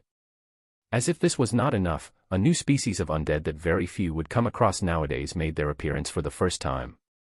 Their size was not as impressive as the dragons or the blue phoenixes, but it was their eerie aura that they released which made one feel a shiver down their spine. It was the undead known as specters. Becoming available for the abhorred Lich Emperor to summon after Noah placed more points into the Undead Legion ability, these specters were beings that weren't formed from physical matter, but spiritual. They were a rare species of undead too. Come across as those who did not specialize in spiritual attacks normally found themselves at wits' ends when they faced such enemies. The specters had an appearance white in color, their bodies holding a teardrop shape as a ghastly skeletal figure could be seen, two blank dark eyes and a wide crooked mouth being the only other things that appeared on their faces. The crooked mouth released a ghastly air the moment it opened, 6 of these specters appearing as they surrounded the celestial disciples along with multiple other high-tier undead. The celestial disciples felt a foreboding feeling as multiple more golden spears appeared in their roundings, along with numerous golden chains being cast as they released even more abilities. Fate's Eye. Golden light spread out as both of the disciples gained a golden third eye on their foreheads, their bodies releasing a domineering aura as an inviolable law of fate, something that very few could influence, surrounded their bodies. One of them spoke. "Friends, I do not know your purpose here, but are you sure you want to go through with this?" The devilishly handsome vampire prince listened to this, a cold smile covering his face as he replied. "Oh, I most definitely want to go through with this." Prince Cassius waved his hands in the wide blood world as lines of blood began to move, sharp teeth growing visibly larger in his mouth as he licked his bloody lips and acted like a being conducting a grand symphony of blood.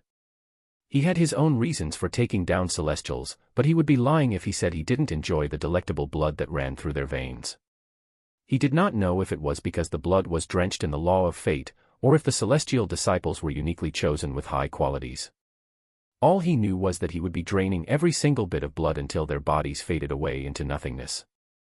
Alongside him, eerie undead specters released spiritual attacks as bone dragons and phoenixes sent out devilish attacks towards the powerfully glowing celestial disciples surrounded by a golden aura of fate. Chapter 272, A Grandmaster Makes a Move. Multiple bloody lines began to chase the celestial disciples in the bloody world as the undead also made their move.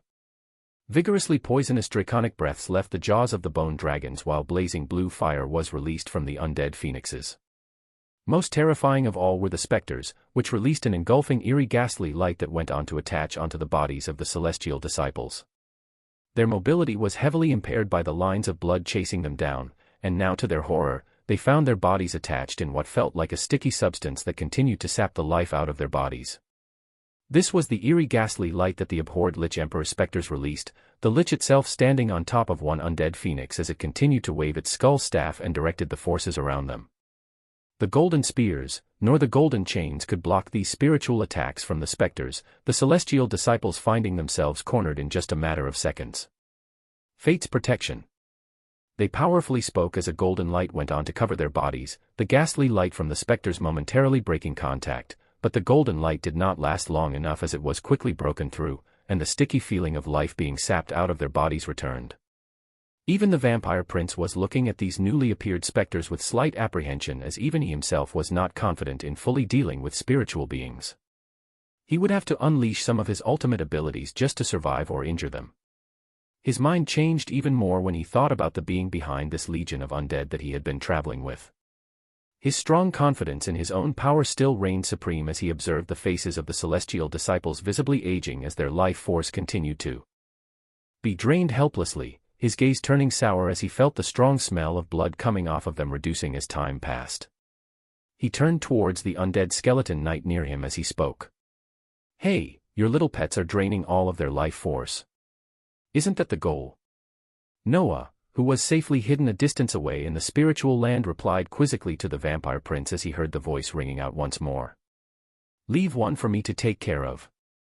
The skeleton knight which Noah was looking through looked at the vampire that was licking his lips as if he was looking at the most perfect meal ever made as he shook his head and sent a command for his undead to focus their attacks on only one celestial disciple. The disciples wanted to get more words out as they found their lives actually hanging by a thread. Their gazes were that of confusion and fear as nothing in their training prepared them for a situation like this. Nothing in their teachings of fate had allowed them to foresee this catastrophic event occurring to them.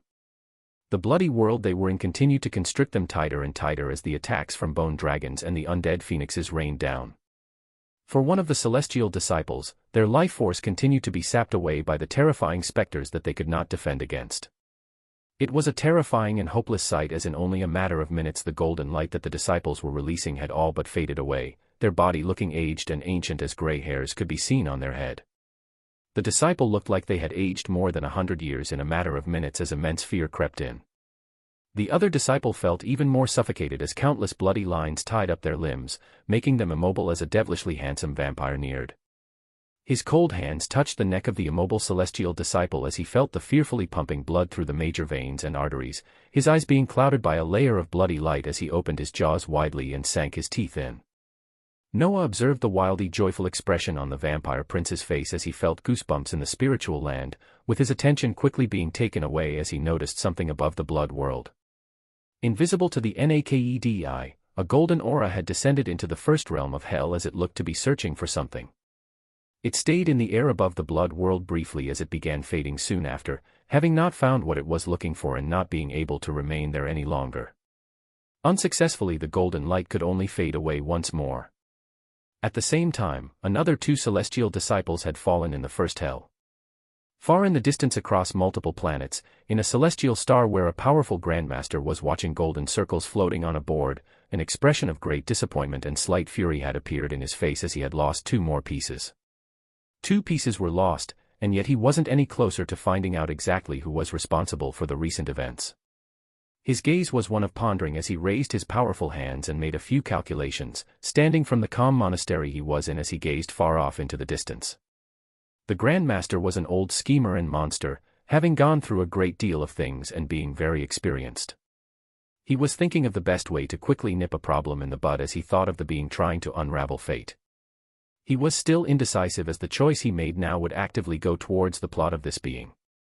The Celestial continued to ponder when he felt a slight tremble from the 2 golden circles still floating on the board, and he watched expressionlessly as his own disciple, Drax, met his death. His expression did not remain bland for long though, as finally, with the death of this disciple, a new signal was sent back. The Grand Master's aura captured this signal as he finally glanced upon the being that reaped the life of his own disciple, his expression changing as he came across the blurry image of a ferocious infernal. The image gradually cleared as the Grand Master used various abilities to lock onto the target, which should have been caught by a technique the moment he killed his disciple, and his expression turned grim as he used his expansive experience when looking at the image of the infernal in front of him. His experience was wide and vast, quickly coming to an understanding that an aberrant had risen in the first hell. Aberrants were powerful infernals that later on went on to become generals or scions of the infernal lords, with the most powerful aberrants actually gaining the title of infernal lord itself if they grew powerful enough.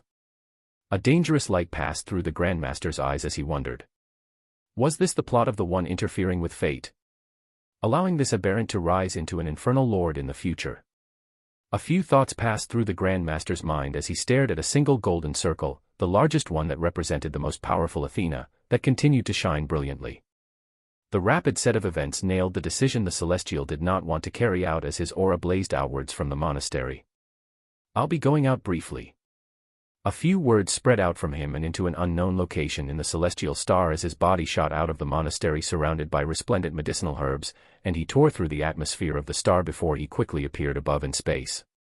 He gave a brief glance to the shining star below him as his aura grew even larger, his gaze one of calmness as a golden aura wrapped around him, and he streaked across space in an unbelievable speed towards one location, the first realm of hell. This was something extremely shocking as Celestials such as himself never moved personally when it came to issues, using their mysterious skills and abilities to manipulate the workings of fate behind the scenes, occasionally sending out their celestial disciples to act on their behalf. Even if they had to personally accompany them, like in the case of a Grandmaster accompanying Athena to closely watch her mission that concerned a certain destroyed world, they would not personally act. This was because they were very proficient in the law of fate, and knew the immense effects that came with every action that beings like them took. For the sake of maintaining order, they enjoyed using proxies as they could keep their hands free of karma and continue to conduct things behind the scene.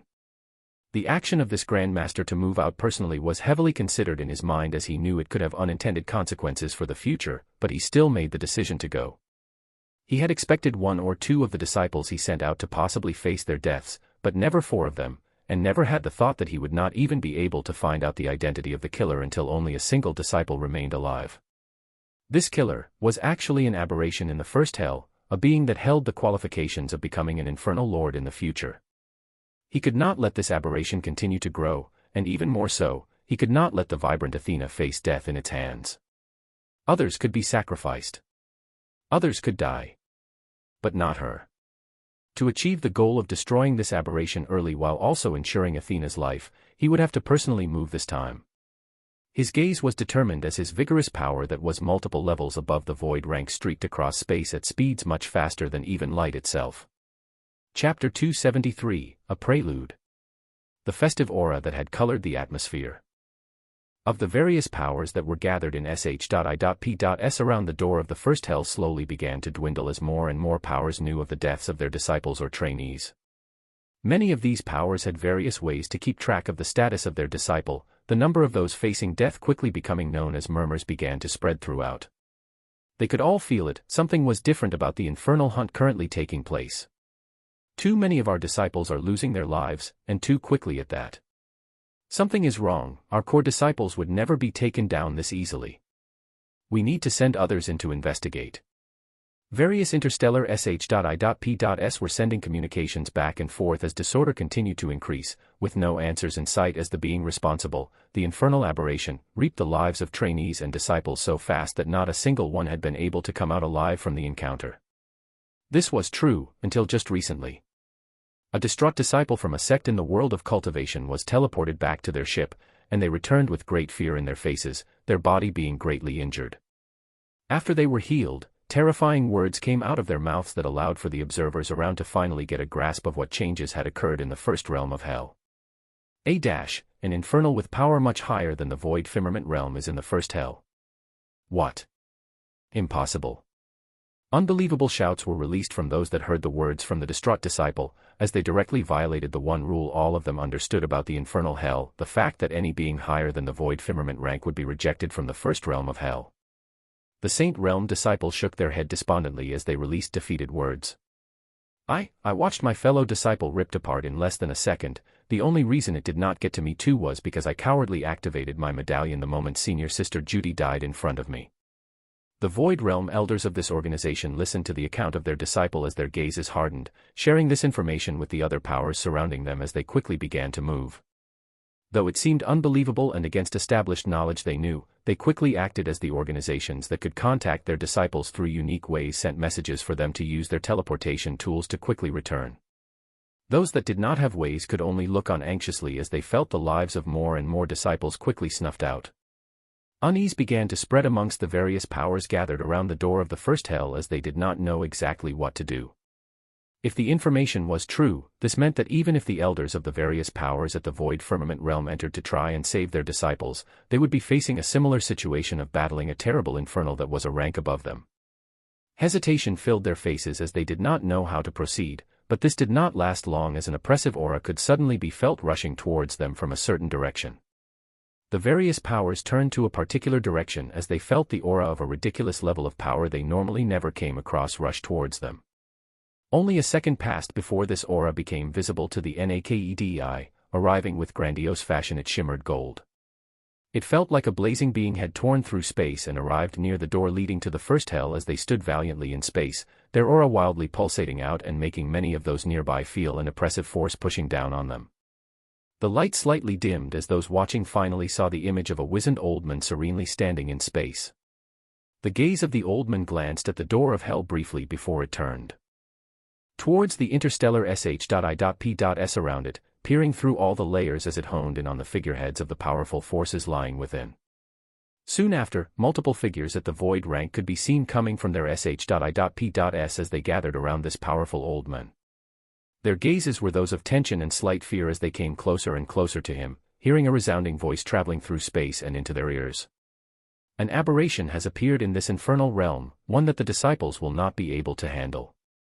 The tense gazes of the void rank finally gained some understanding as they connected the dots with the words of the frightened disciples, with one of the void rank figures, Elder Space Warp of the Profound Astral Sect, taking the initiative to ask, "What can we do?"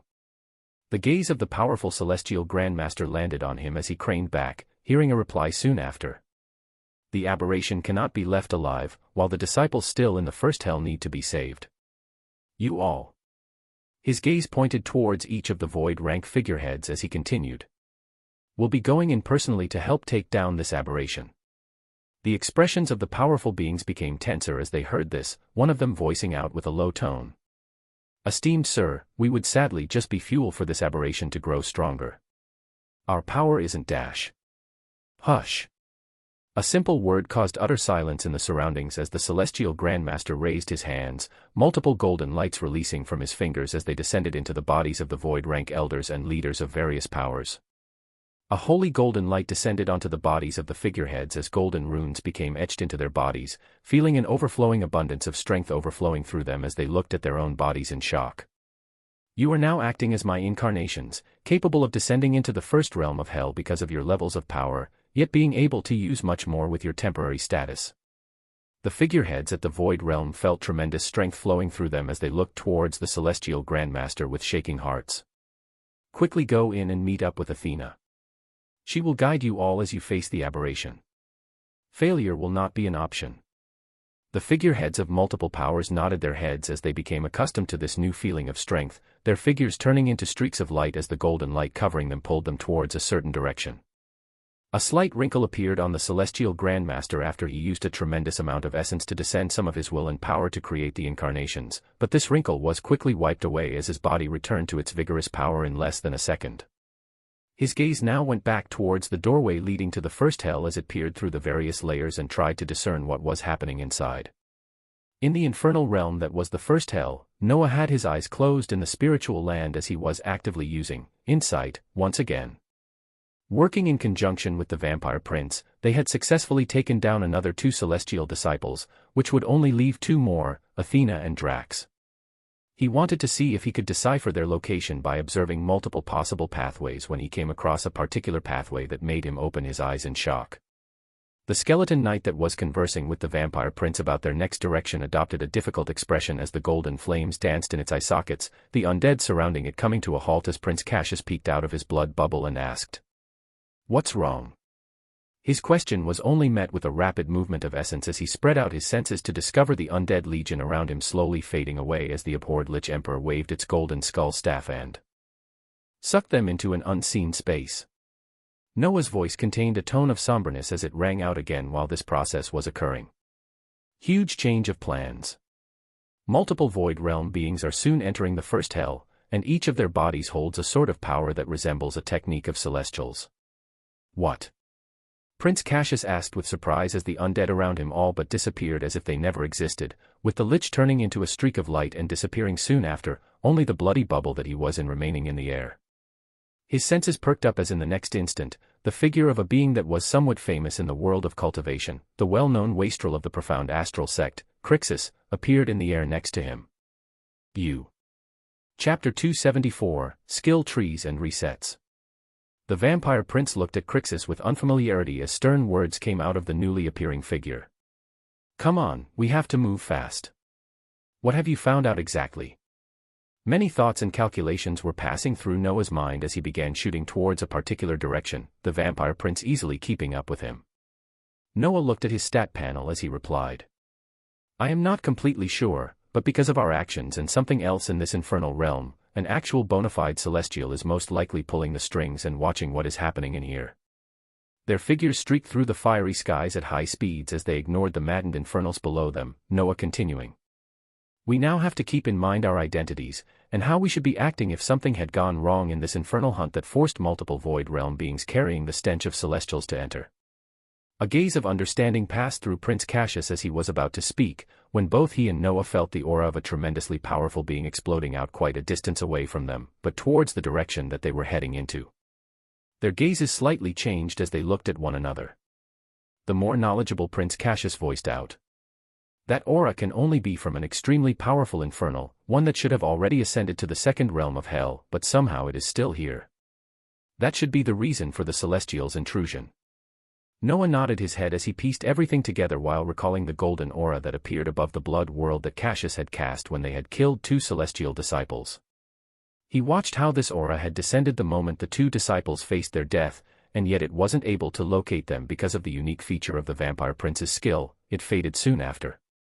The only 2 celestial disciples that he and the prince had not come across were Athena and Drax, and it was highly likely that the latter, Drax, had faced death in the hands of this powerful infernal whose aura they could feel from a tremendous distance away. Following this thought process, it meant that the celestial who was intruding currently had this infernal as the target, and they thought that this single infernal was the culprit for the deaths of all the other disciples that had occurred in this infernal hunt. Noah continued to ponder, his mind focused on the mentality of Celestials as he asked the prince. From what you know about Athena, how likely is she to survive the encounter with this powerful infernal? Prince Cassius looked at Noah closely as his expression became somber. The reason I believed you when you told me I would meet Athena and it would not end well for me, it was because of the few pieces of information that we had managed to uncover about her over the years. From what we have gathered, in the Void Realm, she has no opponents. His silver hair shone as he gazed towards the direction they were flying in and continued to speak. If she were to be matched with the powerful aura of the infernal that we are sensing all the way out here, then I would give her chances of survival, at least 50%. Noah listened with a thoughtful expression as he replied. Well, it seems the intruding Celestial doesn't even like those 50-50 odds, and will be sending in multiple powerhouses whose powers feel like the peak of Void Realm towards that same direction. Her life would then pretty much be guaranteed. Noah nodded as he continued to think before he replied. Let's go see how the situation develops. With the arrival of all of these forces though, it seems we will only be acting in the capacity of helpful disciples from other powers at this rate. Noah was explaining his thoughts to Prince Cassius as they continued to shoot forth in a particular direction, with more than half of his attention placed on the next Saint Plus skill he had been preserving some of the infernal skill points for. He was currently Crixus, a disciple of the profound astral sect, and he could not be seen using necromancy by the multiple powerful elders and sect masters that would be entering the first realm of hell under the watch of an unknown celestial. He held the skills of the dead Crixus and could imitate him fully, but even better yet was the one space-related ability he had raised from Saint to Saint Plus with the combination of Aberrant Saint, and a skill he gained from the Magus called Black Serpent, the Progenitor Transformation. The product of these two skills was something that he had already maxed the proficiency of during his 8-day cultivation period when he acted as Crixus in the profound astral sect, where he was actually in the time-space of the spiritual land raising the power and proficiencies of many of the skills he collected for more than 2 months. The product was a skill that had come a long way. From the bases of Dictatorial Kaiju Hydra, to the Calamitous Leviathan, to the Aberrant Saint, the more offensive space-related ability he wanted to play with next using the skill points was called Amorphous Space Beast. Saint Plus, Amorphous Space Beast, 015, a unique creature in the universe that was synthesized from a variety of abilities. Because of its characteristic, it sometimes appears as a calamitous dragon, and other times as a leviathan with an uncountable number of tentacles. Abilities include Spatial Cage, Destabilize, Shattered Star, and Miniature Space. The skill was spectacular, with the Spatial Cage ability allowing him to create individual cages that held his enemies in place, the Destabilize ability allowing him to influence a wide area and not allow spatial movements, the Shattered Star ability allowing him to throw his enemies the force of an exploding star, and the Miniature Space being the extremely small black hole he could pull his large body as well as his enemies into. Yet he held a troubled expression as he realized the number of skill points would be enough to upgrade it to Void rank, but he wouldn't be left with any points to spread across the stupendous abilities of whatever skill tree he chose in the future. He wanted to first see what the possible pathways would be as he added 15 points until the advancement was possible. Saint Plus, Amorphous Space Beast, 1515, skill point requirement met. 0/2 Saint Plus skills are needed for advancement to 2 possible skill trees, and GT, Void Walker, a path geared towards greater proficiency in the law of space. Additional abilities include Fracture, Supernova, and Space Mirror. NGT, Lesser Cthulhu, a profoundly rare creature to come across in the wide expanse of space. Additional abilities include Morph, Child of Space, Portals of Terror, and Sever. A truly spectacular selection appeared in front of his eyes as he almost came to a stop, his mind rapidly moving as he was tempted to briefly stop and farm just a few more skill points from the Infernals. He looked at the skill tree of the abhorred Lich Emperor, as an idea struck. His mind, seemingly nonsensical but at the same time, he couldn't stop himself from asking if it was a possibility. He focused on his connection to the planetary system of his homeworld as he asked. The infernal skill points that are already added to certain abilities, is it possible to redistribute them? The idea seemed far-fetched, but too many unbelievable and fantastical things continued to occur around him and he couldn't help but ask. The reply came less than a millisecond later. Of course, the skill points are a form of a unique quantifiable essence that reside within you. You can easily move them around from one ability to another if you wish. The only downside is the temporary deactivation of a skill tree if you completely remove the points associated with it, but you can just as easily redistribute the points as you wish thereafter. The monotone voice of the planetary system replied as Noah could feel his heart pumping even faster. He didn't think the idea of skill reset would actually be something that was possible. He thought he had discovered everything there was to the skill points that could only be gained from the infernals in the realms of hell, but it seemed there was still much to discover as time went on. He gazed at the number of skill points he could play with in the abhorred Lich Emperor skill tree while also thinking of what skill tree to choose for the evolution of the amorphous space beast. Lich Lord of Abomination, 15/15, Abilities, Summon Poison Totem, February 5th, Summon Undead, 5/5, Noxious Outburst, March 5th, and Dereliction of the Saintly Poison Lord, May 5th, NGT, Abhorred Lich Emperor, 22/30, Additional Abilities, Undead Legion, 5/5, Will of the Undead Emperor, 5/5, and Delay Death, 5/5. His time had been used wisely and efficiently as he moved with the Vampire Prince, making great strides with the skill tree of the Lich as he distributed the points as the infernals fell. His eyes shone a dangerous light as he simply sent a command while watching the number of points in each of the parentheses of the skills, the light shining even brighter as he watched the numbers reduce and go down to 0, while the counter for free infernal skill points he could use rapidly filled up. This was simply too fantastic. His gaze turned to the two possible paths of evolution for the amorphous space beast, skill that he could now distribute a large number of skill points into, being able to bring out the strongest forms of the new abilities the moment he chose the skill tree. Now, which would it be? The Void Walker, or the Lesser Cthulhu? Chapter 275, The War Princess, Athena. In the blazing fires of the first hell, a lone woman was flying through the skies under the protection of two golden glowing elementals carrying huge hammers. The elementals were unique beings that could be summoned as protectors by knowledgeable celestials, and came from an ability called Empyrean Guards. Empyrean Guards was a skill that was only used by the most proficient of the celestial disciples, as it was one that was commonly used by celestials themselves. The initial stages could summon one Empyrean Guard that let out a holy fate aura, and it acted on their summoner's behalf to bring justice to all those that stood against them.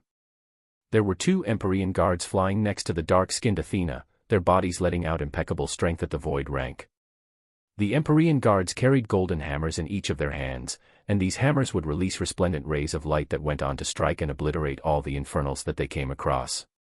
It was through these summoned guards that Athena continued to rack at points that she now neared the top position that the Vampire Prince was holding on to.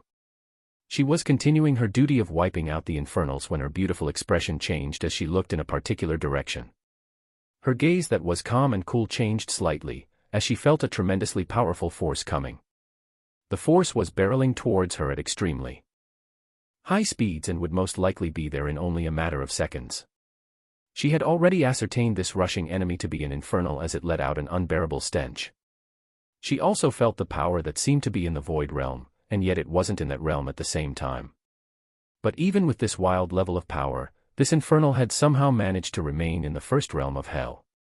Athena's gaze hardened as in the midst of all this, wisps of understanding were coming out as she began analyzing the significance of this infernal. Her expression became stern as unlike what many others would do when faced with a power of crazy levels coming towards them, she did not leave. She did not teleport away nor use her medallion as a life-saving tool. No, she chose to meet this coming enemy head-on. Essence erupted from her as she prepared to match the powerful enemy that was coming, a holy golden light releasing from her. The extension of bringing out the holy aspect from the law of fate was something that very few celestials could manage to do. Those that were learning how to manipulate fate or influence it could very rarely dip their hands into the pool that pulled out this tremendously powerful holy aura. This special power added a domineering effect to one's attacks, making those facing them feel an oppressive feeling from the depths of their souls. Athena's rumbling essence summoned two more Empyrean Guards as all four became drenched in abundant golden light and were reinforced in power. The bodies of the Empyrean Guards became larger as two shining white wings erupted from their backs, making them much faster. The four guards each stood in front of Athena as they prepared to clash with the coming infernal. She did not have to wait long as the infernal was rushing towards her unique signature at rapid speeds, its body tearing through space as it arrived in a grandiose fashion. A tremendously powerful sound reverberated throughout as the only greeting the aberration gave to the enemies that it met was a powerful attack that almost always reaped their lives. Athena took a look at the appearing infernal in front of her, observing his unique features and the blue runic inscriptions that covered its horns. Many things came into place as she used her abundant knowledge to put all the information together. She looked at this infernal that had not ascended to the second realm of hell, even though its power very clearly did not match the maximum allowed level at the first hell. She observed the blue runic inscriptions to be the origins of the diametrically opposed beings that this infernal had killed. It had consolidated its power, reinforcing its strength more and more as it rose to higher levels and yet still remained in this realm. Her gaze became even more stern as she fully decided to fight this terrible foe no matter what it took.